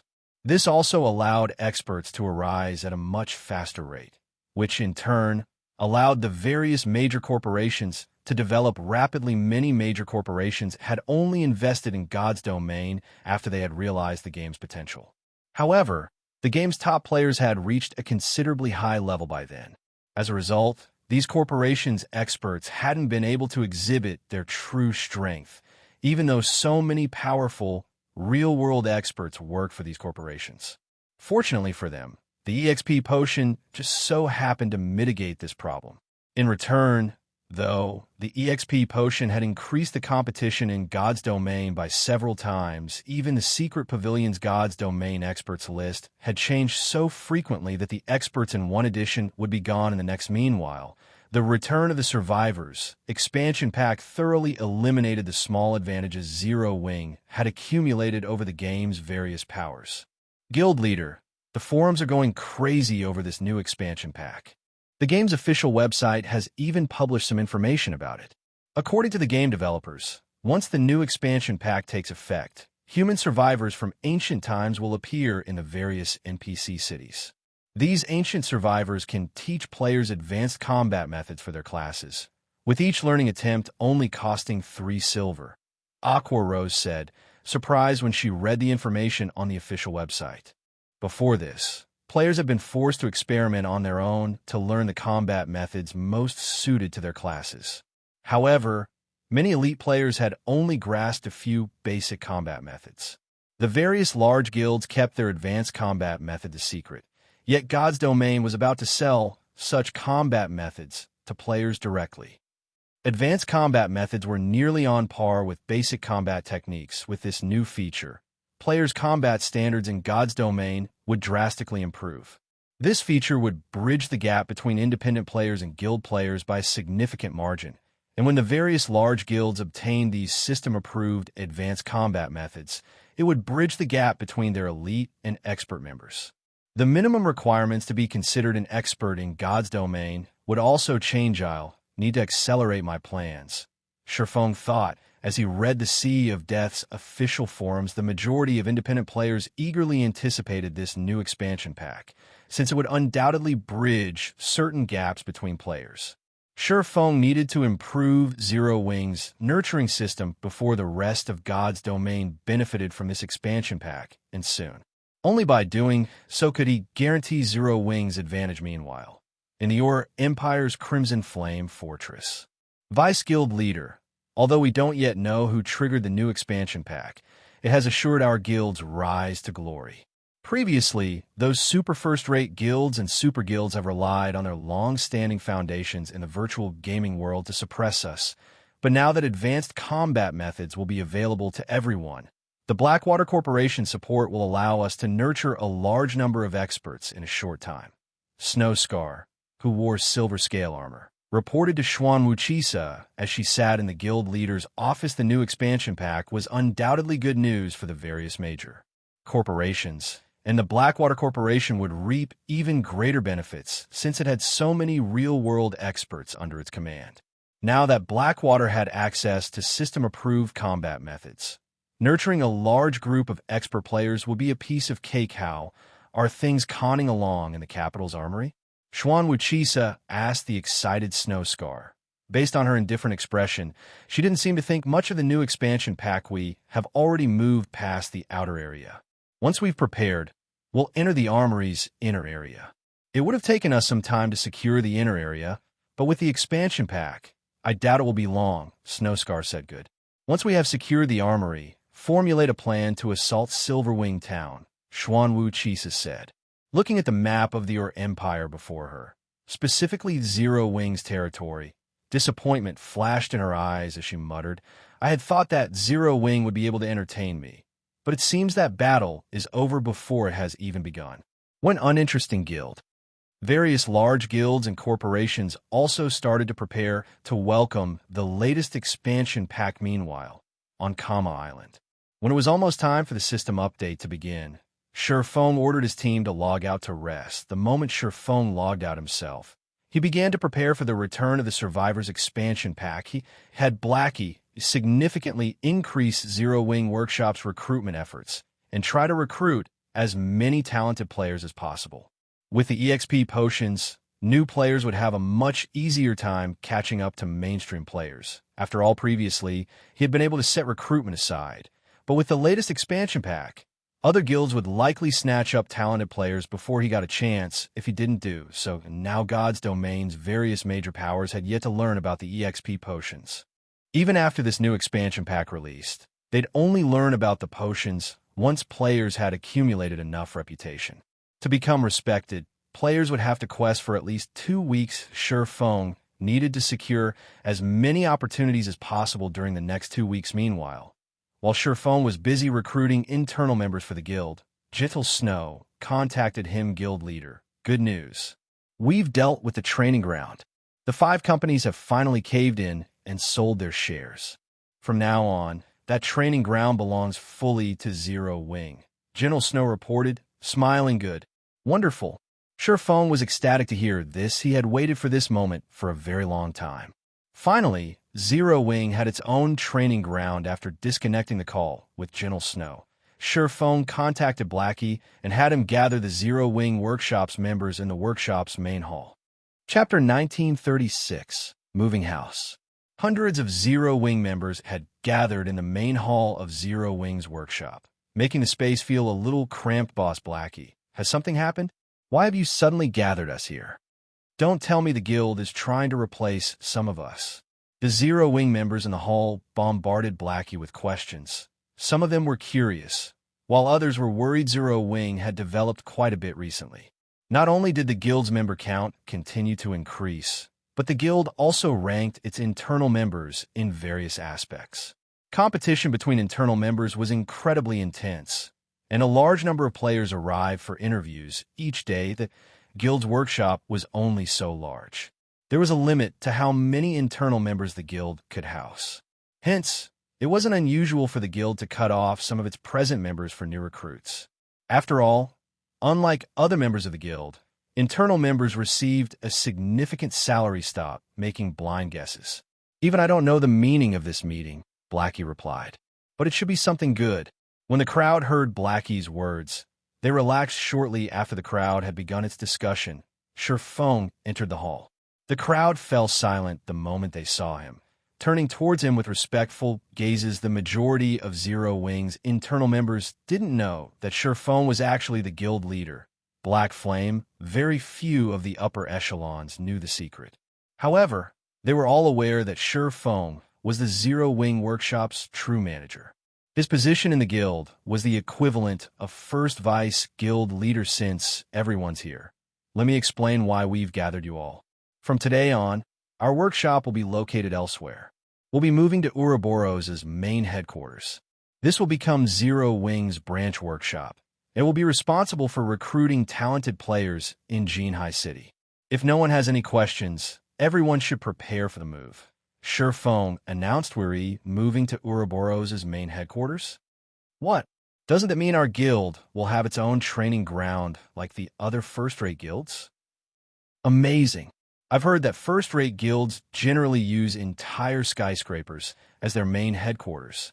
These skyscrapers are usually as large as a sports arena that can fit tens of thousands of people. We won't have to train in this cramped office anymore. That's not all. First-rate guilds' main headquarters are usually near or in the center of first-tier cities, and a lot of them come equipped with the latest facilities.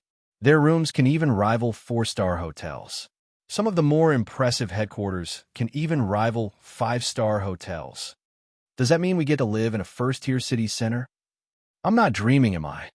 After listening to Feng's announcement, the crowd was elated. Even Fire Dance, Blackie, Yi Wumian, and Zero Wing's other upper echelons were stunned. Although they had known that Gentle Snow was working to acquire Ouroboros's training ground, the 5 companies that had supported the Annex Guild had refused to budge. They had expected the matter to take a lot more time to deal with. They hadn't expected to secure the training ground so soon. Moving from a third-rate city like Jinhai City to a first-tier city was a matter worth celebrating for the guild's internal members. However, acquiring Ouroboros's main headquarters held a deeper meaning for the guild's upper echelons. Now that Zero Wing had its own training ground, the guild could nurture experts with more ease. Moreover, the guild would no longer be limited by the limited size of its workshop and could recruit more internal members. With this, Zero Wing's development speed would increase by several times. After Feng had informed his players of the move, he had Blackie arrange the group for the relocation. In reality, they didn't need to do a lot for the move since the facilities at Ouroboros's main headquarters were top-notch. Ouroboros's headquarters offered even more virtual gaming cabins and training facilities than Greenwater Villa. But first, they needed to familiarize Zero Wing's internal members with a new training ground. As for the Greenwater Villa's facilities, they could transfer them at a later date. Naturally, the commotion at the Zero Wing workshop immediately attracted the Big Dipper group's attention. They were finally leaving. Xiao Yu, who currently sat in his office, could not help his rueful sigh when he received Liang Jing's latest report. He knew how extraordinary the Zero Wing workshop, which even had dealings with major corporations, was. Through Liang Jing's periodic reports, He hadn't expected the workshop to leave so soon. Moreover, the workshop had moved to a first-tier city, where talents gathered from throughout the country and competition was intense. He had dreamed of doing the same for many years. But even now, the Big Dipper Group was stuck in Jinhai City. The Big Dipper Group wasn't stuck in a third-rate city due to a lack of funding, but because of a lack of fame and connections. If he tried to set up a training center in a first-tier city, stronger competitors would quickly target the center, and it would be forced to close its doors very quickly. Chairman Head Instructor Sure has said that Zero Wing is willing to partner with the Big Dipper Group. The Big Dipper Group can use Zero Wing's fame to recruit members for its dojo. Zero Wing will also assist in training the Big Dipper Dojo's members. However, in return, the dojo's talented members have to sign up to become internal members in Zero Wing. Liang Jing reported, "Is that so?" Xiaoyu could not help his growing excitement. He was no longer ignorant of God's domain. Through Liang Jing's reports and the game's growing popularity, he knew how famous Zero Wing had become. If he could utilize Zero Wing's fame to promote the Big Dipper Dojo, he'd be able to attract many martial artists to join. "Chairman, my scheduled flight will soon board. I have to go," Liang Jing said. "Go. Continue to work hard with Zero Wing. And you do not need to continue to report back to me. You're already one of Zero Wing's internal members. You'll have a much better future with Zero Wing than Big Dipper," Xiaoyu said, nodding when he had first tasked Liang Jing to serve as Shi Feng's assistant.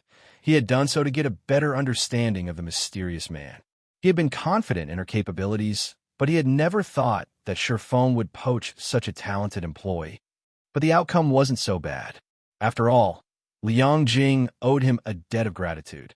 If she became one of Zero Wing's upper echelons in the future, the Big Dipper Group could benefit as well. "Thank you, Chairman," Liang Jing said sincerely. Meanwhile, below Big Dipper Tower, as the dojo's many envious members watched, Zero Wing's internal members left for the airport on multiple high-class buses after several hours of travel.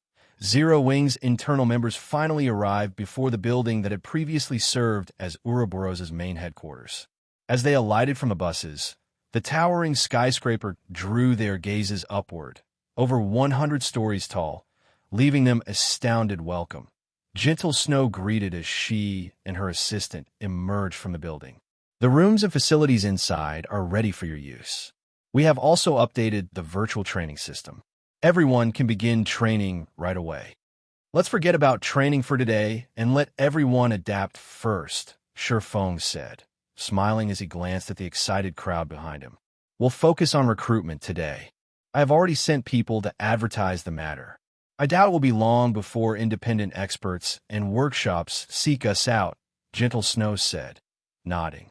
She understood that starting everyone on their work after arriving was a little rushed. Moreover, losing one day of training wouldn't affect Zero Wing's development significantly. When Zero Wing's internal members heard that Shi Feng and Gentle Snow had given them a day off, they were elated. They dashed into the building to explore the new training ground. The building that had served as Ouroboros's main headquarters had 133 floors. It had been divided into multiple areas, covering offices, training areas, entertainment areas, and rest areas.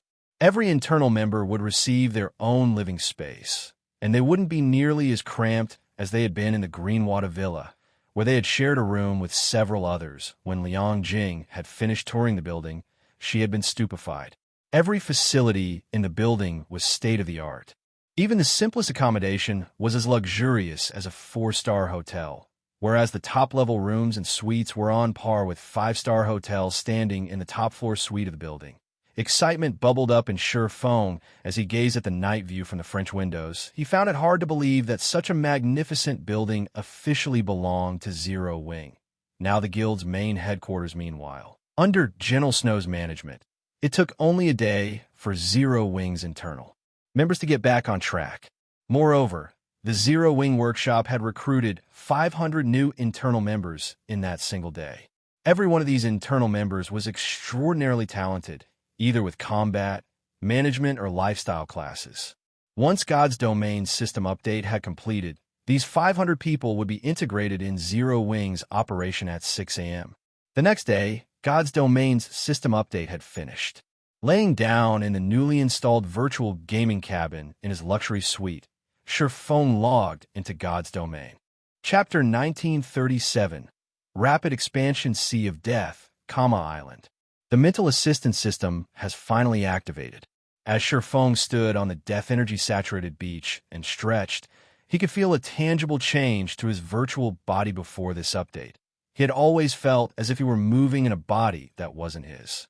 Now, however, he felt as comfortable in his skin as he was in the real world. It felt as if he had been transported into another world, rather than enter a virtual world via a virtual body when the other Zero Wing members logged into God's domain and similarly immersed themselves in this new sensation. Excitement welled within them. They had felt as if they had been casting spells and using skills from a third-person perspective, but now they felt as if they used their abilities personally. It felt as if they had gained superpowers in the real world looking at the level 60-plus demonic beasts on Island. The team eagerly charged at the monsters to test their new forms, although the mana on Island was very thin, and the corrosive power of darkness lingered. With the help of the all-rounded device and darkness resistance potion, the team remained unaffected by the island's harsh environment. In just 8 minutes or so, the team had killed over 100 Lord-ranked demonic Beast Guild leader. We've just received a report. Due to the system update, many players have begun to learn advanced combat methods from the ancient survivors. As a result, far fewer players are interested in joining Zero Wing, Rose reported.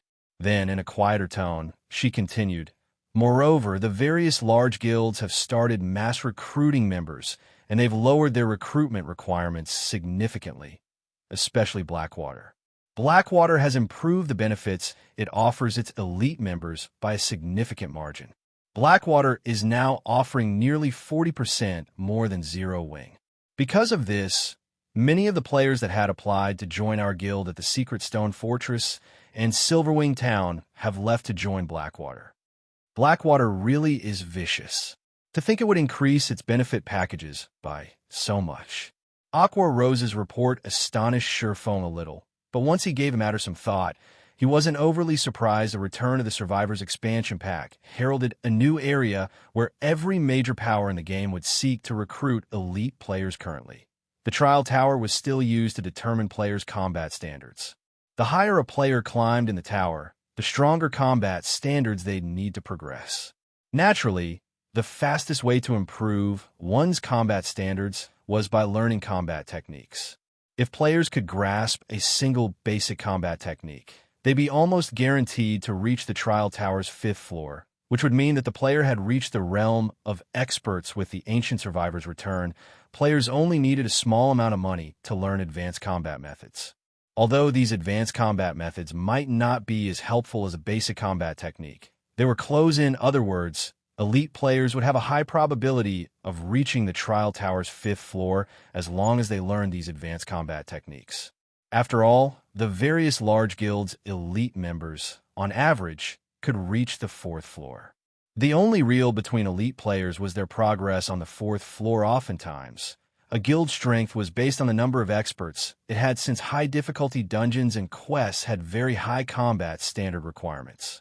These challenges usually required expert players. Thus, expert players comprised a guild's key support pillar. Now that the return of the Survivors expansion pack had activated, it was only natural that all of God's domain had become so frantic. This expansion pack was particularly beneficial to wealthy guilds like Blackwater.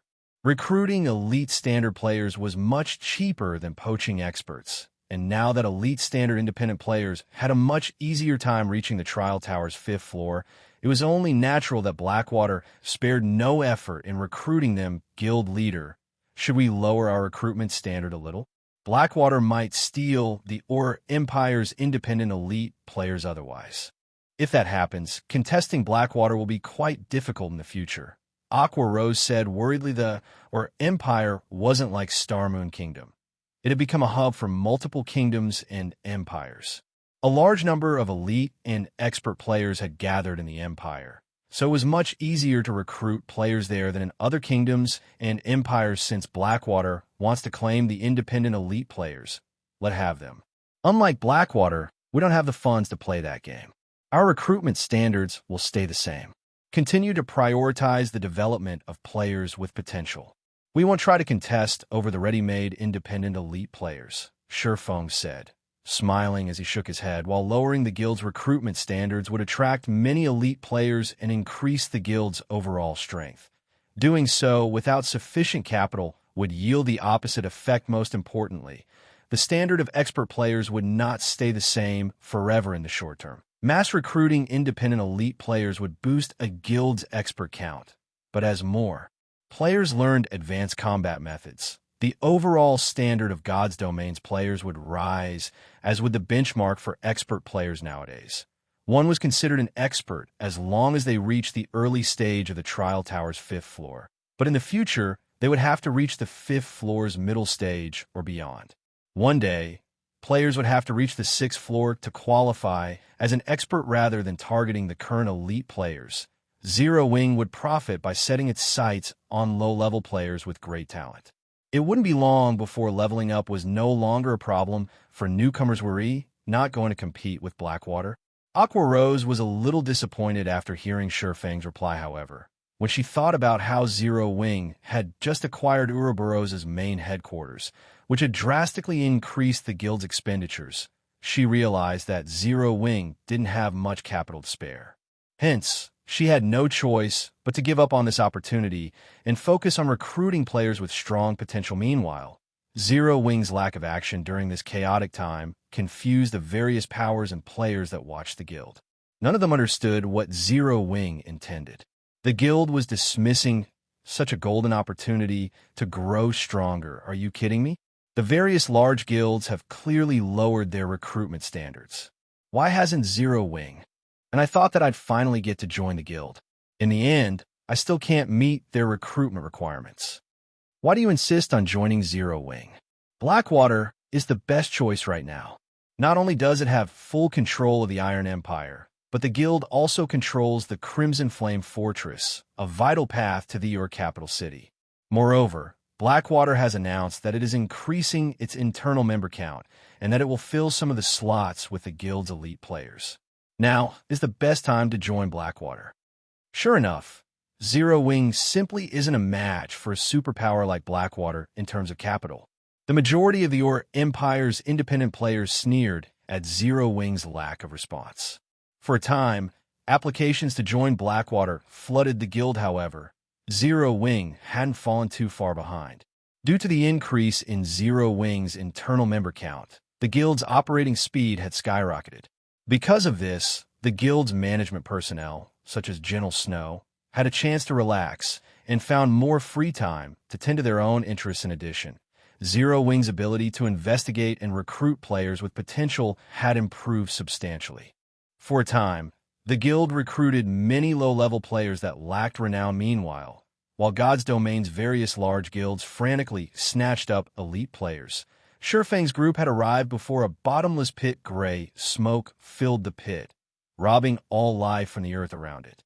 Moreover, Zero Wing's team heard daunting roars from within, deterring any demonic creatures from approaching the pit. And yet, as if he hadn't heard the roaring, Feng approached the pit and descended the spiral pathway at its edge. As they ventured deeper into the pit, the team felt an intense pressure weighing them down. By the time the team reached the pit's lowest area, even experts like Shadow Sword felt stifled. As these Zero Wing players began to fear the pressure that filled the pit, they noticed a colossal cave in a corner, leaving them stunned. A manatite vein? Aqua Rose stared with wide eyes at the numerous dark silver deposits along the cave's walls. Chapter 1938. Magicbreaking Crossbow. The faint metallic luster and mana fluctuations in the dark cave stunned Zero Wing's team.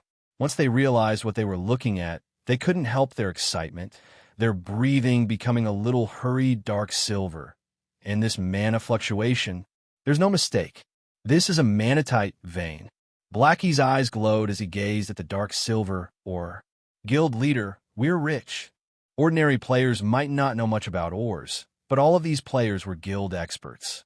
They had access to far more information than ordinary players on the subject, especially on precious ores that generated magic crystals as a byproduct like manatite. Such veins had already been the cause of plenty of struggles between God's domain's various superpowers based on Blackie's knowledge. For major guild wars had been fought between superpowers over the discovery of an ore vein that generated magic crystals. Each war had involved multiple superpowers, with at least 4 involved in the smaller struggles, and up to 6 superpowers participating in the larger wars. These various superpowers had spared no effort while competing for the vein. The most impressive war had involved over 1 million players and nearly a full day of combat.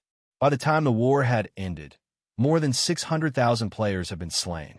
The participating superpowers had suffered severe losses considering these wars, or veins that generated magic crystals were akin to a war horn, signaling the start of another mass battle. However, despite the extreme costs, the superpowers that eventually secured the veins had judged the benefits worth the cost.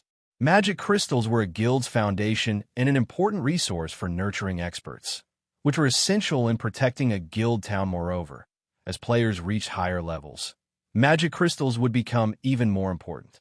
Currently, players needed magic crystals to use the Divine Colosseum, trade with special NPC merchants, and fuel powerful magic tools. Zero Wings teleportation arrays, magic towers, and defensive magic arrays were a few examples, all of which required a ton of magic crystals each day to maintain. Yet, while the various superpowers fought to obtain veins that generated magic crystals, Zero Wing had discovered one without attracting attention. Now, the guild simply needed to occupy the ore vein and send people to mine it in secret. It would be able to avoid paying a bloody cost if Zero Wing had a stable magic crystal income. The guild could reach new heights in a short time. Blackie wasn't the only one with such thoughts.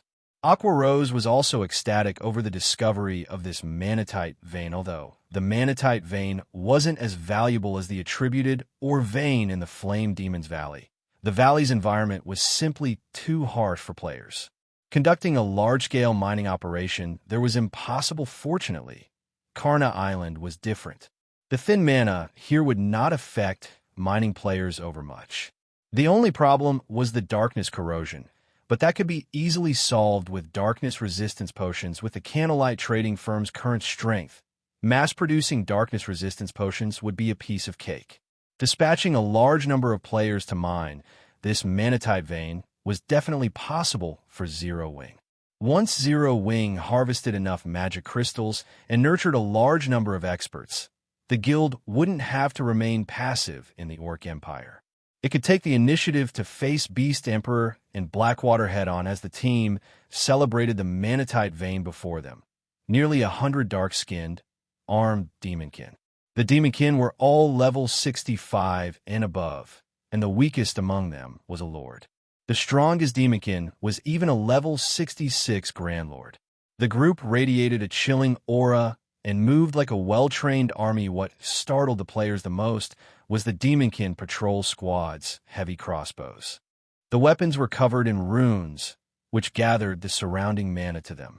Even from some distance away, Zero Wing's members could sense how dangerous those crossbows were. Magic-breaking crossbows? When Feng saw the demonkin's weapons, he was astonished. Feng had known that the manatite vein was a demonkin nest, and Pantheon had paid a high price to secure the vein in his previous life. However, he hadn't expected these demonkin to be so powerful. A single patrol squad even wielded multiple magic-breaking crossbows. Magic-breaking crossbows were lightweight war weapons that individual players could control. They were similar to expendable tools, such as engineered bombs. Not only did the magic-breaking crossbows attacks carry Tier 3 power, but they were also incredibly fast. Even Tier 2 assassins would struggle to dodge the crossbow's bolts. Meanwhile, with this demonkin patrol squad strength, annihilating a team of 100 Tier 2 players wouldn't be much of a problem. It was no wonder why Pantheon had paid so dearly. Everyone, prepare for battle. This is a demonkin nest. Don't let a single one escape. If any do, they'll notify their companions, Feng instructed as he watched the patrolling demonkin. Fire! Sneak over to the patrol squad with the assassin unit. Once the fight begins, focus on keeping the demonkin with the crossbows under control. Do not give them any opportunities to use those heavy crossbows. Leave it to us. We'll make sure that they don't fire a single bolt." "Fire Dance," said, nodding as she eyed the crossbow-wielding Lord Feng, then assigned tasks to the rest of his team. Once Fire Dance's assassin unit was in position, Feng sent Kola, Turtledove, and Yi Wumian to start the fight according to Plango. The three MTs charged at the Demonkin patrol squad without hesitation. When the Demonkin noticed the MT trio, they responded by launching their own attacks, but Kola and his companions ignored them. Relying on their powerful defense and strength, the trio bulldozed through the Demonkin formation and straight toward the cave entrance, sealing off the Demonkin's path of retreat. It was then that Fire Dance's unit ambushed the crossbow-wielding Demonkin, while the rest of Zero Wing's members surrounded the monsters and prevented their escape, ensuring that the Demonkin couldn't flee to single their allies. Meanwhile, while Zero Wing's members cleared out the Demonkin, a party of 6 assassins discovered the massive pit leader. I've checked their path with my advanced tracking skill. Zero Wing's members should be inside this pit. Good. Let's head inside. The level 58, Tier 2 assassin clad in gray nodded before entering the pit. Zero Wing's actions thus far had rendered the assassin party speechless.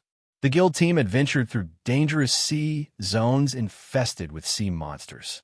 Initially, their tracking fleet had consisted of multiple speedboats, but only a single party of players still lived by the time they had reached Carno Island. Sea monsters had killed the rest. Fortunately, they hadn't lost track of their prey and could continue their mission running along the narrow, winding path. The assassin party soon reached the bottom of the pit leader. Look, Zero Wing's members are fighting Demonkin. These Demonkin are so powerful. Even the weakest is a lord. It really makes you wonder what Zero Wing's members are thinking. Do they really have to come this far just to grind and level up? Wait a minute. The Ortha Cave entrance looks like manatite, Oregon. There are so many manatite deposits here. Is this a manatite vein? Chapter 1939, Secret Exposed. I'm not hallucinating, am I? Leader, we're rich. Miracle's 6 assassins gazed at the manatite deposits around the cave entrance with sparkling eyes. They were very familiar with manatite veins, and they knew how valuable such veins were. Miracle had fought other superpowers over such a vein before. Magic crystals were becoming increasingly important to the various large guilds, and having a stable source had become the foundation for a guild's development. Hence, the various superpowers offered massive rewards to players for providing the coordinates of unclaimed manatite and other ore veins that generated magic crystals. If a player provided proof of an unoccupied ore vein, they would earn 10,000 gold and a single epic weapon. When the various superpowers had announced the reward, players had frantically searched for ore veins. For the majority of the game's players, 10,000 gold was an astronomical sum. If converted into credits, an ordinary person wouldn't have to worry about shelter or food for the rest of their life. Naturally, an epic weapon was fatally attractive to expert players, as well epic weapons were even rare among the various superpowers. They were god-tiered weapons to ordinary experts. As long as they wielded an epic weapon, their combat power would skyrocket. They might even be able to stand alongside peak experts. Players could only hunt for more resources with sufficient strength, after all, and as long as an ordinary expert had enough resources, becoming a peak expert wouldn't pose much of a challenge. Because of this, a large number of players had joined the hunt for ore veins. Unfortunately, even though a long time had passed since the superpowers had announced their offer, not a single player had claimed the reward. Of course, they had never thought that they would find a rumored manatite vein by simply following Zero Wing's members. If one of Miracle's members discovered an unclaimed manatite vein, not only would they receive the 10,000 gold and an epic weapon, but their rank in the guild would also increase by 1 level, bypassing the normal restrictions thinking up to this point. The gray-clad assassin, serving as the party leader, contacted 1,000 Miles and reported on Zero Wing's current situation and the manatite vein. Many of the guild's upper echelons had gathered in a meeting room in Miracle's residence on Thunder Island to discuss the savage god's legacy. It was, after all, of the utmost importance as it concerned the guild's development. Meanwhile, when Thousand Miles received the report regarding Kama Island, he displayed an ecstatic expression. He had never thought that he'd gained such an unexpected harvest by sending some of his assassins to follow Zero Wing first, the Savage God's legacy, and now, the Manatite Vein. Thousand Miles chuckled at this double blessing. He then instructed the assassin party, "You have done well. Keep an eye on the Manatite Vein. I'll send the army to meet you immediately." He had already witnessed Zero Wing's naval strength, so he knew that if it really came down to an out fight between their guilds, they would likely suffer mutual destruction. However, it was a different story if the battle took place on an island. Players with sea-based legacies wouldn't receive a combat power boost on an island. Moreover, Kama Island happened to be within Miracle's range of influence. Zero Wing had only dispatched a 500-man team to the island, and annihilating such a small team would be a piece of cake, following which Thousand Miles gathered Miracle's fleet in the Sea of Death in preparation to secure Kama Island's Manatite Vein. Meanwhile, inside the Demonkin's nest, Zero Wing's members continued to clear out the patrol squads under Feng's command.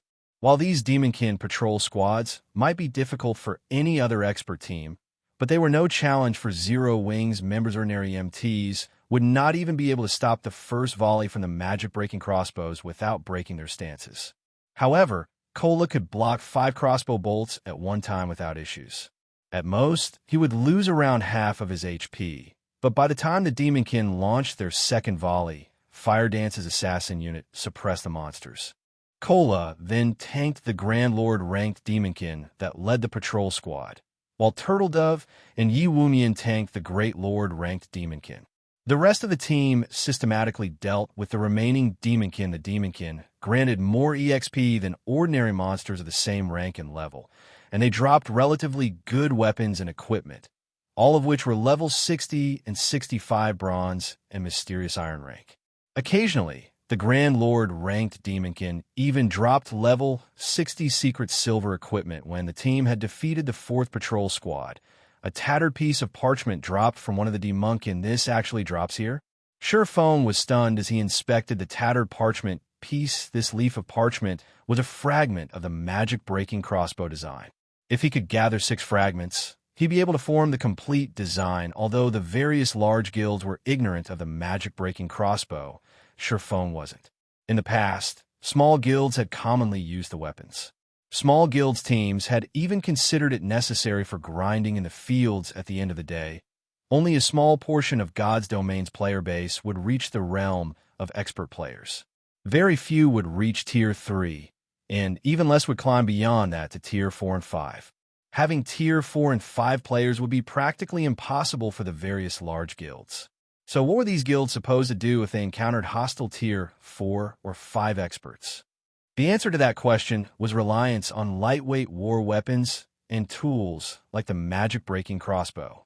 The magic-breaking crossbow's attacks carried Tier 3 power, and while that might not seem impressive, the weapon's attack speed was so high that even Tier 4 players struggled to evade its attacks.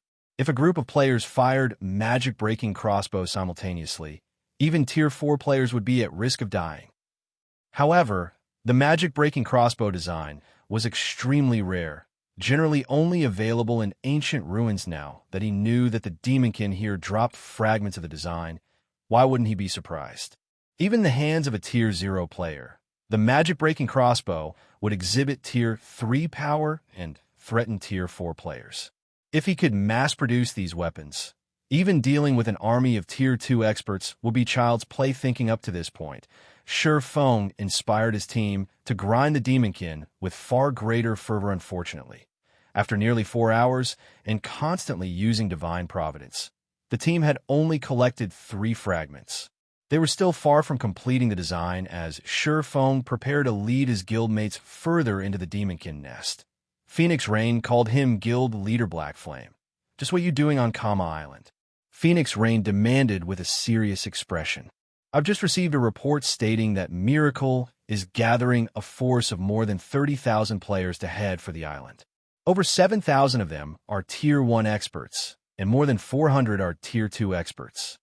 She found it truly unbelievable that Miracle was mobilizing such a large force just to deal with Zero Wing's 500-man Team Miracles gathering more than 30,000 players to take us out. The news confused Feng. Suddenly, he realized something. Has information on the Manatite vein leaked? You should hurry and retreat from Kama Island now. Once Miracle's forces arrive, they won't let you simply walk away. Phoenix Rain advised a 30,000-man army for Miracle was no laughing matter. Even the Dragon Phoenix Pavilion would have to take the force seriously, not to mention Zero Wing. Thank you for informing me. But Miracle will have to think twice if it wants to force Zero Wing to flee, Feng said, smiling before disconnecting the call, though he hadn't expected this development. Zero Wing wasn't as weak as it had been in the past. If Miracle wanted to plunder Zero Wing's riches, he would make sure they lost a limb or two in the process. Chapter 1940. Feng's decision. Big Sis Rain, how are things on Zero Wing's side? Based on the latest update, Miracle's forces should arrive on Kama Island in 10 minutes or so. Blue Phoenix asked anxiously as she read the most recent report she had received from her subordinate. Might be fine if Miracle had simply sent 30,000 elite players, but a considerable portion of its army was expert players. This wasn't a trivial matter. If such a powerful team trapped Zero Wing's team, it would be annihilated. Aqua Rose's sea-based peak legacy couldn't help them, either. The battle would take place on land, and Aqua Rose wouldn't receive a boost to her combat power based on Black Flame's attitude. I doubt that Zero Wing will leave Kama Island without a fight, Phoenix Rain said, shaking her head. She felt that Feng was simply too reckless. She then ordered, Blue, relay my commands. Have all nearby guild members gather on Kama Island. We'll hurry and reinforce Zero Wing immediately. I'll get it done. Blue Phoenix nodded. Meanwhile, in the Demonkin's nest on Kama Island, Zero Wing's members were horrified when they heard about Miracle's mobilization. They had never thought that the guild would be so ruthless as to dispatch an army of 30,000 players. This was the army of a super first-rate guild, not a first-rate guild. Moreover, Miracle had only dispatched slightly fewer Tier 2 experts than the number Zero Wing currently had on the island. If they tried to stand their ground against Miracle's army, the battle would definitely end with their Death's Guild leader. Are we going to retaliate? Aqua Rose asked Feng. No. With our current strength, fighting Miracle would be suicide, Feng said, shaking his head. They might have had a chance if Miracle had merely dispatched ordinary and elite players. With Zero Wing's team of Tier 2 experts, they could use guerrilla tactics and have a chance of surviving Miracle's 30,000-strong army. Unfortunately, reality was cruel. The expert players Miracle had dispatched were far stronger than ordinary expert players, and if they tried to take these experts on, while so drastically outnumbered, not even guerrilla tactics would save them from a miserable death. Miracle was a veteran super first-rate guild that could rival veteran super guilds in terms of overall strength. It simply hadn't earned the title of Super Guild due to lacking a legacy. Miracle's Tier 2 experts were of a far higher quality than those from first-rate guilds or recently risen superpowers. The quality difference wasn't a result of a gap in basic attributes, but due to a difference in combat standards. Refinement Realm experts were considered top-ranked players in first-rate guilds, but to superpowers, Refinement Realm experts ranked nowhere near the top. Naturally, the difference between a Refinement Realm expert and one who hadn't reached that realm wasn't easy to make up. Zero Wing had been able to stand against super first-rate guilds and super guilds because these powers had only dispatched a small number of their Refinement Realm experts, or by relying on its players' overwhelming advantage in basic attributes. However, this situation was different. In an era where weapons and equipment drop rates had decreased, Zero Wing's Tier 2 experts no longer had as much of a basic attribute advantage. In a one-on-one fight, Miracle's Tier 2 experts would stomp on most of Zero Wing's. Unfortunately, it couldn't be helped.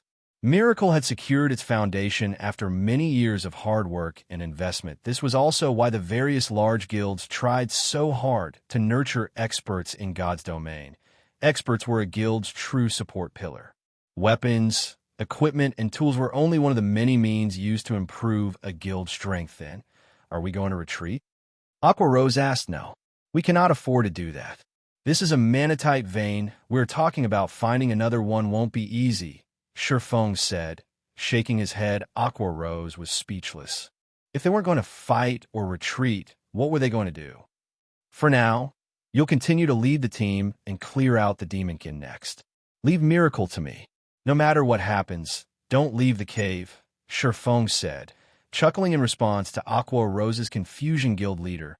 You're not planning on dealing with Miracle by yourself, are you? That's too dangerous. I'll go with you. Aqua Rose anxiously insisted after realizing that Feng intended to act solo. He might be alright if he were surrounded by dozens or hundreds of Tier 2 experts. But if Miracle used magic arrays or traps to suppress him, the army would even whittle his HP down to 0, regardless of how extraordinarily strong Feng was. The various superpowers were even capable of killing mythic monsters, much less a Tier 2 player like Feng do. I look that stupid? Feng laughed when he noticed Aqua Rose's nervous reaction. Relax. I know what I'm doing. After saying so, Feng left the Demonkin nest alone. Meanwhile, a large fraction of Miracle's members had gathered on Kama Island's beach. Even 1,000 Miles had arrived to command the battle. Personally, Miracle's 30,000-strong army occupied more than half of the island's beach. Even the lowest-level player present was level 56, and they were all well-equipped. As for Refinement Realm experts, just the ones participating in the expedition this time numbered more than 150, and every one of them was a Tier 2 player vice guild leader. The Mana-type vein is located in a massive pit in the island's valley. The leader of the assassin party that had tracked Zero Wings' team reported from 1,000 Miles aside. I've already stationed my party outside the cave entrance to deal with Zero Wings members. Thus far, the guild hasn't shown any signs of retreating. Zero Wing must be suicidal. They still haven't fled. 1,000 Miles laughed. Haven't they made peace with losing their Mana-type vein? Miracle had not tried to hide its large-scale mobilization. With Zero Wing's connection with Phoenix Ring, how could the guild have possibly missed Miracle's movements? The only explanation was that Zero Wing was being stubborn, but it didn't matter. The difference between the two guilds' strength was already massive, and the Sea of Death's inner region was Miracle's territory. Zero Wing didn't stand a chance suddenly. The gray-clad assassin's expression darkened as he reported to 1,000 Miles, sensing the change. 1,000 Miles demanded, "What happened?" A moment ago, Black Flame abruptly charged out of the cave. Moreover, he discovered the 5 players I left to guard the entrance and killed them all. The assassin muttered softly. Interesting. He dares to emerge alone? Does he plan to use guerrilla tactics with the power of a single player? 1,000 Miles' lips curled into a smile. Perhaps we should play along. Relay my orders. Have every team prepare a magic array and use it the moment they spot Black Flame. I want to see what he is capable of in the face of Miracle's army. After 1,000 Miles issued the command, Miracle's members swarmed Kama Island in 100-man teams, sweeping across the island like a fine-toothed comb in their search for Feng. With how closely the various teams operated, if one of them discovered their quarry, reinforcements would reach the scene quickly. Meanwhile, roughly 2,000 yards away from Miracle's army, Feng grinned as he watched Miracle's approaching army from the top of the island's valley. He then pulled a tome that radiated demonic energy from his bag. This tome was none other than the ancient Abyssal Book, an abyssal treasure that he could use to open an abyss passage. Dark Abyss Descent. Chapter 1941, Abyss Descents. Within Kama Island's shriveled forest, Miracle's members advanced on the valley near the island's center. Vice guild leader, I found Black Flame's tracks. By the looks of it, he has traveled past here before. It's very likely that he is ahead of us in the valley. Although the terrain here is complex, it is also a dead end. As long as we surround the valley's exit, he won't get away. The gray-clad assassin said, grinning at the tracks on the ground before gesturing to the valley ahead. Miracle had already sealed the island with magic arrays, so players couldn't use return scrolls or instantaneous movement magic scrolls to flee. In other words, the only way to leave Kama Island was on foot, while Feng would have the ability to employ guerrilla tactics from within the valley's complex terrain. He had also sealed off his own path of retreat. Might not have been a disadvantage if Feng were merely facing several thousand players, but what awaited him was an army of 30,000. Such a large force was more than enough to search every inch of the valley. Feng wouldn't have room for guerrilla warfare. As long as he revealed himself, he'd be surrounded and killed good. Since Black Flame is so eager to die, we'll grant his wish. Leave 50 Tier 2 players to guard the exit. Everyone else, search the valley. Leave no stone unturned. 1,000 Miles barked as he watched the dark, distant valley. Remember, start recording the moment you spot him. I want everyone to know what happens when you make an enemy of Miracle. I will also reward a piece of epic equipment to anyone who kills Black Flame. Miracle had suffered significant losses in the battle on Savage God Island, and although they had achieved their goal, securing the Savage God's legacy, the various large guilds had learned of the Water Ghost Legion's miserable defeat and the loss of dozens of ships. This had wounded Miracle's prestige among the guilds now that Feng was trying to cause trouble for his guild. 1,000 Miles was more than willing to slay the man, using the opportunity to restore some of the guild's lost reputation. When Miracle's members heard 1,000 Miles' orders, they bubbled with excitement, although a lot of epic weapons and equipment had been found in God's domain thus far. Even the various superpowers considered such items a luxury. Aside from the various superpowers, upper echelons, and peak experts, guild players had no chance of wielding an epic ranked item now that they had the opportunity to obtain a piece of epic equipment by killing Feng. Why wouldn't they be excited? Under 1,000 Miles' command, Miracle's members swiftly entered the valley and searched through the island like a fine-toothed comb. Everyone hoped that Feng would appear before them shortly after Miracle's members began their search. A powerful storm brewed above them. Countless spatial tiers ripped apart the dusky sky. Seeing this, Miracle's members slowed to a halt, watching the scene above them as they all wondered what was happening. The numerous spatial tiers merged into one massive black hole, nearly half as large as Commotion Island. Darkness energy then poured out, making the space around the black hole muddy and violent. A spatial passage? 1,000 Miles, who is quite knowledgeable about God's domain, found the black hole similar to spatial passages he had seen before.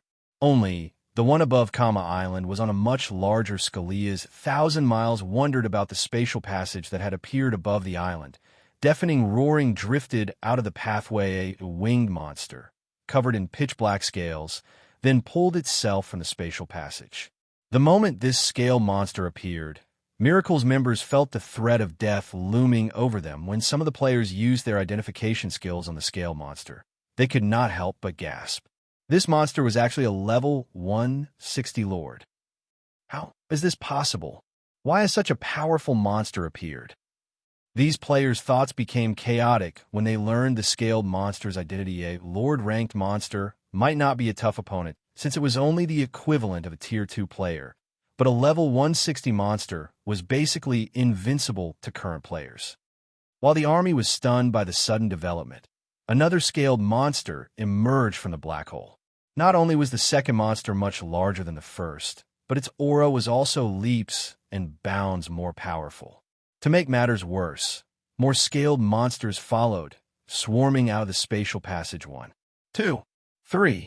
By the time these monsters covered half of the sky above Commotion Island, Miracle's members had gone from panic to full-on despair. When level 160 Lord was enough to wipe out their 30,000-man army, much less an entire force of such monsters. Retreat. Everyone retreat immediately.